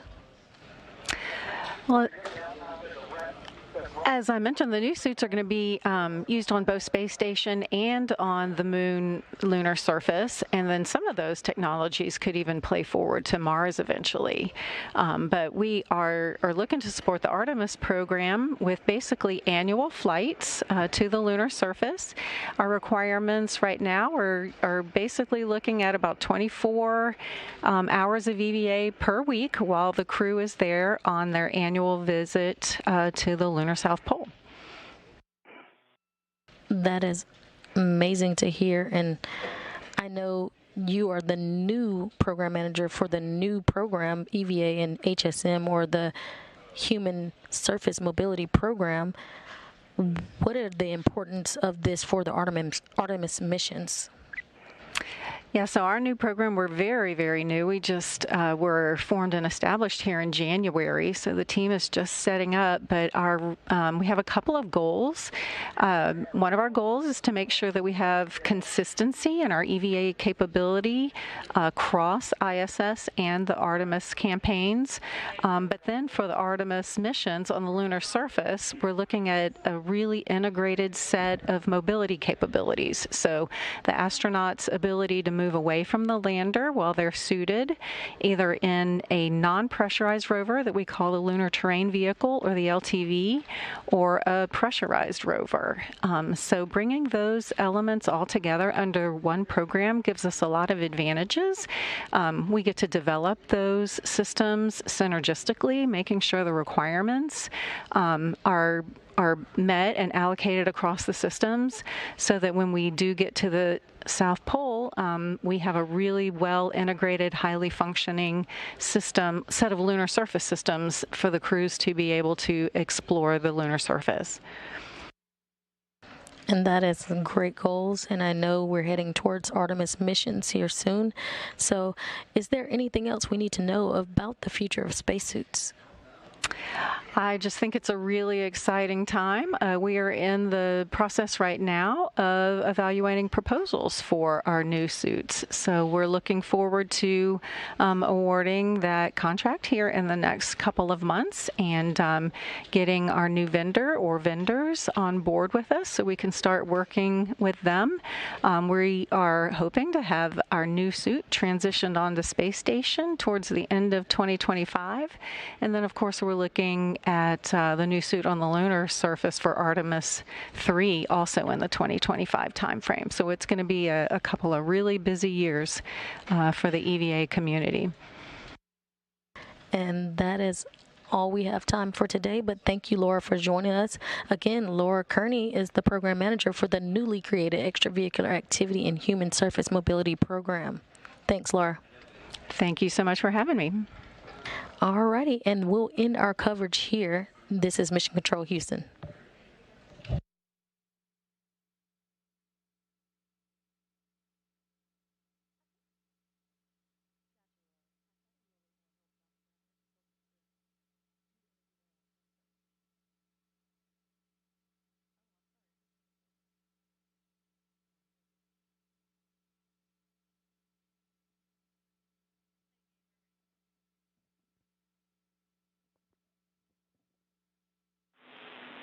Station Houston, no response required. The crew is no longer hot mic'd to the ground.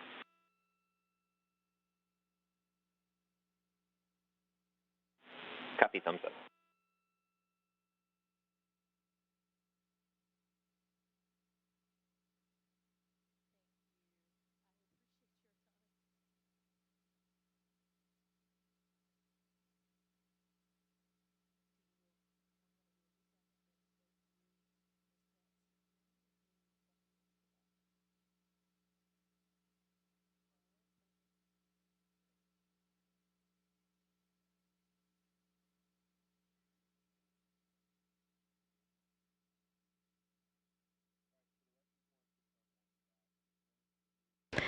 After 6 hours and 54 minutes, today's spacewalk ended. Let's look back at some of the accomplishments on the 247th spacewalk in support of station assembly, maintenance, and upgrades. NASA astronaut Kayla Barron and Chari have successfully installed the 3A modification kit and completed all tasks and some get-ahead tasks that included torquing and resetting ORU, or orbital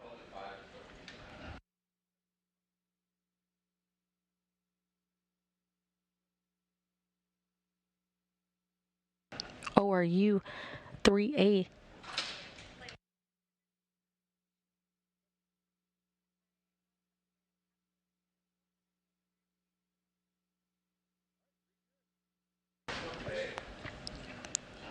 The crew successfully installed the 3A modification kit to the 3A power channel for future IROSA and ISS or ISS rollout solar array upgrades. They also had time permitting and completed a couple of get-ahead tasks as well, including breaking torque and resetting bolts on multiple orbital replacement units stored on the 3A integrated electronics assembly. The crew also completed an alpha magnetic spectrometer evaluation and then moved back inside to the airlock.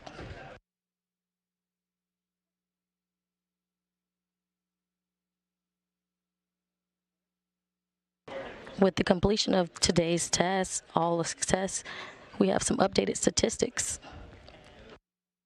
Today, the 247th spacewalk in support of ISS assembly, maintenance, and upgrades completed. Second spacewalk of 2022. This was the third spacewalk during Expedition 66. This was the second spacewalk for Kayla Barron, EV1, totaling 13 hours and 26 minutes. This was the first spacewalk for Chari, EV2, totaling 6 hours and 54 minutes. And the total spacewalk time over the ISS has been 1,562 hours and 31 minutes, which is the equivalent of 65 days, 1 hour, and 31 minutes. with 3 spacewalks. Expedition 66 total time has been 20 hours and 37 minutes.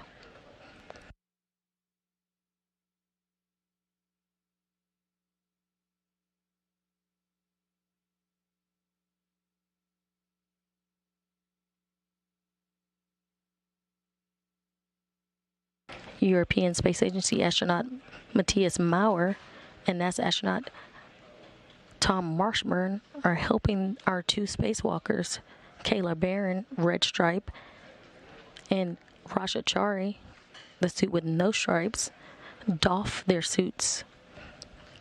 Currently, we see them removing the safer and the tools that are attached to the front of their suits.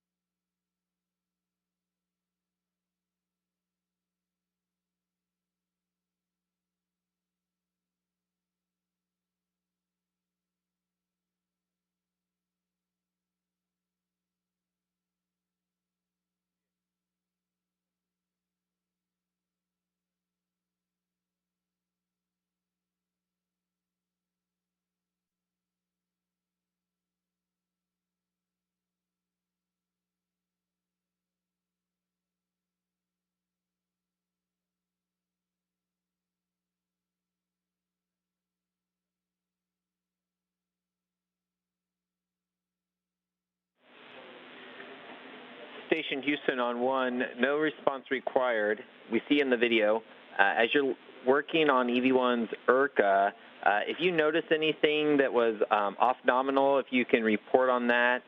Specifically, we'd like inspection of the Velcro on the PLIS and any deltas or any discrepancies you see on the helmet light bracket.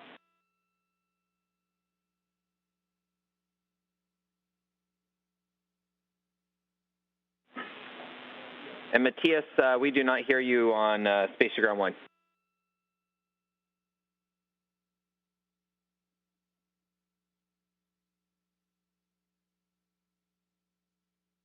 Houston, sorry, I was talking on 5. So I took some photos. The helmet lights came off when we pulled Kayla in. Or maybe they were already off. We cannot really tell when the moment was. But here now on the other, definitely the helmet light is completely loose. And I took photos so that you can analyze, hopefully. Okay, copy that, and also just let us know if you see any degradation of the PLIS Velcro where that strap would have been engaged.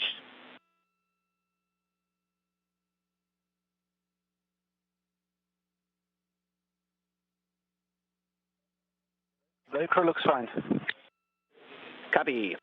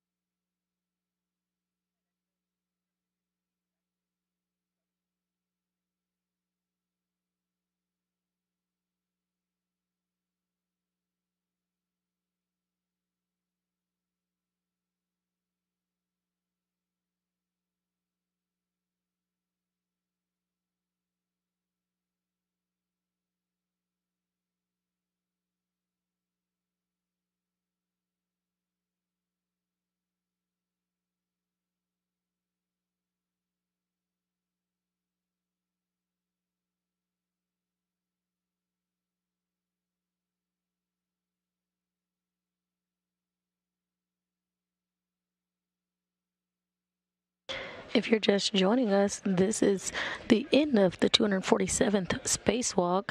The crew is back inside after having a successful day on a 3A modification kit along with some get-ahead tasks.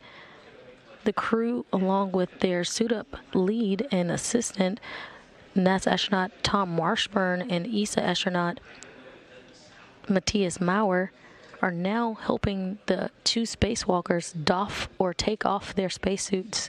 Currently, they are removing their gloves.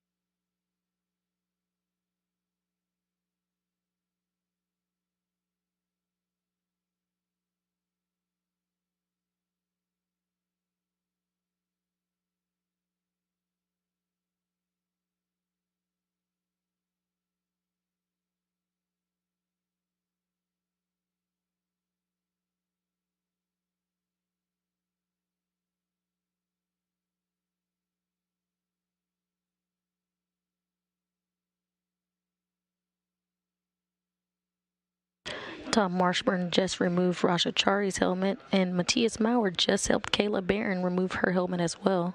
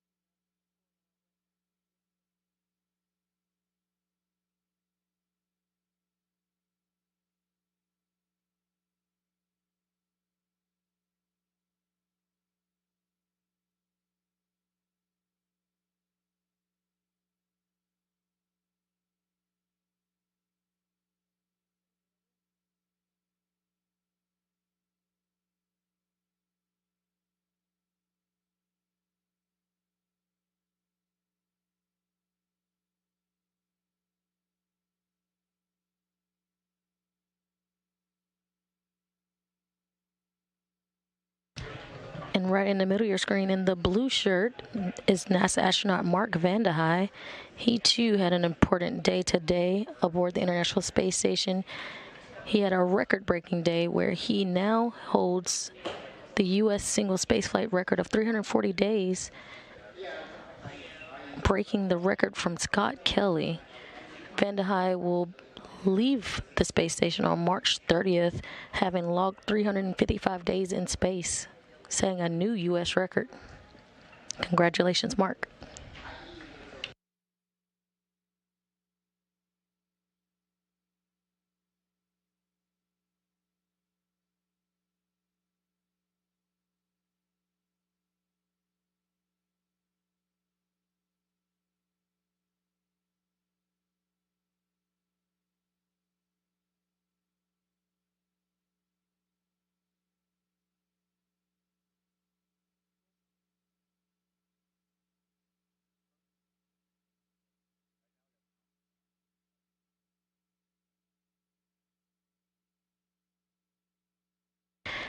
And with helmets off, that will end our coverage for today's EVA. Be sure to come back Wednesday, March 23rd, where we will have U.S. Spacewalk 80.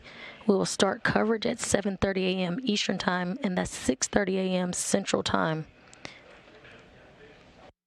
They are expected to begin the spacewalk around 8:50 a.m., and that is Eastern Time.